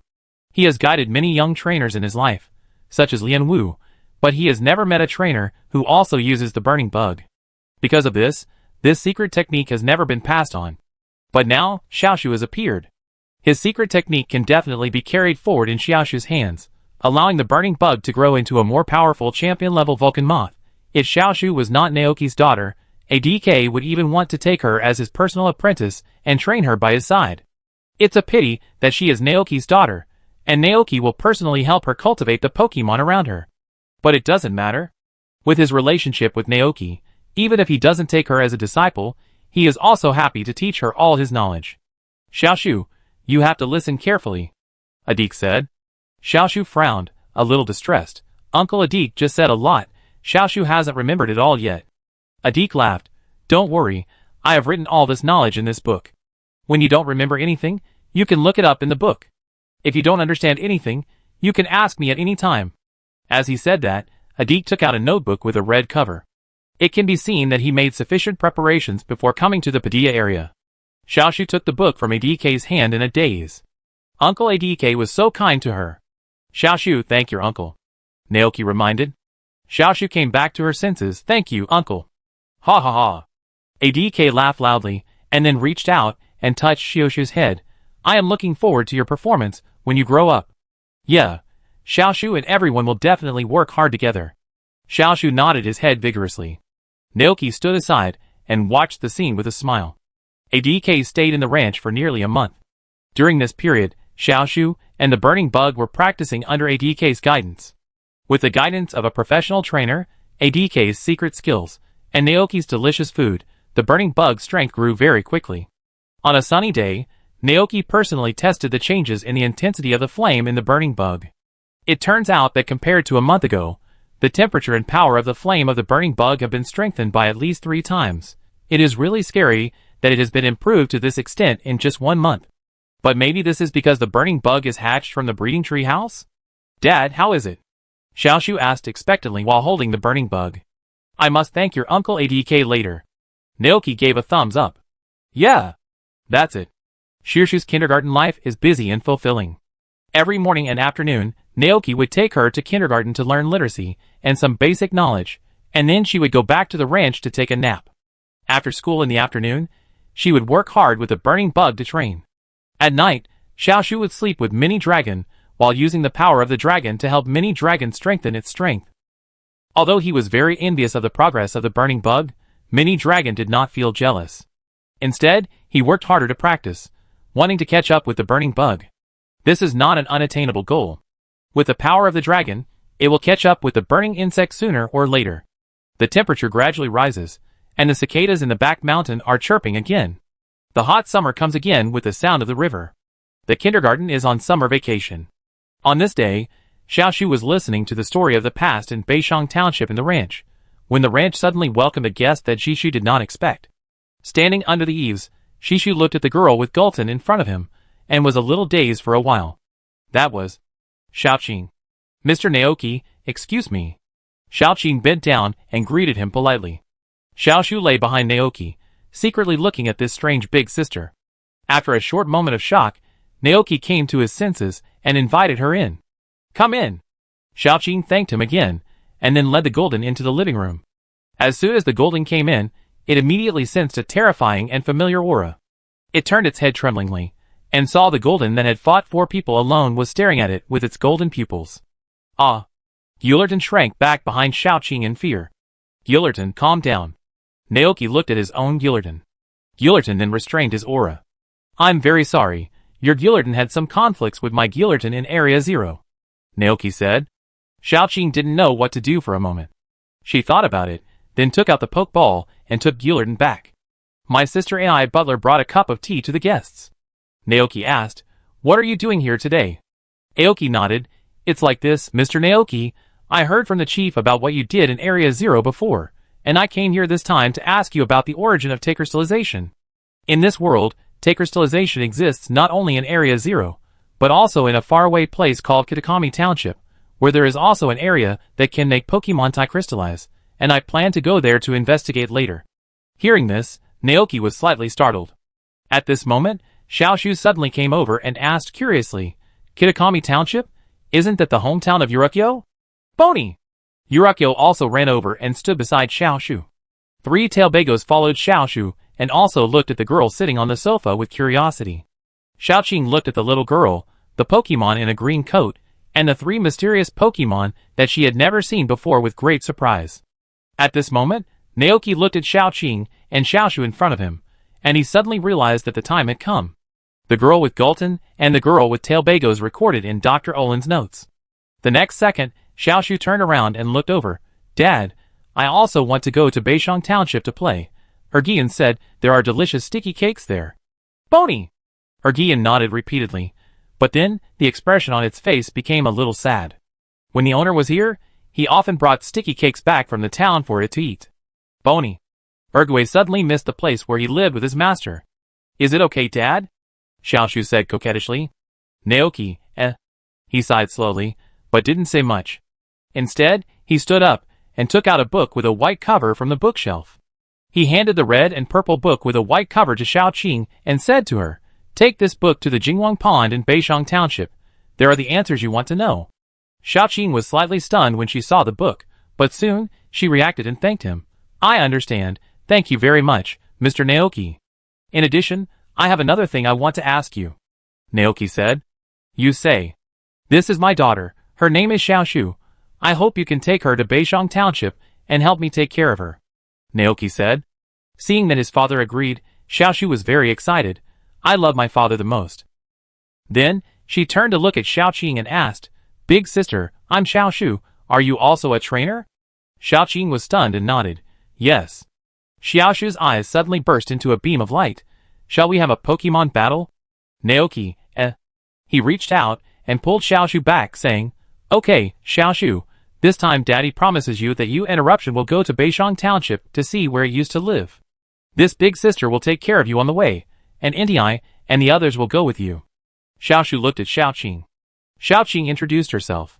Hello, I am Xiaoqing. Hello, Sister Xiaoqing. Xiaoshu's eyes were full of anticipation. Let's go to Kitakami Township together. One day later, Xiaoshu, who was on summer vacation, accompanied by Tailbagos, Burning Worm, Mini Dratini, Ergue, Inti, Suicune, and Reiku, set off on a journey to Kitakami Township. Naoki stood in the pasture and watched them go away. At a certain moment, countless thoughts flashed in his mind. Maybe he could go with them, meet Dr. Olin, and tell her everything. But Naoki was very scared, because he didn't know at what time Dr. Olin was in front of him. If something went wrong, it would likely change the past, affecting the future and making everything disappear. It was a dilemma. Naoki didn't come back to his senses until Xiaoshu and Xiaoqing went away. Golden, who was standing next to him, seemed to have sensed Naoki's mood and said, "Ah, ga." It never blamed Naoki. On the contrary, it was because of so many things that the current life seemed so precious. In any case, it had returned to Naoki. Naoki came back to his senses, took a deep breath, and then slowly said, "Thank you, Motorcycle Lizard."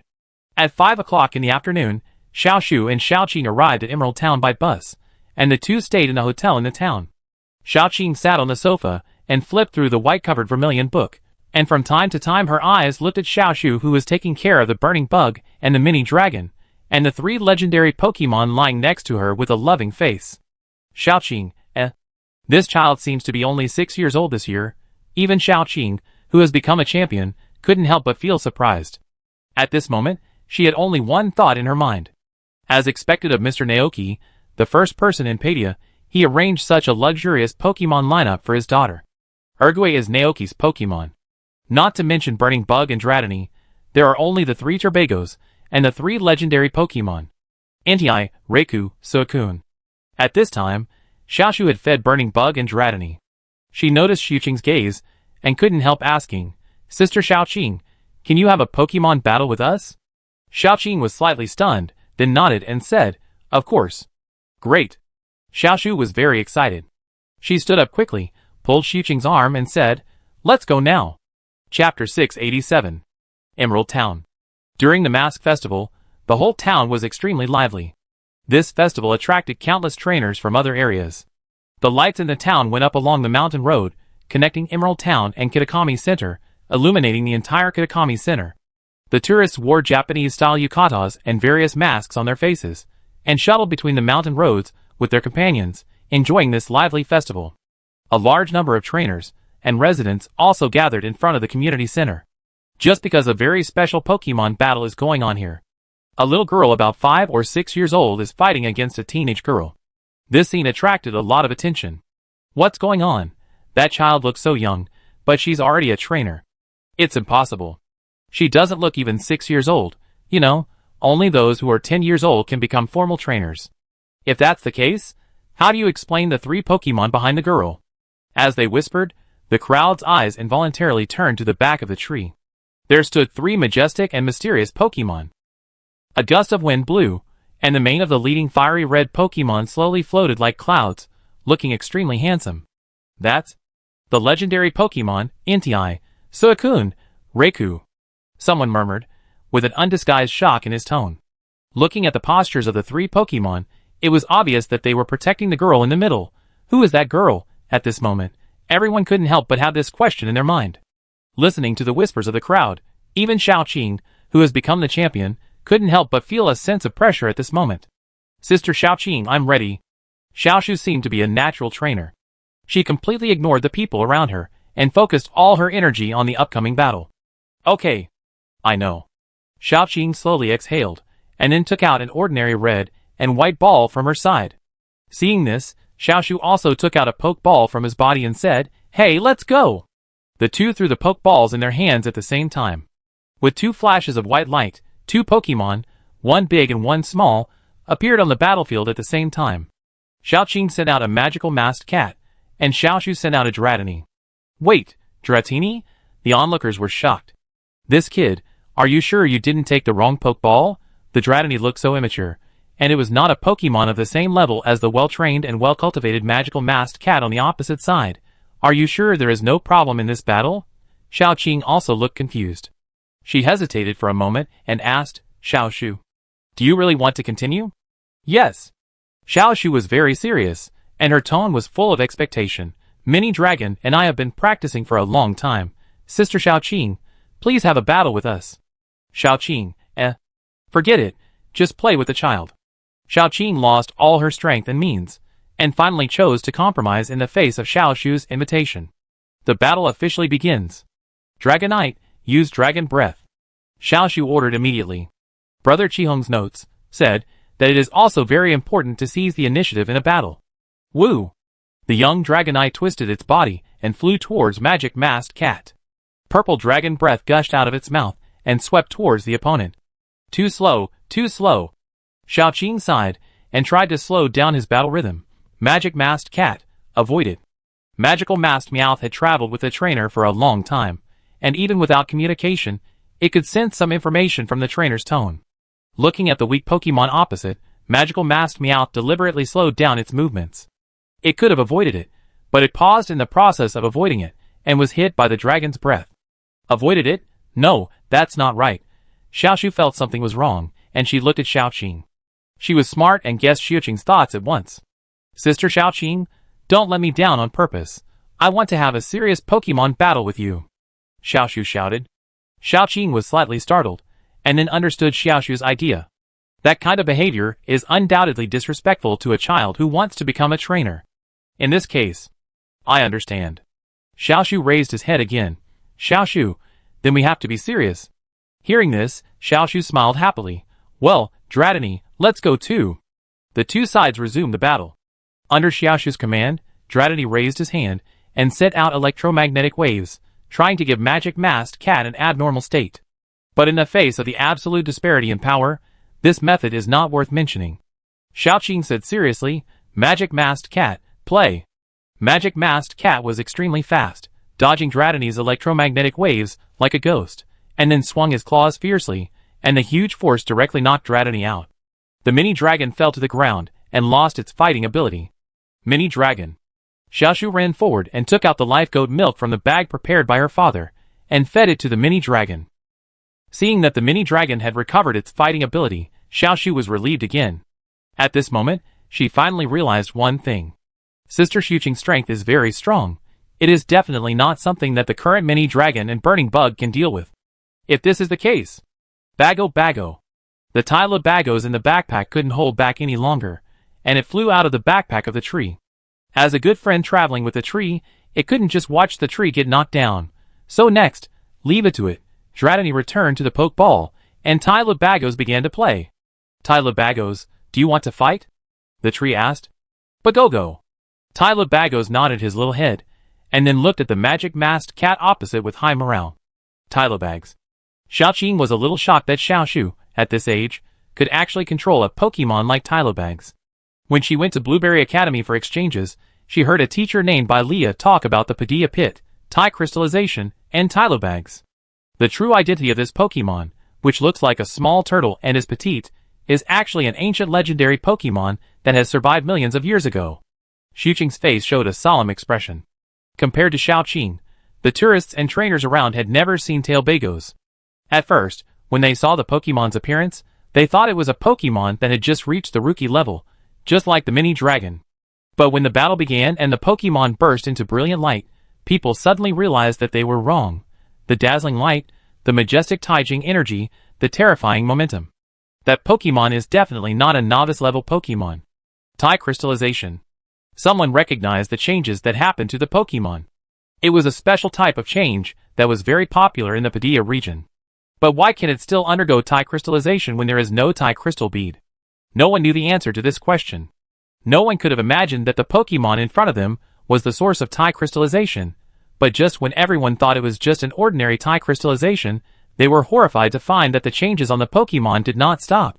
Its body was getting bigger and bigger, and finally it turned into the shape of a planet, and a circle of crystals composed of various energy attributes suddenly appeared around it. Above the planet, there was a special big turtle, and on the head of the big turtle, there was a small turtle. This scene caught everyone's attention. That Pokemon, what was going on? Tylebagos got bigger again. Xiaoshu had never seen Tylebagos like this before, and she opened her mouth in surprise. Wow, so beautiful. Like a star. Bago. The crystal energy in the body of Tylebagos, which has completed the star crystallization, has increased to an extremely terrifying level. It looked back at Xiaoshu and said to her, Bago. Tylebagos felt the extraordinary strength of the Pokemon on the opposite side, so now, it has to show its true strength. Xiaoqing's face was more solemn than ever before. The second battle officially began. This time, Xiaoqing showed all her strength. Magic Masked Cat, 1,000 changes of flowers. After the command was issued, Magic Masked Cat moved quickly. Its hands appeared like a magic trick, and 2 bunches of flowers appeared out of thin air, and were thrown towards Tylebagos on the opposite side. Tylebagos floated in place without moving, watching the 2 bunches of flowers flying towards him. Closer, closer, seeing that the 1,000 changes of flowers were about to hit. A layer of shield formed by Ty crystal energy suddenly appeared in front of Tylebagos, blocking the 2 bunches of flowers. Thousands of flowers can't break the defense. Xiaoqing was shocked. While she was in a trance, a terrifying crystal energy burst out from Tylebagos. The next second, a group of stars composed of crystal light in the sky blasted towards Magic Masked Cat. Almost in an instant, the bright starlight drowned Magic Masked Cat. This bright and gorgeous scene was reflected in everyone's eyes, reflecting their pupils that were dilated due to excessive shock. At this moment, time seemed to have stopped. It seemed like a long time had passed, but it also seemed like only a few seconds had passed. When everyone came to their senses, they suddenly saw that the magic masked Meowth had fallen to the ground and had lost its ability to fight. Everyone, Some people stared blankly at the scene they had recorded with their Rotom phones. How could the strength of that Pokemon be so terrifying? Xiaoqing, Xiaoshu looked at the back of Tylebagos. She didn't know what she was thinking about, and suddenly said, Sister Xiaoqing, let's stop here today. Xiaoqing was slightly startled. She noticed Xiaoshu's look, but she didn't say much, just nodded gently. Okay. This is the goat milk my father gave me. Drink it, and your Pokemon will be healthy again. Xiaoshu ran over and handed the life goat milk to Xiaoqing. She touched the head of Tylebagos, who had recovered, and said, Thank you for your hard work, Tylebagos. But go. Sister Xiaoqing, let's go back. Xiaoshu held Xiaoqing's hand. Xiaoqing nodded, and she took Xiaoshu, followed by the 3 sacred beasts, back to where she lived. Xiaoshu seemed to be worried. As soon as she returned to the room, she couldn't wait to pick up the Rotom phone and call her father. Soon, the call was connected. What's wrong, Xiaoshu? Have you arrived in Kitakami Township successfully? Naoki asked. Xiaoshu nodded. Yeah, Dad, I just had a Pokemon battle with Sister Xiaoqing. Naoki, He knew it. What was the result? He asked patiently. I lost. Xiaoshu's tone was a little discouraged, but Tylebagos helped me defeat Xiaoqing's magic masked Meow. Then why are you still not happy? When the call was connected, Naoki discovered that his daughter was abnormal. Because? Xiaoshu frowned and looked very sad, because Xiaoshu felt that he was not a qualified trainer. What's wrong? Why do you suddenly have this idea? Naoki was a little surprised. Because Xiaoshu has never cultivated Tylebagos, and has no way to command Tylebagos. Xiaoshu doesn't even know what moves Tylebagos can do. The magic masked Meowth that was able to defeat Sister Xiaoqing relied on Tylebagos' own strength. There is no way for me and Dratini to win alone. In that case, Xiaoshu is not a qualified trainer. Xiaoshu expressed his thoughts. If a trainer relies only on the power of Pokemon and does nothing, he is not a trainer at all. Is that so? Naoki was stunned for a moment, and then said with relief, As expected of Daddy Xiaoshu, Daddy is glad that you realized this so early. Xiaoshu looked up at his father. Naoki smiled and continued, Tylebagos like you very much, they want to travel with you. From a certain perspective, their relationship with you is not the relationship between a trainer and Pokemon. What should we do at this time? Xiaoshu's face was full of confusion. She thought for a long time, shook her head, and said, Xiaoshu doesn't know. Xiaoshu listened carefully. Naoki said, You are not wrong. At this time, we should work hard to cultivate Burning Bug and Dratini into powerful Pokemon. When you are strong enough, strong enough to be recognized by tailbagos, then you can become a real trainer of tailbagos, stand behind them, and fight with them. Naoki was very happy that his daughter could understand this earlier.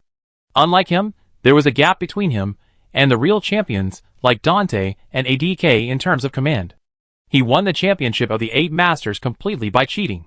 But fortunately, he was just a rancher, not a professional trainer, and he could just casually deal with commanding Pokemon battles.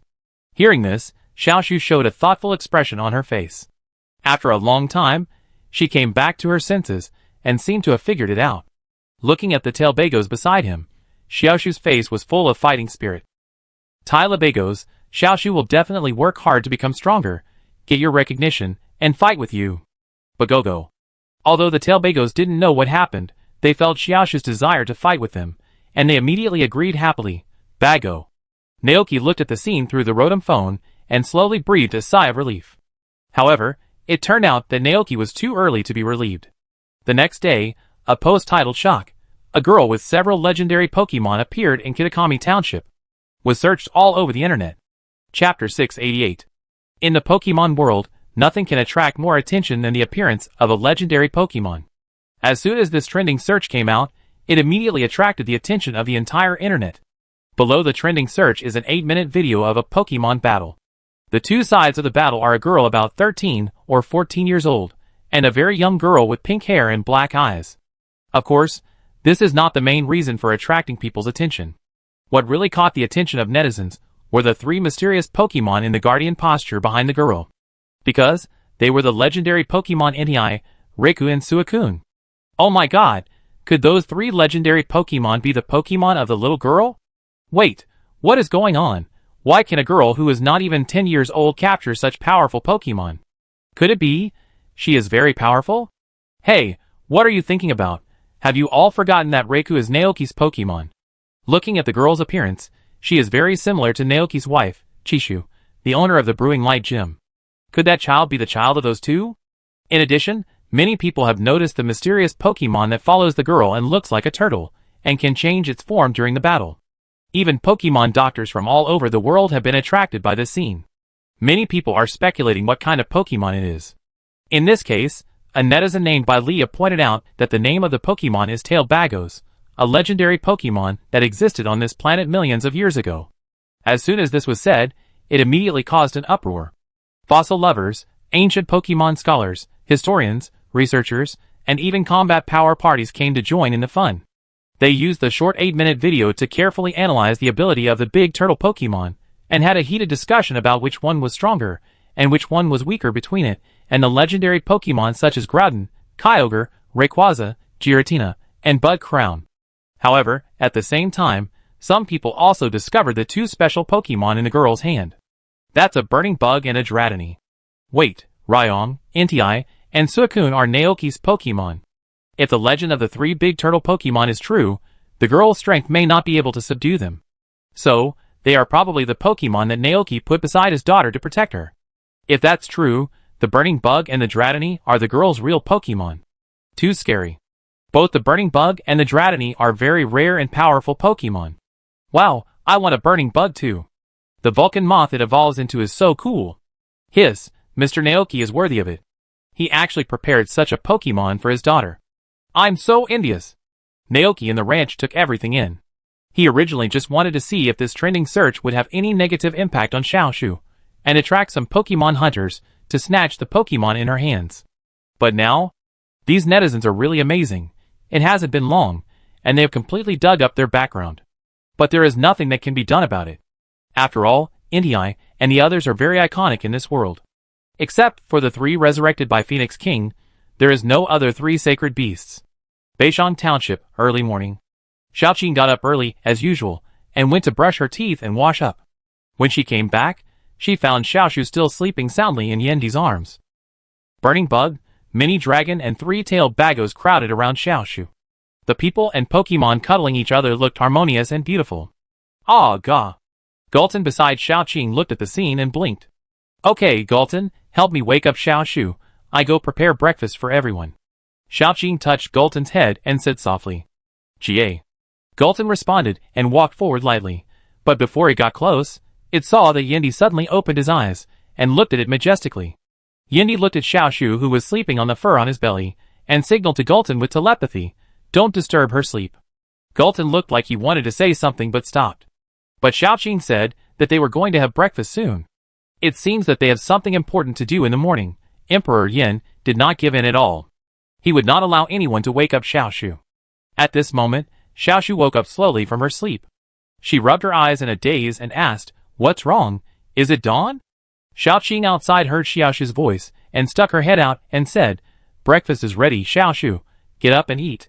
I take you to the town later, and then go to Jingguang Pool to investigate." "Got it, Sister Xiaoqing." Xiaoshu got up. She is now a very capable child. Even if her parents are not around, she can take care of herself.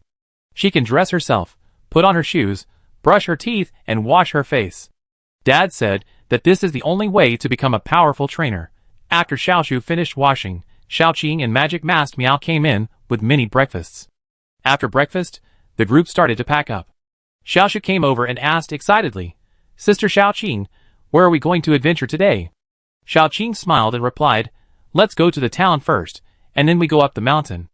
Okay. Xiaoshu had never climbed a mountain before, and she was looking forward to the journey ahead. "Okay, let's go." Xiaoqing carried a backpack with food and water on her back, and left the B&B with Xiaoqing. They simply walked around Quill Town.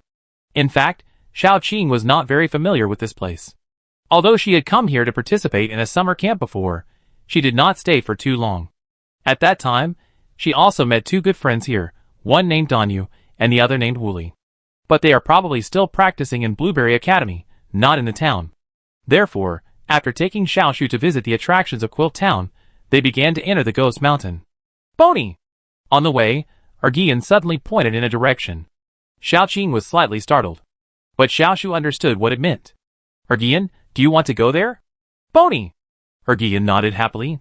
"Sister Xiaoqing, let's go over there with Ergian," Xiaoshu asked, which was why her father asked Ergian to come with her. "Okay." Xiaoqing said she had no objection.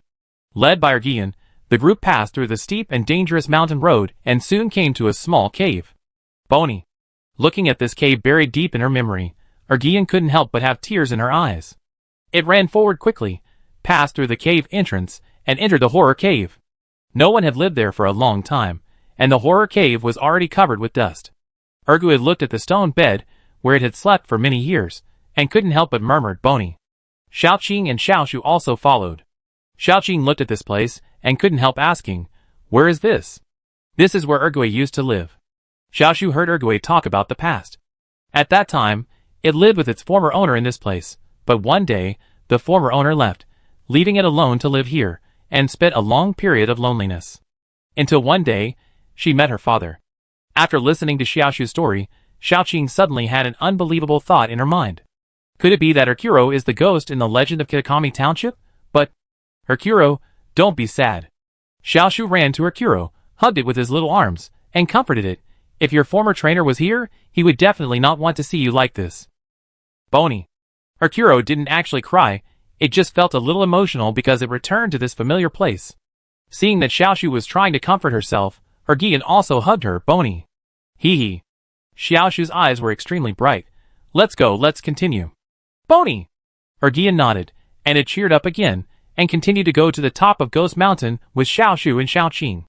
But Xiaoshu was a child after all, and when she climbed halfway up the mountain, she was already panting with fatigue. Seeing this scene, Xiaoqing stopped and looked back worriedly. "Let's take a break," she said. But the next second, she saw Xiaoshu shaking his head, taking out a bottle of life goat milk from his bag and drinking it, and then said with full fighting spirit, "Xiaoshu can still hold on."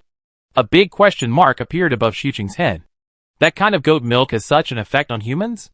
Everyone, come back. In order to prevent the eruption from getting tired, Xiaoshu took out the poke ball, and put them back into the poke ball.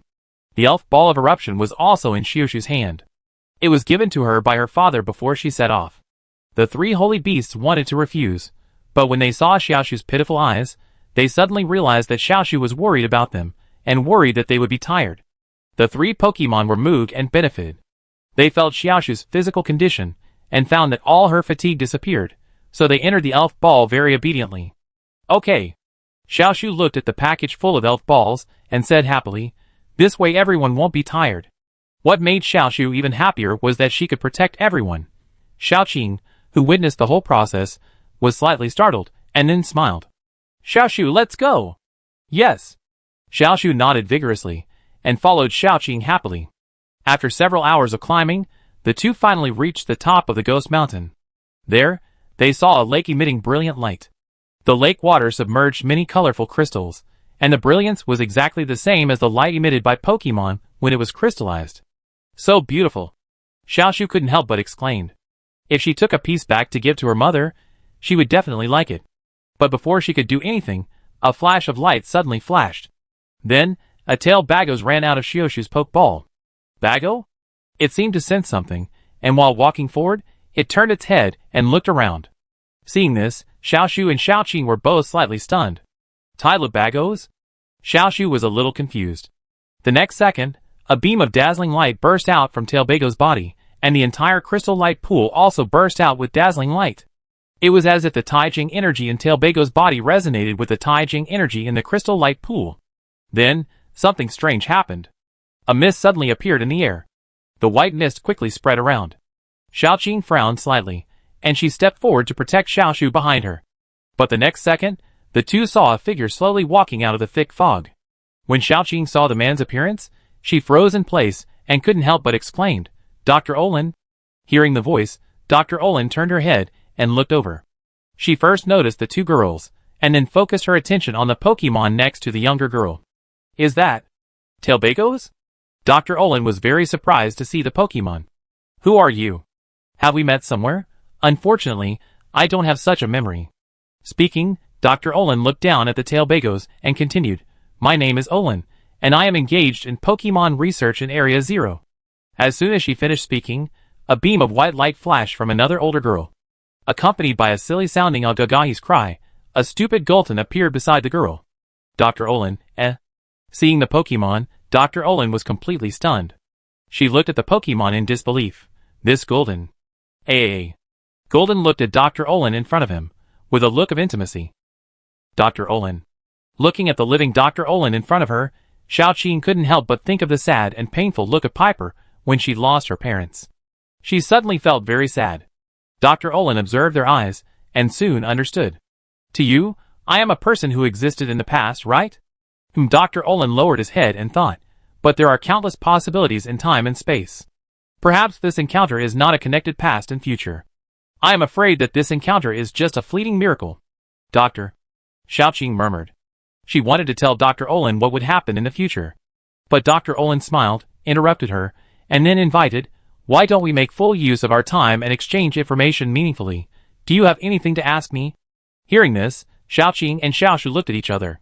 Xiaoqing thought for a moment, and then asked, Doctor, how did you end up here? Dr. Olin shook his head. I don't know the specific reason, I just know that I was doing some kind of research, and then I stood in this place in the blink of an eye. Was it affected by the crystal Pokemon sleeping in that place? Doctor, where are your family?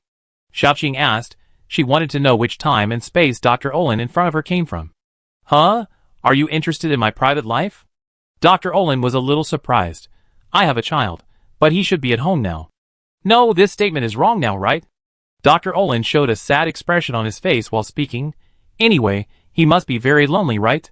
But now is not the time to talk about such romantic issues. Dr. Olin shook his head and said seriously, Then it's time to switch offense and defense.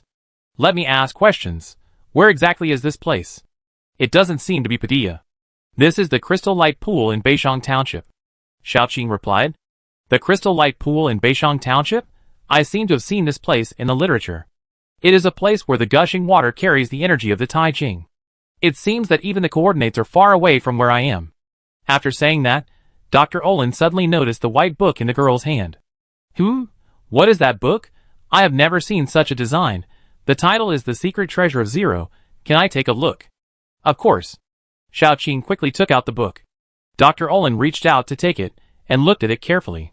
It records the story of the Great Void, and even the awakening of Tailbagos. Who is the author of this book? By Leia. She is a teacher. Xiaoqing replied, By Leia, the teacher of Blueberry Academy.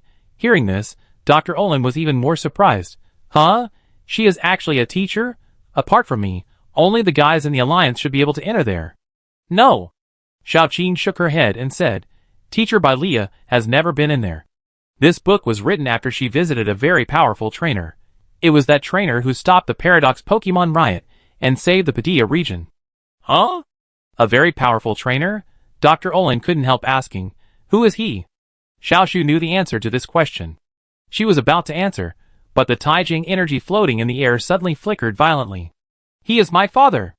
After the words fell, Dr. Olin disappeared from the spot. The white mist that permeated the surroundings also disappeared into nothingness, like a dream bubble. Xiaoqing looked around, and the area around the crystal light pool was empty, as if nothing had happened just now. Chapter 689. Dr. Olin has disappeared. Xiaoqing stared blankly at the empty space in front of him. What on earth is going on? Why did Dr. Olin suddenly appear in this place? Tailbagos. Is it because of Tailbagos? Xiaoqing looked at Tailbagos, who looked tired because he had consumed some of his strength, and was full of doubts. Dr. Olin just now. Did he appear in this place because of Tailbagos? Xiaoqing looked thoughtful.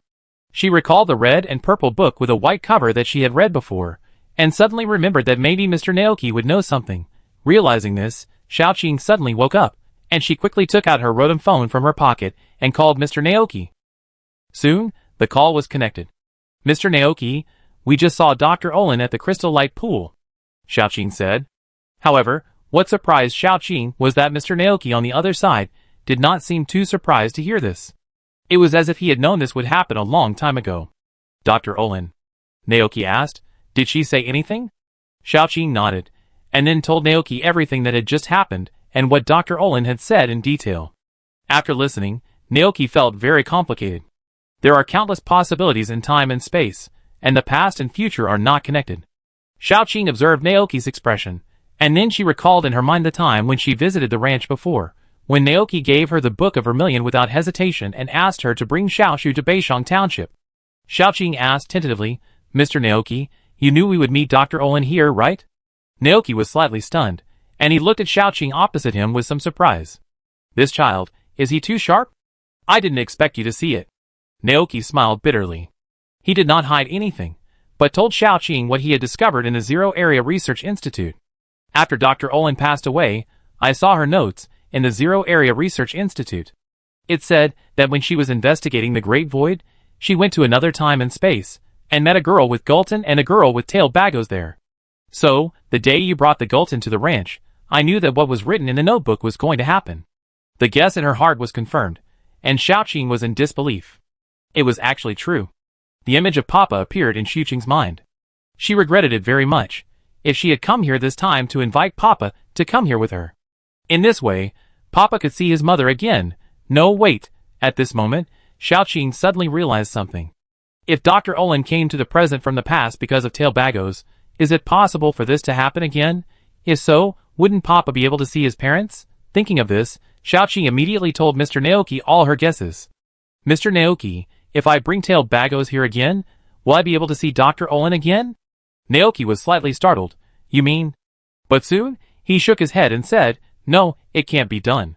For a long time, Pokemon and humans from two different time and space wanted to travel through time and space to each other's world. Relying on Tailbagos alone was not enough. To travel through time, Tailbagos or sufficiently large Thai crystal energy must exist in both time and space at the same time, so that the two can resonate and respond to each other. But Dr. Olin and Dr. Fudu have been in Area 0. Xiaoqing said, there has always been a large amount of Thai crystal energy there. But Xiaoqing, you have to know. Naoki looked into Xiaoqing's eyes. If the past has changed, then the future we are in will also change dramatically. At that time, no one knows what you and I will become. Although there are parallel universes and other time and space, if this is done, then the Piper in another time and space will also lose his parents. And, are Dr. Olin and Dr. Futu in another time and space really the parents of Piper you know? Naoki said word by word. But, hearing this, Xiaoqing didn't know what to do for a moment. She has always been watching Papa's performance. Although Papa didn't say it on the surface, and tried to look forward every day, he must be very sad in his heart. Losing parents is a very painful thing for anyone. Now she finally saw a glimmer of opportunity. If possible, she didn't want Papa to be alone anymore, but what else can we do? Mr. Naoki is right. Xiaoqing tried hard to think of new possibilities. And at this moment, she suddenly remembered something. Then, she looked up at Mr. Naoki opposite her and said, "By the way, Mr. Naoki, if the past is not changed, then can we call Dr. Olin and Dr. Fuda from the past?" Naoki was slightly stunned. "You mean?" Xiaoqing spoke quickly because of excitement. "I remember that Dr. Olin and Dr. Fuda died in the 4th observation station, and so far, the chief and others have not found the bodies of the 2 doctors. Although it is possible that they were annihilated by a strong energy impact, is there another possibility?" At this moment, Naoki was completely stunned. He knew that the bodies of Dr. Olin and Dr. Fuda had not been found. At that time, UCI also talked to him about this matter, saying that their bodies were annihilated because they suffered too strong an attack. The so-called annihilation means that under the impact of energy, the body will be reduced to ashes, and will not leave a trace in the world. In the movie I Choose You, after Satoshi suffered from Machado's attack, the same phenomenon occurred, causing his body to be annihilated and disappear from the world, leaving nothing behind. At first, Naoki also thought so. And now, after Xiaoqing's reminder, he suddenly realized that there might be another possibility. A beam of light flashed in Naoki's eyes. He turned around quickly, put on his coat, called Gulden, and said to Xiaoqing, "Wait for me there," and Xiaoqing, "Notify Papa." With his thoughts, Telbagos will be able to better locate the time point where Dr. Olin and Dr. Fudu are. Seeing Mr. Naoki taking action, Xiaoqing also showed a smile on her face. "Yes." She nodded loudly. After hanging up the phone, Naoki handed over the affairs of the ranch, and Yushu to the care of Ai Guancher and his sister. He took all the Telbagos in the ranch and rode Gulton to Beishang Township. At the same time, Beishang Township, the top of Guishan Mountain, Jingwon Pool. Xiaoqing quickly dialed Papa's number. After a ring, Papa's face finally appeared on the screen. Seeing Xiaoqing, Papa smiled and greeted Xiaoqing happily. "Long time no see. Papa, come to Beishang Township," Xiaoqing said excitedly. Papa was stunned and a little confused. "Beishang Township? What happened? Did something happen there?" Xiaoqing did not hide. "We just met Dr. Olin. Mr. Naoki said that we may be able to call Dr. Olin and Dr. Fudu over. Mr. Naoki is already on his way here. Come quickly." Hearing this, Papa could no longer maintain the expression on his face. His hand holding the Rotom phone tightened, and his eyes instantly turned red. His expression was full of disbelief, but there was a hint of hope in his eyes. "Really?" Papa's voice was very soft. To him, this news seemed as fragile as a dream, and it would break at the touch of a finger. "Really?" Xiaoqing nodded affirmatively. "We will wait for you together at the Crystal Light Pool now." "I know. I will leave now." Papa's voice trembled. He hung up the phone, wiped away the tears that flowed uncontrollably, and with a glimmer of hope in his heart, he took a flying taxi and headed straight for Kitakami Township. Naoki was the first to arrive at Kitakami Township. When he arrived there, Xiaoqing had already set up a temporary tent next to the Crystal Light Pool. Xiaoshu leaned on Yan Di and played with his fur boredly. Seeing Naoki coming, the two immediately stood up excitedly to greet him. "Mr. Naoki." "Dad." Xiaoshu flew over. Naoki caught his daughter and asked, "Have you notified Papa?" "Yes, I have asked Gulton to pick him up. He should be here soon." Xiaoqing nodded. "That's good." Naoki breathed a sigh of relief. Papa didn't let the two wait too long. About 2 hours later, he arrived here riding Xiaoqing's Gulton. "Mr. Naoki," Piper asked, "can you really do that?" Naoki looked at Gulton beside him and said, "Anyway, let's give it a try." "Yes." Naoki poured out the poke balls from his bag. Accompanied by flashes of white light, plus the 3 next to Xiaoshu, the 51 Bagos that had survived from ancient times slowly appeared in front of several people. Seeing so many Bagos, Xiaoqing was stunned. "Tailbagos, I leave it to you." Naoki looked at the dense Tailbagos in front of him, and said to them seriously, "Bagoo." The Tailbagos happily agreed, as long as they could help Naoki. After communicating with the Tailbagos, Naoki turned to look at Papa and said to him seriously, "Papa, prove your thoughts to the Tailbagos. Your thoughts will transcend time and space, leading the 2 doctors in the 4th observatory to come here." Gu Litan used this to resonate with the future. Taijing energy transcends all attributes, even time and space. With enough thoughts, it can definitely do that kind of thing. "I know." Papa nodded. Time has wiped away the immaturity on his face. After experiencing the death of his parents and living alone, Papa is now an adult. He raised his feet and walked slowly to the Crystal Light Pool under the gaze of Xiaoqing, Shishu and Xiaoshu. He raised his head and looked at the large group of Talbagos in front of him pleadingly. Talbagos, please bring my parents back. The past events came to Piper's mind. Since his parents passed away, he hated himself all the time. Why did he get angry when he was young and didn't talk to his parents more? He even hated Gulton because he was jealous of him. The regrets of the past kept magnifying, and then turned into longing for his parents. As Piper finished speaking, a tear slid down his cheek. The Talbagos blinked at the scene. Nothing happened. Naoki frowned slightly. Xiaoqing was worried. The next second, a strong light burst out from the Talbagos, almost reaching the sky. In the light, Piper's thoughts transcended time and space and reached the distant other side. In the 206th year of the Alliance calendar, on a certain day of a certain month, at the 4th observation station in the Padilla pit, the attack of the iron poison moss submerged the entire observation station, and in an instant, the earth seemed to tremble with it. Boom! The energy stored in the institute was hit, and a large flame instantly ignited. Danger! Realizing the danger, Dr. Futa hurriedly tried to protect his wife. But the next second, a rapid explosion pierced his eardrum.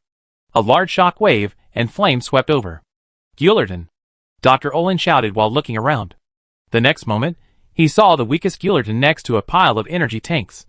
Seeing that it was about to be hit, at this critical moment, Dr. Olin rushed out without hesitation and protected Gulden under him. And Dr. Futa also rushed over to protect his wife. Boom! In the violent explosion, the figures of the two were engulfed by flames and explosions.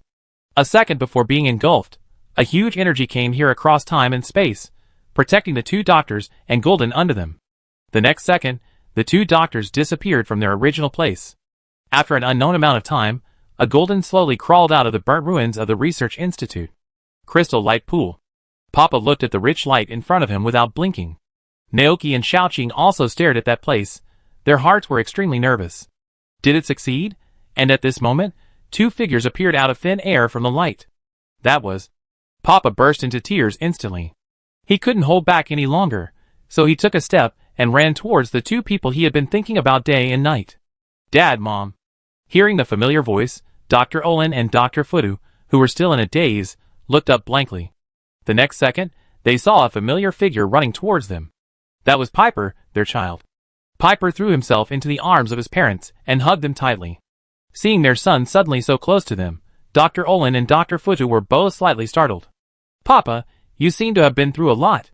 Dr. Olin reached out and touched his son's head. What is going on? Dr. Futu was also full of doubts. The two wanted to say something else, but the next second, they saw the group of Talbagos not far away, and Naoki and Gulden on the other side. Dr. Olin was slightly startled, and then as if he thought of something, a smile appeared on his face. It seems that we have traveled through time and space again. Chapter 690. The Taijing energy that permeated the crystal light pool slowly dissipated. The Talbagos showed tired expressions on their faces. Dr. Olin glanced at Papa in his arms, and then looked at Naoki and the strange girl opposite. She had encountered such a thing when she was exploring the great void of Zero. Now, she and Futa were not too surprised by what happened to them. It's just, everything in this time and space is very different from what she remembered. Papa had grown up a lot, and Naoki's face also showed signs of aging, and there was also the girl in his arms. That was Naoki's daughter. Olin remembered that she was only a small one when he last saw her, but now she had grown up. In addition, what Dr. Olin was more concerned about was the Gulden next to the girl. The Gulden was looking at them with bright eyes, and his expression could not hide his excitement. That was the weakest Gulden that they had just sacrificed their lives to protect at the 4th observation station. All of this shows that this time and space is not the time and space they were in before. As a doctor, Dr. Olin's brain always keeps calm thinking. She looked at Naoki opposite and asked softly, "Tell me, what happened?" "Mom."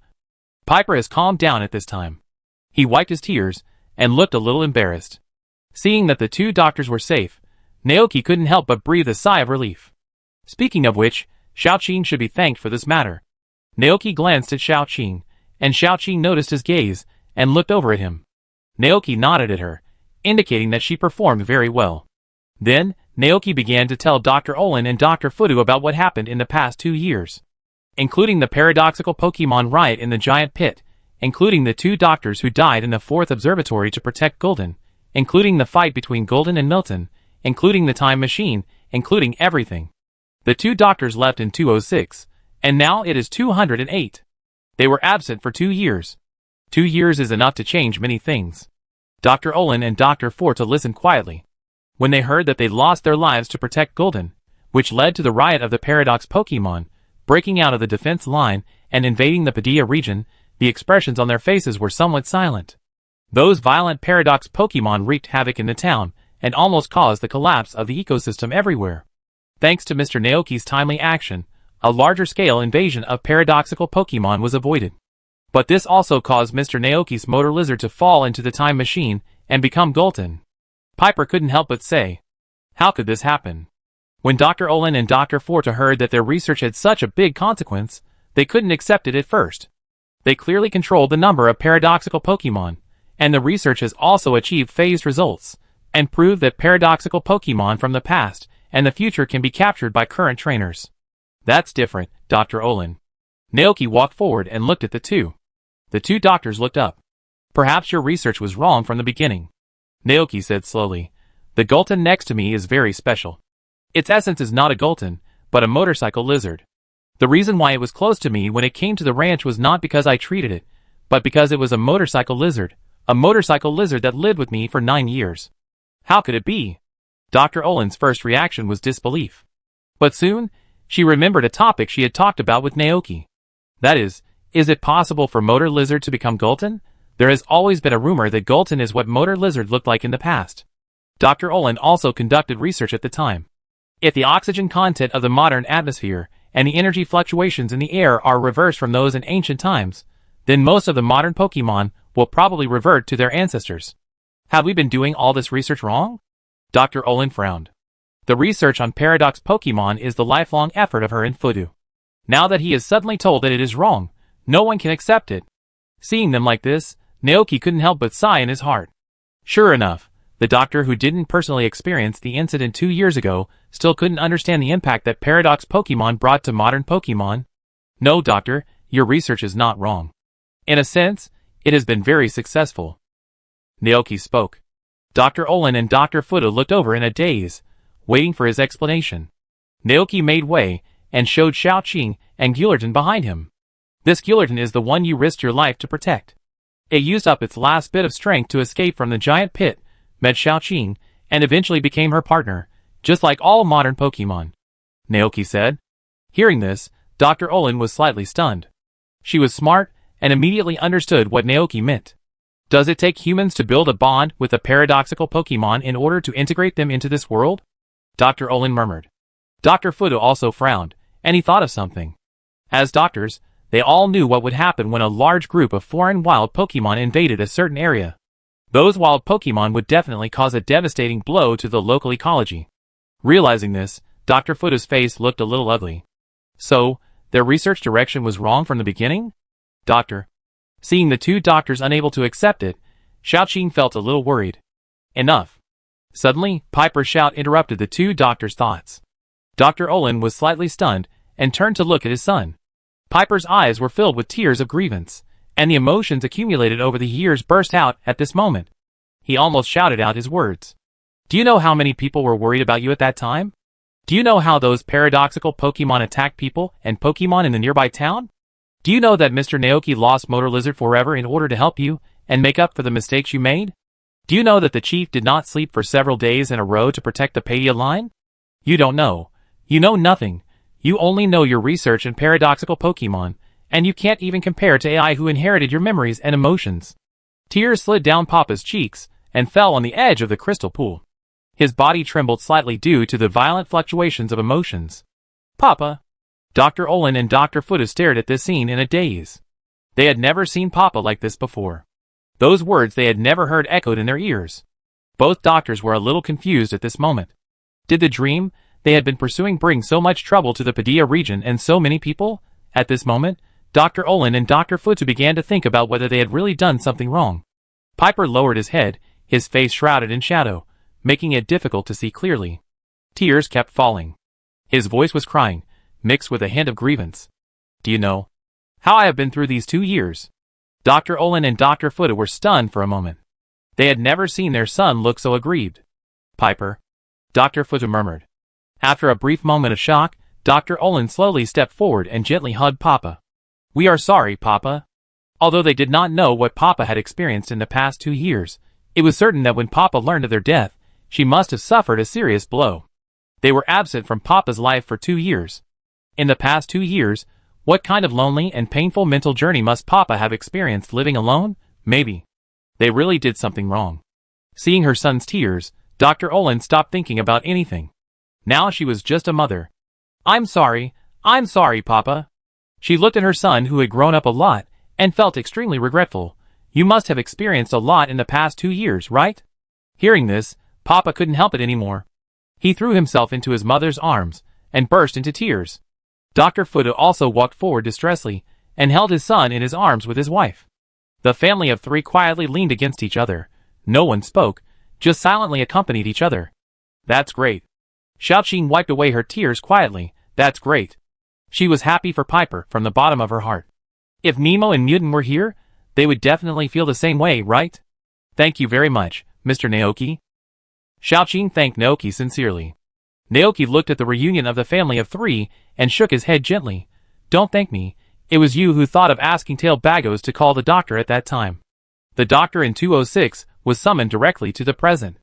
Although they were absent for 2 years, fortunately, it is not too late now. Naoki slowly exhaled. He looked at the Tail Bagos around him and said to them, "Thank you for your hard work." But go. After a long time, Piper finally recovered. He let go of his hand and looked at Xiaoqing and Naoki with embarrassment on his face. Dr. Olin slowly walked forward and said to Naoki, "We are really sorry, Naoki." She was referring to the incident that was indirectly caused by them, to cause the motor lizard to fall into the time machine and become a Gulton. Naoki shook his head. "Don't apologize, doctor. Some things are destined to happen. No matter how much we change, we can't stop it.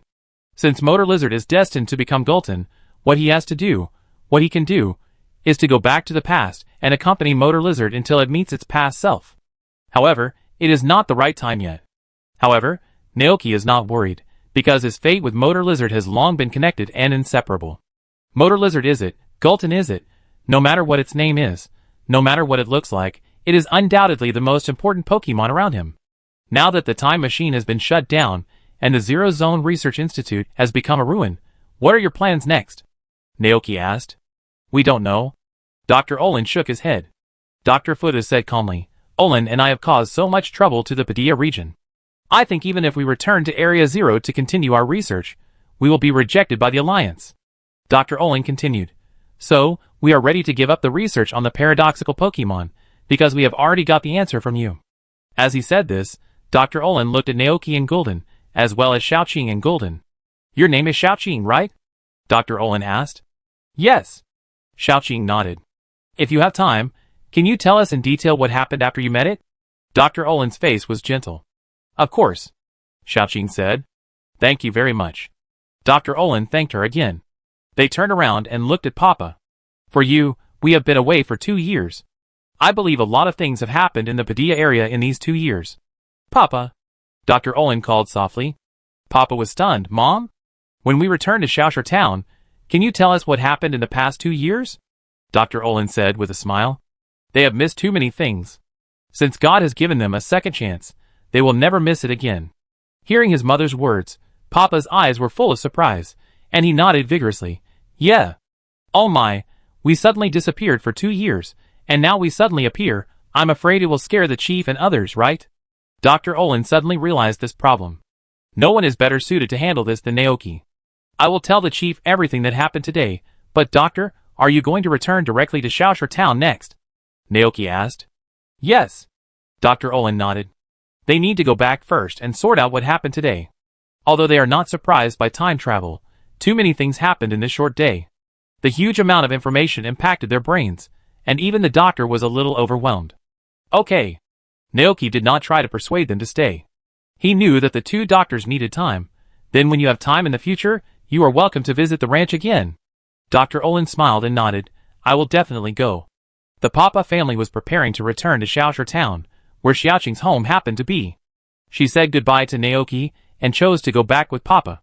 Naoki sent them to Quill Town, then waved goodbye to them, hugged Xiaoshu, and rode Gulton back to the ranch. The first thing Naoki did when he got home was to call Yesi with his Rotom phone and tell her everything that happened today, including the return of Dr. Olin and Dr. Fudu. Yesi was very surprised after hearing this. Her tone was full of disbelief. So, we didn't find the bodies of the two doctors at the beginning because you and Xiaoqing in the future called them to the future? Naoki nodded. Well, I have told them everything that happened after that, and I don't know what choice they will make yet. Yisi showed a thoughtful expression. After what happened, the Padilla Alliance may not allow them to enter the Zero Zone Reconstruction Institute again. The two doctors have already anticipated this. Naoki said. They chose to return to Xiaoshu Town and slowly sort out what happened in the past 2 years. Chapter 691. And Dr. Olin and Dr. Fuda did not let Naoki wait too long. Half a month later, after learning in detail from Papa what had happened in the past few years, they made a decision in their hearts. Stop the research on the paradoxical Pokemon, stay in Xiaoshu Town, set up a research institute specifically responsible for the research of Tie crystallization and Star crystallization, and accompany Papa. As soon as the news came out, the Padilla Alliance headed by Yisi immediately invested and built a research institute in Xiaoshu Town. This was both out of affection, and to thank the two doctors for discovering Tie crystallization. In the early spring of the 209th year of the Alliance calendar, the Tie Crystal Research Institute was officially completed. On that day, many friends in the Padilla region who were familiar with the two doctors went to celebrate. A group of staff from the Padilla Alliance, some former employees of the Zero Zone Research Institute, the current president of Padilla College, Clavel, Yesi, Xiaoqing, Nimo, Mutant. Naoki also brought Xiaoshu to this place to attend the completion ceremony of the institute. The Xiaoshu Research Institute was built on the original location of the lighthouse. Inside the institute, crystal fragments brought back from Beixiong Township and lake water containing Tie crystals were placed. Dr. Olin and Dr. Fuda stood in front of the institute, entertaining the visiting guests with a smile. After not seeing each other for a long time, the two doctors have changed out of their classic clothes and changed into casual clothes full of life. At this time, Dr. Olin was chatting with Principal Clavel with a smile. The other guests were also talking to others around them. Naoki and Xiaoshu stood on a patch of grass. His eyes did not look at Dr. Olin and Dr. Futu, but at the other side of the Juzi four-member team. Xiaoqing, Piper, Nimo, and Mutant. The return of his parents made Piper look radiant, as if he had been reborn, and the smile on his face almost never faded. Piper, that's great. Nimo patted Piper on the shoulder. From now on, Dr. Olin and Dr. Fuda can always be with you. Speaking of which, all this is thanks to Xiaoqing. Mutant smiled on the side. No, it's not just my credit, Mr. Naoki also helped a lot. Xiaoqing shook her head quickly. Huh? Mr. Naoki is here today too? Why didn't I see him? Hearing this, Nimo immediately looked around and searched for Naoki in the crowd. Soon, she found Mr. Naoki on a stand. The two of them looked at each other, and Nimo jumped up happily, waving her arms over there. Hey, Mr. Naoki. Naoki smiled and nodded at Nemo. Mr. Naoki is here too? Mutant said. Yes, that's right. Nemo turned her eyes to the girl next to Mr. Naoki. That girl is Mr. Naoki's daughter Xiaoshu, right? Xiaoqing, who had seen Xiaoshu before, smiled and nodded. That's right. Although the child is not very old, she has become a formal trainer now. I have fought against her before, and my magic masked mouth lost. What? Nemo was shocked, but then, her eyes showed excitement. I want to have a Pokemon battle with Xiaoshu too. Nemo made a decision immediately. Nemo has always been a man of action, and after she finished speaking, she ran over there excitedly. The remaining three people, Nemo is still the same Nemo. Xiaoqing was powerless to complain. More than 3 years have passed since their original adventure together. A lot of things have happened during this period, but Nemo seems to have not changed at all. That's what Nemo is like. Pepper couldn't help but interrupt. The three looked at Nemo's back, then looked at each other, and couldn't help but smile. The world will change, but the friendship between them will never change. Xiaoshu agreed to Nemo's invitation to fight without hesitation. The two of them had a fierce competition in front of everyone in an open space. Naoki and Yesi stood behind and watched this scene. Xiaoshu's personality is very similar to Nemo's. Yusei said softly. That's true. Naoki was also quite helpless. Oh, time flies. Yusei was full of emotion. In the blink of an eye, Xiaoshu was already 6 years old. Chief, what do you want to do? Naoki noticed something was wrong. Yusei smiled and said, Nothing. Looking at Xiaoshu's appearance, I just think she is very suitable to join the Padilla Alliance, replace Poppy, and become the new king. Naoki. Xiaoshu is only 7 years old now. He couldn't help but remind her. I'm talking about the future. Yusei said softly. Children will eventually grow up. They are like Pokemon. When they grow up, they will leave their parents and start their own lives. Hearing this, Naoki couldn't help but feel a little disappointed. Yes, Yusei is right. People in the Pokemon world are all like this. When a child reaches the age of 10, he will leave his parents and embark on his own journey. Just like Xiaoji, he travels for 10 years, and only goes home during the Chinese New Year or on vacation. The rest of the time he is traveling outside. 10 years later, the children will be adults, turning 20, and they will have to face the problems of their future lives. Continue to be the champion, become the owner of the gym, become a breeder, or choose to retire. Then, they should meet someone they love, get married, and give birth to their own offspring. As Naoki imagined the future, an indescribable emotion suddenly rose in his heart, and he even had an urge to cry. This feeling reminded Naoki of the scene when he married Chishu and Chishu's father cried at the wedding. At that time, he was probably in the same mood, right? Because he knew that from now on, his daughter would have her own home and start a new life, and would spend less time with them as parents. Yusei looked at the scene over there, and couldn't suppress the smile on his face. Chishu calmed down and couldn't help asking, Chief, you seem very happy today? Yes. Yusei smiled and said, It's great that Dr. Olin and Dr. Fuda can make this choice. For a long time, their Padilla region has lacked more authoritative doctors and famous research institutes. Now that Olin and Fuda have stayed, it means that from today on, the Padilla Alliance can give the task of giving initial Pokemon to new trainers to the 2 doctors. In the future, if the children in the nearby towns are 10 years old, they can go to this research institute and receive the initial Pokemon prepared by the Padilla Alliance for them from Olin and Fudu, as well as the Taijing bracelet that can make Pokemon Tai Crystal. It just so happened that Dr. Olin and Dr. Fuda were the first to discover the crystallization of the Super Crystal. This matter was also a professional match for them. No one could be more suitable for this job than them. Naoki followed Yes's gaze, and saw Dr. Olin and Dr. Futu in the crowd. Combined with the smile on Yes's face, he instantly understood why Yesi was so happy. Naoki, that's enough. The battle between Xiaoshu and Nemo had come to an end at this time. Because of what Xiaoqing said, Nemo thought that Xiaoshu had become a champion-level trainer. But since returning from the last trip to Kitakami Township, Xiaoshu rarely used Tylobags to fight, but only used Burning Bug and Dratini. Although compared with trainers of the same period, Dratini and Burning Bug can be said to be geniuses.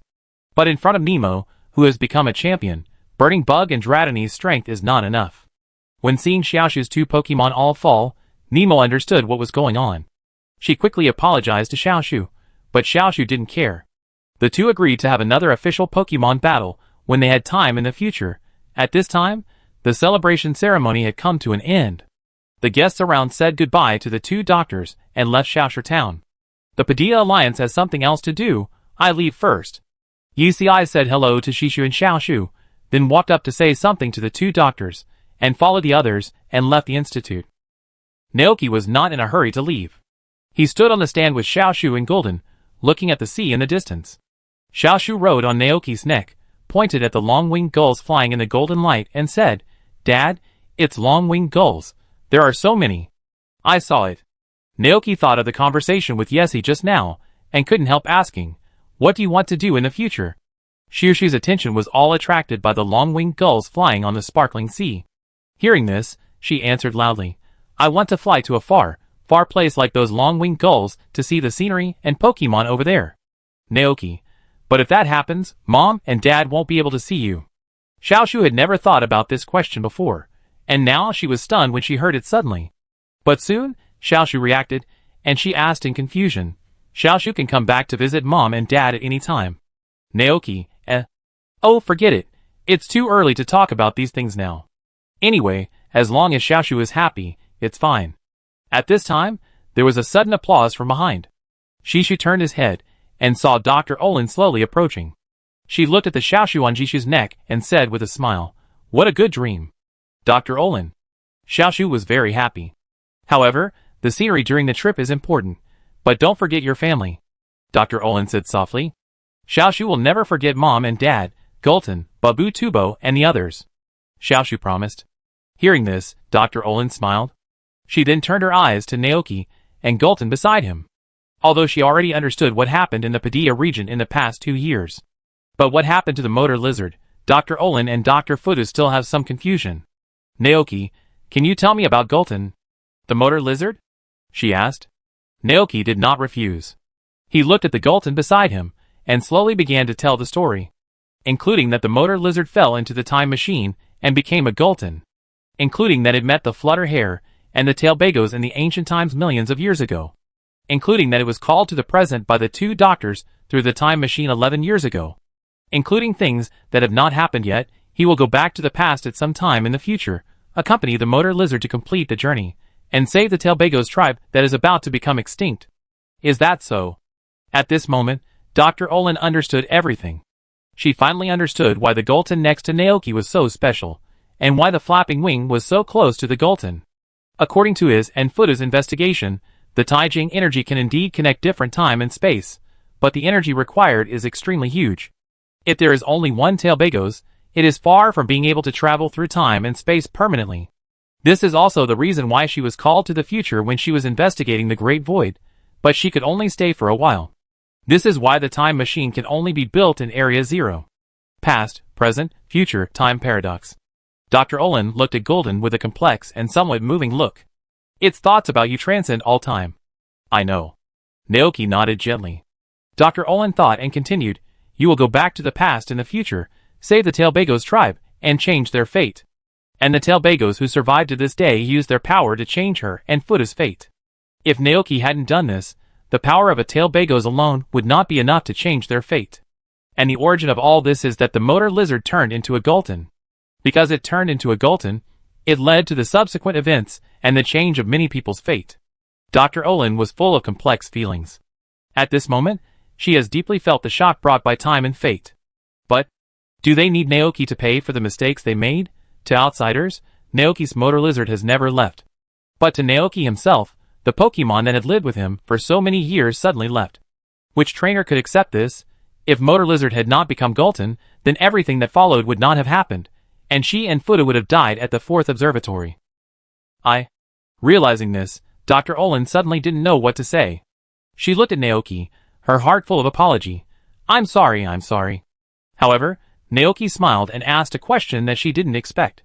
Doctor, do you feel that everything we've experienced is like an Ouroboros? Dr. Olin was slightly startled. The motor lizard keeps going back to the past and becoming a Gulton until it sees its past self fall into the time machine again. Now, it's my turn to complete the rest of the cycle. But, if you go back to the past and send the motor lizard back to 11 years ago, where will you go after that? Dr. Olin asked. I don't know. Naoki shook his head, but if possible, I will return to the present Gulton and accompany them forever. Dr. Olin no longer knew how to express her feelings at the moment. After a long time, she said, I understand. If you need it, please feel free to come to us. We will do our best to help you. Chapter 692. After celebrating the establishment of the Xiaoshu Research Institute, Naoki took Xiaoshu and Gulton and left. Before leaving, he looked back and happened to see Dr. Olin and Dr. Fudu walking into the institute with Papa. They looked just like thousands of ordinary families, with respectful parents and sensible children, who returned home to enjoy dinner together after get off work. That's great, Naoki thought. At least they haven't changed at all. Time passed quickly, and in the blink of an eye, it was already the 210th year of the Alliance calendar. This year, Naoki was 32 years old, Xiaoshu was 8 years old, and Yushu was also 3 years old. Sister, wait for me. In the ranch, a 3-year-old boy with black hair and black eyes was holding a tailed bagos, clumsily chasing the girl running in front. Yushu, you are too slow. Xiaoshu laughed and said, you can't catch up with us at this speed. Little Yushu accidentally tripped over a stone on the road and fell to the ground with a plop. He looked at the red wound, and tears welled up in his big eyes. Bago. The little tail Bagos was worried. Xiaoshu turned around and saw the scene when he heard the voice, and ran back quickly. Yushu pouted, sniffed and accused, Sister, you are bad. Xiaoshu scratched his head with an embarrassed look on his face. Oh, I'm sorry. It's my fault. I will help you treat it now. After that, Xiaoshu took out a blue-orange fruit from her pocket, crushed it, and dripped the juice on Yoshu's knees. The next second, the wound on the knee began to heal at a speed visible to the naked eye. It's okay now. Looking at her tearful brother, Xiaoshu smiled and said, let's go. Sister will continue to teach you Pokemon battles. Hearing about Pokemon battles, Yushu's mind was immediately attracted to it. He didn't care about the remaining pain in his leg and nodded quickly. Yeah. On the grass, Inti, Reiku, and Suikun looked at the siblings in front of them with loving faces. Even though they have existed for many years, they couldn't help but feel emotional when facing this scene. Time flies so fast. In the blink of an eye, Xiaoshu and Yushu have grown so big.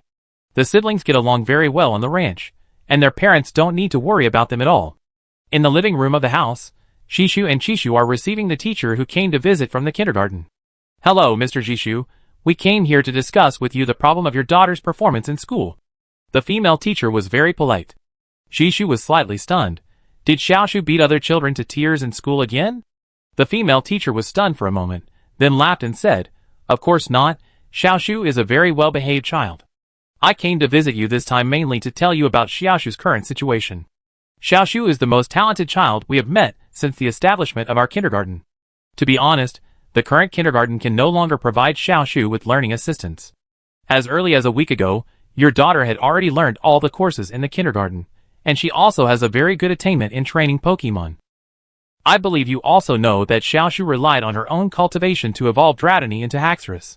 Not only that, the strength of the incinerator has also been greatly improved compared to when it first entered the kindergarten.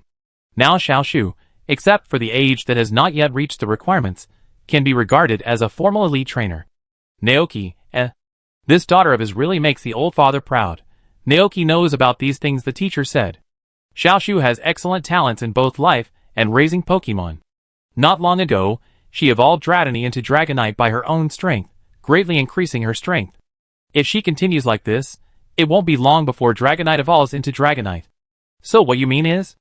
Naoki saw that the teacher had something to say. That's right.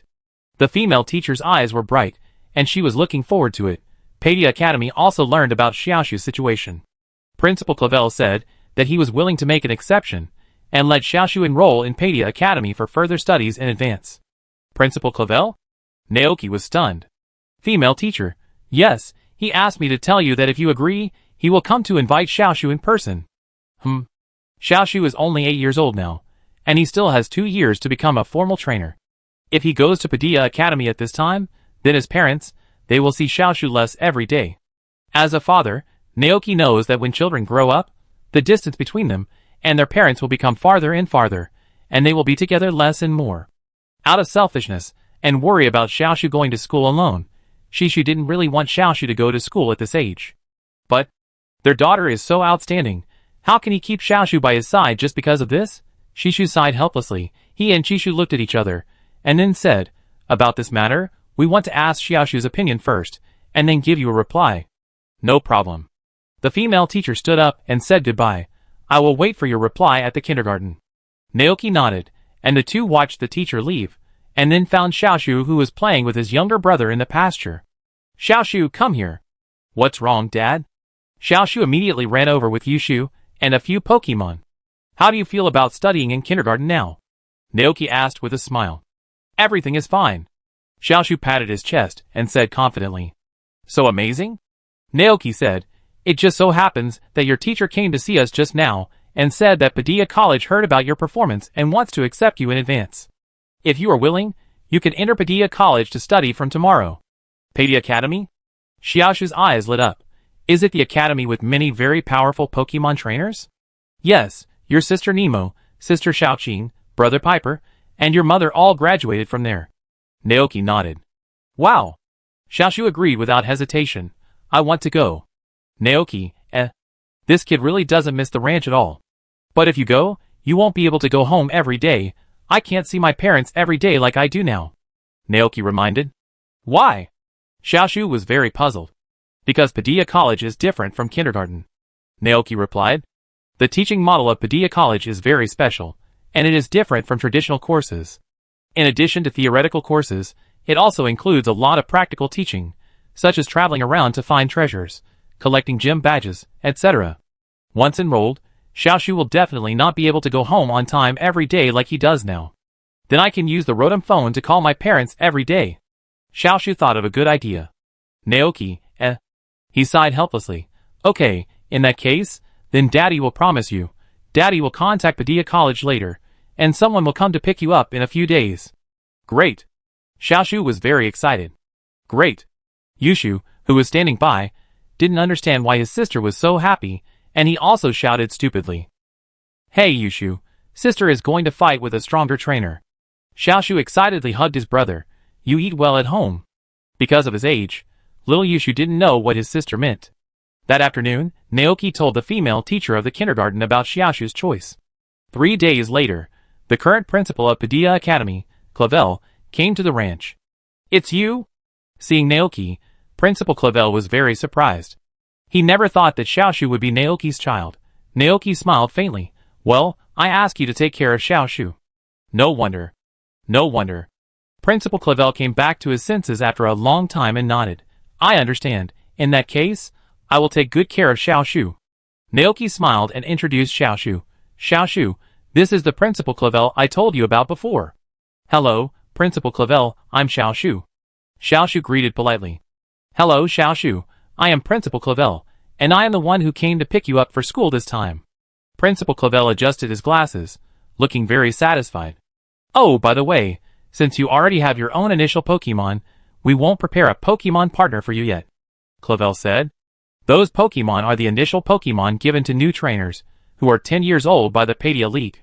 Xiaoshu is not yet 10 years old, and she already has 2 Pokemon around her. If she is given a Pokemon partner, Xiaoshu may not be able to take care of them. After all, no matter how good she is only an 8-year-old child. However, when you are 10 years old, Xiaoshu, if you want a new Pokemon partner, you can apply to the academy, Claver said. Naoki also meant the same thing. Xiaoshu has no objection at the moment, because she is now focusing on breeding Haxorus and Incineroar, as well as 3 Tyrable Bagos. If there is one more Pokemon, she will be a little overwhelmed. I know. Xiaoshu nodded. Then, the next question is who to take to school. However, Naoki, Oki, and Xiaoshu had already made a decision on this issue last night. First, they must take the Burning Bug and Haxorus. Secondly, the Talabagos that Xiaoshu has not yet formally conquered. And the 3 sacred beasts, who have always been guarding Xiaoshu. In this way, they, as parents, don't have to worry about Xiaoshu encountering danger outside. In this way, Xiaoshu, alone, accompanied by 8 Pokemon, embarked on a journey to Padilla Academy for further studies. For Xiaoshu's departure, both Naoki, Chishu, Yushu, and the Pokemon on the ranch were a little uncomfortable. Yushu even cried for several days in a row in search of his sister, and it was Xiaoshu who coaxed him by video calls every night. When Xiaoshu was away, life on the ranch was particularly long. The couple was thinking about their daughter, and secretly inquired about the news of Padilla College and Xiaoshu's performance there. But no one came forward, because for Xiaoshu, this was also a test. Finally, a month after Xiaoshu left home, Shishu received a good news from Xiaoshu. It was a selfie of Xiaoshu, burning bugs, and Haxorus, and in Xiaoshu's hand, he was holding a round badge with a grass pattern on it. Xiaoshu, Dad, Haxorus and I defeated Mr. Kosa and successfully got the grass badge. Shishu was very surprised. Xiaoshu got his first badge so quickly, and the Padilla League allows children who are not yet 10 years old to become trainers? The moment this thought came up, Naoki thought of the 9-year-old King Poppy. That's fine. Even if he's not 10 years old, with Yesie's ability, all this is not a problem at all. What surprised Naoki even more was yet to come. In just 10 days, Xiaoshu collected the second insect badge. Xiaoshu, I passed the test of you in my gym and got the insect badge from Master Offing. And Dad, I also met a new partner. From now on, it will also travel with us. There was a picture attached below the message. The picture shows a Pokemon with a determined look and a blazing flame on its body. That is Tancher. Looking at the photo above, Naoki's eyes are both relieved and proud. He couldn't help but say to Chishu, Look, our daughter is really excellent. Chishu glanced at the route of Xiaoshu's travel. I always feel that it won't be long before Xiaoshu arrives in Yangguang City. Ha ha ha, do you want to switch classes with me? Naoki asked with a smile. He really wanted to see what Xiaoshu's current strength was like. Forget it, I test Xiaoshu myself. Chishu chuckled. Although she is our daughter, I won't hold back. Naoki, Half a month later, Xiaoshu really arrived in Yangguang City. There, the mother and daughter had a fierce battle. Because Xiaoshu had only collected 2 badges, Chishu did not use his full strength. But even so, it was enough for Xiaoshu to drink a pot. Naoki watched the whole process through Chishu's live broadcast. The rules of the battle were 3v3. Chishu sent out the Great Electra, the Frog and the Naughty Thunderbolt. Xiaoshu's team was the Incinerator, the Dragonite, and the newly joined Tan Salmon. With years of accumulated combat experience, Chishu easily defeated Tan Salmon with the Great Electra. Xiaoshu used the speed of the Dragonite to defeat the Great Electra, but unfortunately, the Dragonite lost to the Naughty Thunderbolt. With only one Pokemon, Chishu forced Xiaoshu into a desperate situation. Facing this unprecedented crisis, Xiaoshu and the Burning Bug seemed to have resonated with each other. A terrifying fire of fighting spirit burst out from the Burning Bug, and it evolved into a Vulcan Moth during the battle. The scorching light of the Vulcan Moth illuminated the entire battlefield. Under Xiaoshu's excellent command, the Vulcan Moth fought 1 against 2, reversed the situation, and successfully seized the electric badge from Chishu. Naoki and Golden saw Xiaoshu's outstanding performance from the live broadcast, and they all couldn't help but applaud her to celebrate. Over the past 8 years, with the help of Chihong's notes, ADK's cultivation secrets, and Naoki's assistance, the flame power accumulated to the extreme in the body of the Vulcan Moth has all burst out at this moment, causing its life level to undergo an unprecedented transformation. Naoki saw the extraordinary nature of the Vulcan Moth at a glance. The rolling heat waves visible to the naked eye in the camera, the fiery red particles floating around the Vulcan Moth, and the space that was almost distorted due to the extremely high temperature. All of this proved to people that the Vulcan Moth was not an ordinary Vulcan Moth. The temperature and intensity of its flames have reached the peak of the Vulcan Moth Pokemon. Its various performances are all worthy of the title of Incarnation of the Sun. Chapter 693. Nyangguang City Square. Xiaoshu's outstanding performance made everyone excited for her. Shouts and cheers almost resounded throughout the entire Nyangguang City. As the battle ended, the fire god moth slowly flew back to Xiaoshu. Its eyes were as deep and beautiful as sapphires. Great Burning Bug! Xiaoshu was very happy. Oh no! We should call you Fire God Moth. As he said that, Xiaoshu stretched out his hand towards the Burning Bug, but before he got close, he was burned by the terrifying temperature emanating from it. Xiaoshu quickly retracted his hand, and Vulcan Moth also quickly retracted the flames on his body. The man and the Pokemon had a tacit understanding, and they understood each other's meaning without saying much. Hee hee. Xiaoshu turned his head and looked at Chishu across from him. Mom, we did a good job, didn't we? Oh, I lost to you. The little Magnemite on Chishu's head was spinning weakly, but she soon cheered up and handed the electric badge to her daughter with a smile on her face. At first, Mom and Dad were worried about whether you could live alone outside, but now it seems that you have not only performed very well, but also made such great progress. Chishu looked at his daughter with bright eyes, and then gave her a thumbs up. You are the pride of Mom and Dad. Yeah. Xiaoshu was also very excited. Go! In addition to me, there are 5 other badges in the Padilla region that you have not collected. Xiaoshu, spread your wings and fly high like your mom, and Xiaoyu leaped over the dragon gate. Chishu said. Yeah. Xiaoshu nodded vigorously. Meanwhile, at the headquarters of the Padilla Alliance, Yessie was also watching the live broadcast. When she saw Xiaoshu's outstanding performance, she couldn't help but smile. Xinli, did you see it? Xiaoshu is so outstanding. Yessie said. Xinli, Xinli had long been numb to Yes's performance. However, the chief was right in his vision. The excellence of that child really exceeded the imagination of all of them. The strength of that Vulcan Moth has probably surpassed the gym leader level and is infinitely close to the king level. What's more terrifying is that the child has just turned 8 this year, and she has already collected 3 badges. Thinking of this, Xi and Li's first reaction is that the Alliance Conference at the end of this year will be interesting. If everything goes well, Xiaoshu may become the youngest champion in the history of the entire Alliance, an 8-year-old champion. At this moment, Xi and Li can no longer imagine the future of the child.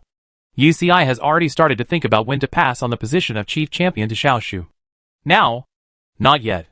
Because Xiaoshu is too young. Even if she can become the champion this year, she is only 8 years old after all, and she may not know how to handle various affairs. The best way is to gain experience for a few more years. For example, she can travel to other regions, and when she becomes an adult, she can just come back to inherit her position as chief champion. At that time, she can retire beautifully, and no longer have to worry about the problem of no successor in the Padilla Alliance. Dad, I got the 3rd badge. In Rotom's phone, Xiaoshu excitedly showed Naoki the badge of electricity he had just gotten. Naoki, Luckily, he didn't take over for his wife. Otherwise Xiaoshu might not have been able to make the burning bug evolve into the Vulcan moth in the face of adversity. Well, Dad knows, you did a great job. Naoki gave his daughter a thumbs up and asked, are you going to challenge other gyms next? Xiaoshu nodded. That's right.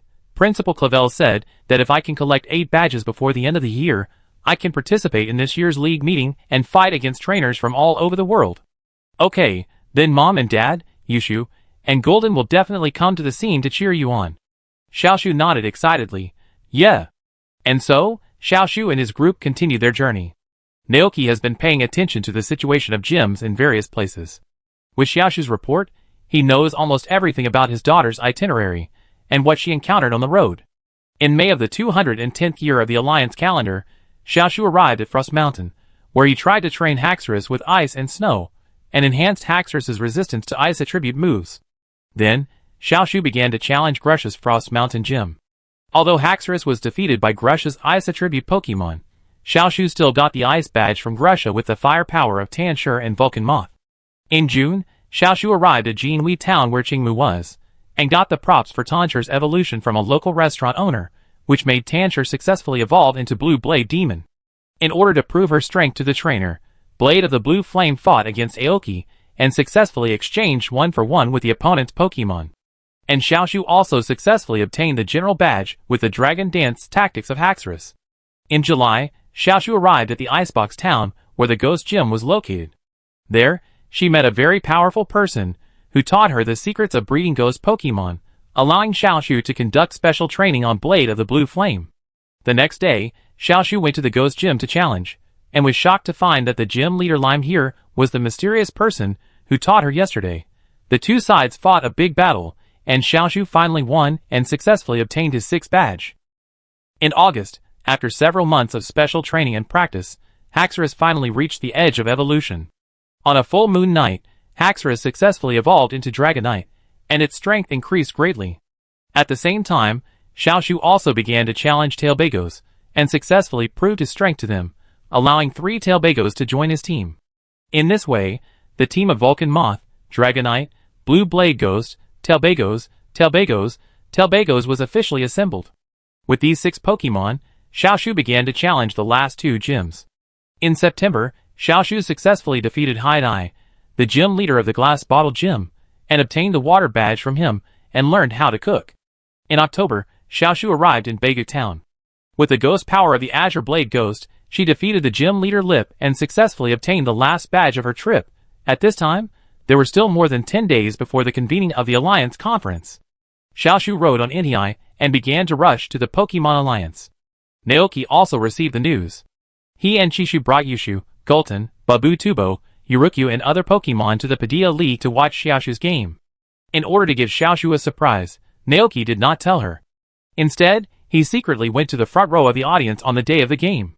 When Xiaoshu heard a familiar voice on the field and turned around, he immediately saw several familiar figures. Dad? Mom? Is Urukyu here too? Everyone is here. Come on, Xiaoshu! Naoki cheered loudly for his daughter. Agassi! Bony! Bamo! Urgire and other Pokemon also shouted. At this moment, Xiaoshu entered an inspired state. Her inner fighting spirit reached its peak, turned to look at the opponent on the opposite side, and said confidently, Vulcan Moth, we must not let Dad and the others down. Vulcan Moth nodded calmly. The battle officially begins.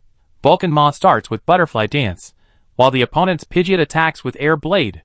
But the Butterfly Dance of Vulcan Moth is mixed with scorching flames, and in an instant, its body turns into a high-speed rotating fireball. Pidgeot's Air Blade is like a drop in the ocean, and is swallowed up the moment it touches the fireball. It's our turn. Vulcan Moth, use hot air. With Xiaoshu's order, the temperature of the entire battlefield suddenly rises, and the air seems to be ignited. As the airflow surges, a scorching storm condenses and sweeps towards the opposite Pidgeot. Almost in an instant, Pidgeot was devoured. A moment later, Pidgeot fell to the ground in a mess. With large patches of burnt feathers on his body, his eyes rolled up, and he lost his ability to fight. One hit to kill. Countless audiences sat up in shock. Naoki heard countless noisy voices. What's going on? Even I can feel the temperature rising here. Hot wind. What a terrifying power. That Vulcan Moth is so strong. After winning the game, Xiaoshu grinned and turned to look at the audience. Naoki nodded at her, indicating that her performance was very exciting. With both main pets evolved to the final stage, plus the notes left by Red, and the addition of 3 tailbagos, Xiaoshu's performance in the preliminaries can be described as killing gods and Buddhas. As expected, she successfully advanced to the quarterfinals. In the quarterfinals, Xiaoshu sent out the Azure Blade Ghost to fight, and finally exchanged 1-for-1 with the opponent's Jengar. In the second game, Xiaoshu sent out Dragonite, and successfully defeated the opponent's Lucario.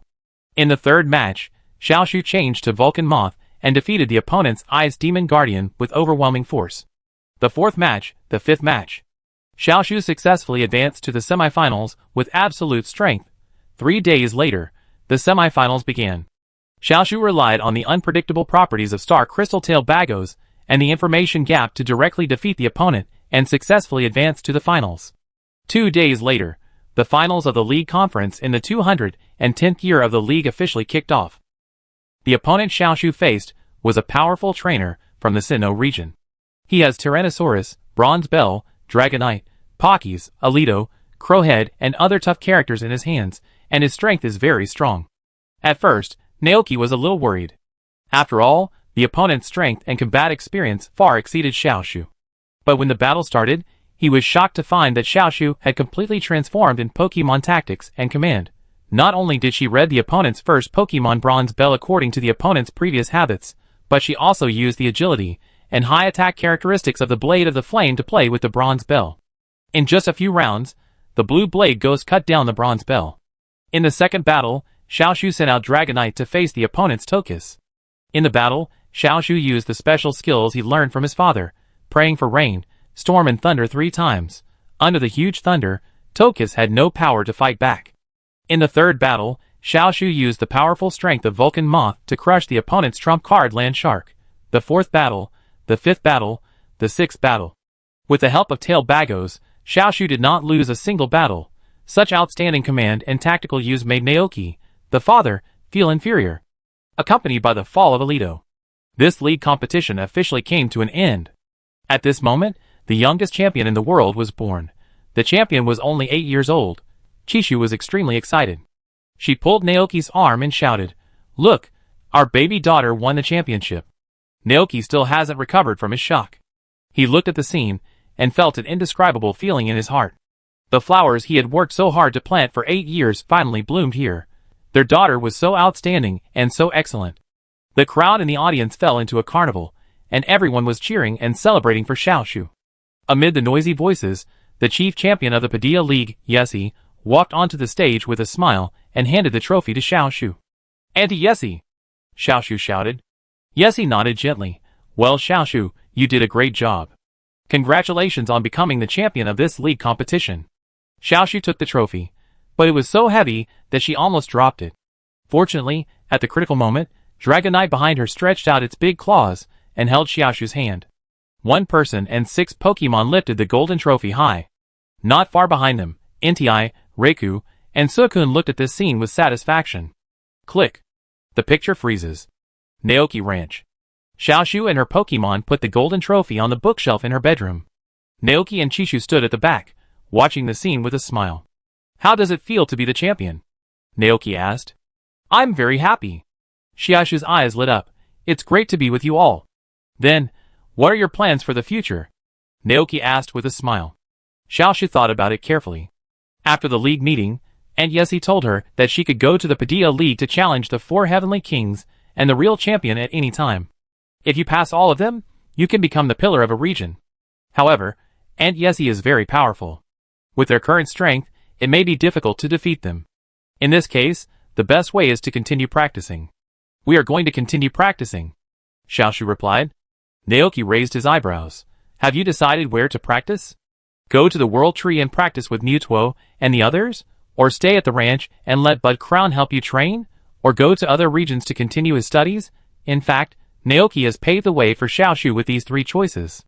If he chooses the World Tree, he will contact Mutuo, Groudon, and Giratina. If he chooses the ranch, he will serve as a sparring partner with Budcrest and Giratin. And if he chooses the third option, Naoki will give Xiaoshu a letter of introduction from Professor Oak and ask her to visit Professor Oak in the Kanto region and start her journey from Pallet Town.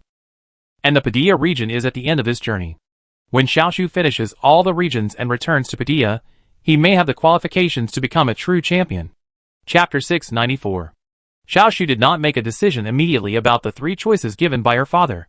She wanted to choose the third one directly, and leave the Padilla region with the Vulcan Moth and travel to a wider world. But the problem is that the rules of each Pokemon League are different. The Padilla League is very special. It does not restrict the age of the trainer. As long as they are excellent talents, they can challenge the gym. But other Pokemon Leagues are different. Those places are very strict. Only when a trainer is 10 years old can he be qualified to become a trainer and participate in the gym challenge. Therefore, after careful consideration, Xiaoshu made a decision that even Shishu did not expect. She planned to stay in Padilla Academy for 2 years, and when she was 10 years old, she would officially set off to other areas for adventure. Are you sure? Hearing Xiaoshu's plan, Shishu asked in surprise. Yeah. Xiaoshu nodded with a smile. In fact, it was not just for this reason, because she knew that if she left now, her parents would miss her because they could not see her for a long time. Xiaoshu has been an extremely smart child since she was young. When Shishu's eyes met hers, he immediately noticed something from her cunning and weird eyes. This child. Shishu smiled and exhaled. Although he felt a little disappointed, as a father, he was more willing to respect his daughter's own ideas. He personally raised this child from childhood to this age. He invested countless energy and affection in Xiaoshu, himself, Shishu, and even the Pokemon in the ranch. Xiaoshu's babbling appearance is still in front of us, but in the blink of an eye, she has grown up to this size. She has her own opinions, and has become a very good trainer. Naoki was both relieved and moved. Time passed quickly, and in the blink of an eye, it has come to the 212th year of the league calendar. This year, Naoki turned 34, and Xiaoshu officially turned 10. On his 10th birthday, Naoki handed Xiaoshu a letter of introduction to Professor Oak. Before leaving, Xiaoshu put on the hat that Red had left on the world tree. She put on her backpack and officially embarked on her journey under the watchful eyes of her parents and Gul'dan. Her first stop was the town of Pallet Shin in the Kanto region. It was not only the starting point of her journey, but also the place where Tianqing Mountain was located. Now, she was going to participate in the test of the Rainbow Warrior that Yin Di and the others had mentioned. Even though he had expected it in his heart, when Naoki saw Xiaoshu leave with his own eyes, he couldn't help but wipe away a tear. Because he knew that from today on, he would have less and less time to spend with this child. Shishu was also a little upset, and she comforted her husband softly. It's okay.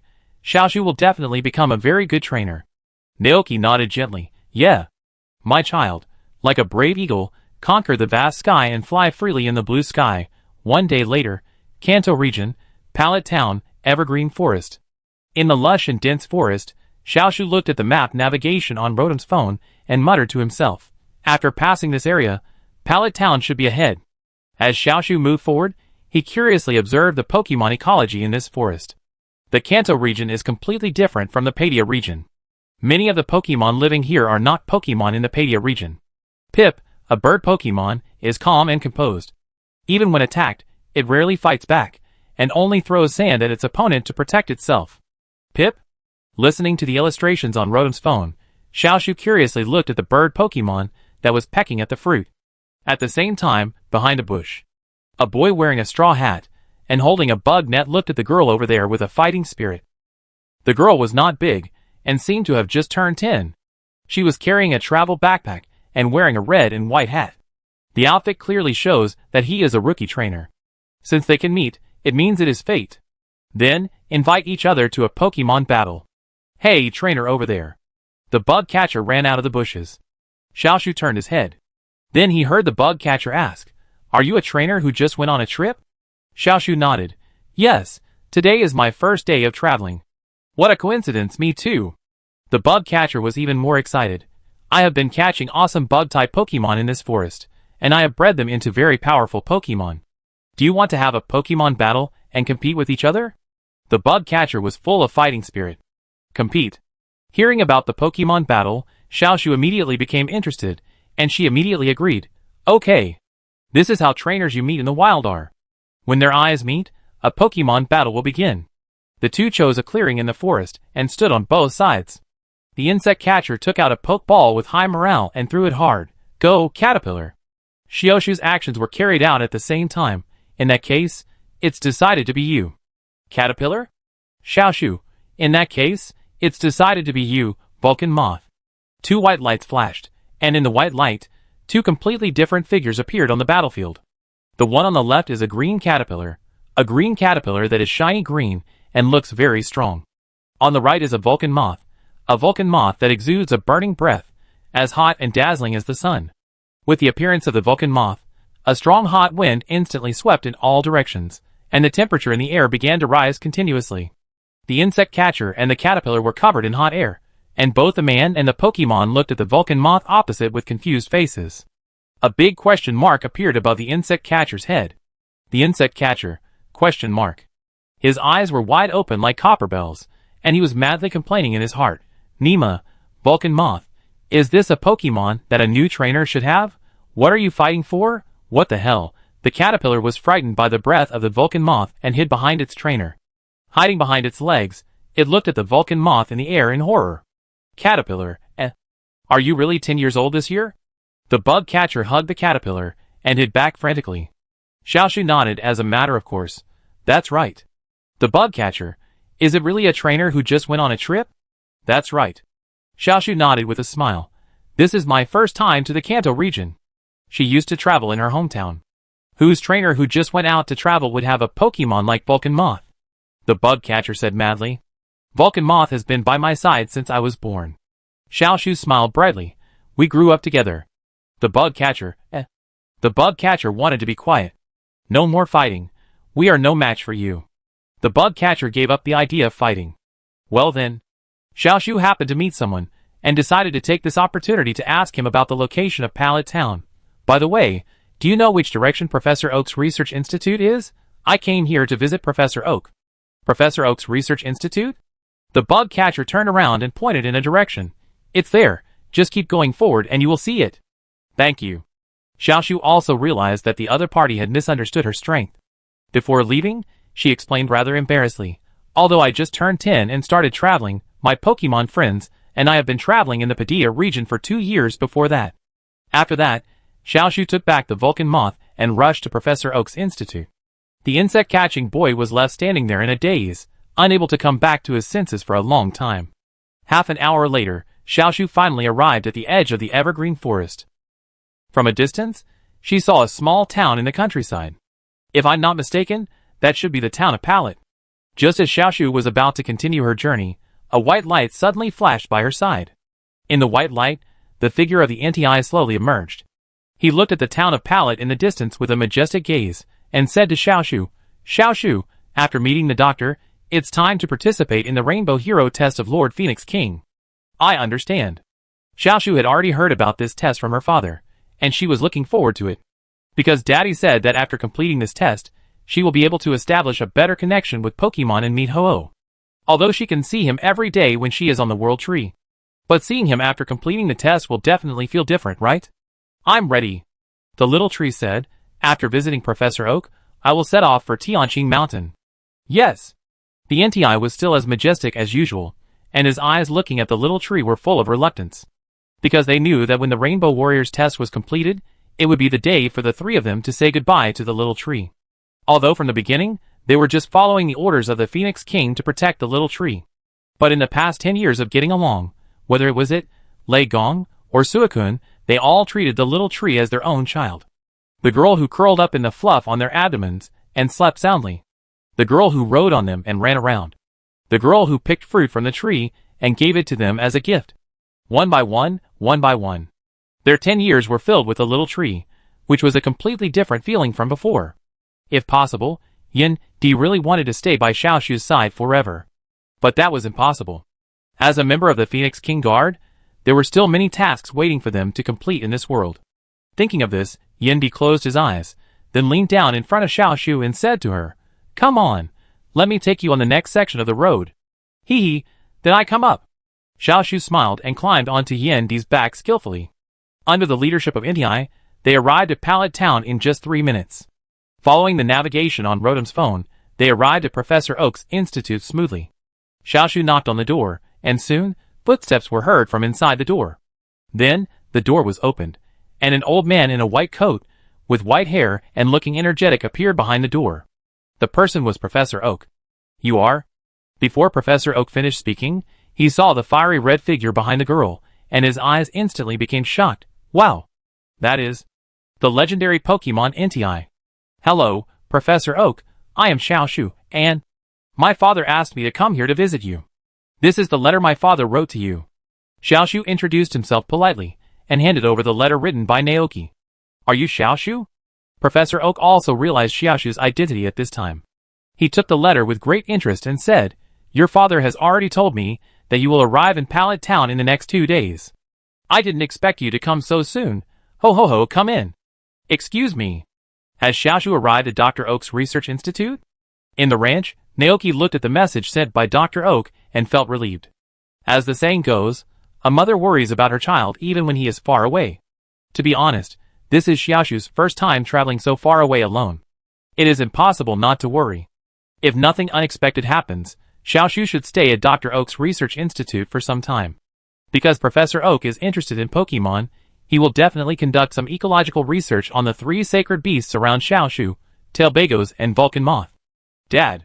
At this time, a little boy with black hair and black eyes ran in from the door. Naoki turned his head and asked, What's wrong, Yushu? Little Yushu felt very aggrieved. I also want to travel with Tailbagos like my sister. Naoki, But the Alliance has a rule that children must be at least 10 years old before they can travel. Naoki said. Yushu curled his lips and complained, Dad is lying. Sister went on a trip by herself when she was 8 years old. But you are only 5 years old now. Naoki said. Woo woo woo. Little Yushu knew that it was not going to work. He ran to the eaves with a depressed face and cried. Looking at the clear blue sky above his head, and smelling the sweet smell of tree fruits in the air, Yushu felt very wronged. He also wanted to grow up quickly. Woo! Tailbagos came over, and got into the arms of little Yushu, acting coquettishly to him intimately. Forget it. Since his father won't let him travel now, he go explore the world tree. Little Yushu secretly observed his father's movements. Seeing that his father didn't notice, he secretly took Tailbagos into the reverse world and prepared to go to the world tree through there. Suddenly, a huge figure emerged in front of him.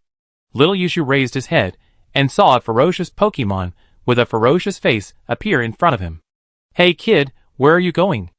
Giratina discovered the sneaky little Yushu early in the morning. Little Yushu was not afraid, but grinned. Uncle Giratina, Dad won't let me travel, I want to go to the world tree to play. Naoki won't let you travel? Giratina narrowed his eyes. Little Yushu felt wronged. Sister can go. Don't be sad. Giratina said proudly. Uncle Giratina will take you out to play. Chapter 695. Where do you want to go? In the reverse world, Giratina's huge body kept moving. Its eyes looked up, and on top of it sat a 5-year-old boy with black hair and black eyes. Go to the outside world. Xiao Yushu was holding Tailbagos in his arms, his eyes sparkling, and he was obviously looking forward to the next trip. No problem. Giratina kept his word. It just happened that not long ago, it heard from Rotom that its fans had built a super luxurious giant statue for it in the Black Gold City in the Sinnoh region, which was recently completed.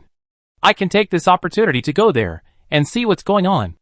Giratina had a destination in mind instantly. Its huge body quickly moved through the reversed world.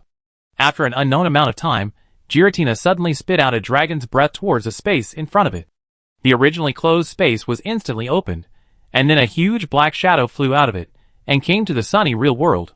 In Black Gold City, a coal industry town with a large amount of natural resources, it was afternoon, and the miners who had had enough rest walked towards the mine in groups of 2 or 3. Office workers holding briefcases hurried by while looking at their watches, and trainers in sportswear arrived at the new town with Pokemon in excitement and anticipation. Some tourists stopped at the central square of the city, where a huge statue stood. The statue was all black and looked extremely mysterious and domineering at first glance. This is also the headquarters of the Giratina fan committee. Everyone here worships Giratina, follows Giratina's personal account, and constantly creates everything related to Giratina to promote it. At this moment, something strange suddenly happened in the sky, causing countless people to look up. Just one glance, and people cried out in surprise. Oh my god, could that black shadow be? It's Giratina. Giratina has appeared. Great. Giratina has appeared. It must have seen everything we did. Although the legends circulating in the Sinnoh region say that Giratina is violent and evil, and looks hideous. But all Giratina fans know that the real Giratina is not like that. It values friendship and loyalty, and will protect its fans. Once upon a time, a little girl who had always liked Giratina was bullied by her classmates at school. She told Giratina about it, and the next day, Giratina ran out of the mirror and taught those little bullies a lesson, so that they would never bully again. How could such a Pokemon not be liked? Therefore, with the appearance of Giratina, it immediately caused a wave of enthusiasm in Black Gold City. But soon someone discovered something. There seems to be something on top of Giratina's head. As soon as this was said, some traveling trainers immediately took out binoculars from their backpacks and pointed them at the top of Giratina's head. "It's a little boy," the trainer exclaimed. "Who is it?" someone murmured. Padia region, Naoki Ranch. Naoki suddenly found that the house was a little quiet. He squinted his eyes, went downstairs and looked around, but only saw the figures of Pokemon. Flying Wings, have you seen Yushu? Naoki asked. Flying Wings thought carefully, then flew outside and pointed in the direction of the reverse world. Naoki, well, this kid probably went to play on the world tree again. Yushu is 5 years old this year, and it will be time for him to go to kindergarten in a while. However, with Yushu's temperament, he probably won't be like Xiaoshu did, who made the whole kindergarten cry on the first day of school. The Pokemon on the world tree are all very kind, and they are also very familiar with Yushu, so he shouldn't encounter anything there. Naoki calmed down and prepared to take out the quilts at home to dry in the nice weather. But at this moment, a video call from the Sinnoh region interrupted his thoughts. Looking at the blonde woman opposite, Naoki was stunned and said, "Ms. Sirona?" "Sirona, I'm sorry to bother you, Mr. Naoki, but I have something to ask you." "Go ahead." Naoki was a little confused. There should be no danger in the Sinnoh region now, right? Could it be that the remnants of Team Galactic have revived? But what Sirona said next made him speechless. Giratina appeared in the Black Gold City in the Sinnoh region, and there was a little boy about 5 years old sitting on its head. "I think that child should be Yushu. Do you know about this?" Sirona asked. After hearing this, a big question mark appeared on Naoki's head. What's going on? Why did Yushu follow Giratina to the Sinnoh region? I see. I contact Giratina later, Naoki thought. Sirona, well, it seems that the child ran away secretly. After hanging up the phone, Naoki immediately called Giratina. The ringing lasted for a long time before it was connected. However, it was not Giratina that appeared in front of the camera, but Yuki. "Dad? Yuki, it's dangerous outside, come back with Giratina." Naoki was a little worried. The next second, Giratina's rough voice came from the side. "I'm here, what's there to worry about?" Naoki, Dad, Yushu doesn't want to go back yet, it's fun here, little Yushu said. Yushu, ignore your dad, listen to Uncle Giratina, hang up the phone, let's continue playing. Naoki's expression was serious. Yushu was a little scared. He looked at his dad on the other side of the screen, and couldn't help whispering, "Uncle Giratina, Dad seems angry, why don't we go back?" Hearing this, the expression on Naoki's face gradually eased. If you think about it carefully, it's true. With Giratina around, Yushu won't encounter any danger at all, not to mention that Yushu just wants to see the outside world. Now that Xiaoshu is not here, no one takes him to play, and little Yushu is a little lonely. Although he didn't say it, Naoki also knew that Yushu was actually very envious of his sister being able to go out and travel. Alas, Naoki sighed, that's all, as long as the child is happy. It's okay, Yushu, Dad is just a little worried about you, not angry, you can continue to play with Uncle Giratina, Naoki said. Hearing this, Yuki's eyes instantly brightened. Really, Dad? He asked in surprise. Of course it's true. Naoki nodded, but remember, go home before dark, okay? Little Yuki was very happy, I remember. The children grew up slowly, and started to have their own little lives. As a father, Naoki was helpless, but he had no way to stop them. Since that day, Yuki completely fell in love with Giratina. He would go to the reverse world almost every day to play with Giratina, and travel around the world with it. As a result, only Naoki, Chishu and Pokemon were left in the ranch. The days passed by like flowing water, and Naoki, who was already in his 40s, lived a stable life with Gillerton and others in the ranch. They could receive communications from Xiaoshu from time to time, and Xiaoshu would often tell them about some of the things he encountered during his travels. For example, she passed the test and became the new Rainbow Warrior. For example, Indii, Suicune, and Regimo parted ways with her and went to complete their missions. Xiaoshu was sad for a while, but she cheered up soon. Because Indii told her, now it's just a short separation, we will definitely meet again in the future. There will be new encounters after separation, and everyone is continuing their journey. Xiaoshu, who cheered up, opened all the gyms in the Kanto area in one go, and participated in the Quartz Conference at the end of the year, and won the championship. During the journey, Xiaoshu, like other trainers, captured many Pokemon in the Kanto area and sent them back to the ranch to be taken care of by Naoki. Despite winning the championship, Xiaoshu's travels did not stop. After returning home to spend the new year with her parents and brother, she left her hometown again and went to the Johto region according to the order arranged by Naoki for her. In a blink of an eye, time has come to the 217th year of the Li calendar. This year, Naoki is 39 years old, Xiaoshu is 15 years old, and went to the Kalos region to start traveling. And Yushu is already 10 years old. Unexpectedly, he did not choose to travel around the world like his sister. Because in the past 5 years, he had traveled all over the world with Giratina. Facing his 10th birthday, Yushu chose to take Telbagos to Padilla College to learn Pokemon knowledge. In the 218th year of the Li calendar, Naoki officially entered the age of 40. Like his sister, Yushu was a very good child. In just 1 year, he completed his studies and accepted Yesie's invitation to take over the position of the leader of the Brewing Light Gym from Chishu.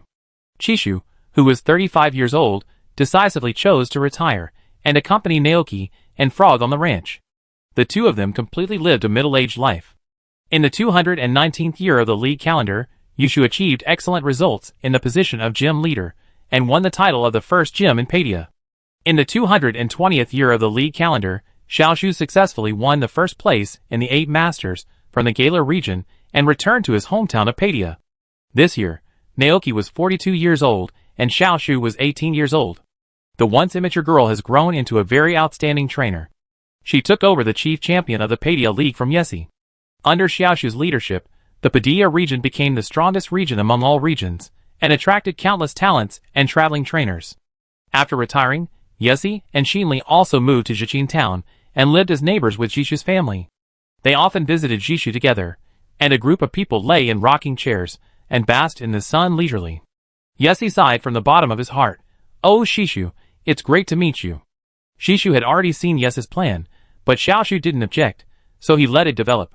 "Humph, I think you've been thinking about our family for a long time." Naoki was lying on the rocking chair, fanning Chishu. "Why did Chishu come to the ranch to challenge the trial? Now I think everything is traceable."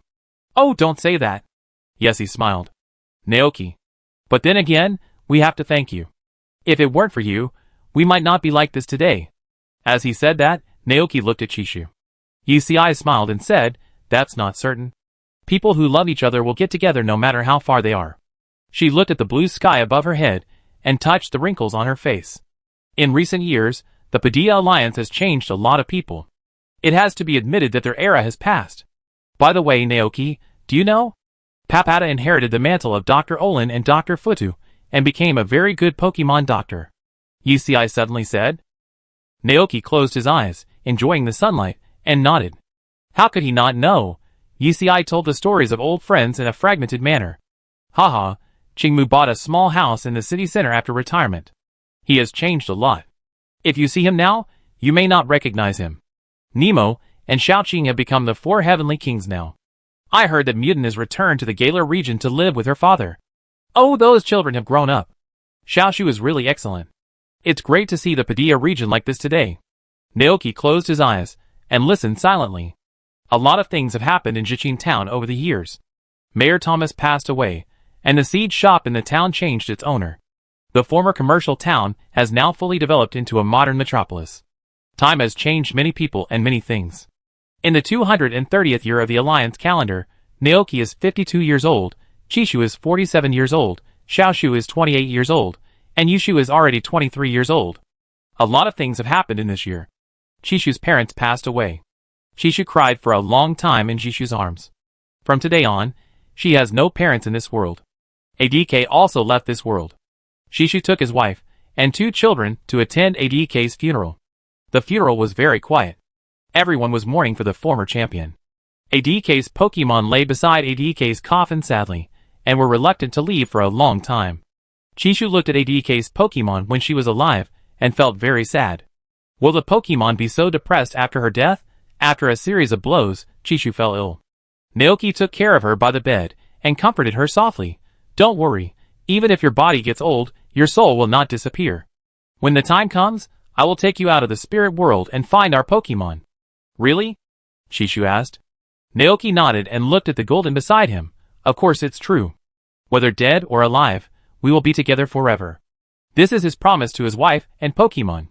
In the 231st year of the Alliance calendar, Yushu met the person he liked, held a wedding with him, and settled in Yangwang City. Seeing his son getting married, but his daughter didn't even have someone she liked, Chishu, as an old father, was anxious. He couldn't help but become a marriage-urging expert and called every day to urge her to get married.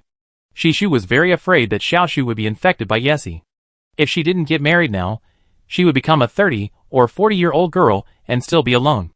That would be too lonely. Xiaoshu was perfunctory at first, but later she felt that she couldn't hide it anymore, so she simply brought her boyfriend home. In the ranch, Naoki sat on the sofa, looking at the man opposite with a serious expression. Gu Litten and Wudao Xiongcher sat on his left and right, also with serious faces. The man was extremely nervous. An invisible pressure spread. At this moment, Naoki deeply realized why his father-in-law looked like that when he first met him. If you want to marry his daughter, you have to pass him first.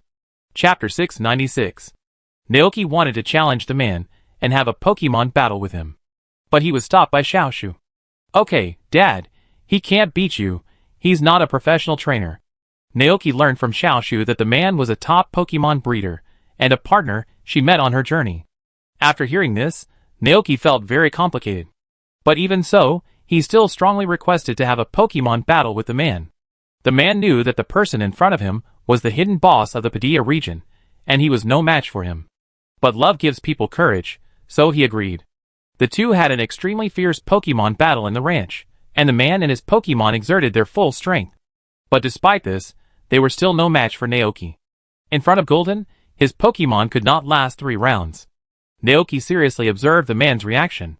He was originally very dissatisfied, but after seeing the man care so much about his Pokemon, he compromised in his heart. There are no bad people who like Pokemon, they are all kind-hearted people.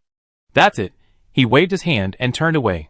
In the 232nd year of the Alliance calendar, Xiaoshu also got married. In the same year, Yushu's child was born, a boy. In the 233rd year of the Alliance calendar, Xiaoshu's child was also born, a very cute girl. In the summer vacation of the 238th year of the Alliance calendar, Xiaoshu brought his daughter to the country farm of Padilla to visit his grandparents. The girl, like her mother, loves Pokemon. As soon as she arrived at the ranch, she began to explore Naoki's house. Naoki looked at Babu Tubo and his good friend Lava Worm, and hinted to them with his eyes. The thing you have been looking forward to the most has finally happened. This is the real version of Warm Lava Worm's home. Babu Tubo and Lava Worm were very happy, and spent a happy summer vacation with the girl. Time passed quickly, and in a blink of an eye, it came to the 270th year of the Alliance calendar. This year, Naoki was 92 years old and Kishu was 87 years old. On a warm afternoon, Kishu passed away. As if she had expected it, she called Naoki and the Pokemon to her bedside and told them about her affairs. Naoki's tears fell uncontrollably. Don't talk nonsense, you will be fine. He found the Bud Crown King and the Phoenix King to try to save Kishu. But Kishu was too old, her body age had reached the limit of human beings. Looking at Naoki's actions, Kishu gently reached out and touched his face, wiping his tears for him, with a playful smile on her face when she was young. You look so ugly when you cry. Naoki burst into tears. Okay, don't be sad. Chishu held his hand. Do you remember our previous agreement? Naoki nodded. Chishu felt relieved. Then I wait for you in the spirit world. After saying that, Chishu closed her eyes, with a happy smile on her face. Naoki lay in front of the bed, and cried for a long time. Although he knew they would meet again, when something like this really happened, no matter how calm he was, he couldn't control his emotions. Xiaoshu and Yushu, who received the news outside, rushed to the ranch overnight. They prepared a funeral for their mother together. Seeing their father in grief, Xiaoshu and Yushu were very worried. The siblings asked for leave, and stayed in the ranch with their father for a long time. They didn't stop until Naoki drove them all away. After sending the 2 children away, only Naoki and the Pokemon were left in the ranch. Looking at the sunset, he turned around and walked back to the home he had guarded for decades. The children have grown up. He has met so many Pokemon, so he has no regrets in his life. The only thing that makes Naoki regretful is that he went to the ancient time and space. Time has unknowingly come to the autumn of the 275th year of the Alliance calendar. In this season when the leaves are yellow, perhaps people will feel something when their lives come to an end. When Naoki felt that he was much more energetic, he seemed to realize something. This kind of physical aging cannot be stopped by drinking a lot of life goat milk. Naoki knew that his life as a human was coming to an end. On this day, he got up early and began to prepare food for Pokemon like he did when he was young. This lucky pudding was left for the bear cub, this steak for gorilla, this seed base for Dragonite, these carrot cubes for the scorpion and the snow horse, these grass dumplings for the goat mount. He made a lot of food, busy from morning to evening, when the sun set. In addition to the Pokemon, there were also some for Xiaoshu and Yushu. Naoki filled the refrigerator with magical dishes, and wrote down the function of each dish with a pen. Then, Naoki left 2 letters for Xiaoshu and Yushu. The 2 children have always been Naoki's pride. In the letter, Naoki told them that he loved them very much and asked the 2 children to send everyone to the World Tree if they did not plan to run the ranch. Naoki stopped until the sky was filled with smoke. He leaned back on the recliner and began to say goodbye to the Pokemon. Naoki looked at the Pokemon he had met in his life, touching this one, kissing that one, and trying his best to accompany them. In a trance, Naoki seemed to remember the day when he first came to the ranch. Everything in the past flashed by like a revolving lantern. Strange trees, small trees. Golden, motor lizard. The people he loved and the people who loved him. Finally, Naoki looked at Golden in front of him. Golden put his big head on him, his eyes full of tears. "The rest is up to you, old friend," Naoki whispered. "Ah, gah." At this moment, he seemed to see the motor lizard again. Naoki looked at Golden in front of him, his heart full of guilt. He couldn't imagine how much time and effort the motor lizard had spent looking for him in the past. If there is a chance, this time he will find it. Naoki closed his eyes, and his hands fell down weakly. At this moment, his emotions resonated strongly with the power of the tailbagos. Dozens of tailbagos cried in unison, and a beam of light surged from them, wrapping Naoki's body in it. After a moment, the light disappeared. Naoki was sleeping peacefully. No matter how the Pokemon called him, he never opened his eyes again. Golden looked around blankly. "Ah, gah. Is Naoki's soul still here?" They waited for a long time, but could not find any trace of Naoki. At this moment, they suddenly realized that Naoki might really be gone. Xiaoshu and Yushu hurried to the ranch after receiving the news. The brother and sister sadly held a funeral for their father. Gillerton and the others stared blankly at the funeral, watching other humans praying and chanting for their trainers. The coffin was buried in the ground. A tombstone was erected on the land, and flowers were planted on the grave. The funeral was over, and the guests left one after another. Xiaoshu returned to the ranch, back to the home where she lived in her childhood. There, she saw the food that Naoki prepared for her and Pokemon in the refrigerator, as well as the notes attached to the food, and tears instantly flowed down. A boy next to her, about 3 years old, with a very childish appearance, asked in confusion, "Grandma, why are you crying?" Xiaoshu cried and replied, "Grandma doesn't have a dad anymore." Gillerton, Babu Tupo, Dragonite, and other Pokemon still stood guard in front of the cemetery. After sorting out everything about her father, Xiaoshu returned here again. Seeing this scene, Xiaoshu felt a little sorry. She walked forward and called softly, "Gillerton, Dragonite, Babu Tupo, we are home. Dad is gone." "Aw, gush." Gillerton shook his big head vigorously, and he firmly believed that Naoki would come back, and Naoki would definitely come back to him, because this is the agreement between them. With this belief, Golden stayed in the pasture, watching the sun rise and set, day and night cycle. In the end, Xiaoshu had no choice but to send her father's other Pokemon to the World Tree and ask Giratina to close the entrance. Giratina stared at her and asked, "Why?" Xiaoshu replied, "If my father was here, he would definitely not want anyone to disturb the lives of those Pokemon, right?" Hearing this, Giratina did as he was told. The passage leading to the World Tree from the ranch was closed, leaving only one Pokemon, Gulton, here. Xiaoshu and Yushu would occasionally come back to visit Gulton and bring it some food. Time passed slowly, and after an unknown amount of time, the deserted ranch was abandoned again, and no one came to the ranch anymore. The 4 seasons cycled, the snow melted, and everything revived. The spring without you is coming. Chapter 697. Naoki is really gone. When the Pokemon in the ranch realized this, it seemed like a long time had passed. The world of humans is constantly developing, and everything in the world is constantly changing. The Mount Goats have become a new legend. Some people are tracking their traces, and have witnessed the Mount Goats making the flowers bloom. But most of the time, the Mount Goats stay at the World Tree, guarding that place. Occasionally, someone will see the traces of the Bud Crown riding the Spirit Horse, or the Snow Horse galloping at the ruins of the Naoki Ranch. They are mysterious and elusive. Whenever people get close, the King of Plenty and his beloved horse will disappear without a trace. After the sadness, the Great Hero Expedition team also started a new journey. They kept shuttling between various worlds, helping the Pokemon there, and making the expedition team bigger and stronger. Babu Tubo also joined the Great Hero Expedition team, and became a great hero. He wore a cape and held Thor's hammer in his hand, saving people and Pokemon in danger. However, his red cape had faded long ago, and no one helped him wash it. Dragonite returned to Dragon Island, where it stayed, but often returned to the ranch and stayed there for a whole day. Its eyes often looked towards the ranch gate. It expects to see a familiar figure coming from there one day, just like an ordinary day when Naoki comes back from the town to buy vegetables, walks towards it with a smile, touches its head, and says he will make it delicious food later. The AI Guancher siblings did not go to the World Tree. They went to Xiaoshu's home to help her take care of her children. When Xiaoshu was about to reach the end of her life, she still sent the AI Guancher siblings to the World Tree, and died peacefully accompanied by Lei Gong, Yan Di, and Shui Jun.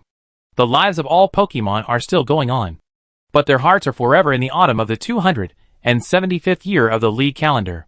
The 276th year of Naoki Ranch will never come again, because Naoki will never come back.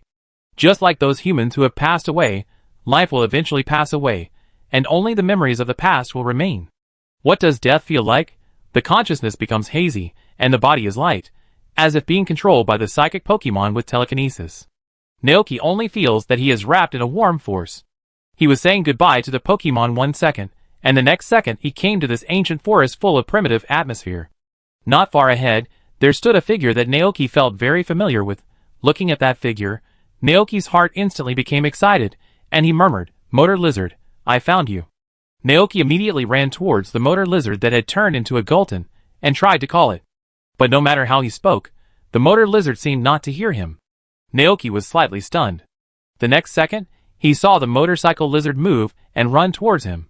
Naoki's eyes shook slightly. Did the motorcycle lizard find him? But then, the motorcycle lizard passed through his body and fought with a wild roaring moon. Naoki was stunned. He looked down at his hands that were almost illusory. At this moment, Naoki suddenly understood everything. The regretful emotion that he burst out at the end of his life resonated with the energy of Tail Bagos, and his soul was attracted by the motorcycle lizard's thoughts, which made his soul travel through time and space and reach the other side of time and space. Here, it is the starting point of everything, and also the end point of everything. Is that so? Naoki murmured. He watched Motor Lizard defeat Roaring Moon and hide in a cave with his wounded body. He watched Motor Lizard learn to dig holes to avoid dangerous paradoxical Pokemon. He watched Motor Lizard fight with other paradoxical Pokemon again and again. However, he could do nothing but silently accompany Motor Lizard, watching it go through one thing after another, and being seriously injured by other powerful paradoxical Pokemon again and again. Tears flowed unconsciously. Motorcycle Lizard. No, Golden actually experienced this kind of thing in the past. But he could do nothing except accompany it. Days passed one by one, and after a long time, it was so long that Naoki could no longer remember how many years had passed since he came here. During these years, he accompanied Motorcycle Lizard to almost every corner of this continent. Gradually, he also figured out how to use the power of the soul. Yes, the soul also has mass. Naoki began to try to communicate with the Motor Lizard in his sleep, and gave it hints and help, so that it could go to the location of the Padilla pit. In the drowsiness, the Motor Lizard seemed to feel that someone was helping it. But when it looked around, there was no one around. The Motor Lizard was very confused. Ah gah! Is it Naoki? No, it can't be Naoki. Naoki can't be here now. The Motor Lizard hung his head, feeling very depressed. Naoki sat quietly beside it. Although he couldn't touch the body of the Motor Lizard, he still tried hard to hug it and stroke its head. From that day on, the Motor Lizard seemed to have a goal. It remembered the Padilla pit and Area Zero that it could cross. In order to return to Naoki, it began its journey to find the way home. Time passed for a long time. Until one day, the Motor Lizard met the Flapping Hare. Naoki, who was accompanying the motor lizard, recognized the flapping hair at a glance. He was going to try to communicate with the flutter, but the flutter looked at him with hostile eyes. This made Naoki stunned. Because he suddenly remembered that the flutter didn't know him yet, the motor lizard seemed to recognize the flutter, but it didn't stop, but continued to move forward. Suddenly one day, the motor lizard met a very powerful Gulton. The wild Gulton beat the motor lizard to the point of being seriously injured and dying. Just when it was about to make the final blow, Naoki mobilized all the soul power in his body and blocked the motor lizard. His thoughts and love for the motorcycle lizard became real at this moment, and he resisted all the attacks of the wild Gulton. But this move consumed a lot of his soul power, so that Naoki was too weak to open his eyes. He watched the motorcycle lizard turn defeat into victory, and successfully defeated the Gulton. Only then did Naoki close his eyes with peace of mind. The disappearance of soul power made Naoki's soul extremely weak. In the following journey, he slept and woke up, almost holding on to his last breath to accompany the motorcycle lizard. Naoki saw Motor Lizard and Flutterhair meet, and saw the two Pokemon start to team up and head to the Padilla pit. But because his soul was too weak, even Flutterhair could not sense his presence. Faintly, Naoki could feel that he was able to hold on, relying entirely on the last bit of obsession in his heart. He wanted to stay with Motor Lizard until it returned to the ranch safely. Time passed slowly, and after an unknown amount of time, Naoki suddenly felt a familiar power. When he opened his eyes again, he saw that Motor Lizard had come to the front of Tylebagos. He saw that Tylebagos had distorted time and space, and sent Motor Lizard back to the future. He also saw that Flutter was called to the future by Dr. Olin's time machine in order to find Motor Lizard. After seeing that Motor Lizard was finally safe, Naoki's obsession slowly dissipated, and his soul also became nothingness. At this moment, the group of Tylebagos around him seemed to feel something, and they all cast their eyes on Naoki, who was about to dissipate. The Tailbagos were shocked. The kind-hearted little turtle hurriedly mobilized the Ty-crystal energy in his body, and then poured it into the body of the soul. In an instant, Naoki's soul completed the Tay-crystallization. The fusion of the soul power and the Ty-crystal power made him a ghost-like Pokemon, and he could freely switch between ghost and Ty-crystal entities. When Naoki opened his eyes again, he saw a group of curious Tailbagos floating in front of him, tilting their heads and observing him curiously. "Bago? Who are you?" a Tailbago asked curiously. Naoki felt the change in himself, and was shocked. But he soon understood everything. The kind and innocent Tailbago saved him from dying with the Tai-Ching energy. At this moment, Naoki's heart was extremely complicated. He looked at the dozens of familiar little turtles in front of him, opened his mouth, and answered, "I am Naoki." The Tailbagos opened their eyes wide. "Bago?" Hearing this, the Tailbagos were very anxious. "Naoki? Isn't that the person that Pokemon was looking for just now?" Hearing the Tailbagos' doubts, Naoki nodded bitterly, and then slowly told the Tailbagos a story. The story of a young man and a motor lizard. After listening, the Tailbagos were moved. Some Tailbagos immediately jumped up and said, "Bago Bago." They can send Naoki back to Motor Lizard, but Naoki rejected this proposal, because he knew that he still had some things to do. The rest of the cycle must be completed by him. He must save these Tylebagos, so that he can rely on the power of Tylebagos to go back to the past and the future and accompany Motor Lizard on this journey. As far as Naoki knows, Pokemon like Tylebagos will cause mass extinction due to major earthquakes caused by crustal movement. So, what he had to do now was to save these Tailbagos and let them survive the earthquake.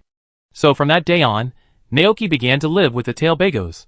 He took dozens of Tailbagos out of the Padilla crater, went to the ground to pick fruits, bask in the sun, defeat bad Pokemon, and play games together. Days passed, and on an ordinary day, an extremely terrifying earthquake occurred on this land. This disaster, comparable to the Jurassic extinction, almost led to the extinction of a large number of paradoxical Pokemon. The disaster enveloped the earth, and the sky was dyed red, mixed with strong winds and heavy rain. Naoki and the star-crystallized Tailbagos witnessed this doomsday in midair. The doomsday lasted for several days, and when everything was over, the entire continent was in ruins. Looking at everything there, Naoki knew that the old world had died, and from today on, a new order would be born on this land. Paradox Pokemon is to the Pokemon world what the Jurassic and Cretaceous periods are to the Earth. Fluttertail will evolve into Dream, Roaring Tail will evolve into Jigglypuff, and Roaring Moon will evolve into Tyrannosaurus. When everything was over, Naoki took the Tailbags back to the Zero Hollow after the earthquake. "I'm leaving," he said to the Tailbags. Hearing this, the tailorbags were very anxious. Bagoo? Be good, have a good sleep here. When you wake up, you can see me again, Naoki said, while touching the head of Tailbagos. Bagoo? Tailbagos felt that Naoki had something to do. Although they were sad, they chose to sleep peacefully when they thought that they would see Naoki again in the future. But before they fell asleep, Naoki borrowed their power and returned to his own time and space with his thoughts for the Pokemon. But when he returned to the ranch, he found something. The Tailbagos seemed to have sent him to the wrong time. The ranch was overgrown with weeds, and their home had been decayed by time and had become dilapidated. The farmland originally reclaimed by the three moles had weeds growing again, and the Pokemon Tavern, the Pokemon house where Miltank lived, and the chicken house had all become ruins due to years of disrepair. All the figures he was familiar with disappeared, and at this moment, the entire ranch was empty. Naoki's heart suddenly sank. What happened? Naoki ran quickly in the pasture, trying to find everything he was familiar with. But those things had already disappeared with the wind, and no matter how hard he looked, he could not find any trace. The home where he and the Pokemon had lived together for decades was empty, leaving only an old house. Everyone had disappeared. From the traces left by time, it was obvious that many years had passed since the day he passed away. Where is Golden? Where is Xiaoshu? Where is Yushu? Where did everyone go? Wait, Giratina, it is said that Pokemon have almost infinite life. Naoki stood up and ran towards the lake. But when he arrived there, he was horrified to find that the entrance to the reverse world was closed. Who did it? What is going on? Naoki stood there blankly, with a mist in his eyes for no reason. At this moment, he thought a lot. Could it be that hundreds of years have passed since he left? Could it be that he came to the wrong world and went to a parallel time and space? But now the Tailbagos are not by his side, and he has no way to travel through time and space again. Thinking of this, Naoki was filled with despair. And at this moment, he suddenly heard a familiar call in his ears. The voice was almost trembling, and it seemed to contain countless emotions. Hearing this voice, Naoki suddenly woke up, and the next second, he saw a familiar figure not far behind him. That was Golden. His motor lizard was also his Golden. The setting sun was blood red, and the moment the man and the Pokemon looked at each other, tears burst out like a spring. Just as Golden missed Naoki, Naoki had been missing Golden for tens of thousands of years. Ah! Golden almost ran towards Naoki at full speed. Golden! Golden! With longing pouring out of his eyes, Naoki ran forward and hugged Golden tightly. Ah, Golden! Even now, Golden still couldn't believe what was happening. Is this real? Is he dreaming again? It doesn't matter if it's a dream, as long as he can see Naoki. No, Golden, this is not a dream. Naoki instantly felt Golden's thoughts. He hugged its big head and then pressed his forehead against it. I'm sorry, Golden, I'm back late. Ah, Golden! Golden opened his eyes wide. At this moment, it finally confirmed that this was not a dream. The once domineering and powerful god of the past was like a young child, who had suffered all kinds of grievances at this moment. He buried his big head in Naoki's arms and cried madly. The cry was melodious and drifted away. After a long time, Golden's emotions gradually stabilized. But it still didn't want to leave Naoki's side and stuck to him tightly. Ah, Ga? Golden asked Naoki about his whereabouts over the years with grievance. Naoki wiped Golden's tears and replied, I went back to the past. Ah, Ga? Golden's eyes widened instantly. I saw you there. I was always by your side.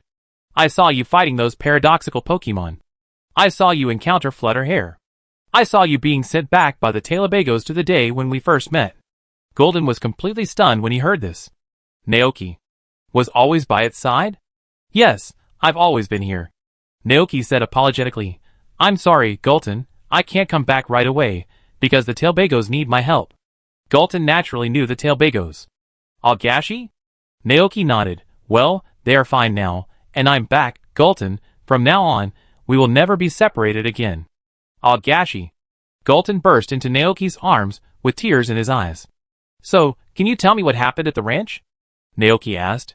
Golden nodded, and then told Naoki everything after his death, including Xiaoshu and Yushu, including Bud Crown and Dragonite, who occasionally returned to the ranch to miss Naoki. Dragonite. Hearing this, Naoki wiped the tears from his face and stood up again. Ah, Ga. Golden looked over in confusion. Golden, we should go back to everyone. World Tree. After an adventure, Babu Tubo returned to this place again. It sat alone on the top of a big tree, looking at the faded cloak in its arms, and the scene of Naoki giving it this cloak in the past emerged in its mind. At that time, they were so happy. Thinking about it, Babutubo's eyes became moist. It wanted to control its emotions, but the harder it tried to control, the more tears flowed out. In the end, Babutubo couldn't help it anymore, hugged the cloak, and burst into tears. Bammo! It missed Naoki so much, and at this moment, a familiar breath suddenly floated in the air. Then, it seemed that someone came to it. The person said in a voice that it was very familiar with, "Crying loudly is not what a hero should do." Bammo? Babutubo raised his head suddenly, and when he saw the person in front of him clearly, he was stunned in an instant. Naoki smiled at it, touched Babutubo's head with his hand, and whispered, "Sorry to have kept you waiting for a long time, little Babutubo, I'm back." Dragonite Island. Today, Dragonite has become the backbone of Dragonite Island. It watched the birth of small mini-dragons, and the evolution of Hakron into Dragonite. Some young mini-dragons often wandered around it, trying to make it laugh. But since Naoki left, Dragonite has never smiled again. It put the mini-dragon aside, and then flapped its wings, ready to go to the ranch again. Because it missed Naoki again. But at this moment, Dragonite suddenly saw Golden and Babutubo flying towards this side. On the back of Golden, there was a figure that was very familiar to it. That was. Dragonite's eyes widened instantly. Until Golden flew in front of it, the man jumped off Golden's body, and then took the initiative to give it a big hug. "Long time no see, Dragonite, I'm back." Dragonite's slightly thin face had no expression for a second, and the next second it became distorted and exaggerated. In an instant, Dragonite began to cry loudly. Ouch! It hugged Naoki tightly with its big claws, and the force was almost enough to break Naoki's body. Cough, cough, cough. Naoki quickly pushed Dragonite. Okay. Dragonite didn't listen. "You're going to strangle me to death," Naoki shouted. Dragonite's force was reduced, and then he looked over with grievance and sadness. Naoki slowly exhaled, then smiled and touched Dragonite's head, and said to it, "Well, that's it, I'm back, and I will never leave you again." The Expedition Guild. Urgue Sifu, Ibutai siblings, Mount Goat, Frost Milk, Eevee and other Pokemon gathered here. Since Naoki left, they came to live in this place. But without Naoki, their lives seemed to have lost their color. But on this day, it suddenly became very lively outside. Boney? What happened outside? A group of Pokemon were attracted by the sound, but when they saw the figure surrounded by everyone, they were stunned. That was Naoki. At this time, Naoki seemed to sense something and looked towards them. There, Naoki saw Urukyo, Saifu, Flutterhair, Frostmilk, the Goat Mount, and every Pokemon in the ranch. A smile appeared on his face, and he nodded at them from a distance and said, "Everyone, I'm back." The next second, a group of Pokemon rushed towards him and surrounded Naoki tightly, as if they were afraid that he would disappear again. The figure of the Bud Crown also quietly emerged. His eyes turned to Naoki, and the eyes of the man and the Pokemon met in midair. Naoki nodded to him, and there was no need to say anything more. After finding all the Pokemon in the ranch, Naoki found Giratina, and asked it to help open the entrance to the spirit world. After searching for a while, Naoki successfully found the strange tree in the spirit world. "Let's go home." Naoki looked at the girl opposite him, and looked at his wife, who had been with him all his life. His heart was full of apology and guilt. This time, he not only made the Pokemon wait for him for so long, but also made Chishu wait for him in the spirit world for many years. Chishu's eyes were filled with tears of reunion, just like the first time they met, and he said in a lively tone, "Hey you guy, you made me wait too long." Naoki, forget it. Chishu sighed helplessly. Her eyes kept looking at Naoki, and said, "Looking at your current appearance, it seems that you have experienced a lot, so I will forgive you." Chishu didn't say anything. He walked forward and embraced Chishu. After a long time, the two separated. "Where are Xiaoshu and the others?" Chishu asked. "I've seen Xiaoshu before." Speaking of this, Chishu was also a little sad. "I wanted Xiaoshu and Yushu to wait for you here with me, but my daughter said that they all have their own lives, and they are already satisfied to meet their parents." Chishu suddenly felt very sad. "By the way, Xiaoshu also left a message for you," Chishu suddenly said. "What?" Chishu asked hurriedly, not caring about the sadness in his heart. "Chishu, she said that she was very happy to be your daughter in this life, and if there is an afterlife, she will be your daughter in the next life." Hearing this, Chishu's heart was instantly filled with an indescribable sadness. In his mind, there emerged the image of Xiaoshu just learning to walk, clumsily following behind him, holding his big hand to learn to walk, and the image of Xiaoshu just learning to speak and calling him dad for the first time. Naoki looked lonely, with a tear in his eyes. Chishu silently held his hand. Naoki sighed slowly. Alas! He closed his eyes, and opened them again after a long time. That's all. Children and grandchildren have their own blessings, and the child has grown up, and it's time for him to live his own life. Let's go! Naoki took Chishu's hand, and walked towards the Pokemon waiting on the side. They left the spirit world, returned to the world tree, and settled down in the house that the Pokemon built for them. Guillerton, Dragonite, Babudu, Frog, Magmorm, and every Pokemon in the ranch have returned here. It's as if nothing has changed. In the 375th year of the League calendar, the Pokemon world has undergone earth-shaking changes, and Naoki Ranch has finally ushered in its own 276th year. Chapter 698. Extra during the years that I was away, a lot of things happened in this world, and all regions were constantly changing.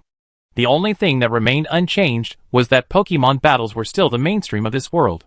UCI, Padilla Alliance, Naoki Ranch, Dr. Olin, Dr. Fortu Time Machine. All of this seemed to have happened many years ago. Now that so much time has passed, everyone is no longer alive.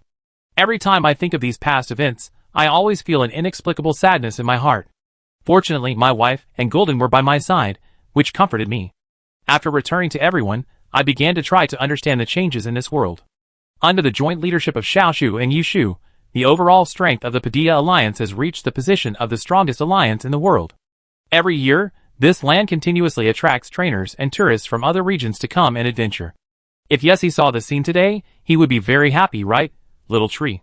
My daughter, Dad didn't expect you to close the entrance to the world tree. I think you must not want people to disturb the Pokemon living there. But little tree, that's what Dad left for you and your brother. Every year, there will be many dragons hatching on Dragonite Island. When your children are 10 years old, they can go to the island to train. Maybe they can meet a mini dragon of their own. Alas, but Dad and Mom have also seen your efforts. The treehouse is getting more and more lively now. I saw your children. Your descendants are active in the Padilla area. Even without the world tree, your descendants are still so outstanding and have created a very powerful family. Dad is really proud of you. It's just that Mom and Dad really miss you. When you were young, we devoted countless efforts to you. Do you know, when I heard that you also have your own life, Dad was really sad. Dad has been thinking that when our family of 4 are old, we will live together on the world tree. But you also have things that you can't give up. Mom and Dad respect you and support your choice. Recently, Dad often dreams about you holding Dad's hand and practicing walking in the ranch when you were young. Oh, I won't say anymore. Let's stop here today. Dad is going to help the expedition team guild with Pokemon training today. Haha, speaking of it, Dad is not as good as you in commanding Pokemon battles and formulating tactics. It would be great if you were there too. In the room, Naoki stopped writing, looked at the contents of the diary, and sighed slowly. It has been several months since he returned to everyone and returned to the world tree. During the years he was away, everyone experienced too many things, and everyone and every Pokemon had countless things to say. Naoki often went to everyone and listened to them talk about their longing for him over the years. But he couldn't tell what was in his heart, so he could only record it by writing a diary. The saddest thing in the world is for the elderly to send off the young. As parents, their souls are still alive, but their children have passed away. How can Naoki not miss them? Naoki sighed, slowly stood up, and went outside. Outside the door, Chishu was taking care of the group of tailbagos who survived from ancient times. Golden laid down under the shade of a tree and closed his eyes to rest. The golden sunlight fell on the grass, on the goats, and everyone. Everything seemed peaceful. Come out? Chishu asked. Yeah. Naoki nodded, looking unhappy. Chishu squinted his eyes and stared at him, and suddenly said, You seem to be worried recently. Is it because of Xiaoshu? Naoki. Alas. He sighed helplessly. So far, he has not seen Xiaoshu and Yushu for the last time, and said goodbye to them properly, which makes the old father feel very uncomfortable. Bago? The tail Bagos noticed Naoki's mood, and they ran over and asked, Bago? Does Naoki want to see Xiaoshu? Maybe they can help. Naoki was slightly startled, and then he thought of the abilities of tail Bagos. At this moment, a trace of throbbing emerged from the depths of his heart. Really? Can I see Xiaoshu again? Bagogo! The tail bagos nodded affirmatively. Then, a brilliant light burst out from their bodies. Chishu stood outside the light and smiled and nodded at Naoki. Hee, go, maybe Xiaoshu is waiting for you too. Naoki was startled for a moment, but the next second, everything around him began to change. Time went back to the autumn of the 287th year of the Alliance calendar. Cemetery in Jichin town. When Naoki opened his eyes, he saw Xiaoshu, who was already full of white hair, leaning on a cane, standing in front of her own tombstone accompanied by Vulcan Moth and Dragonite. Xiaoshu was already very old, and her face was covered with wrinkles. She knelt gently on the grass, took care of her father's tombstone with her hands, gently wiped off the dust on it, and placed the bouquet of flowers she brought with her in front of the tombstone. She slowly recounted what had happened during this period of time. A lot of things happened this year. My grandson has grown up, and has become a very powerful trainer. Dad, Yuki originally wanted to come here to see you, but he is too old, so I can only come here to see you again. Before I knew it, I have also reached your age. Alas, maybe this is the last time I come to visit you. Seeing the elderly Xiaoshu and listening to these words from Xiaoshu's mouth, Naoki burst into tears instantly. He silently shed tears and looked at his daughter. Are you going to see her? A voice sounded in his ear. Shishu hesitated a little. Children and grandchildren have their own blessings. If he suddenly showed up, he might scare Xiaoshu. Now he can see his daughter again, and he is very satisfied. Xiaoshu talked a lot of things, and Shishu looked at her for a long time. It was not until dusk that Xiaoshu slowly got up. A yellow leaf slowly fell and landed on Xiaoshu's head. Naoki stood behind her and watched the scene, and then he couldn't help but gently reached out and picked the dead leaf. Then, he slowly sighed, turned around, and prepared to leave. But at this moment, Xiaoshu seemed to feel something. She turned around suddenly and asked loudly, Dad, is that you? Naoki was slightly startled, and then stopped. Tears flowed from Xiaoshu's eyes. Dad, I miss you so much. Hearing this, Naoki couldn't hold back anymore. He mobilized the Taijing energy in his body, and slowly appeared in front of Xiaoshu. After many years, the father and daughter met again. Dad. Drops of tears fell from Xiaoshu's eyes. Xiaoshu, don't cry, Dad is back. At this moment, Naoki instantly threw the time and space paradox, and the butterfly effect that his actions would produce behind his mind. He walked to his daughter like an ordinary father, and held her in his arms. Woo woo woo. Xiaoshu never thought that she would be able to see her father again. She let out a series of low sobs. It's okay, Xiaoshu, you did a good job. You and Yushu have always been the pride of your father, Naoki said. The father and daughter hugged each other and cried. Naoki slowly explained to Xiaoshu what happened to him, and apologized to her for not being able to accompany her all the time until the sky was completely dark. Naoki felt that the tail bagos were calling him from the other side of time and space. He stood up and said to Xiaoshu, Xiaoshu, Daddy has to go. Xiaoshu quickly stood up and asked, Will Xiaoshu be able to see Daddy again in the future? Shishu nodded, of course. Xiaoshu felt relieved. In the 288th year of the Alliance calendar, Xiaoshu passed away in her sleep. When she opened her eyes in the form of a soul, she saw her father waiting for her by the bed. Dad, are you here to pick me up? Xiaoshu asked. Shishu nodded. Let's go. Xiaoshu looked back, and then walked towards her father. The father and daughter held hands, and walked towards the entrance to the spirit world. However, Shishu did not go in. He sent Xiaoshu to the entrance to the spirit world. Xiaoshu looked back and asked in confusion, Dad? Go Xiaoshu, go talk to your mother. No matter what decision you make, Dad will support you. Shishu said softly. Xiaoshu looked at the entrance to the spirit world, and then looked at her father. She seemed to understand something, and then nodded and said, I know, Dad. Naoki watched Xiaoshu leave, sighing, and closed his eyes for a long time before opening them again.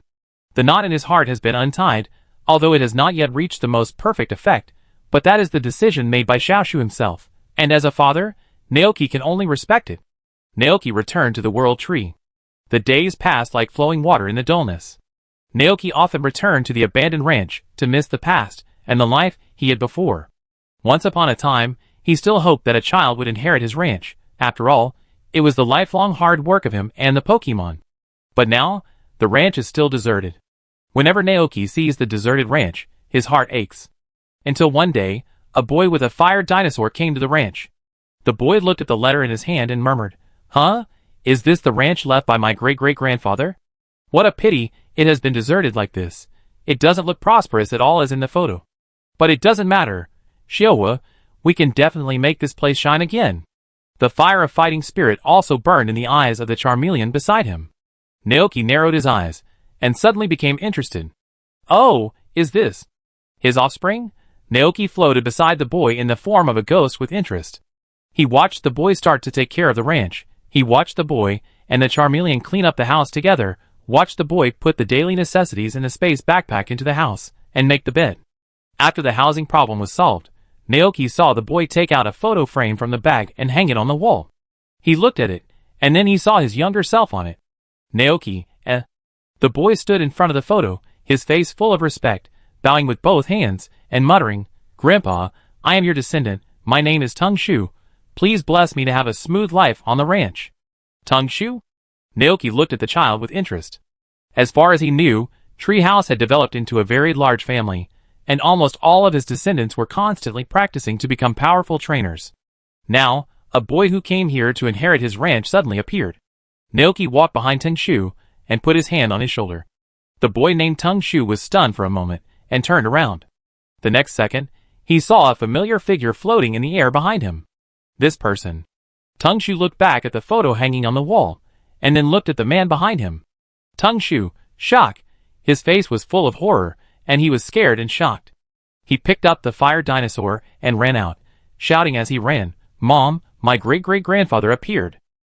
Naoki, He moved his mind slightly, and used the power of ghosts to create an illusion, blocking the boy's way. Seeing the gate suddenly disappear, Tung Shu was almost scared to death. This was the first time he saw a ghost in his life. "Mom! Help!" Tung Shu shouted in fear, and seeing that there was no effect, he quickly changed his words. "Grandpa, please don't hurt me, I am your descendant." Naoki stopped and said, "I don't want to hurt you." Tung Shu was stunned. Your name is Tung Shu? Naoki asked. Yes. Yes. Tung Shu answered blankly. Why did you come to this ranch? Seeing that the ghost of his great-great-grandfather had no intention of hurting him, or perhaps because of the influence of the blood power in his body, Tung Shu was not so scared for a while. He briefly explained the reason why he came to this place. Because there are too many outstanding people in the family, and I am not very good at training Pokemon. I stay at home, and my mother nags me all day long. And I just happened to read the rumors about the legendary ranch and the legendary life goat milk, so I want to run a ranch like my great-great-grandfather, live with Pokemon, and farm together.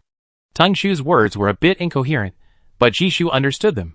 He was just feeling sad about the ranch being abandoned, and now that a descendant suddenly came to inherit the ranch, Jishu felt extremely relieved. Good boy. Tung Shu was a little curious about the great-great-grandfather in front of him. Are you really my great-great-grandfather? But haven't you passed away? Souls already exist in this world. Jishu smiled and dispelled the illusion, and asked, Do you want to run this ranch? That's right. Tung Shu nodded, and then he asked curiously, Grandpa, is the rumor about the legendary goat's milk of life true? Naoki smiled and asked, Do you want to know? Of course. In that case, let's revitalize this ranch. In an instant, Naoki had thought of everything. He wanted to set a test for this kid. If he could complete it, he would give him the magical food he had made before and help him run this ranch. Next, go and weed the pasture. When you complete this task, I will give you a gift. After saying that, Naoki disappeared and returned to his soul form. Tung Shu stared blankly at the great-great-grandfather in front of him disappearing. He pinched his thigh in disbelief and made a sound of pain. What just happened was not a dream. He really saw the great-great-grandfather. Great-great-grandfather, are you gone? Tung Shu called out quickly. Don't bother me if you have nothing to do. When you complete the task I assigned to you, I will come to see you with a reward. Naoki's voice came. Tung Shu's eyes lit up. As far as he knew, his great-great-grandfather was a very powerful trainer. He was once known as the strongest man in Padilla. What would his reward be? In order to get the reward and live the life he wanted, Tung Shu said to Charmeleon with full fighting spirit, Charmeleon, come on, let's work together to weed. A new story begins.